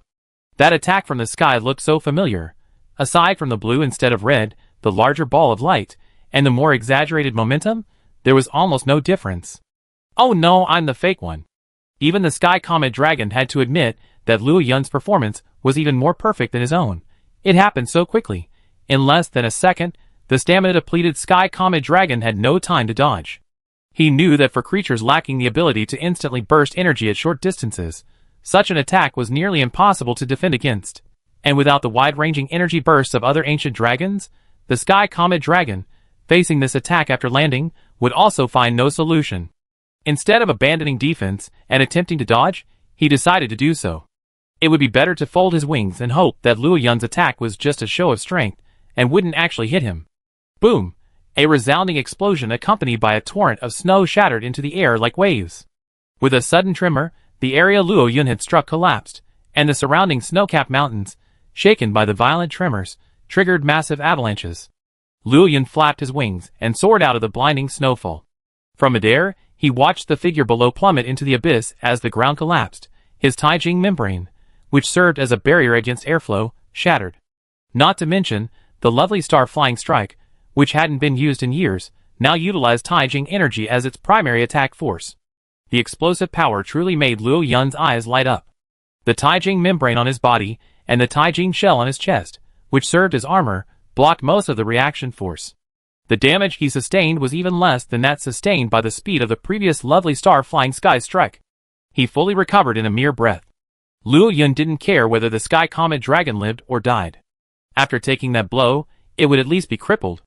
A frontal blow at the unleashed level, coupled with a sudden burst of Tai crystal energy, would have been too much for even an ancient dragon renowned for its vitality, let alone the already exhausted sky comet dragon. Is this an ice field? Only then did Liu Yun find the energy to survey his surroundings. Gazing at the rumbling avalanche in the distance, Liu Yun remained unmoved.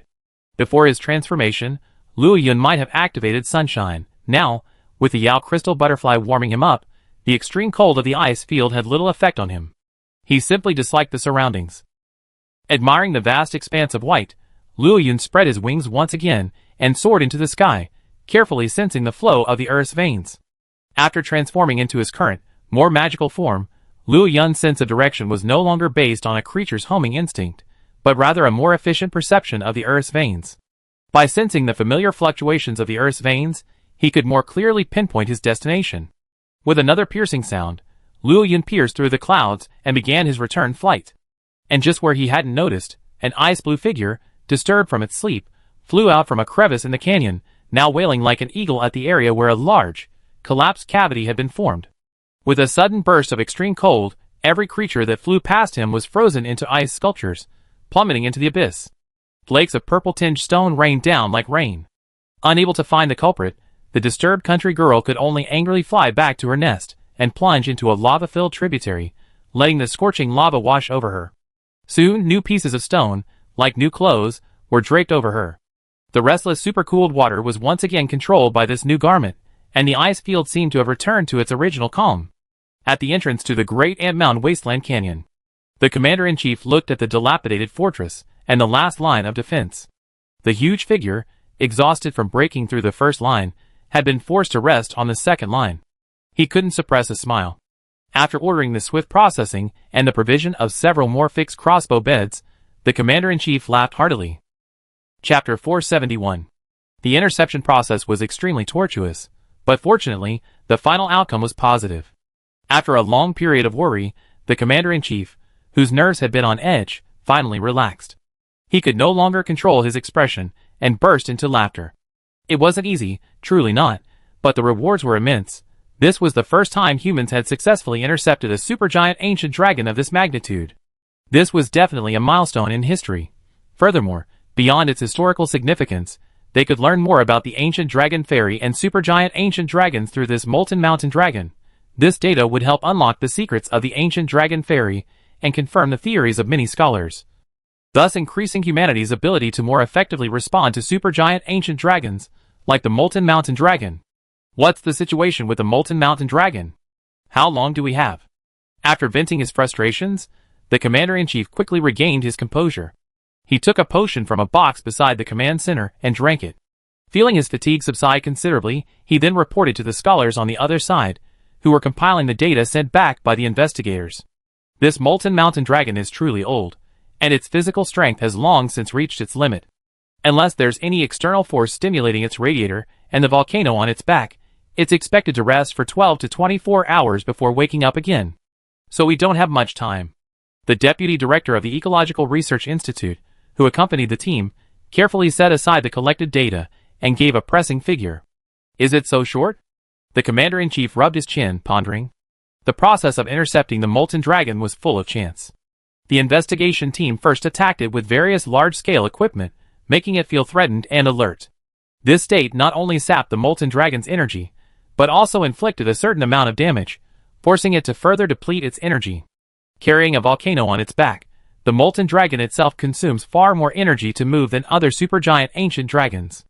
Therefore, most molten dragons, to conserve energy, remain largely silent except for sleeping and feeding. Coupled with the ancient dragon's long lifespan, villages living near the molten dragon often survive for generations before suddenly discovering that the volcano next to their village has disappeared. After forcing the molten dragon in this way, the initial line of defense, combined with the power of the fixed crossbow bed, forced the molten dragon to expend even more energy to continue advancing. Everything was going smoothly, everything going according to plan. But just as they had successfully restrained the molten dragon and were beginning to drain its strength, something unexpected happened.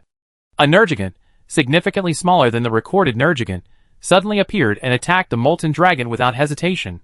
Although the smaller Nergigant, in terms of size and strength, faced the molten dragon like a grasshopper frantically attacking a centenarian, the physical attack was secondary, but mentally, the molten dragon simply couldn't take it.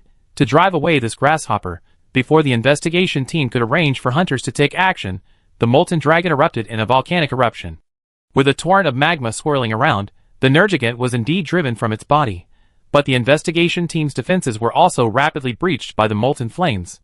Even after being driven off by the molten dragon, the little Nergigant still had some hope, circling in the sky, searching for a new opportunity to attack. At this moment, Xiao Quack Quack, who the investigation team had always remembered as steady and lazy, suddenly became uncharacteristically excited, charging at the little Nergigant with an unusually excited quack. She gave the seemingly young little Nergigant a brutal beating, then chased it off to an unknown destination. The rapid collapse of the first line of defense nearly derailed the investigation team's plan. Furthermore, the molten dragon's eruption also intensified the volcano on its back, causing the dragon to become somewhat agitated. Thankfully, the commander-in-chief acted decisively, risking a large number of well-equipped elite hunters to enter the molten dragon's back, locate its heat dissipation organs, and destroy them. This forced the molten dragon to suppress its agitation in order to dissipate the excess heat and reduce the burden of the enormous life energy on its body. Fortunately, this group of hunters was truly formidable. Despite the occasional eruption of volcanic lava, they managed to destroy the numerous small cooling organs on the molten dragon's back, forcing it into a silent state. This was the greatest feat a hunter's individual strength could achieve against a massive ancient dragon like the molten dragon, a truly mobile creature. The commander-in-chief once again expressed his gratitude to the ancient tree. Blazing Fire Village provided ample logistical resources, and it was also because of Blazing Fire Village that, given the logistical capacity, the 5th Regiment, a team exceeding the original plan, was dispatched. With such a large manpower base, it was possible to construct 2 lines of defense in such a short period of time. The second line of defense lived up to its mission, withstanding the attacks of the forcefully calm molten dragon. Ultimately, due to its unexpected exhaustion and the overactive vital energy within it from its previous excitement, the molten dragon was forced to enter a short slumber, recovering, while desperately suppressing its increasingly uncontrolled vital energy. If we reinforce our defenses, could we extend our investigation time? The commander-in-chief looked at the 4th Corps member coordinating supplies nearby, only to see him slowly shake his head. Sorry, we can't do that. The members of the 4th Regiment looked at the notebooks in their hands. The writing on them wasn't just words. It was the blood and sweat of their labor. To avoid affecting today's interception, our supply shipments ceased last night. Even if we send out a transmission signal, we simply can't gather enough supplies to intercept the molten mountain dragon again in such a short period of time. Really? The commander-in-chief sighed, thought for a moment, and made a decision. In that case, let's expedite data collection. Once the molten mountain dragon awakens, we remove the restraints on the crossbow bed, increase our tracking personnel, and find a way to determine its final destination. I have a feeling its final destination must be the most crucial point in ancient Dragon Ferry. The deputy director of the Ecological Research Institute, standing nearby, rolled his eyes in excitement upon hearing this. This increasingly shameless commander-in-chief was just stating the conclusions they painstakingly discussed. Chapter 472. Luo Yun is back. A few days ago, after he and Tian Hualong flew around the great Ant Mound wasteland and the ancient tree forest, they soared to the ice fields at full speed. During this time, he had been primarily focused on learning Tian Hualong's flying techniques, so he hadn't really grasped the actual distance between the ice fields and the new world. As a result, even with his current speed, though not at full speed, it still exceeded the speed of sound. It took him half a day to reach the new world. Imagine covering that distance at the 3rd Regiment's mobile research base, which would have taken 5 or 6 days. Upon arriving at the new world, Luo Yun first sensed the Earth's ley lines and discovered that the energy remained stable. Originally, after determining the direction, he planned to head directly to the great Ant Mound wasteland, but before he had gotten far, he heard a familiar croaking sound. The flapping of his wings brought a gust of wind, and after stopping his forward charge, he took a closer look. A separated female mist dragon, who knew how many centuries old, was beating a seemingly immature Nergigant. Is this a loss of dragon nature? Or a corruption of morality? Unable to bear it any longer, Luo Yun swooped down and joined the beating. It was definitely not because the little Nergigant, even while being lashed furiously by Mist's tongue whip, couldn't control its instinctive greedy gaze upon noticing Luo Yun's presence. With a lash of his tail whip, the little Nergigant transformed into a black cannonball, slamming heavily into the sea, sending up a shower of spray as it sank to the bottom. Luo Yun didn't hold back this time, but he also didn't pursue it to eliminate it completely. After all, strictly speaking, the existence of Nergigant is beneficial to the New World. As the New World's immune system, it's an active ancient dragon on the front lines of the ancient dragon wars.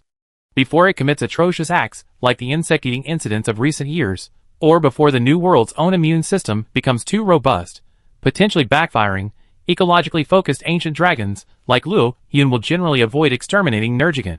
Just as when Mimi provoked Called Dragon merely retaliated in self-defense and didn't pursue. Otherwise, in an environment where Called Dragon was halfway to its home turf, Mimi would likely have been dragged to death in the crater. Of course, if the little Nergigant couldn't withstand Luo Yun's attack and died, it would simply mean it wasn't a competent immune system. Such a useless creature's survival would be a waste of resources. It would be better to let its life energy return to the Earth's veins, which would be considered a contribution to nature. Quack! Xia Guogua, venting her frustration at being threatened by Mimi on this young Nergigant, which hadn't yet fully grown, was startled by Luo Yun. The innocent little Nergigant was sent flying into the sea with a whoosh. Scared, thinking an enemy had appeared, the dragon quickly entered stealth mode, a faint medicinal mist lingering around it. But when Luo Yun retracted the Taijing membrane covering his breastplate, removing its shimmering appearance, Xia Guogua instinctively wanted to quack, scolding Luo Yun for his abrupt behavior. But then, remembering Luo Yun's current strength, she forced herself to hold it back. Between anger and cowardice, she chose cowardice. With Luo Yun's current unique abilities, even just standing there, invisible Tai crystal energy continuously emanated from him.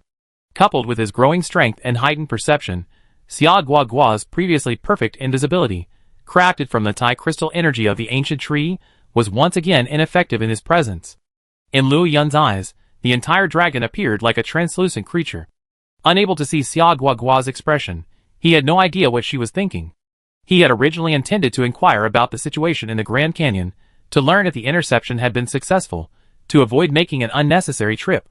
But before he could open his mouth, a command, even clearer than ever before, was transmitted to his mind via the energy of the earth veins.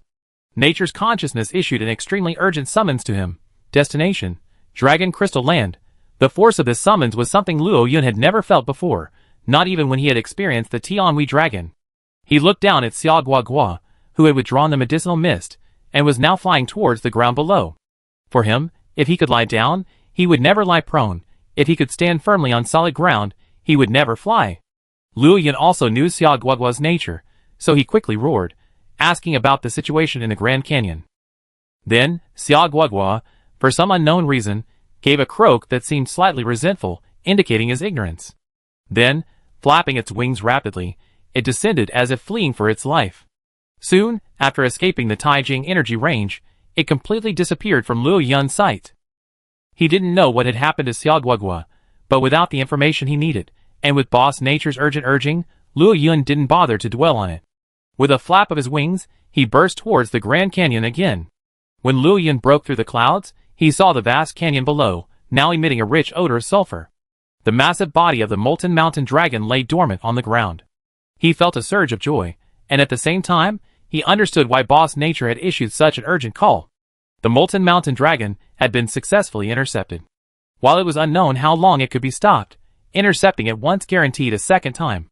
With the molten mountain dragon stop-and-go pace, even if it were to be drawn into the Earth corridor by the Dark Lantern Dragon's cocoon as Boss Nature had planned, it would give the investigation team ample time to gather more equipment and intercept it again, or even drive it out of the Earth corridor. Furthermore, the hunter status as ecosystem maintainers wasn't just self-proclaimed, it was also recognized by Boss Nature. At least at this stage, Before human technological civilization reached the level of ancient shred, which could overturn the natural balance, hunters' role in nature was to maintain the ecosystem.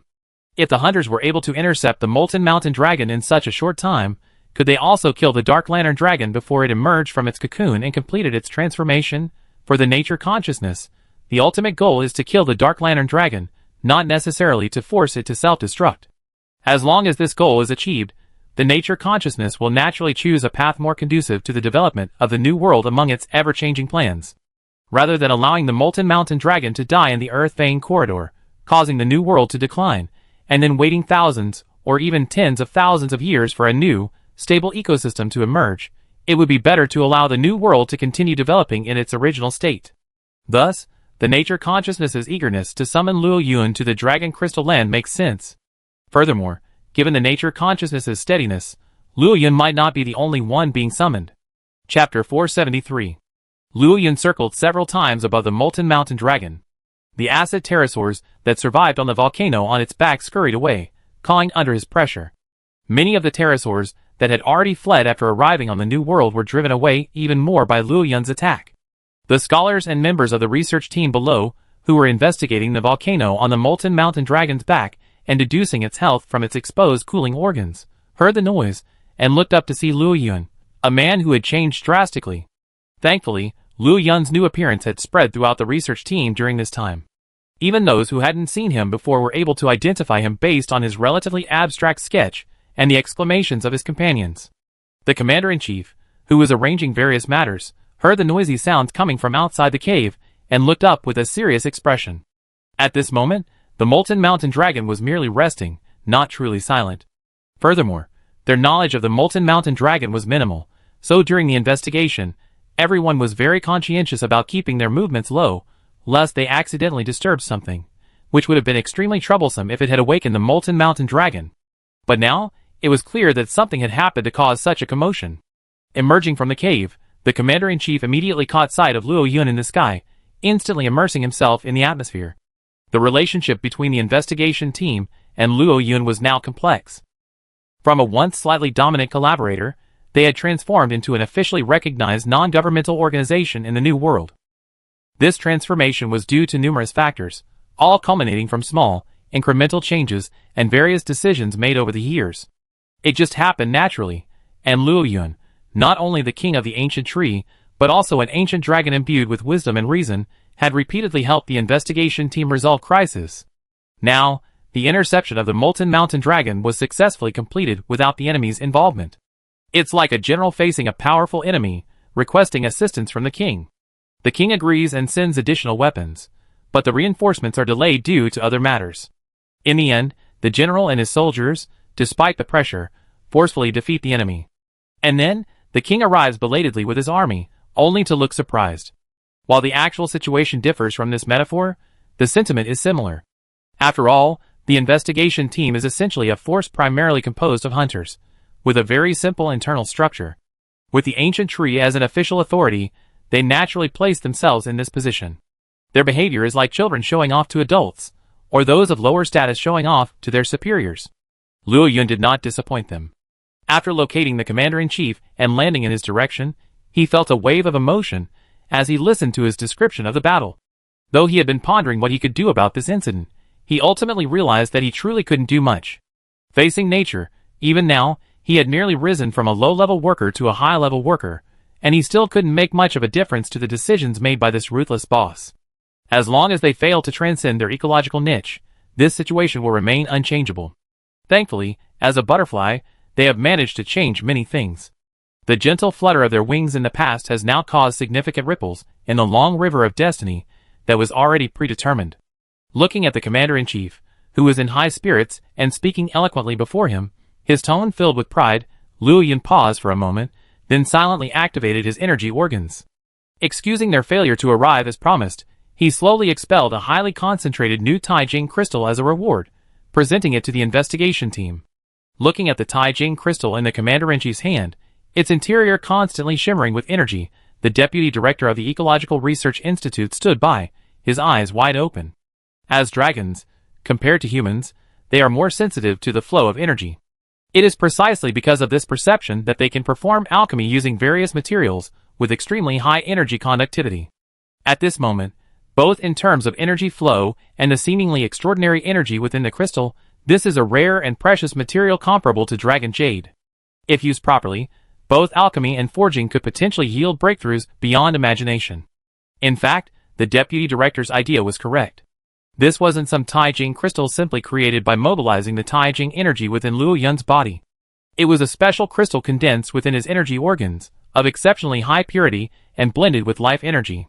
If released to the outside world, it would be genuine ancient dragon material, a very rare one at that, fully capable of serving as the core material for a piece of alchemical equipment. As for whether this would allow the investigation team to extract his energy from it, Luo Yun wasn't worried at all. The Taijing energy he was using was a globally recognized indigenous energy. At best, it was a new energy beyond conventional energy attributes, not to mention it contained a vast amount of life energy. Furthermore, with the ancient tree's transformation, his new Taijing energy began to permeate the creatures with which it coexisted, and the leakage of its energy properties was inevitable. The commander-in-chief smiled and accepted the award. This was the first official recognition of the investigation team by the Blazing Sun Dragon in decades, and it was far more precious than even shed scales or premium Yaojing butterflies. Ignoring the resentful look from the deputy director of the Ecological Research Institute, the commander-in-chief shared his plans for dealing with the Molten Mountain Dragon with Luo Yun, seeking his opinion. But when Luo Yun heard that they could only stop the Molten Mountain Dragon for less than a day, he fell silent. Feeling the urgency of his life force, Luo Yun soared skyward and arrived in front of the Molten Mountain Dragon. He gazed at its head, significantly larger than his own, the energy pulsing through its body, and an icy blue light shone between its scales. Then, a flood of Tai crystal energy poured out, enveloping the Molten Mountain Dragon's massive body and rapidly converging beneath its limbs. Under Luo Yun's urging, the massive Tai crystals grew rapidly, each tens of meters long, pitting the Molten Mountain Dragon's limbs tightly. Although the Tai crystals were only relatively hard for an ancient dragon of Molten Mountain Dragon size, they were far from impenetrable. However, combined with the investigation team's arrangements, they seemed to be able to hold the Molten Mountain Dragon here for a while longer. Feeling his heartbeat pounding ever more rapidly, Luo Yun soared high into the sky, enveloping himself in the Tai crystal membrane, and swiftly headed towards the depths of the new continent. Chapter 474. What a spectacular sight! Looking at the gigantic crystals, everyone present gasped in amazement. Having witnessed various energy attributes, they were already quite receptive to anything new. But even facing Luo Yun's instantaneous creation of a vast crystal field, they were still astonished. This was a sheer display of nature's might. Darren, who had been grunting and digging for various precious ores on the back of the Molten Dragon with his feline companion, excitedly stuffed a precious ore into his backpack. Hearing the exclamations of those around him, he looked up to see Luo Yun soaring into the sky. Instinctively, he placed his hand on the ridge of the blazing wings and felt it. In this Molten Dragon interception, he was responsible for the Molten Dragon's most vulnerable heat dissipation organs. With this upgraded great sword, even with his protective gear, he could withstand the constant scorching lava spewing from these heat dissipation organs.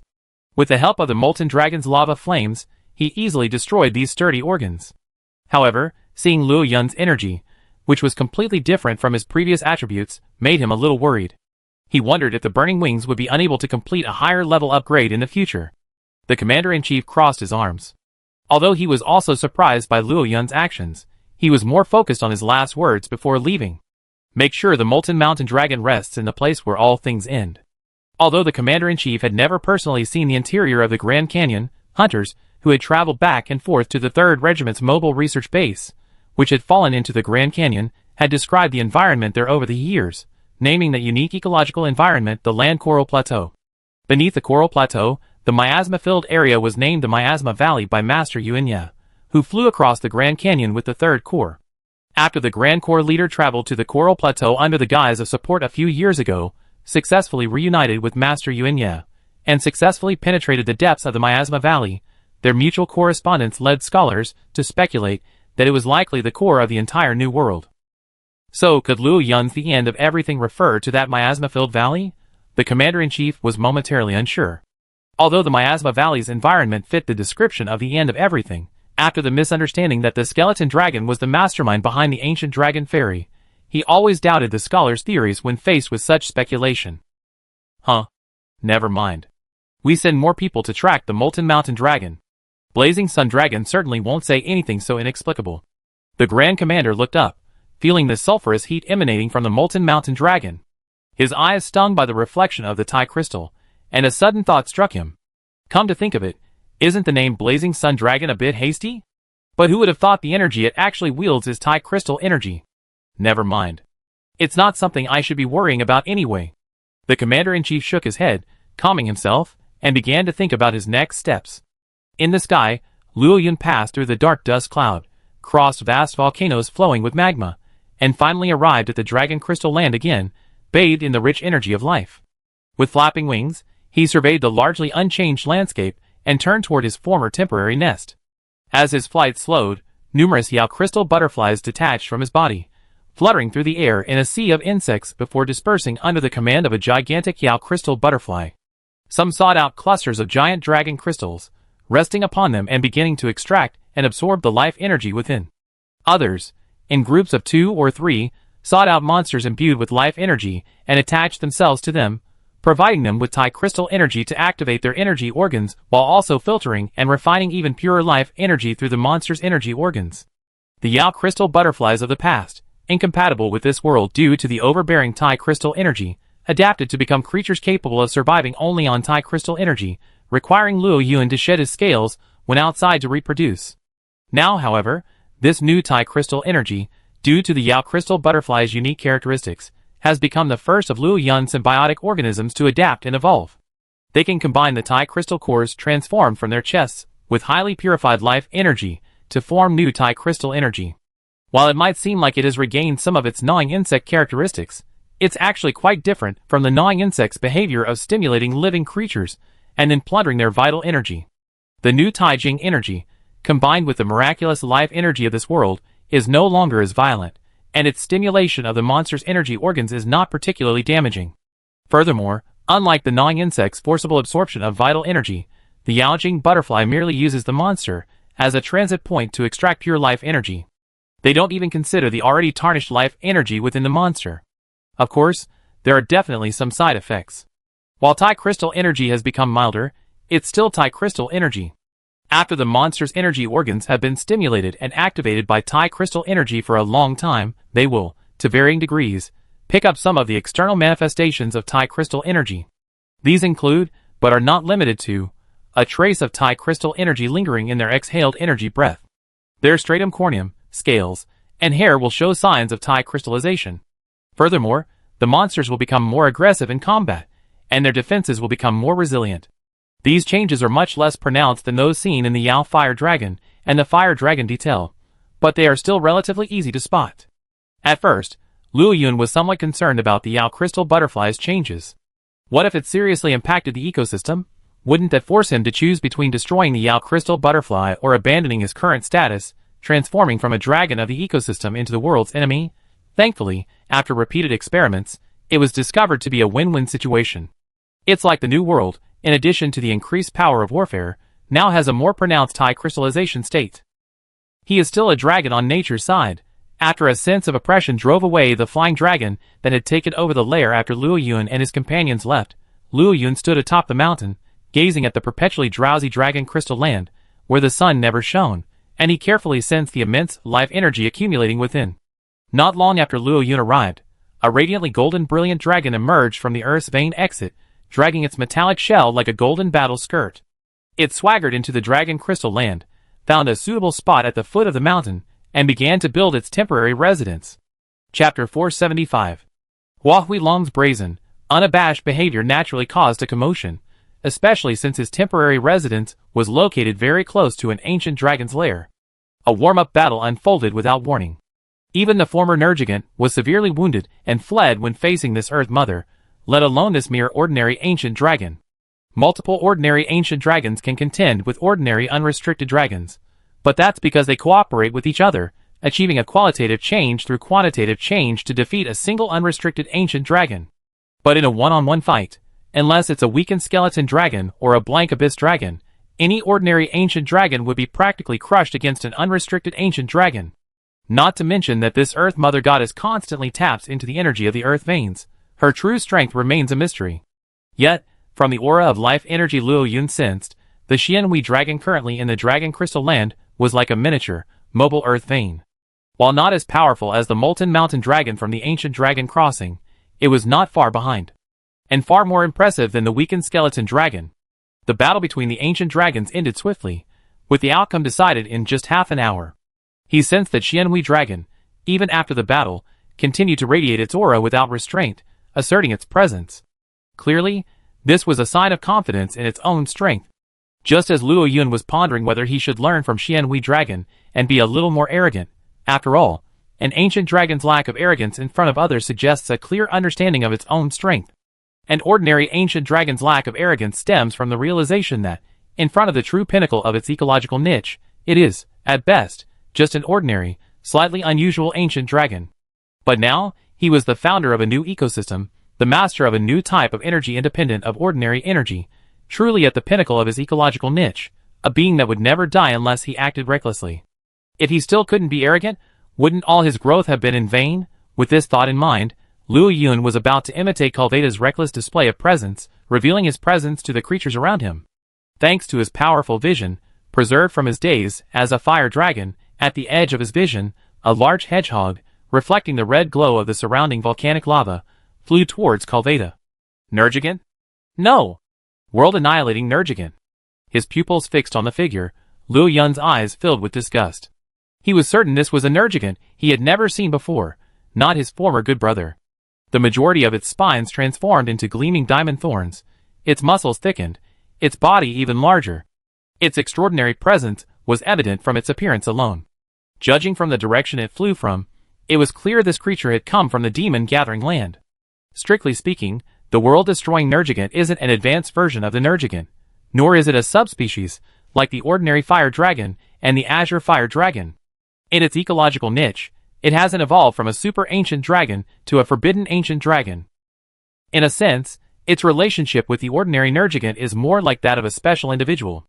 After countless battles, when its life force is extremely abundant, the ordinary Nergigant's regenerated shell and spines undergo simultaneous transformation, transforming from black spines into harder, more destructive diamond spines.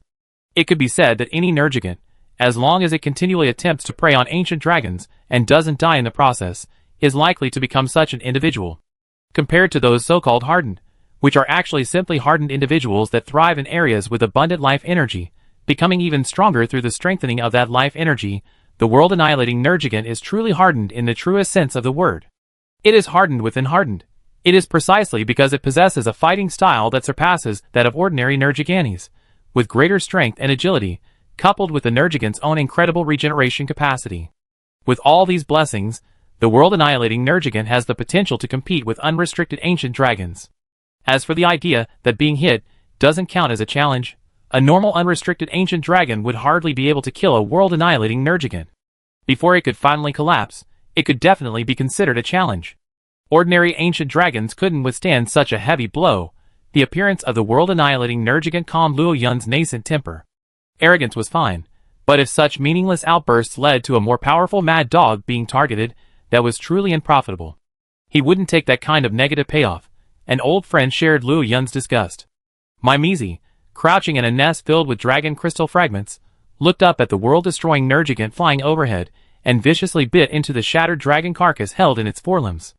As a species whose numbers were strictly controlled by nature, nearly every Nergigant held a significant hostility towards its own kind. Furthermore, Nergigantes prioritized ancient dragons as their prey, and ancient dragons were incredibly rare compared to ordinary creatures in this world. Therefore, to better survive, each Nergigant possesses its own territory. Mimei, having successfully seized the new world from her old mother, could not possibly have the slightest affection for this more powerful fellow, who had long roamed the demon-gathering land. If it weren't for this summons from nature's consciousness, which had provided Mimei with some advanced information, Mimei would likely have rushed forward and engaged the Nergigant the moment it arrived at the Dragon Crystal Land. Roar! A dull sound echoed continuously within the Dragon Crystal lair. For several days, Luo Yun, aside from the occasional presence of Brilliant Dragon and Nergigant, hadn't sensed any other ancient dragon's life force. This was somewhat different from what Luo Yun had initially imagined. Given Boss Nature's cautious approach, this time, at least 3 unleashed ancient dragons, plus a host of ordinary ancient dragons, would be needed to worthy of the Dark Lantern Dragon status. But why were he and the rich woman the only two unleashed ancient dragons? Luo Yun didn't believe they were the only two unleashed in the New World. Not to mention that the rich woman's life force was vastly different from the one he encountered in the Great Ant-Mound Wasteland. It was clearly not the same creature. Just think of the Serpent King Dragon he encountered back then, and the Storm Dragon he encountered a few years ago.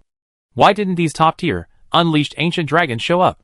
With them here, wouldn't it be a sure thing to annihilate the emerging Dark Lantern Dragon? Something must have happened in the New World that he's unaware of, resulting in Boss Nature now being able to command him, leaving him and the Brilliant Dragon the only ones left to show for themselves. Chapter 476. In the Dragon Crystal Land, besides the still plain, sulphurous smoke and the ubiquitous dragon crystals, a flock of fluttering radiant crystal butterflies joined the normal creatures. These seemingly harmless yet colorful radiant crystal butterflies continuously accumulated and multiplied, drawing on the pure life energy within the dragon crystals. Their number soon reached a point where they could cover the entire Dragon Crystal Land. In addition to accumulating a vast reserve of energy for Luo Yun, they also performed intelligence gathering. Although the radiant crystal butterflies, lacking their own complete language, could not communicate in real time, they could still communicate at a basic level. However, even with this density of radiant crystal butterflies, they had not been able to locate the Dark Lantern Dragon cocoon during this period. They could only confirm that it was within the largest cluster of dragon crystals. But, according to Luo Yun's observations, at least 5 ancient dragons reside within that cluster of dragon crystals. It wasn't just a single, massive crystal like in the previous game, but an entire, endless forest of crystals. In that jungle, even finding a single ancient dragon was difficult, let alone an egg, knowing he couldn't possibly find the Dark Lantern Dragon in advance through such means.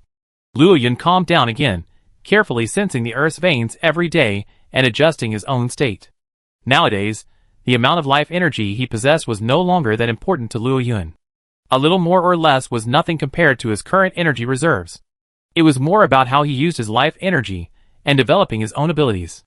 Among the ancient dragons at the unleashed level, with the exception of special ancient dragons like the Dark Abyss Dragon, which was deeply influenced by the symbiotic relationship with the gnawing insects and had already placed most of its abilities on the symbiotic creatures, the rest were basically constantly developing their own strength.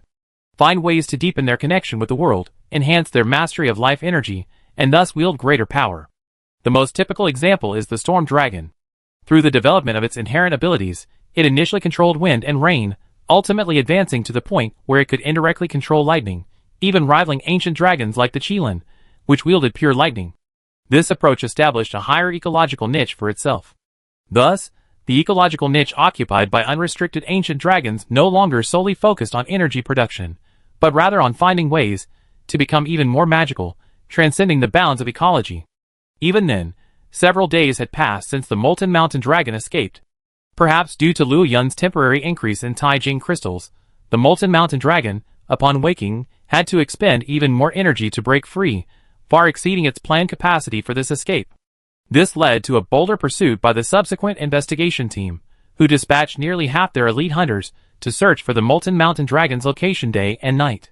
By leveraging the Grand Canyon passage created by the Molten Mountain Dragon's breakaway, a natural path was created into the Coral Plateau within the New World. Under the Commander-in-Chief's orders, a group of recommended hunters entered the Coral Plateau and transmitted a communication signal to the 3rd Regiment's mobile research base. Then, with support from the mobile research base, hundreds more hunters, along with the support of the Blazing Village hunting cats, quickly entered the Coral Plateau.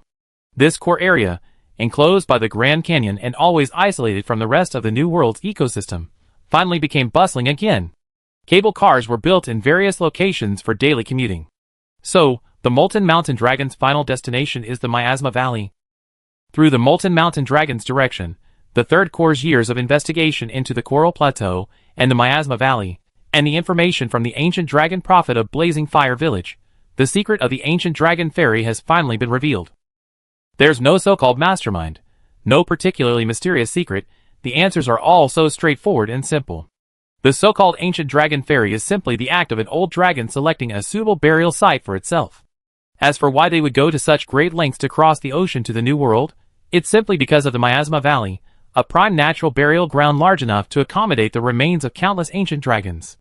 The Miasma Valley's vast area, its location as the beginning of the Earth's ley lines, and the presence of a group of corpse dragons who can manipulate the miasma and are interested in your body after death, not your life. This made the Miasma Valley far surpass similar areas in the old world, becoming the ideal burial site for all dying ancient dragons. The secret of the ancient dragon fairy was thus solved. For a moment, everyone present was silent, each digesting this sudden solution. The leader of the Third Corps and Master Yuenya exchanged a glance, both understanding the other's thoughts. After all, they had been equally incredulous when they had first come to this conclusion. After a long pause, the carefree Mia was the first to recover. After slowly exhaling, she looked at the Third Corps with a thoughtful expression and said, "The secret of the ancient dragon fairy has been solved, but why are the intervals between the ancient dragons' crossings becoming shorter and shorter?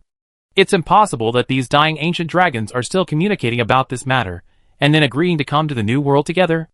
Mia finally cracked a joke as she spoke. The leader of the 3rd Regiment pursed her lips and shook her head slightly. Her voice, a bit hoarse and regal, slowly said, "It wasn't an agreement. Based on our communications with the ancient dragon prophets over the years, we know that in an energy accumulating area, some creature regularly releases a signal. This signal is greatly amplified through the new world's unique spiraling earth veins. This signal spreads throughout the world, attracting these dying ancient dragons to the new world. Once they arrive in the new world, they can't find the source of the signal for a long time, and ultimately choose to settle in the Miasma Valley. Their life energy also flows through the earth veins within the new world, promoting its growth." "I see." The leader of the 3rd Regiment's words were not difficult to understand. Those present were all elites, and they easily understood her meaning. This was where things got a bit tricky. The culprit for the shortened intervals of the ancient dragon fairy has been identified somewhere within the new world. However, this culprit is closely linked to the new world's ecology. If the investigation team attempts to stop it, it will negatively impact the new world's ecological cycle. But if they fail to stop it, the old world will once again suffer the calamity caused by the ancient dragon fairy. For the hunters, this is undoubtedly a difficult decision.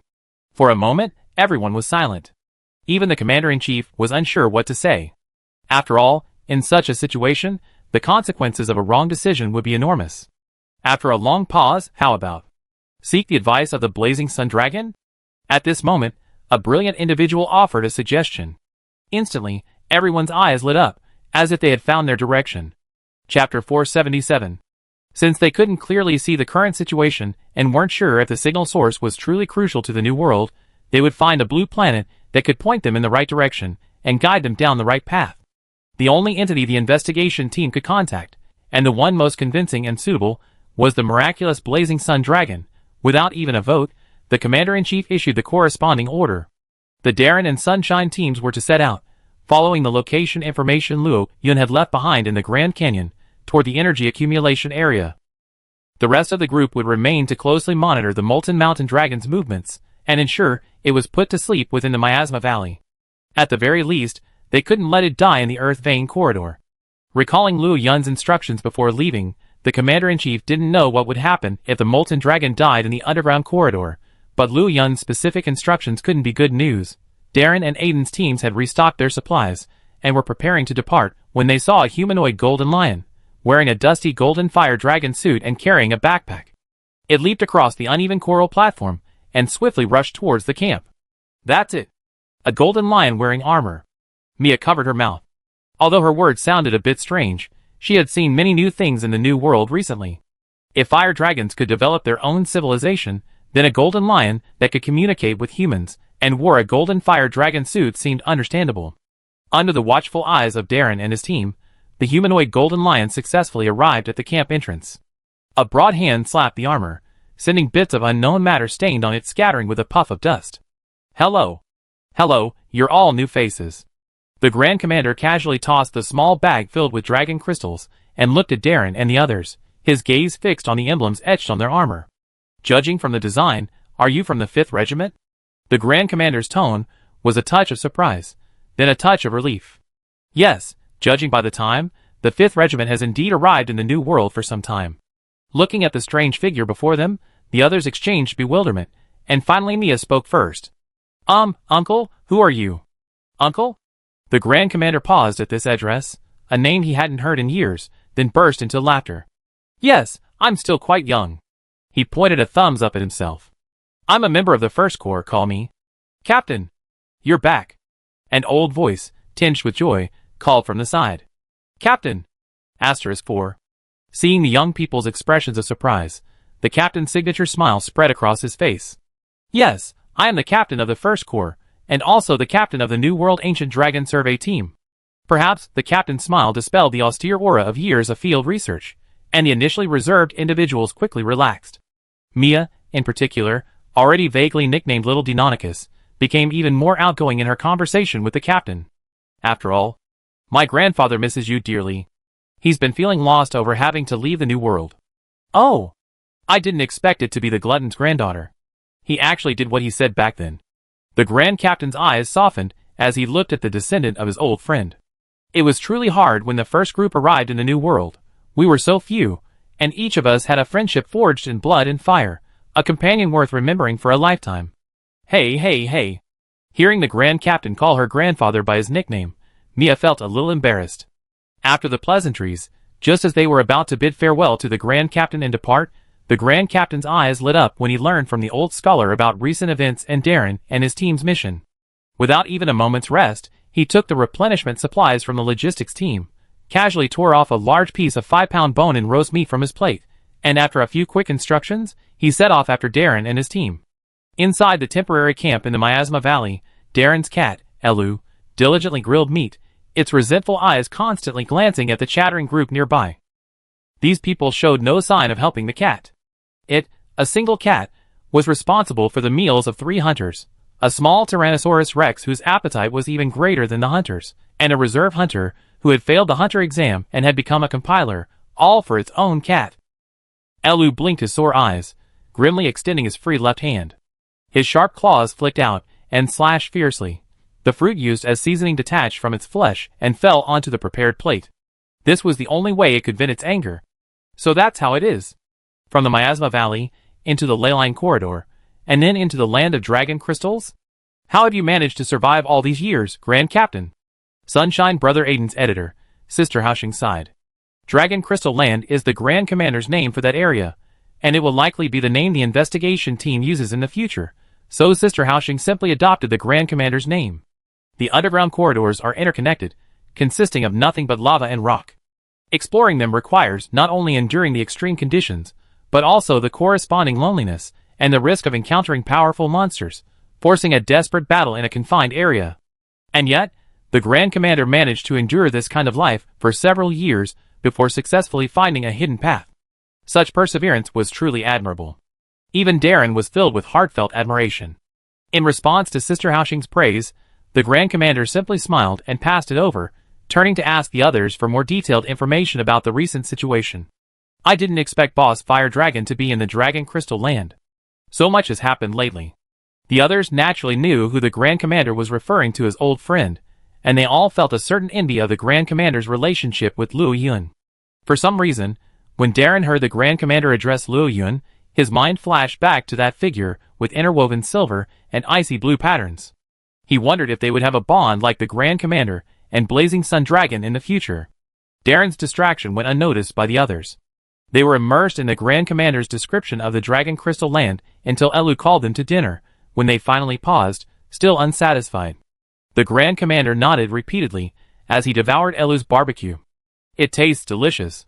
You're a good cook, little one. When we return to the Star Base, I recommend you learn the skills of a kitchen cat from Sita." "Sita?" "Oh, the head chef of the weapons and cat's pavilion, my cat friend Elu."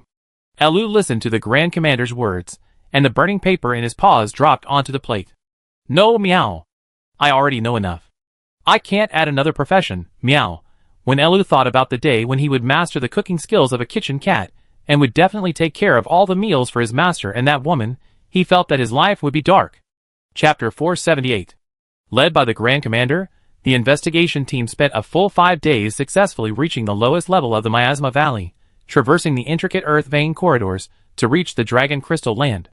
These past few days have been exhausting for the investigation team. From the nearly omnipresent miasma in the lower and middle levels of the Miasma Valley, to the various large monsters lost within, to the stinking river at the bottom, and the foul-smelling acidic liquid, this extreme environment has put a toll on the investigation team's noses. Luckily, the Grand Commander has been active in the Miasma Valley and the earth vein corridors for years, and is familiar with how to obtain fermented food within the Miasma Valley and the territorial arrangements of the various monsters. Otherwise, if the investigation team had been left to explore on their own, they wouldn't have been able to find the entrance to the Earth vein corridors in even half a month, let alone 5 days. After swallowing the last of his cold drink and feeling the heat quickly recede from his skin, Darren removed his helmet and shook off the sweat that had formed on his head. Following the Grand Commander, they crossed a narrow stream of lava. They watched as the unknown objects had fallen into the lava due to their movement. Not even a bubble had risen. One could imagine how intensely hot this lava stream, imbued with life energy, must have been. Weird here. The Grand Commander, at the front, felt a relatively cool breeze. Using the brighter light from the ley line, he surveyed his surroundings, confirming his current position. A faint smile crossed his resolute face. He wiped the sweat from his forehead and quickened his pace. Soon, after a slight dimming, everyone's vision suddenly cleared. The outlet of this ley line branch was midway up a volcano. The lava stream flowing beside them slowly flowed down the mountainside. In the distance, even in the dimness obscured by dark clouds, the reflection of the lava still illuminated the sky and earth, stretching between the volcanoes. The Dragon Crystal Land. How magnificent. I didn't expect such a sight to exist here. Just looking at it, I can feel the convergence of earth energy. Although it's all crystals, this scenery is completely different from the ancient trees. Right. The Grand Commander laughed heartily, pointing to the largest crystal and continuing, when I first arrived, I was just as excited as you. Just as he finished speaking, a long, resounding dragon roar echoed, as if echoing the Grand Commander's words, perfectly timed perfectly. Welcome to the most beautiful place in the New World. Prepare for battle. Be careful. Before the Grand Commander could finish his impassioned words, Darren and Sunshine quickly donned their helmets and leapt behind him, adopting a defensive stance. Mia and Winning's sister were quick to react, quickly unleashing their claws and snaking towards the distance, quickly retreating from the cave entrance. Thankfully, as a seasoned hunter with decades of experience, the Grand Commander's reactions were equally swift. At the instant Darren and the others sounded the alarm, they decisively turned, drawing the shields from their backs and raising them high, focusing on protecting their unhelmeted heads. Without protective gear, even a gifted leader, perhaps even stronger than Darren, wouldn't be able to withstand a blow from a large monster. Bang! First, a dull sound echoed, followed by dozens of exploding scales. Before the smoke from the collision could clear, a series of explosions followed. For a moment, the air was thick with smoke, making it impossible for Mia and the others, who were far from the battlefield, to see what was happening inside. Pet robot. Mia exclaimed, trying to gauge the situation in the thick fog. But the answer wasn't Darren's voice, but the furious roar of the exploding dragon. As the exploding dragon's massive body twisted and turned, the air it stirred up blew away the smoke and dust. The Grand Commander, spear raised, charged directly beneath the exploding dragon, bearing down on its scales and taking every blow. The imposing figure, his steps unwavering, exuded an air of, "Come on. Repel me if you can," bringing an incomparable sense of security. Darren and Sunshine, each dodging the exploding dragon's attacks in tacit coordination, moved in close proximity, continuously attacking it. The blades slashed against the heterochromatic scales, first with a crisp sound, then with a crackling sound of scales colliding. What? What? Why is the exploding dragon like this? Even the usually calm and competitive sister couldn't help but exclaim in surprise. Although they had only been in the New World a short time ago and hadn't seen many of its unique monsters, the appearance of the explosive dragon, a top predator classified as highly dangerous by the investigation team, was a must-read for every editor. But this explosive dragon was truly bizarre. Aside from the scales on its neck, which remained intact, the scales on the rest of the dragon's body were covered in red crystals. The joints were particularly affected, where chunks of seemingly hard crystals extended directly outward. A crystal, resembling a shoulder guard, enveloped the wing-to-body junction. These changes made the explosive dragon, already giving the impression of formidable defense, appear even more formidable. Fortunately, the 3 hunters present were well equipped and were able to successfully breach the defense, avoiding the awkward situation of swinging their swords only to fail to pierce the scales. On. Perhaps the hunter's resistance infuriated the already furious explosive dragon, or perhaps the hunter's ability to breach its far more formidable defenses had given it a sense of grave danger. Consequently, the explosive dragon's offensive became even more frenzied, seemingly disregarding its stamina as it launched a continuous barrage of attacks. Explosive scales, dragon chariots, and even long, explosive breaths were unleashed. This somewhat unrecorded attack method surprised the hunters. According to the explosive dragon dissected by scholars, its energy organs were not sufficient for a prolonged breath. The extremely unstable explosive dust stored in its explosive blaze bag limited it to short bursts of explosive blazes, or, like a female Rathalos, exhaled explosive fireballs. The breath itself was out of the hunters' records, but facing such a monster, they had already prepared for it. After just one breath, they had figured out how to deal with it. But what they found most difficult to adapt to was the exploding dragon scale explosion attack. Unlike normal explosions, after the exploding dragon's apparent rage, the crystals on its body spread at an incredible speed, directly covering the exploding scales, transforming the exploding scales, which originally dealt damage solely through the explosion, into shrapnel-like exploding scales. The crystal fragments accelerated by the explosion were incredibly sharp and extremely difficult to dodge. This series of changes gave the Grand Commander some ideas. When the Grand Commander and the exploding dragon exchanged positions, their glances met, and they understood the Grand Commander's intentions. Darren dodged the explosive dragon stomping attack with a roll. Relying on a maneuver he practiced hundreds of times, he quickly pulled a flashbang from his bag. He glanced at Aiden, who had also taken the opportunity to leave the battlefield, and quickly set up a paralysis trap. After a slight nod of confirmation, Darren decisively unleashed the flashbang. The specially crafted projectile exploded precisely in the explosive dragon's face. Under the intense light, the explosive dragon, completely unaware of the hunter's insidious tactics, experienced a momentary brain freeze, briefly losing control of its body and falling with a dull thud. At that moment, Sunshine sprinted towards the explosive dragon. Also noticing Sunshine's movements, Elu, who had been distracting him, got down on all fours and sprinted towards Sunshine's destination. His small paws flicked in afterimages as he quickly set up the trap. How could Elu, the cat companion of Darren, a top hunter, be anything but a working cat? Chapter 479. With the skilled coordination of man and cat, the framework of a basic paralysis trap was quickly completed. Meanwhile, Darren ran while looking at the upgraded burning wings in his hand. The crimson sheen had already stained most of the silver blade. Although the explosive dragon's fire couldn't match little Lauren's catastrophe flame, it could withstand this violent outburst. Having absorbed so much fire energy, the burning wings had already reached the minimum enhancement standard. Grandmaster. A muffled voice came from the helmet. The Grandmaster didn't turn around, but from the current situation, he understood Darren's intentions. No problem, leave it to me. He fixed his gaze on the dazed and groggy Taijing explosive dragon, who was trying to get up, his eyes still blurry. With a series of small steps, he quickly locked onto a spot. Ha! With a low cry, the Grand Commander leaped back slightly, gathering strength. By the time the Taijing explosive scale dragon had fully stood up, and was shaking its head to regain consciousness, the Grand Commander had completed his charge. With a surge of charged Qi, he channeled all his strength into the spear in his left hand, concentrating all his damage on a single point. A devastating blow. The spear's sharp tip precisely shattered the massive Taijing block at the Taijing explosive scale dragon's leg joint. Then, with a crackling sound, it pierced through the thick scales, breaking through the flesh, and finally crashing into the bone. Ah!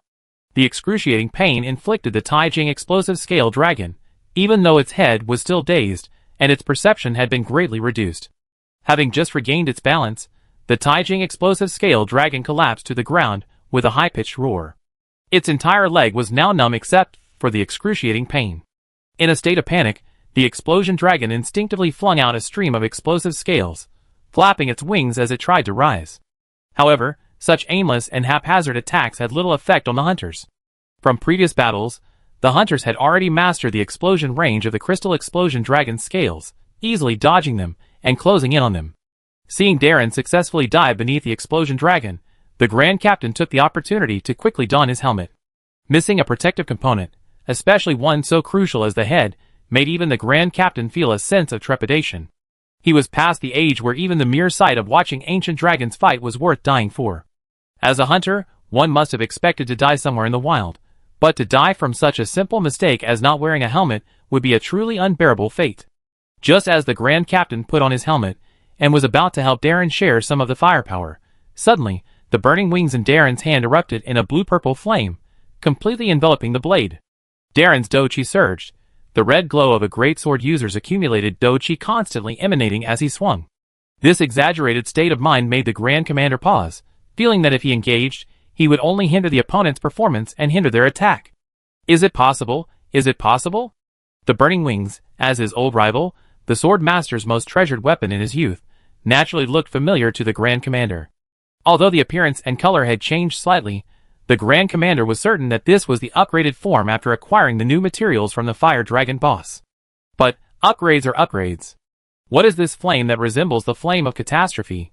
Does this weapon have this effect? Why did the Sword Master absorb the flames when he used it back then, but only turn the blade red? And this charging power with each strike, is it really possible for a human to do that? You have to know that even a Sword Master at his peak could only compress 3 charging stages into about a second, and that alone would already make him a top-tier hunter on par with gifted hunters, like the Grand Captain. And this young man? For a moment, the Grand Captain felt mixed emotions. Finally, he observed Darren's fighting style, and rushed over with heavy steps to help distract the relentlessly resisting Taijing Explosive Dragon. As the weakest of the police, the Explosive Dragon's strength had further declined after its flight. Against the combined forces of the Grand Captain and Darren, those thick Taijing blocks simply couldn't provide it with sufficient defense. Even though it continued to urge the Yaojing butterfly hidden within its scales to provide it with more Taijing energy. But the Yaojing butterflies believe in give and take, 9 out and 13 back. They can only extract so much pure life energy from the exploding scale dragon. Besides maintaining their own daily needs, they also need to retain enough reserve energy for Luo Yun. How could they possibly provide the exploding scale dragon with more Taijing energy? They aren't some evil gnawing insect. They wouldn't exploit their host. So, after receiving no response, the Taijing exploding scale dragon, amidst its wailing cries, came to terms with reality. It realized that these little creatures, the targets of its venting of anger, were truly untouchable, and could even potentially kill it. Its furious pupils instantly widened, its gaze becoming clear. Just as it was about to forcibly withstand the attack and prepare to detonate its massive exploding scales in a strategic retreat, a subtle sound of electricity was heard. Followed by a crackling sound, a massive current rapidly spread from its feet throughout its body, instantly severing its muscle control. The dragon lay twitching on the ground, unable to resist for a short time. Just as a wave of despair surged through the Taijing exploding scale dragon's heart, the small creature, wielding a flaming weapon and drawing blood from its body, approached it, holding several round objects and tossing them at its head. Accompanied by several anesthetic balls modified by Xia Guogua, a veteran member of the first group, and infused with a neurotoxin, the Taijing exploding scale dragon's already weak body, further restrained by the paralysis trap, quickly weakened. Perhaps it was because it had been stimulated by Taijing's energy for too long, or perhaps it possessed a special resistance to negative states. Although Taijing's explosive dragon felt dizzy, it managed to muster some energy and keep its eyes open. Let me do it! At this moment, Elu, weapon in hand, trotted over to Darren, intercepting him as he attempted a strike. Aiming firmly at Taijing's forehead, he raised his cat hammer high. Since the drug anesthetic wasn't quite working, let's add a physical anesthetic. Bind! Taijing's explosive dragon's eyes finally closed. This robust, still young dragon displayed a remarkable ability to sleep. With one blow of the hammer, it fell asleep. For the next few days, no matter what the hunters did to it, it probably wouldn't wake up. Chapter 480. Wow! This thing is really tough. The Grand Commander removed his mask, and wiped the sweat from his forehead. The heat within the volcanic region deep within the Dragon Crystal Land was already intensely hot. Furthermore, dodging and withstanding the attacks of a Taijing explosive dragon was much more difficult than facing an ordinary explosive dragon, and the corresponding stamina expenditure naturally increased significantly. The Grand Commander's words resonated with Brother Yongguang. The thick layer of crystal blocks covering the joints and weak points of a Taijing explosive dragon was truly incredibly hard. Chopping at it felt like cutting through ore. Not only was it tough, but with a little more force, it could still be broken. But beneath the crystal blocks lay a thick layer of explosive dragon scales. This double layer of protection made it quite difficult for a hunter like him, wielding a short weapon like a one-handed sword, to survive. You kid, you're as strong as a monster. Youth is the best thing. The Grand Commander teased as he walked over to the Taijing explosive scale dragon and tapped the dormant, no longer rapidly regenerating crystals. Clearly, these were nothing like dragon crystals. Pet robot, Grand Commander, are you all right? With the sound of ropes being quickly pulled, Mia and Sister Haosheng retracted their hooks and scurried over to the group. After a quick inspection, seeing the hunters all shaking their heads, they breathed a sigh of relief. The crystals on this creature look unusual. It's a shame we can't take it back to the research base. Let's just knock off a few of the better-shaped ones, and take them away." After double-checking that it was something he hadn't seen before, the Grand Commander spoke as he prepared to take action. At that moment, Mia looked at the crimson crystals, pursed her lips in thought, and asked uncertainly, "Do you think these crystals on this explosive scale dragon are Tai Jing crystals?" The Grand Commander paused, turning to look at Mia in confusion. Having left the ancient tree many years ago, he naturally didn't know much about the Tai crystals. His understanding of Tai crystal energy was still limited to the budding stage. Noticing the other's deep in thought, and the Grand Commander's puzzled expression, Mia quickly rummaged through her backpack and explained, "Look, these crystals, aside from the color, are not much different from Tai crystals." She then pulled out a Tai crystal from her backpack and handed it to the group. The Grand Commander took it, tapped it, and compared it to the Tai crystal exploding dragon. It was indeed just as Mia had described. This buzzing, several noisy sounds suddenly emanated from the Tai crystal exploding dragon. Though quiet, the hunters picked them up perfectly. Instinctively, they put their helmets back on and looked warily at the Tai crystal exploding dragon. Monsters possess a wide variety of abilities. Even the same species can undergo unusual changes under the influence of its mystical life force. Sometimes, even a dying monster can unleash a last-ditch burst of powerful attacks, catching even experienced hunters off guard. Furthermore, this unusual explosive scale dragon was merely paralyzed and dormant, forcing the hunters to remain vigilant. However, after a short while, the Tai Jing explosive scale dragon, which had been making the unusual noise, remained motionless. Instead, the massive scales on its back continuously opened and closed. Under the hunter's gaze, soon, one by one, Yaojing butterflies struggled to emerge from the gaps between its scales. Ignoring the people below, they circled the Tai Jing explosive scale dragon several times, seemingly trying to gauge its current condition.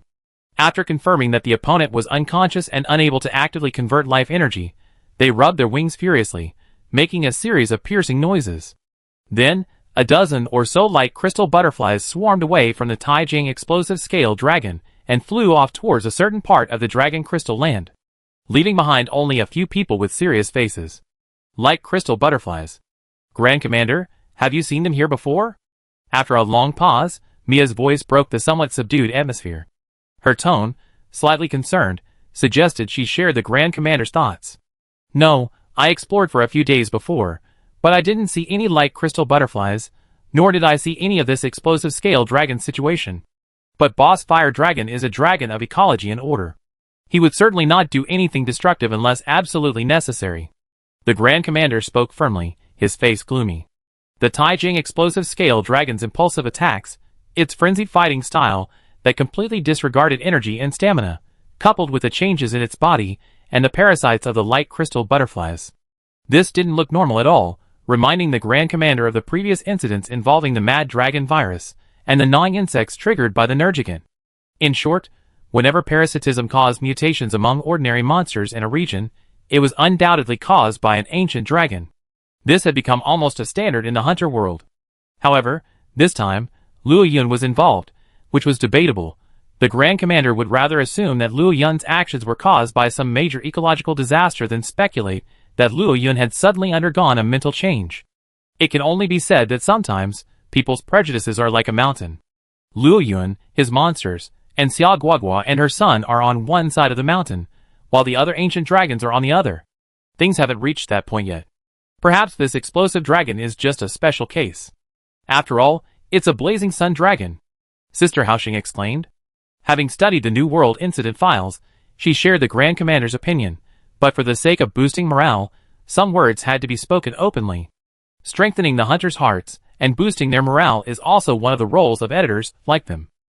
It was clear that after Sister Haoxing's somewhat excusing remarks, the three hunters had also begun to think more deeply, and they internally agreed with her words. They braced themselves, ate some of their rations, knocked some Tai crystal chunks from the Tai crystal explosive dragon for further research, threw a few antidote pills at it, and then resolutely set off towards the dragon crystal land. Target, blazing sun dragon. The dragon crystal land looked close from a distance, but in reality, it took them quite a while to walk. The various intricate lava flows, the territories of large monsters, and the interconnected lava caves all forced them to take a long detour. After 2 days of walking, they finally entered the dragon crystal land. Of the monsters encountered along the way, less than a quarter retained their original form. The others had generally undergone some degree of Thai crystallization, surrounded by Yao crystal butterflies. During this time, they collected a number of Thai crystals of various colors from large monsters, and discovered that the color of these crystals seemed to correlate with the energy properties of the large monsters they hosted. Further research would have to wait until the scholars returned to the mobile research base to explore. The good news: the case of the Thai crystal explosive scale dragon was indeed a special case. The other Thai crystallized monsters they encountered remained calm. As long as they didn't initiate an attack or invade their territory, fighting rarely occurred. The bad news: the defenses of these Thai crystallized monsters were significantly increased, and their energy organs seemed to have been significantly strengthened, making them far beyond the capabilities of ordinary hunters. Furthermore, some Thai crystallized monsters appeared to be experiencing changes in their energy properties. Chapter 481. In the Dragon Crystal Land, Luo Yun was once again absorbed in sensing the Earth's veins and deeply studying the power of the Thai crystal. He felt that this power, which would require decades of strengthening his body's various stats and striving to gain recognition from the world before ultimately integrating into it, would not be so simple, and definitely not something he could wield with superficial methods. Furthermore, the information the Yaojing butterflies fed back from the various large monsters had given Luo Yun a clue. Some monsters, after undergoing profound transformations with the Thai crystal energy, were actually possessing subtle signs of energy of different attributes. In any case, judging by the current situation, he, like the Xianhui dragon across the mountain and the world-annihilating dragon, which had been beaten by Xianhui dragon and was now recuperating in the Dragon Crystal jungle, trying to recover from its exhaustion, would likely not leave the Dragon Crystal land until the Dark Lantern dragon appeared. Therefore, it would be wise to take advantage of this extremely rich area of life energy to calm down and carefully develop the Thai crystal energy, which had been fused with life energy. This reclusive lifestyle made the hunting team searching for him in the vast Dragon Crystal land extremely difficult. Even after exhausting numerous guide insects, despite the interference of the vast number of radiant crystal butterflies spawned from the dragon crystals, they still failed to detect Luo Yun's whereabouts. Thankfully, after several days of observation, the hunters discovered that after the two crystallized monsters lost their battle, the radiant crystal butterflies parasitizing the dead would break away from their host and fly in a certain direction. With a desperate attempt, the hunting team decided to give tracking a try. Even if the radiant crystal butterflies' final destination wasn't Luo Yun's, it would at least prevent them from running around like headless flies. After some deliberation, and obtaining hunting permits from two of the team's editors, the hunting team easily hunted a nearly harmless Thai crystal rock thief dragon. Using their hooks, they weaved through the dense dragon crystal jungle, eventually arriving at the foot of a vast obsidian mountain range. Gazing at the swarms of obsidian butterflies fluttering in the interwoven forest of dragon crystals and Thai crystals, a rich energy washed over them. The sheer intensity of the energy forced the hunters to temporarily withdraw from the area and begin searching for ingredients for a cold drink. In a lava cave connected to the Earth's veins, Darren, while gathering materials, suddenly spotted a figure fishing at the edge of a steaming underground lake ahead. Judging from their figure, they didn't look like the Chimian people who inhabited the Dragon Crystal land.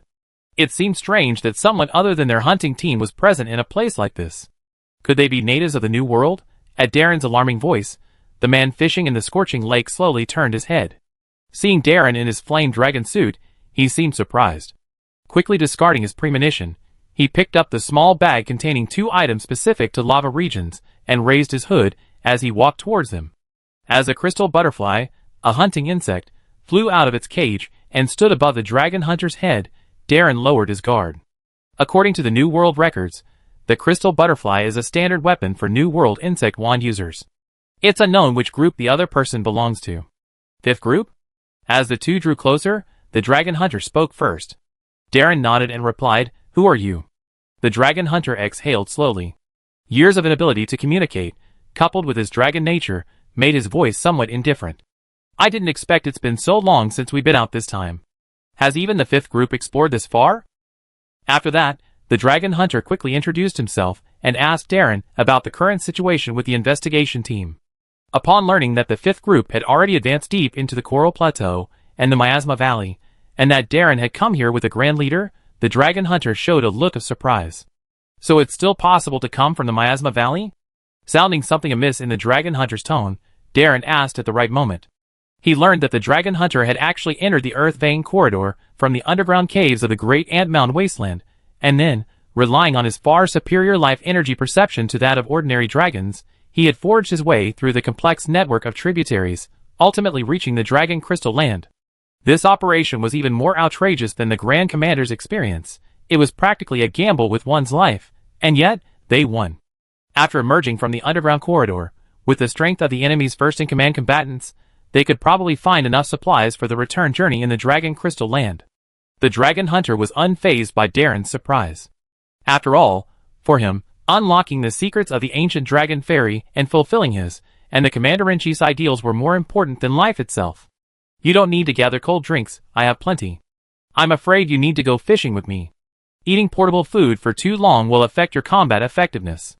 Darren opened his mouth to say something at the Dragon Hunter's invitation, but seeing the expressionless face, though his eyes seemed to hint at a hint of anticipation, he finally gritted his teeth and nodded. An hour later, facing the Dragon Hunter's confused gaze, Darren awkwardly reeled at his line, which had once again lost its line, and reluctantly reached for the Dragon Hunter's bait bag again. Snap! Quickly, the bait bag was taken away by the Dragon Hunter, who, ignoring Darren's resigned gaze, silently put away his fishing gear. Darren's throat rolled, wanting to say give me another chance. Again, but looking at the 20 or so plump, large, and hot-tempered fish in the Dragon Hunter's homemade basket, Darren couldn't utter a single word. Ever since childhood, Darren had mastered every aspect of wilderness survival, but fishing was an exception. But he loved eating fish as well as fishing, which was quite annoying. Fortunately, after 3 days and 3 nights of fishing without any results, I stumbled upon Elu, a cat who had left the village and wanted to become a hunter's attendant cat. Thanks to Elu's superb fishing skills, I finally achieved my freedom in cooking fish. Outside the temporary camp in the Dragon Crystal Land, a few people who had returned earlier had just built a bonfire and were about to eat something and mix some cold drinks when they saw Darren, his head drooping, exuding an indescribable sense of gloom, and the Dragon Hunter approaching. What? The Grand Commander's eyes widened, and he stood up in disbelief, staring at the Dragon Hunter. Under the curious gazes of the others, he spoke with a sob, "You're not dead." Chapter 482. The Dragon Hunter looked at the agitated Grand Commander, opened his mouth, and tried to say something, but ultimately bowed his head slightly in apology. Unlike Master Yuenya and the Grand Commander, although they operated independently, they would at least occasionally return to the mobile research base to replenish supplies and provide updates. But the Dragon Hunter was different. After sensing the unusual fluctuations in the New World's ley line energy several years ago, he took all his supplies and left for several years, not once sending a single message to the star base. This abnormal behavior, along with his disappearance, gradually led the investigation team to conclude that the Dragon Hunter was dead. However, the Commander-in-Chief firmly believed that the Dragon Hunter was still alive somewhere in the New World, and that he hadn't reported back in time simply to further his investigation. This was also why his name remained absent from the investigation team's death list. "I'm glad you're okay." The Grand Commander's eyes reddened slightly, and he punched the Dragon Hunter's shoulder hard in retaliation. Seeing the Dragon Hunter frown and rub his shoulder, the Grand Commander laughed heartily, took the fish basket from him, and handed it to Fela Cat to cook. Then, under the curious gazes of Darren and the others, they each chatted about their discoveries over the years. The next day, with the addition of a Dragon Hunter, the fully armed investigation team once again set out on the search for the Blazing Sun Dragon. However, compared to their previous plan of relying solely on luck to find Luo Yun's trace in this crystal forest, they now had a better option. Watching the Dragon Hunter's radiant crystal butterflies fluttering around in the Thai crystal forest, when they encountered a radiant crystal butterfly perched on a crystal, they happily flew over, their wings buzzing as they communicated with each other, completely replacing the role of the guide insects, leading the investigation team through various paths. As the terrain continued to rise, the investigation team gradually reached a considerable height, the Dragon Crystal Land below clearly visible to their view. But as they climbed higher, the hunters' expressions grew increasingly grim.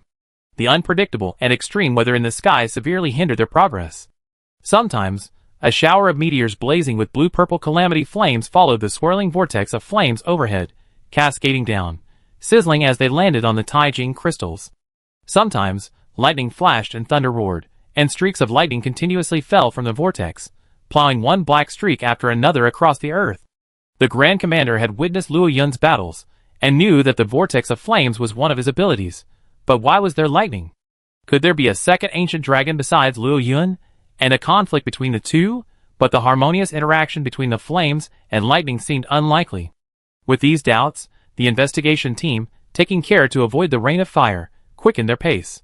Amidst the swirling flames, Luo Yun was covered in a thin layer of Taijing shell. Originally an icy blue shell, it occasionally flashed crimson and green light under Luo Yun's control.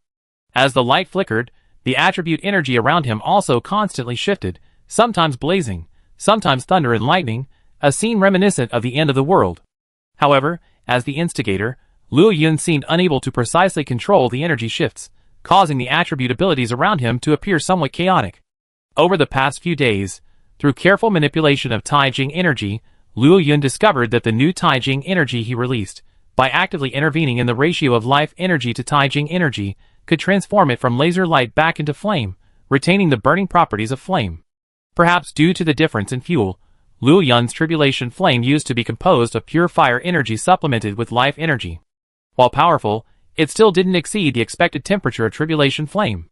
Although tribulation flame is the world's most advanced flame, fire always has its limits. For the ancient dragons that master high temperatures, they aren't actually wielding fire, it simply appears to be blazing. For example, the superheated shockwaves of the brilliant dragon, the all-melting tribulation flame of the black dragon, and so on. Now, the flames converted from the new Tai crystal energy, while still appearing like tribulation flame, are actually at temperatures far exceeding the limits of tribulation flame. Therefore, the falling fire leaves burn marks on the Tai crystal, which is highly resistant to high temperatures. Perhaps because fire is Luo Yun's forte, after the transformation, he almost instinctively grasped the key to it, able to easily produce it, and precisely control it. I had originally thought that the properties of the transformed flame body would find their use again. Just as he was feeling smug and planning to work his way up to the next attribute energy, reality dealt him a major blow. He was completely lost. Luo Yun had no idea what proportions of Taijing energy and life energy were needed to create the corresponding attribute energy. After a random mix, he wasted a lot of energy and gained almost nothing. Thankfully, as a large number of Yaojing butterflies multiplied through dragon crystals and parasitized almost 3/4 of the large monsters in the dragon crystal land, Luo Yun, through the information the Yaojing butterflies fed him, finally, after several days and nights of hard work, figured out the appropriate proportions for electric energy. Even now, he's still constantly trying to find the right control method and the perfect blend. With a resounding boom, after using his Taijing shell to resist a bolt of lightning he created but couldn't control, Luo Yun slowly retracted the radiating Taijing energy, calming the strange phenomenon in the sky caused by his release. Just as he was about to rest and study the Yaojing butterfly, which he secretly manipulated to steal some of its attribute energy from a large monster, a piercing sound erupted from the thick black dust cloud above. Bang! The massive sonic barrier cloud exploded, and Luo Yun's figure vanished in a fleeting shadow, leaving the attacker's attack empty.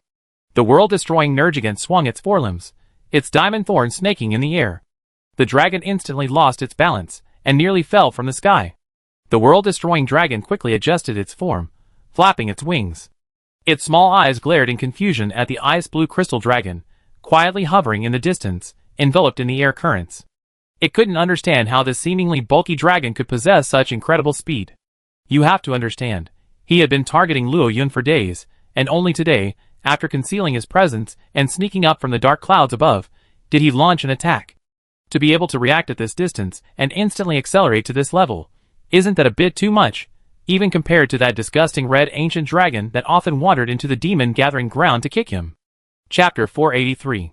Luo Yun knew he'd been making quite a fuss lately, and it was only a matter of time before this creature targeted him. Although a little annoyed, he thought that since he'd already been targeted by Mimi, then adding another world-destroying Mimi didn't seem like a big deal. After all, a few lice won't bite. What he hadn't expected was the stark difference between this world-destroying Nergigant and Mimi. His ability to conceal his aura, and even his ability to stabilize and control airflow during flight, far surpassed that of an ordinary Nergigant. Even when so close, it wasn't until this creature actually engaged him that his blatant malice erupted. It was clear that the world-destroying Nergigant could even control his boundless greed for ancient dragons.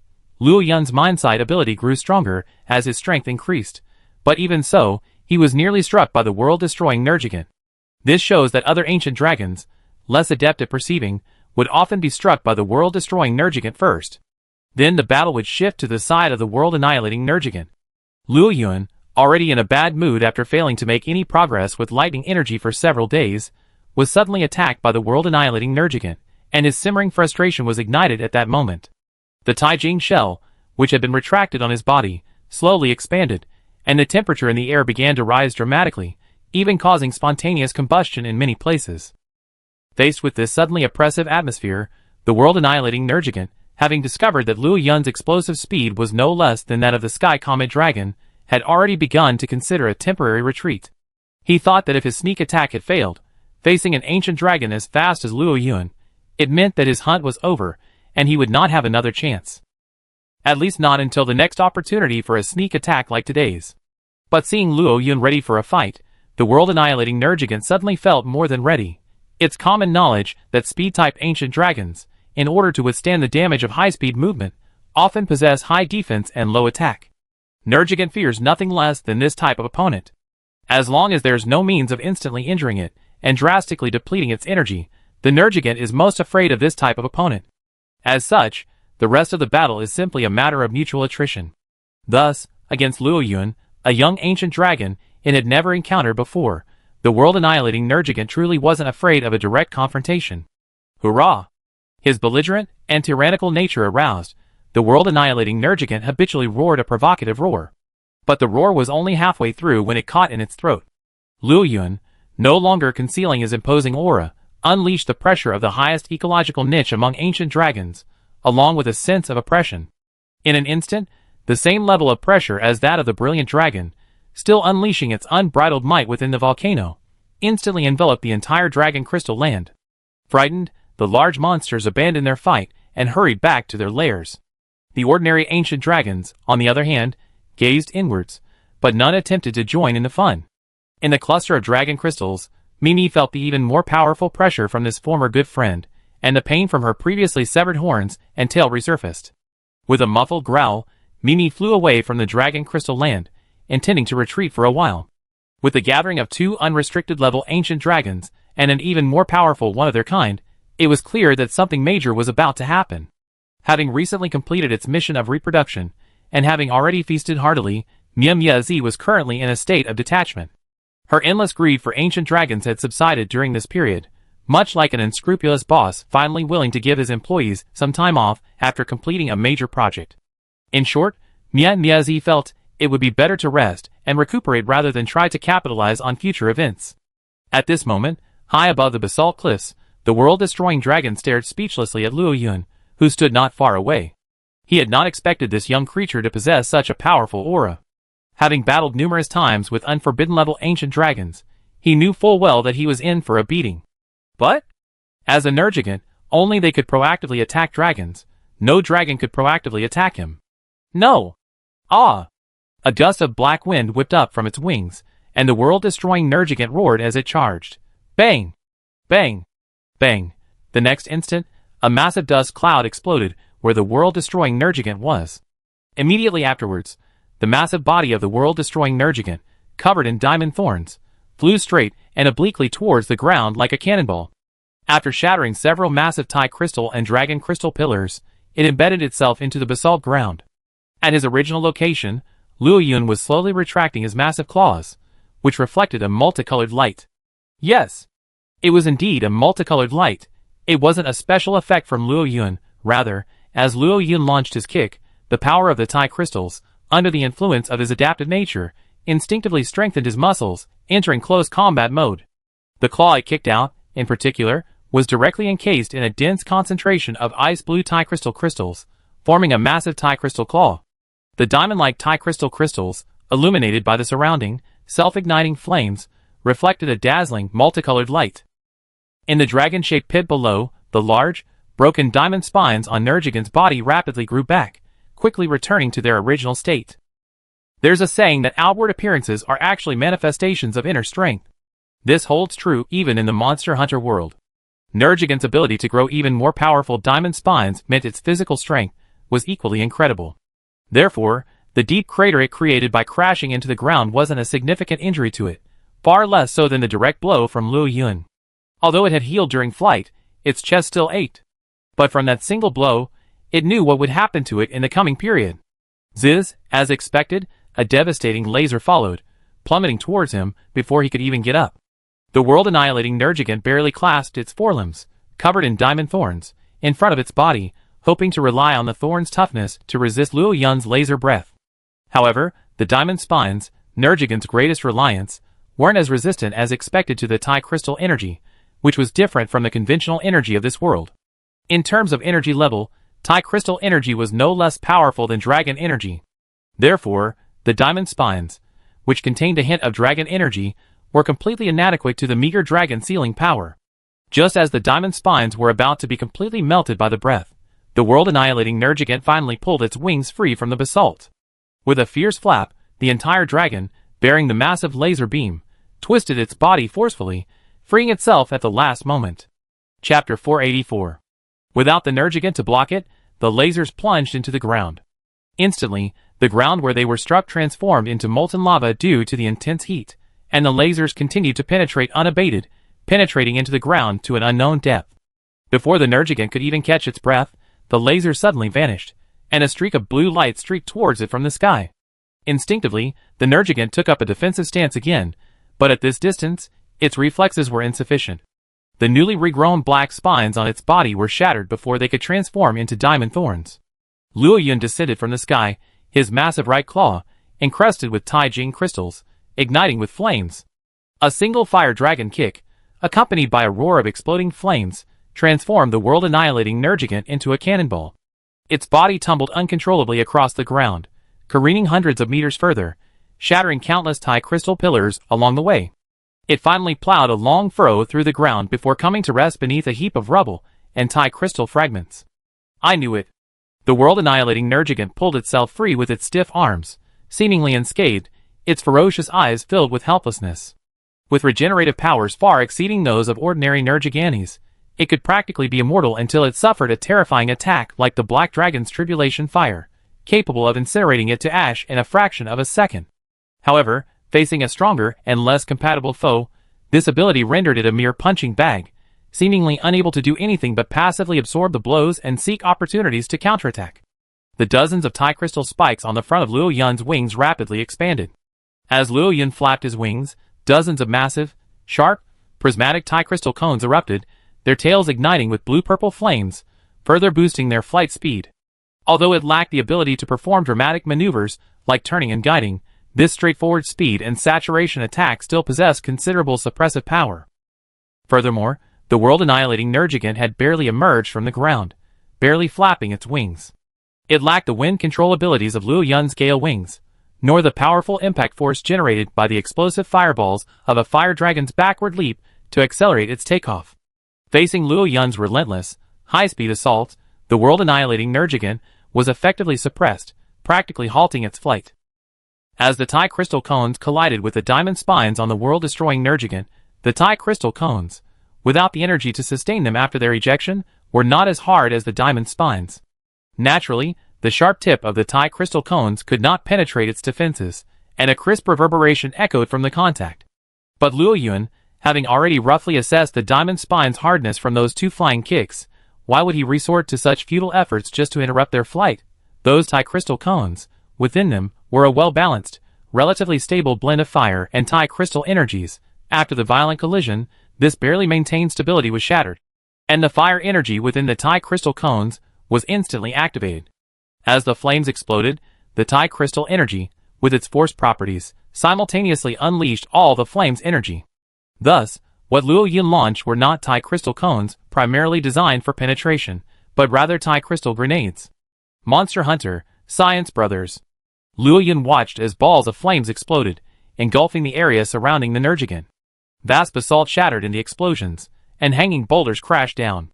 The ground shook, causing a small earthquake that loosened the claws of the climbing investigation team, nearly sending them careening off the cliff. What happened? Who is the blazing sun dragon fighting? Mia, caught in Darren's one-handed embrace, clutched tightly at the meowing Elu's tail. To prevent herself from being pulled down, Elu endured the pain from her tail, and extended her claws to secure herself to Darren's shoulders. Darren carried a heavy sword, one hand holding the claws for stability, the other holding Mia, and an armored cat attendant hanging from his body. And don't forget, both Mia and Elu had a considerable amount of stuff in their backpacks. Darren himself didn't seem to mind all this, but the hook seemed to be shaky, seemingly loosening. I don't know, But to be able to force a blazing sun dragon to launch such an attack, it's probably no ordinary ancient dragon. Stop dawdling, keep accelerating. The dragon hunter's words were as cold as ever, but this calm voice miraculously soothed Mia, who was still terrified by the recent loss of the hook. After calming down, she noticed the difference in Darren's hook. After a quick apology, she released the hook from her arm again, freeing herself from Darren's embrace. The battle above the cliff was intense, and there was a chance they would be caught in the action as soon as they reached it. So, without a second thought, Elu leaped onto Mia's back. Once there, it would be her mission to protect Mia and sister winning. Although Mao Mao himself was a little frightened, at this point, as Mia's creditor, it was his duty to protect her. As they drew closer to the mountaintop, beyond the roar of explosions, the investigation team seemed to hear faint roars of excited dragons and faint wails. With their claws retracted, the hunters leaped onto the ground strewn with fragments of Thai crystal. Before they could find their footing, a bolt of lightning struck with a glare, followed by a massive figure slamming down not far away. The next second, it scrambled back to its feet, as if nothing had happened. Nergigant? No ordinary Nergigant. Look out for its thorns. As the dragon hunter finished his words, the crystal butterfly hunter above him buzzed in warning, and several of them quickly dodged to the side. The next moment, a massive figure shrouded in blue-purple flames and wisps of lightning swooped down. The ground shook as it forcefully brought the world-destroying Nergigant, which had just soared a little, back to earth. Ouch! Roaring with resigned anger, the massive wound on its wing healed rapidly, as if time had turned back. The world-destroying Nergigant fell to all fours and roared at Luo Yun, who soared high into the sky again. The flames around him dissipated, and with them, the uncontrollable lightning. Luo Yun roared with relief. It had been a long time since he had struck such a blow. With its astonishing regenerative abilities, formidable defense, and equally formidable combat awareness, the world-destroying Nergigant was truly a perfect punching bag. On the ground, the Grand Commander emerged from the smoke and dust, his eyes widening as he stared at Luo Yun, who hovered high in the sky without even flapping his wings. His lips moved slightly. When did Fire Dragon Boss become like this? Chapter 485. No one else responded to the Grand Commander's mumbling. After all, they didn't know what he meant by referring to the drastic difference in Blazing Sun Dragon's appearance from before. Or was it the brutality he displayed while beating this unique Nergigant? Or was it the significant impact the Blazing Sun Dragons he had witnessed along the way had on the ecology of the Dragon Crystal Land? In short, there was no need to say anything at this point. All he had to do was wait quietly. Watching Luo Yun, after mastering the world-annihilating Nergigant's primary fighting style, his ability to suppress it grew stronger and stronger, at one point even defeating it so hard that its diamond thorns couldn't even regenerate, shattering it even in the black thorn stage. Originally, they thought the Blazing Sun Dragon would grind this unique Nergigant to death, but unexpectedly, the battle ended abruptly. The reason was a dull, metallic roar from an unknown source. Hearing this roar, and the equally powerful pressure erupting from afar, Luo Yun, who had finally found a suitable punching bag and was getting comfortable with it, even activating the violent instincts deep within him, began to unleash his power with even greater force. Suddenly, he came to his senses. Looking at the world-destroying Nergigant, panting and climbing to its feet from the rubble below, its miserable appearance and the obvious loss of strength from prolonged, rapid regeneration, Luo Yun recalled a delicate relationship between them. Before the Dark Lantern Dragon was born and killed, they had shared a common goal. In the face of the world-destroying Nergigant's previous malicious attack, Luo Yun could teach it a lesson, but he couldn't kill it just yet. Otherwise, if there were a gap in combat power in the future, Luo Yun or Xian Huilong would have to fill it. Luo Yun didn't mind, but Xian Huilong wouldn't. It's fair to say that among the ancient dragons of this world, there are few hard-working individuals. Facing orders from nature's boss, they would save as much effort as possible, never engaging in a one-on-one duel. Until Xian Huilong's discontented roar faded, Luo Yun didn't attack again, allowing the world-annihilating dragon to cautiously leap off the cliff and disappear into the dense fog below. The crystallized areas on his body slowly faded, and Luo Yun's slightly bloated fighting stance returned to its slender, normal form. Only then did he notice the investigation team below, beneath a massive crystal pillar. Though somewhat puzzled as to why the investigation team had come here, Luo Yun made no unnecessary movements, manipulating the air currents to slowly descend to the ground. The moment its claws touched down, a vast mass of Thai crystals rapidly grew around Luo Yun, quickly forming an ice-blue nest of Thai crystals, resembling a bird's nest. Luo Yun rested comfortably on it, his manipulations connecting the crystal steps to the nest platform. This completely unnatural, almost magical power of creation caused the Grand Commander, who had never seen one before, to exclaim in surprise, "Wow, wow, wow!" The usually calm dragon hunters gazed intensely at the ice-blue figure lying within the tie crystal nest, which had calmed down and regained its intimidating, rational state. "Let's go! It seems the fire dragon boss has calmed down. Fifth term members, prepare your questions in advance. This old friend of mine doesn't have much patience." The Grand Commander jokingly addressed Darren and the others. Although Darren and the others had met Luo Yun before at the ancient tree, and Darren had even received a personal commendation from him, that type of interaction was a meeting between a lower-ranking person and a higher-ranking one. They had no idea of Luo Yun's daily life or personality. Therefore, after hearing the Grand Commander's joke, no one ignored it. They all felt a little nervous, and began to think things over. After gathering their questions, for pairs of eyes stared at Elu, who was trembling slightly. "I only just learned fire dragon language, but I try my best, meow." Indeed, since the fire dragon detail wasn't accompanying them, Elu, who had studied with the details of Blazing Village for a while, at the ancient tree, was tasked with serving as the translator for this trip. But after learning so little, Elu wasn't confident in translating Luo Yun's words during the investigation team's communication with him, and the Grand Commander's words only made her panic. The Grand Commander looked at Elu, who had suddenly become nervous, with some confusion. He scratched his head, set his weapons and shield aside, and, with the others and the cat, ascended the Taijing stairs, which Luo Yun had specially constructed to facilitate their passage. On the way, Mia looked at the Grand Commander's empty back, then glanced back at the spear and shield placed at the entrance of the stairs. She couldn't help but ask, "Grand Commander, aren't you carrying any weapons?" Back in the ancient tree, being unarmed was a matter of following local customs and respecting the rules of Blazing Fire Village.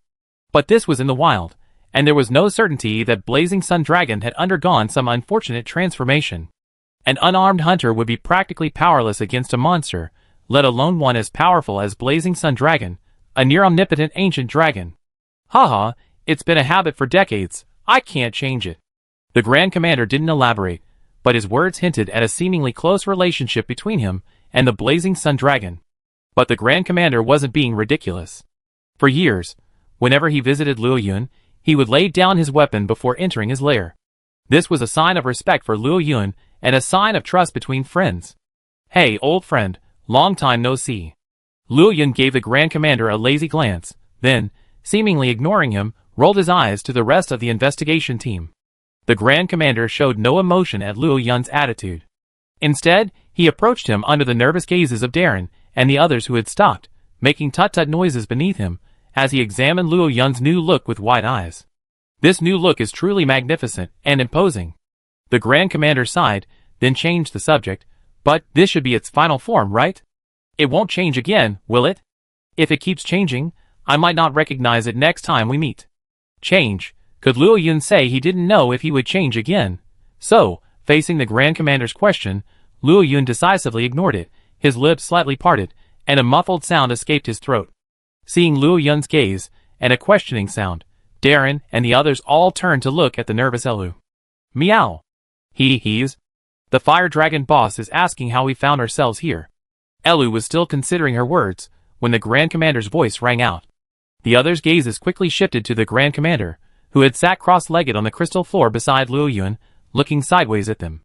There was a considerable distance between him and Luo Yun and the investigation team.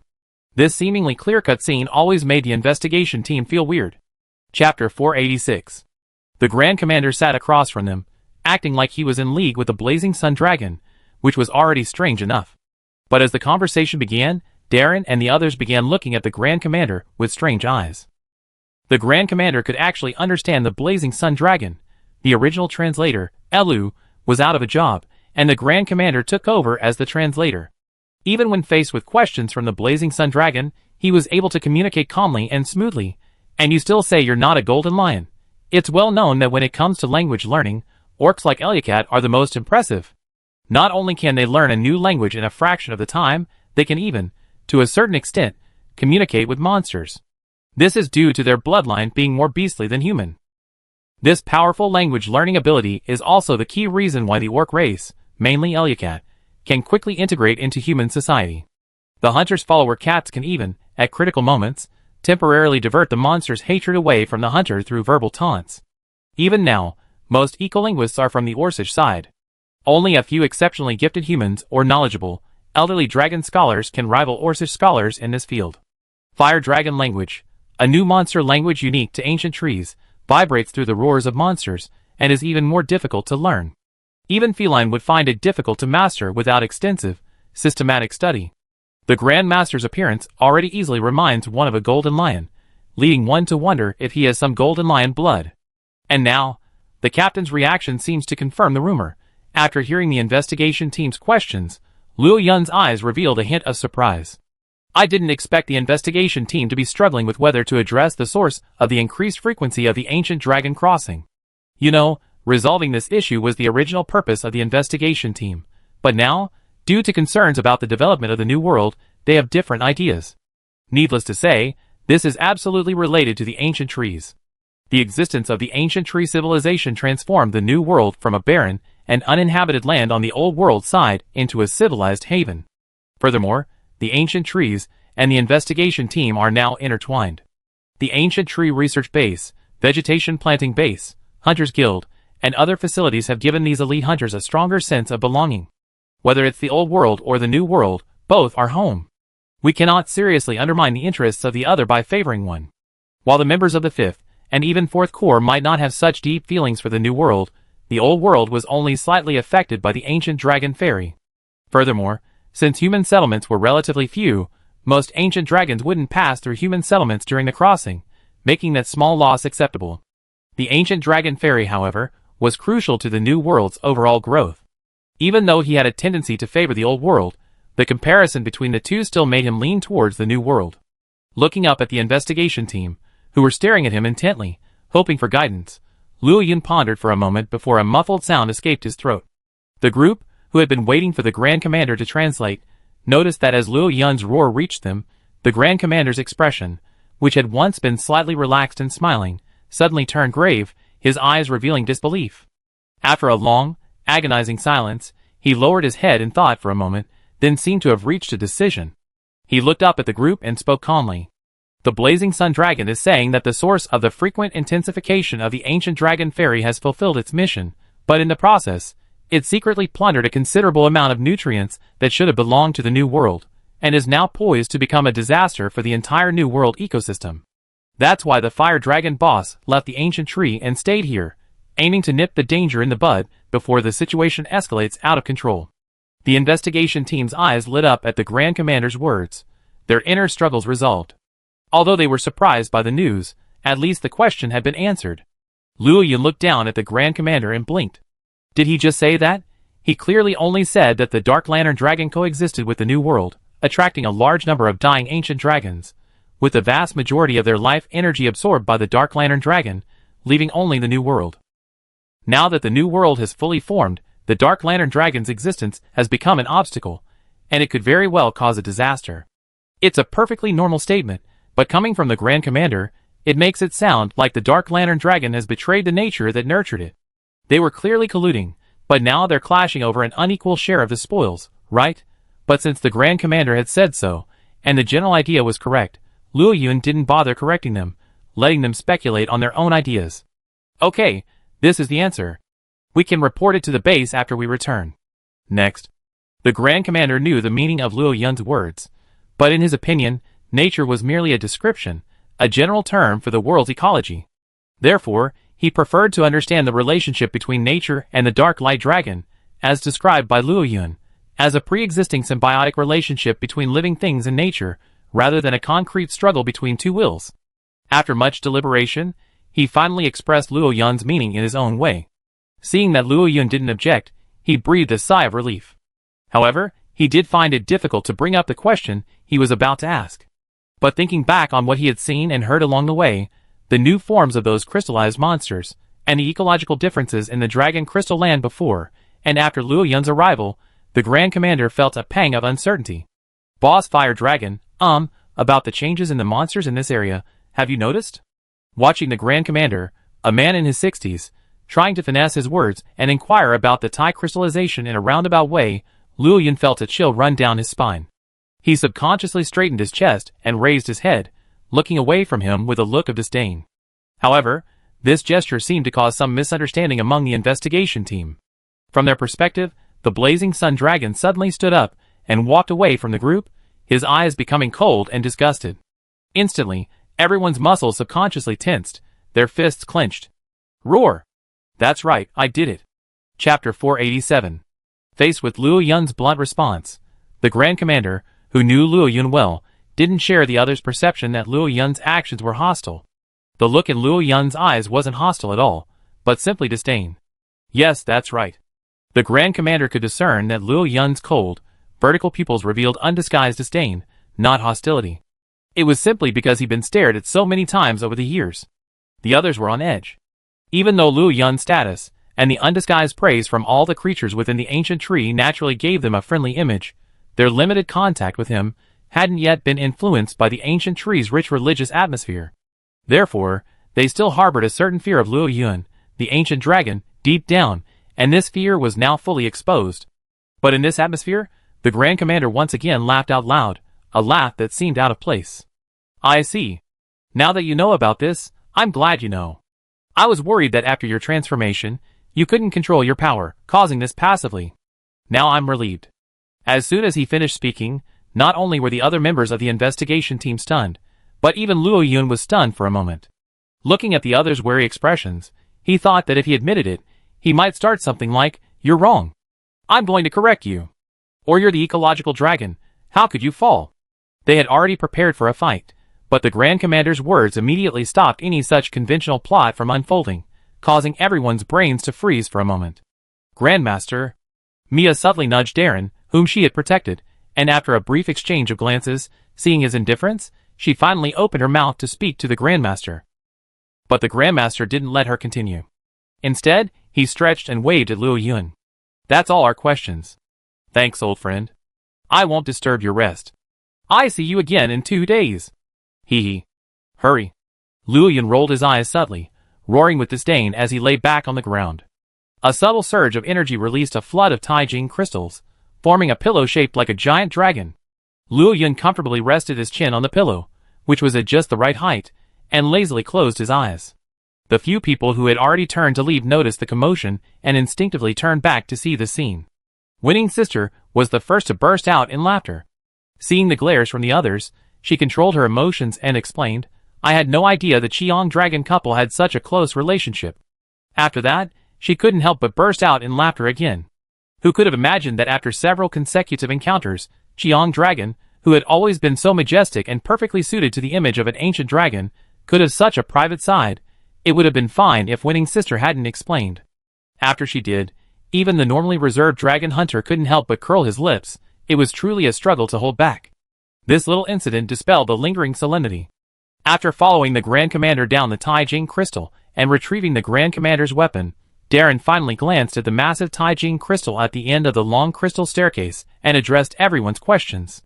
In response to their doubts, the Grand Commander simply looked Darren in the eye with great seriousness and sincerity, saying, "I was originally worried that the unusual situation here was the result of the Fire Dragon boss's unconscious influence, but now it's confirmed that he knows what he's doing, and that's enough."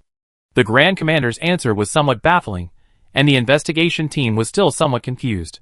The Dragon Hunter, who had remained silent throughout, sighed and added, "The Blazing Sun Dragon symbolizes ecology and order." "I understand." Mia, who had been pondering the Grand Commander's meaning, was the first to react after hearing the Dragon Hunter's addition. If the Blazing Sun Dragon symbolizes ecology and order, then the decisions he makes while awake can actually be considered natural choices. They're part of the ecological development towards a better direction. Is that what you mean? After hearing Mia's words, the Grand Commander's serious expression relaxed, a smile playing on his lips as he nodded. "Indeed, you little ones may not understand the Fire Dragon boss's place in the New World's ecology. He loves this continent more than any of us. Rather than believing he will destroy the New World's ecology, it's better to believe that the Rock Thief Dragon can fly." After making a joke, the Grand Commander continued, "When you return this time, you can go to Blazing Fire Village and read the research base's recent ecological assessment reports on the Blazing Sun Dragon, as well as the records of the Blazing Sun Dragon's achievements within the shrine. Believe me, after reading them, you understand what the Blazing Sun Dragon represents in the New World." At this point, the Grand Commander seemed to recall the wall of records within the shrine. A hint of pride lingered in the tone of this veteran hunter, who had dedicated his life to the new world. That was Luo Yun's reputation. It was also the influence he accumulated through years of diligent work. It was an achievement recognized even by the stingy and heartless nature boss. The day passed quickly. The investigation team, which had already returned to the camp at the base of the cliff, now began to go their separate ways. The Dragon Hunter and the Grand Captain remained in the Dragon Crystal Land. The Grand Captain was responsible for assessing the ecological conditions of the Dragon Crystal Land after being affected by Luo Yun's Tai crystal energy. The Dragon Hunter, relying on his increasingly keen perception of life energy over the years, began searching the Dragon Crystal Land for the source of the intensified ancient dragon crossing, which Luo Yun had claimed had completed its mission. Darren's team, carrying the materials they had collected on Tai crystal monsters and the answers they had received from Luo Yun, returned to the mobile research base in the Coral Plateau, bringing with them the Dragon Hunter's exploration reports on the Earth Vein corridor over the years. So, as Luo Yun experimented with his new abilities each day, he began to have an audience nearby. The Dragon Hunters diligently began exploring hidden areas that were difficult for Luo Yun to penetrate due to his size, and inaccessible to the Yaojing butterflies due to their lack of intelligence. Time flew by. Gradually, the unsettling movements in the Earth Vein corridors became increasingly clear. As if sensing the world's ill will, or perhaps nearing the end of its hatching process, driven by instinct, the Dark Lantern Dragon Cocoon once again released pheromones that attracted the ancient dragons. Unlike before, this time, under the dual threat of Luo Yun and the Brilliant Dragon, the Dragon Crystal Land remained unusually quiet. Although many ancient dragons, unable to tolerate their bullying, chose to temporarily leave the Dragon Crystal Land. Chapter 488. At the bottom of the Miasma Valley, at the entrance to a ley-line corridor, the Molten Mountain Dragon dragged its weary steps, a flicker of hesitation flashing through its aged eyes, before quickly regaining its resolve and striding towards the ley-line corridor. In the distance, two Hazard dragons, hidden within the dense miasma, silently watched the Molten Mountain Dragon's retreat, motionless. They had sensed the Molten Mountain Dragon's fading life force and intended to come and collect its body, ensuring its slumber would not be disturbed by other creatures, nor by the other creatures of the new world. But the Molten Mountain Dragon chose to leave. As long as it entered the ley-line corridor, its life or death would have no bearing on the Hazard dragons, and their mission would have concluded. This method of production, where one performs only what is their responsibility, may be the true way of life for the ancient dragons of this world. Those willing to heed the call of nature's consciousness remain a minority. Thinking about it this way, even Xia Guogua of recent decades seemed diligent. As the Molten Mountain Dragon advanced, a massive barrier stood in its way, not far from the entrance to the Earth Vein corridor. Behind it lay a slowly flowing stream of magma, carrying immense life energy. Explosive barrels were securely fastened to the massive stalactites at the top, ensuring that upon detonation, they would blast the heavy stalactites down, causing immense damage to the creatures below. Atop the high platform of the barrier, 20 transported dragon-slaying cannons and 10 recyclable dragon-slaying spears, crafted using ancient Dragonman alchemy and composed primarily of ancient metals supplemented with new alloys, were securely mounted in pre-calculated positions. With the help of dozens of ordinary fire dragons from the ancient tree, logistical supplies were transported here one after another. Thousands of hunters continuously worked the pass, each one brimming with confidence in the upcoming interception operation. This battle marked the investigation team's latest all-out effort since the Floating Mountain Dragon incident. The inventory accumulated over the years, combined with the accumulated expertise gained from collaborating with the ancient tree, and the purchase of a large quantity of ancient metal on credit from the good mantis in the ancient ruins basin, were used to craft dragon-slaying spears.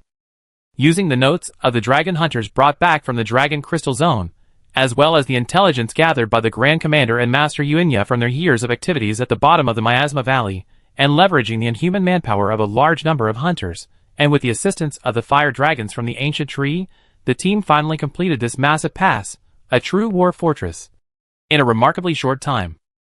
Behind the pass, on a massive platform within the lava, a group of Yao fire dragons, led by Little Loren, rested on the scorching platform.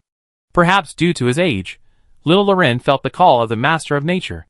After consulting with Yaji and learning that completing the mission would earn him some unexplained reward, accelerate his own growth, and that his elderly father was often away on the mission, young Loren decisively sought Yaji's approval and, along with this group of Yao fire dragons and dozens of ordinary fire dragons, began collaborating with the investigation team.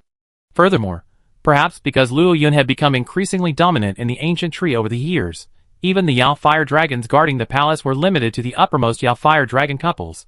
A huge gap had opened up between him and the fire dragons residing in the middle and lower levels. Little Loren, with noble bloodline and immense strength, possessed powers comparable to those of ordinary ancient dragons. He also lived in the middle levels of the ancient tree, and would occasionally bring dragons along to complete missions assigned by Luo Yuan and participate in group hunts. Thus, he wielded considerable influence among these fire dragons, able to summon hundreds of them with a single call. It must be said that as he grew older, little Loren's growth was quite pleasing. When the Molten Mountain Dragon entered the entrance to the underground corridor, it encountered this scene just around the corner. The familiar construction of the pass, the dragon-slaying cannons and spears that had threatened it, and those little dragon-annoying creatures, all appeared before it once again. His instinct for survival reaffirmed his resolve, and he resolutely left his chosen resting place to seek a glimmer of hope. But seeing this scene before him, he despaired. If he had faced this obstacle in his youth, he would have shown those little creatures the wrath of a volcano. But now, for him, who could feel the pain of impending death at the slightest tap of his life energy, and could only use this aged and broken body for physical combat, this obstacle was like a chasm, separating him from life and death. But he refused to give up. Even after countless years, the fear of death still lingered within the Molten Mountain Dragon. If it weren't for the Dark Lantern Dragon's pheromone burst, the Molten Mountain Dragon would probably have turned back to his chosen burial site in the Miasma Valley. But now, he wanted to give it another try. After a brief pause, the Molten Dragon took another determined step toward them. Coming! The Commander-in-Chief's eyes glared. Hearing the rumbling sound of the Molten Dragon's footsteps, and watching the ground shaking with its movements, he took a deep breath and waved his hand. For the future of the new world. Stop it outside the Earth corridor. Oh! A chorus of responses echoed, followed by a series of whistles. Half of the hunters summoned pterosaurs, and brought them aboard the Molten Dragon's back. Just like at the entrance to the Grand Canyon, they needed to destroy the Molten Dragon's exposed cooling organs as quickly as possible. At the same time, little Loren, upon hearing the noise, took off with his fire dragons. The sight of nearly 100 enormous fire dragons was undoubtedly awe-inspiring. Unlike the hunter's mission, the fire dragons couldn't effectively harm the Molten Dragon. Therefore, their task was to detonate the massive stalactites, lashed with explosive barrels, as the Molten Dragon passed by, using the falling stalactites to block its advance. Of course, this was only the task of the Yao fire dragons. Little Loren remained quietly on the platform above the pass, his azure eyes fixed intently on the Molten Dragon's surroundings, awaiting his uninvited visitor. As its cooling organs were destroyed one by one, the Molten Dragon's body temperature rose rapidly. The previously dormant volcano on its back erupted again, and magma began to flow. To little Loren's perception, its massive body was like a sieve, its life force constantly gushing out from every part of it as it moved. Suddenly, roar! Here it comes! Little Loren's eyes lit up, excitedly watching the approaching black figure. With a kick of his legs, he leaped from the pass. As the wings flapped, a provocative dragon roar came from little Loren's mouth. Chapter 489. The little Nergigant, who had been cautiously approaching, had turned and fled immediately upon spotting the bullying Mist Dragon. He hadn't expected to be greeted by another underage ancient dragon. He had originally only intended to take advantage of the Molten Dragon's impending death to find a chance to bite it, but now he had changed his target. The Molten Dragon's uniquely scorching life energy would carry significant risks, even if it was just a bite. Not to mention the Molten Dragon's final struggles, the explosion it would cause would likely wipe out any creatures coveting its life energy. But before little Loren appeared, this was the best option he could find. How else could a still immature Nergigant dare to provoke those adult ancient dragons, neither willing to systematically prey on ordinary creatures to grow slowly, nor to provoke adult ancient dragons? He could only seek out the old, weak, and infirm, hoping to find an opportunity. So, after probing, it discovered that Xiaquaka was indeed absent, and little Loren rushed over again, looking as if it had to fight. Little Nergigant made a quick decision, abandoning the difficult task of Molten Dragon and instead targeting little Loren. Admittedly, little Nergigant was less than 6 months old, and if measured purely by age, it was still just a baby. But the Nergigant's reproductive method meant that soon after they had fully controlled their life energy, they would possess considerable combat power. At least, they would have a high probability of escaping from the hands of an average adult elder dragon. In terms of the amount of life energy stored in their body, little Nergigant's current reserves were actually comparable to little Loren. The hunters, who had originally gathered on the back of the Molten Dragon, preparing to counter the attack from the Nergigant, quickly dispersed again after seeing little Loren engaging in a fight with the Nergigant, searching for the molten dragon's radiator pipes. Above the pass, hunters who had previously participated in gnawing insect extermination missions under the Grand Captain's leadership watched the two second-generation ancient dragons entangled in the distance. Aside from the massive energy attacks, their current battle was a near repeat of the previous battle between Luo Yun and Mimi Z in the swamp. Little Loren wasn't as proficient in controlling fire as Luo Yun, nor had he inherited the full swift wings. Therefore, he couldn't use many of the moves based on these two traits. But when it comes to manipulating the crystal butterflies to assist in combat, no creature in the entire ancient tree can match him, including Luo Yun. Can't create a cyclone? Then have the crystal butterflies scatter their scales, using their own flames to indirectly control the burning, high-temperature scales. Combined with the crystal butterflies' active rotational flight, a similar effect can be achieved. Can't fling their scales to cause an explosion? Then have each crystal butterfly transform into a self-destructing grenade, exploding close to the target. In short, relying on the command of the crystal butterflies that little Loren had figured out on his own, he had developed numerous combat methods. He even used his own life force as a power source, allowing the crystal butterflies to continuously spray vast quantities of high-temperature dust, creating a dust field. Whether using the dust to enhance the power of his own flames, or using it to burn the opponent's respiratory tract, suppressing their energy efficiency, and so on. It could be said that after a period of imitating Luo Yun's fighting style, little Loren had forged his own path. At this moment, facing the little Nergigant, he, like Luo Yun, felt as if he had finally found a punching bag of equal strength. Not only was he incredibly resilient, but in the rare close encounters, the exaggerated black spines nearly shattered little Loren's scales, reinforced by Tai crystal energy.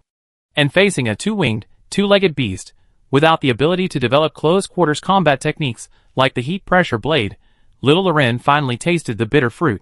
Aside from its flames, the most powerful weapon of a typical fire dragon's hunting abilities is its powerful claws and wings, which can easily lift large monsters into the air.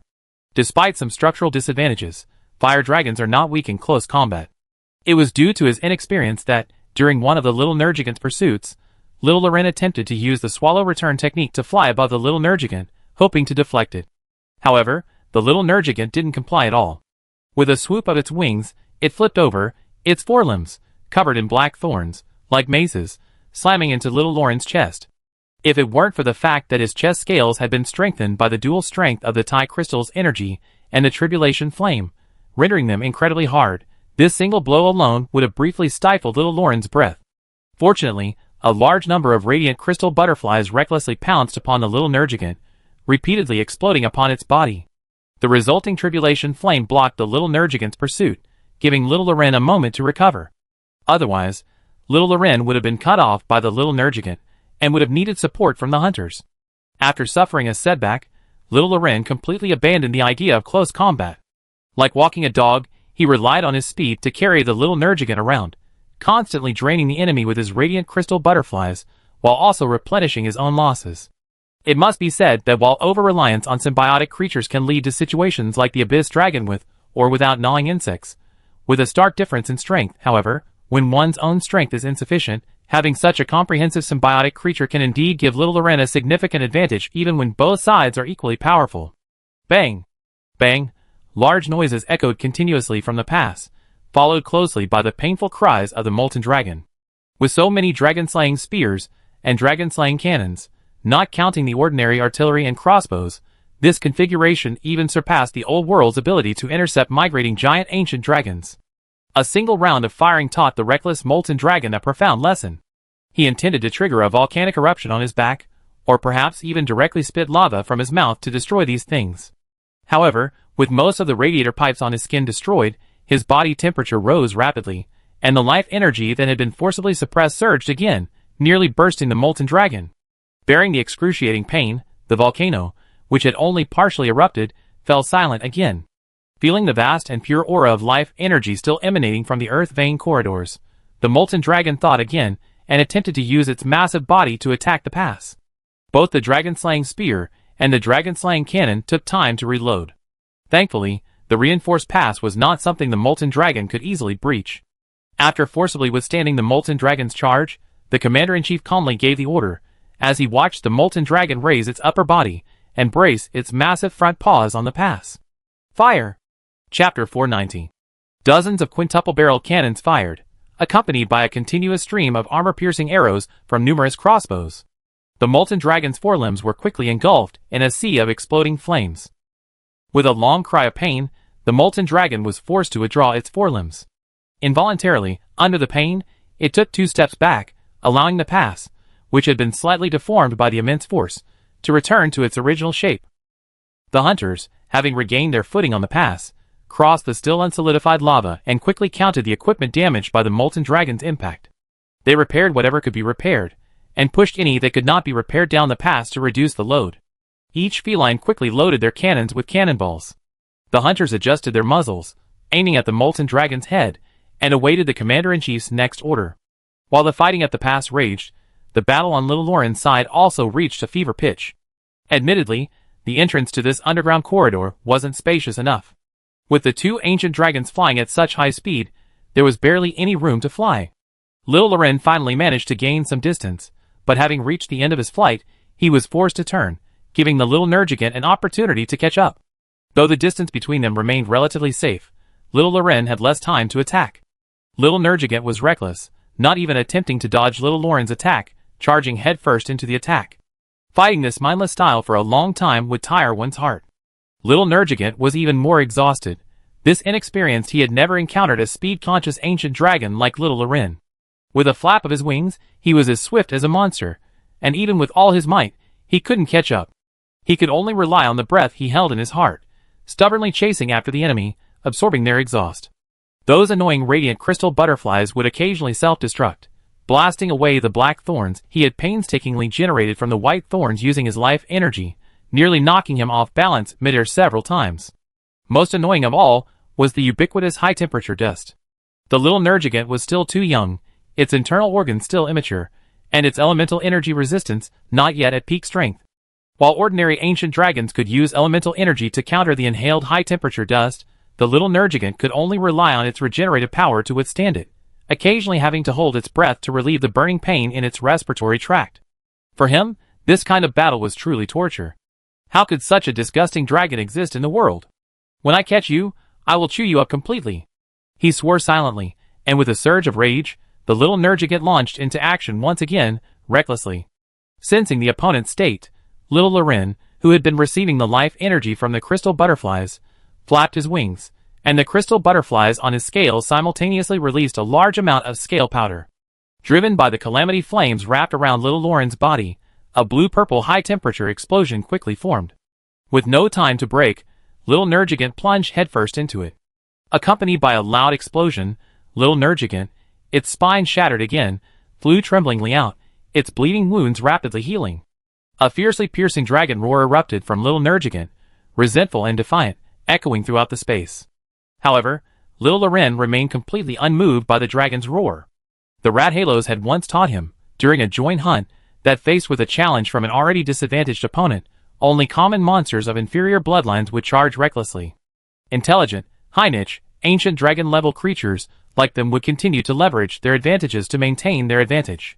This was the benefit of civilization. It allowed even intelligent, high-niche creatures to think, rather than simply fighting like children. Thus, Little Loren remained unmoved by the dragon roar of the little Nergigant, a creature he had learned from his mother's brief battle training. He fought as he pleased, even blasting the little Nergigant with a few calamity fireballs to silence him. Seeing Little Loren truly unmoved, the little Nergigant could only frustrate himself and flap his wings once more, resuming the fierce, relentless battle. At the pass, after 3 consecutive rounds of artillery fire halted the molten dragon's charge, the second round of Dragon Slayer spears was reloaded. According to the Commander-in-Chief's order, the hunters stopped reloading their artillery, and quickly sought cover, releasing the molten dragon. The molten dragon, already in the air, saw the shells bombarding it suddenly vanish, and recklessly charged forward again. Estimating the distance, the Commander-in-Chief slowly raised his hand. The hunters in charge of the Dragon Slayer spears and Dragon Slayer cannons stared intently, their grips firmly fixed, ready to strike at any moment. Now! Click! As the grip twisted, the Dragon Slayer spears spun out of the muzzle at high speed. Like a high-speed drill, with a piercing sound and a shower of sparks, it forcibly ripped through the thick basalt layer on the molten dragon's feet, breaking through its incredibly tough scales and stirring its flesh. The spear shaft, inscribed with ancient dragonman alchemy, shimmered with light. The energy flowed, hindering the molten dragon's energy from damaging the spear's body, thus maintaining its overall sharpness. Higher still, the dragon-striking cannon fired a series of spear-tipped shells at various points along the molten dragon's body. The thrust generated by the immense impact of the barrel's impact force pushed the spear's tip, engraved with powerful alchemical inscriptions, deep into the molten dragon's scales. As the fuse burned, the highly concentrated explosives hidden within the tip exploded with a bang. The massive explosion, coupled with the excruciating pain in its foot, nearly tipped the molten dragon over. The dragon-striking cannon's detonation also unbalanced the energy within the molten dragon's body. The chain reaction sent a ripple of pain through the dragon's body. Watching the molten dragon howl in pain, its body continuously retreating, the commander-in-chief's heart surged with excitement. Yes, that was the feeling of humans, using machinery, repelling this gigantic ancient dragon. The sense of accomplishment was truly overwhelming, especially since the entire ecosystem of the New World was at stake. Such a profound sense of responsibility brought an immense sense of satisfaction in that moment. However, the commander-in-chief had weathered many storms, and this wasn't his first time facing a gigantic ancient dragon. He even lost a leg the previous time. Thus, he quickly calmed himself and continued issuing the reloading orders. If the molten dragon dared to attack the pass again, we'd do it again. Unbeknownst to the commander-in-chief, a mere 2 rounds of dragon-slaying spear fire had shattered the molten dragon's attempts to stay alive. It wasn't that the molten dragon was afraid, but rather that it knew that after 2 rounds, its life energy would be on the verge of collapse. Even if it broke through the pass now, it wouldn't be able to reach the place emanating the aura of life. It had given up.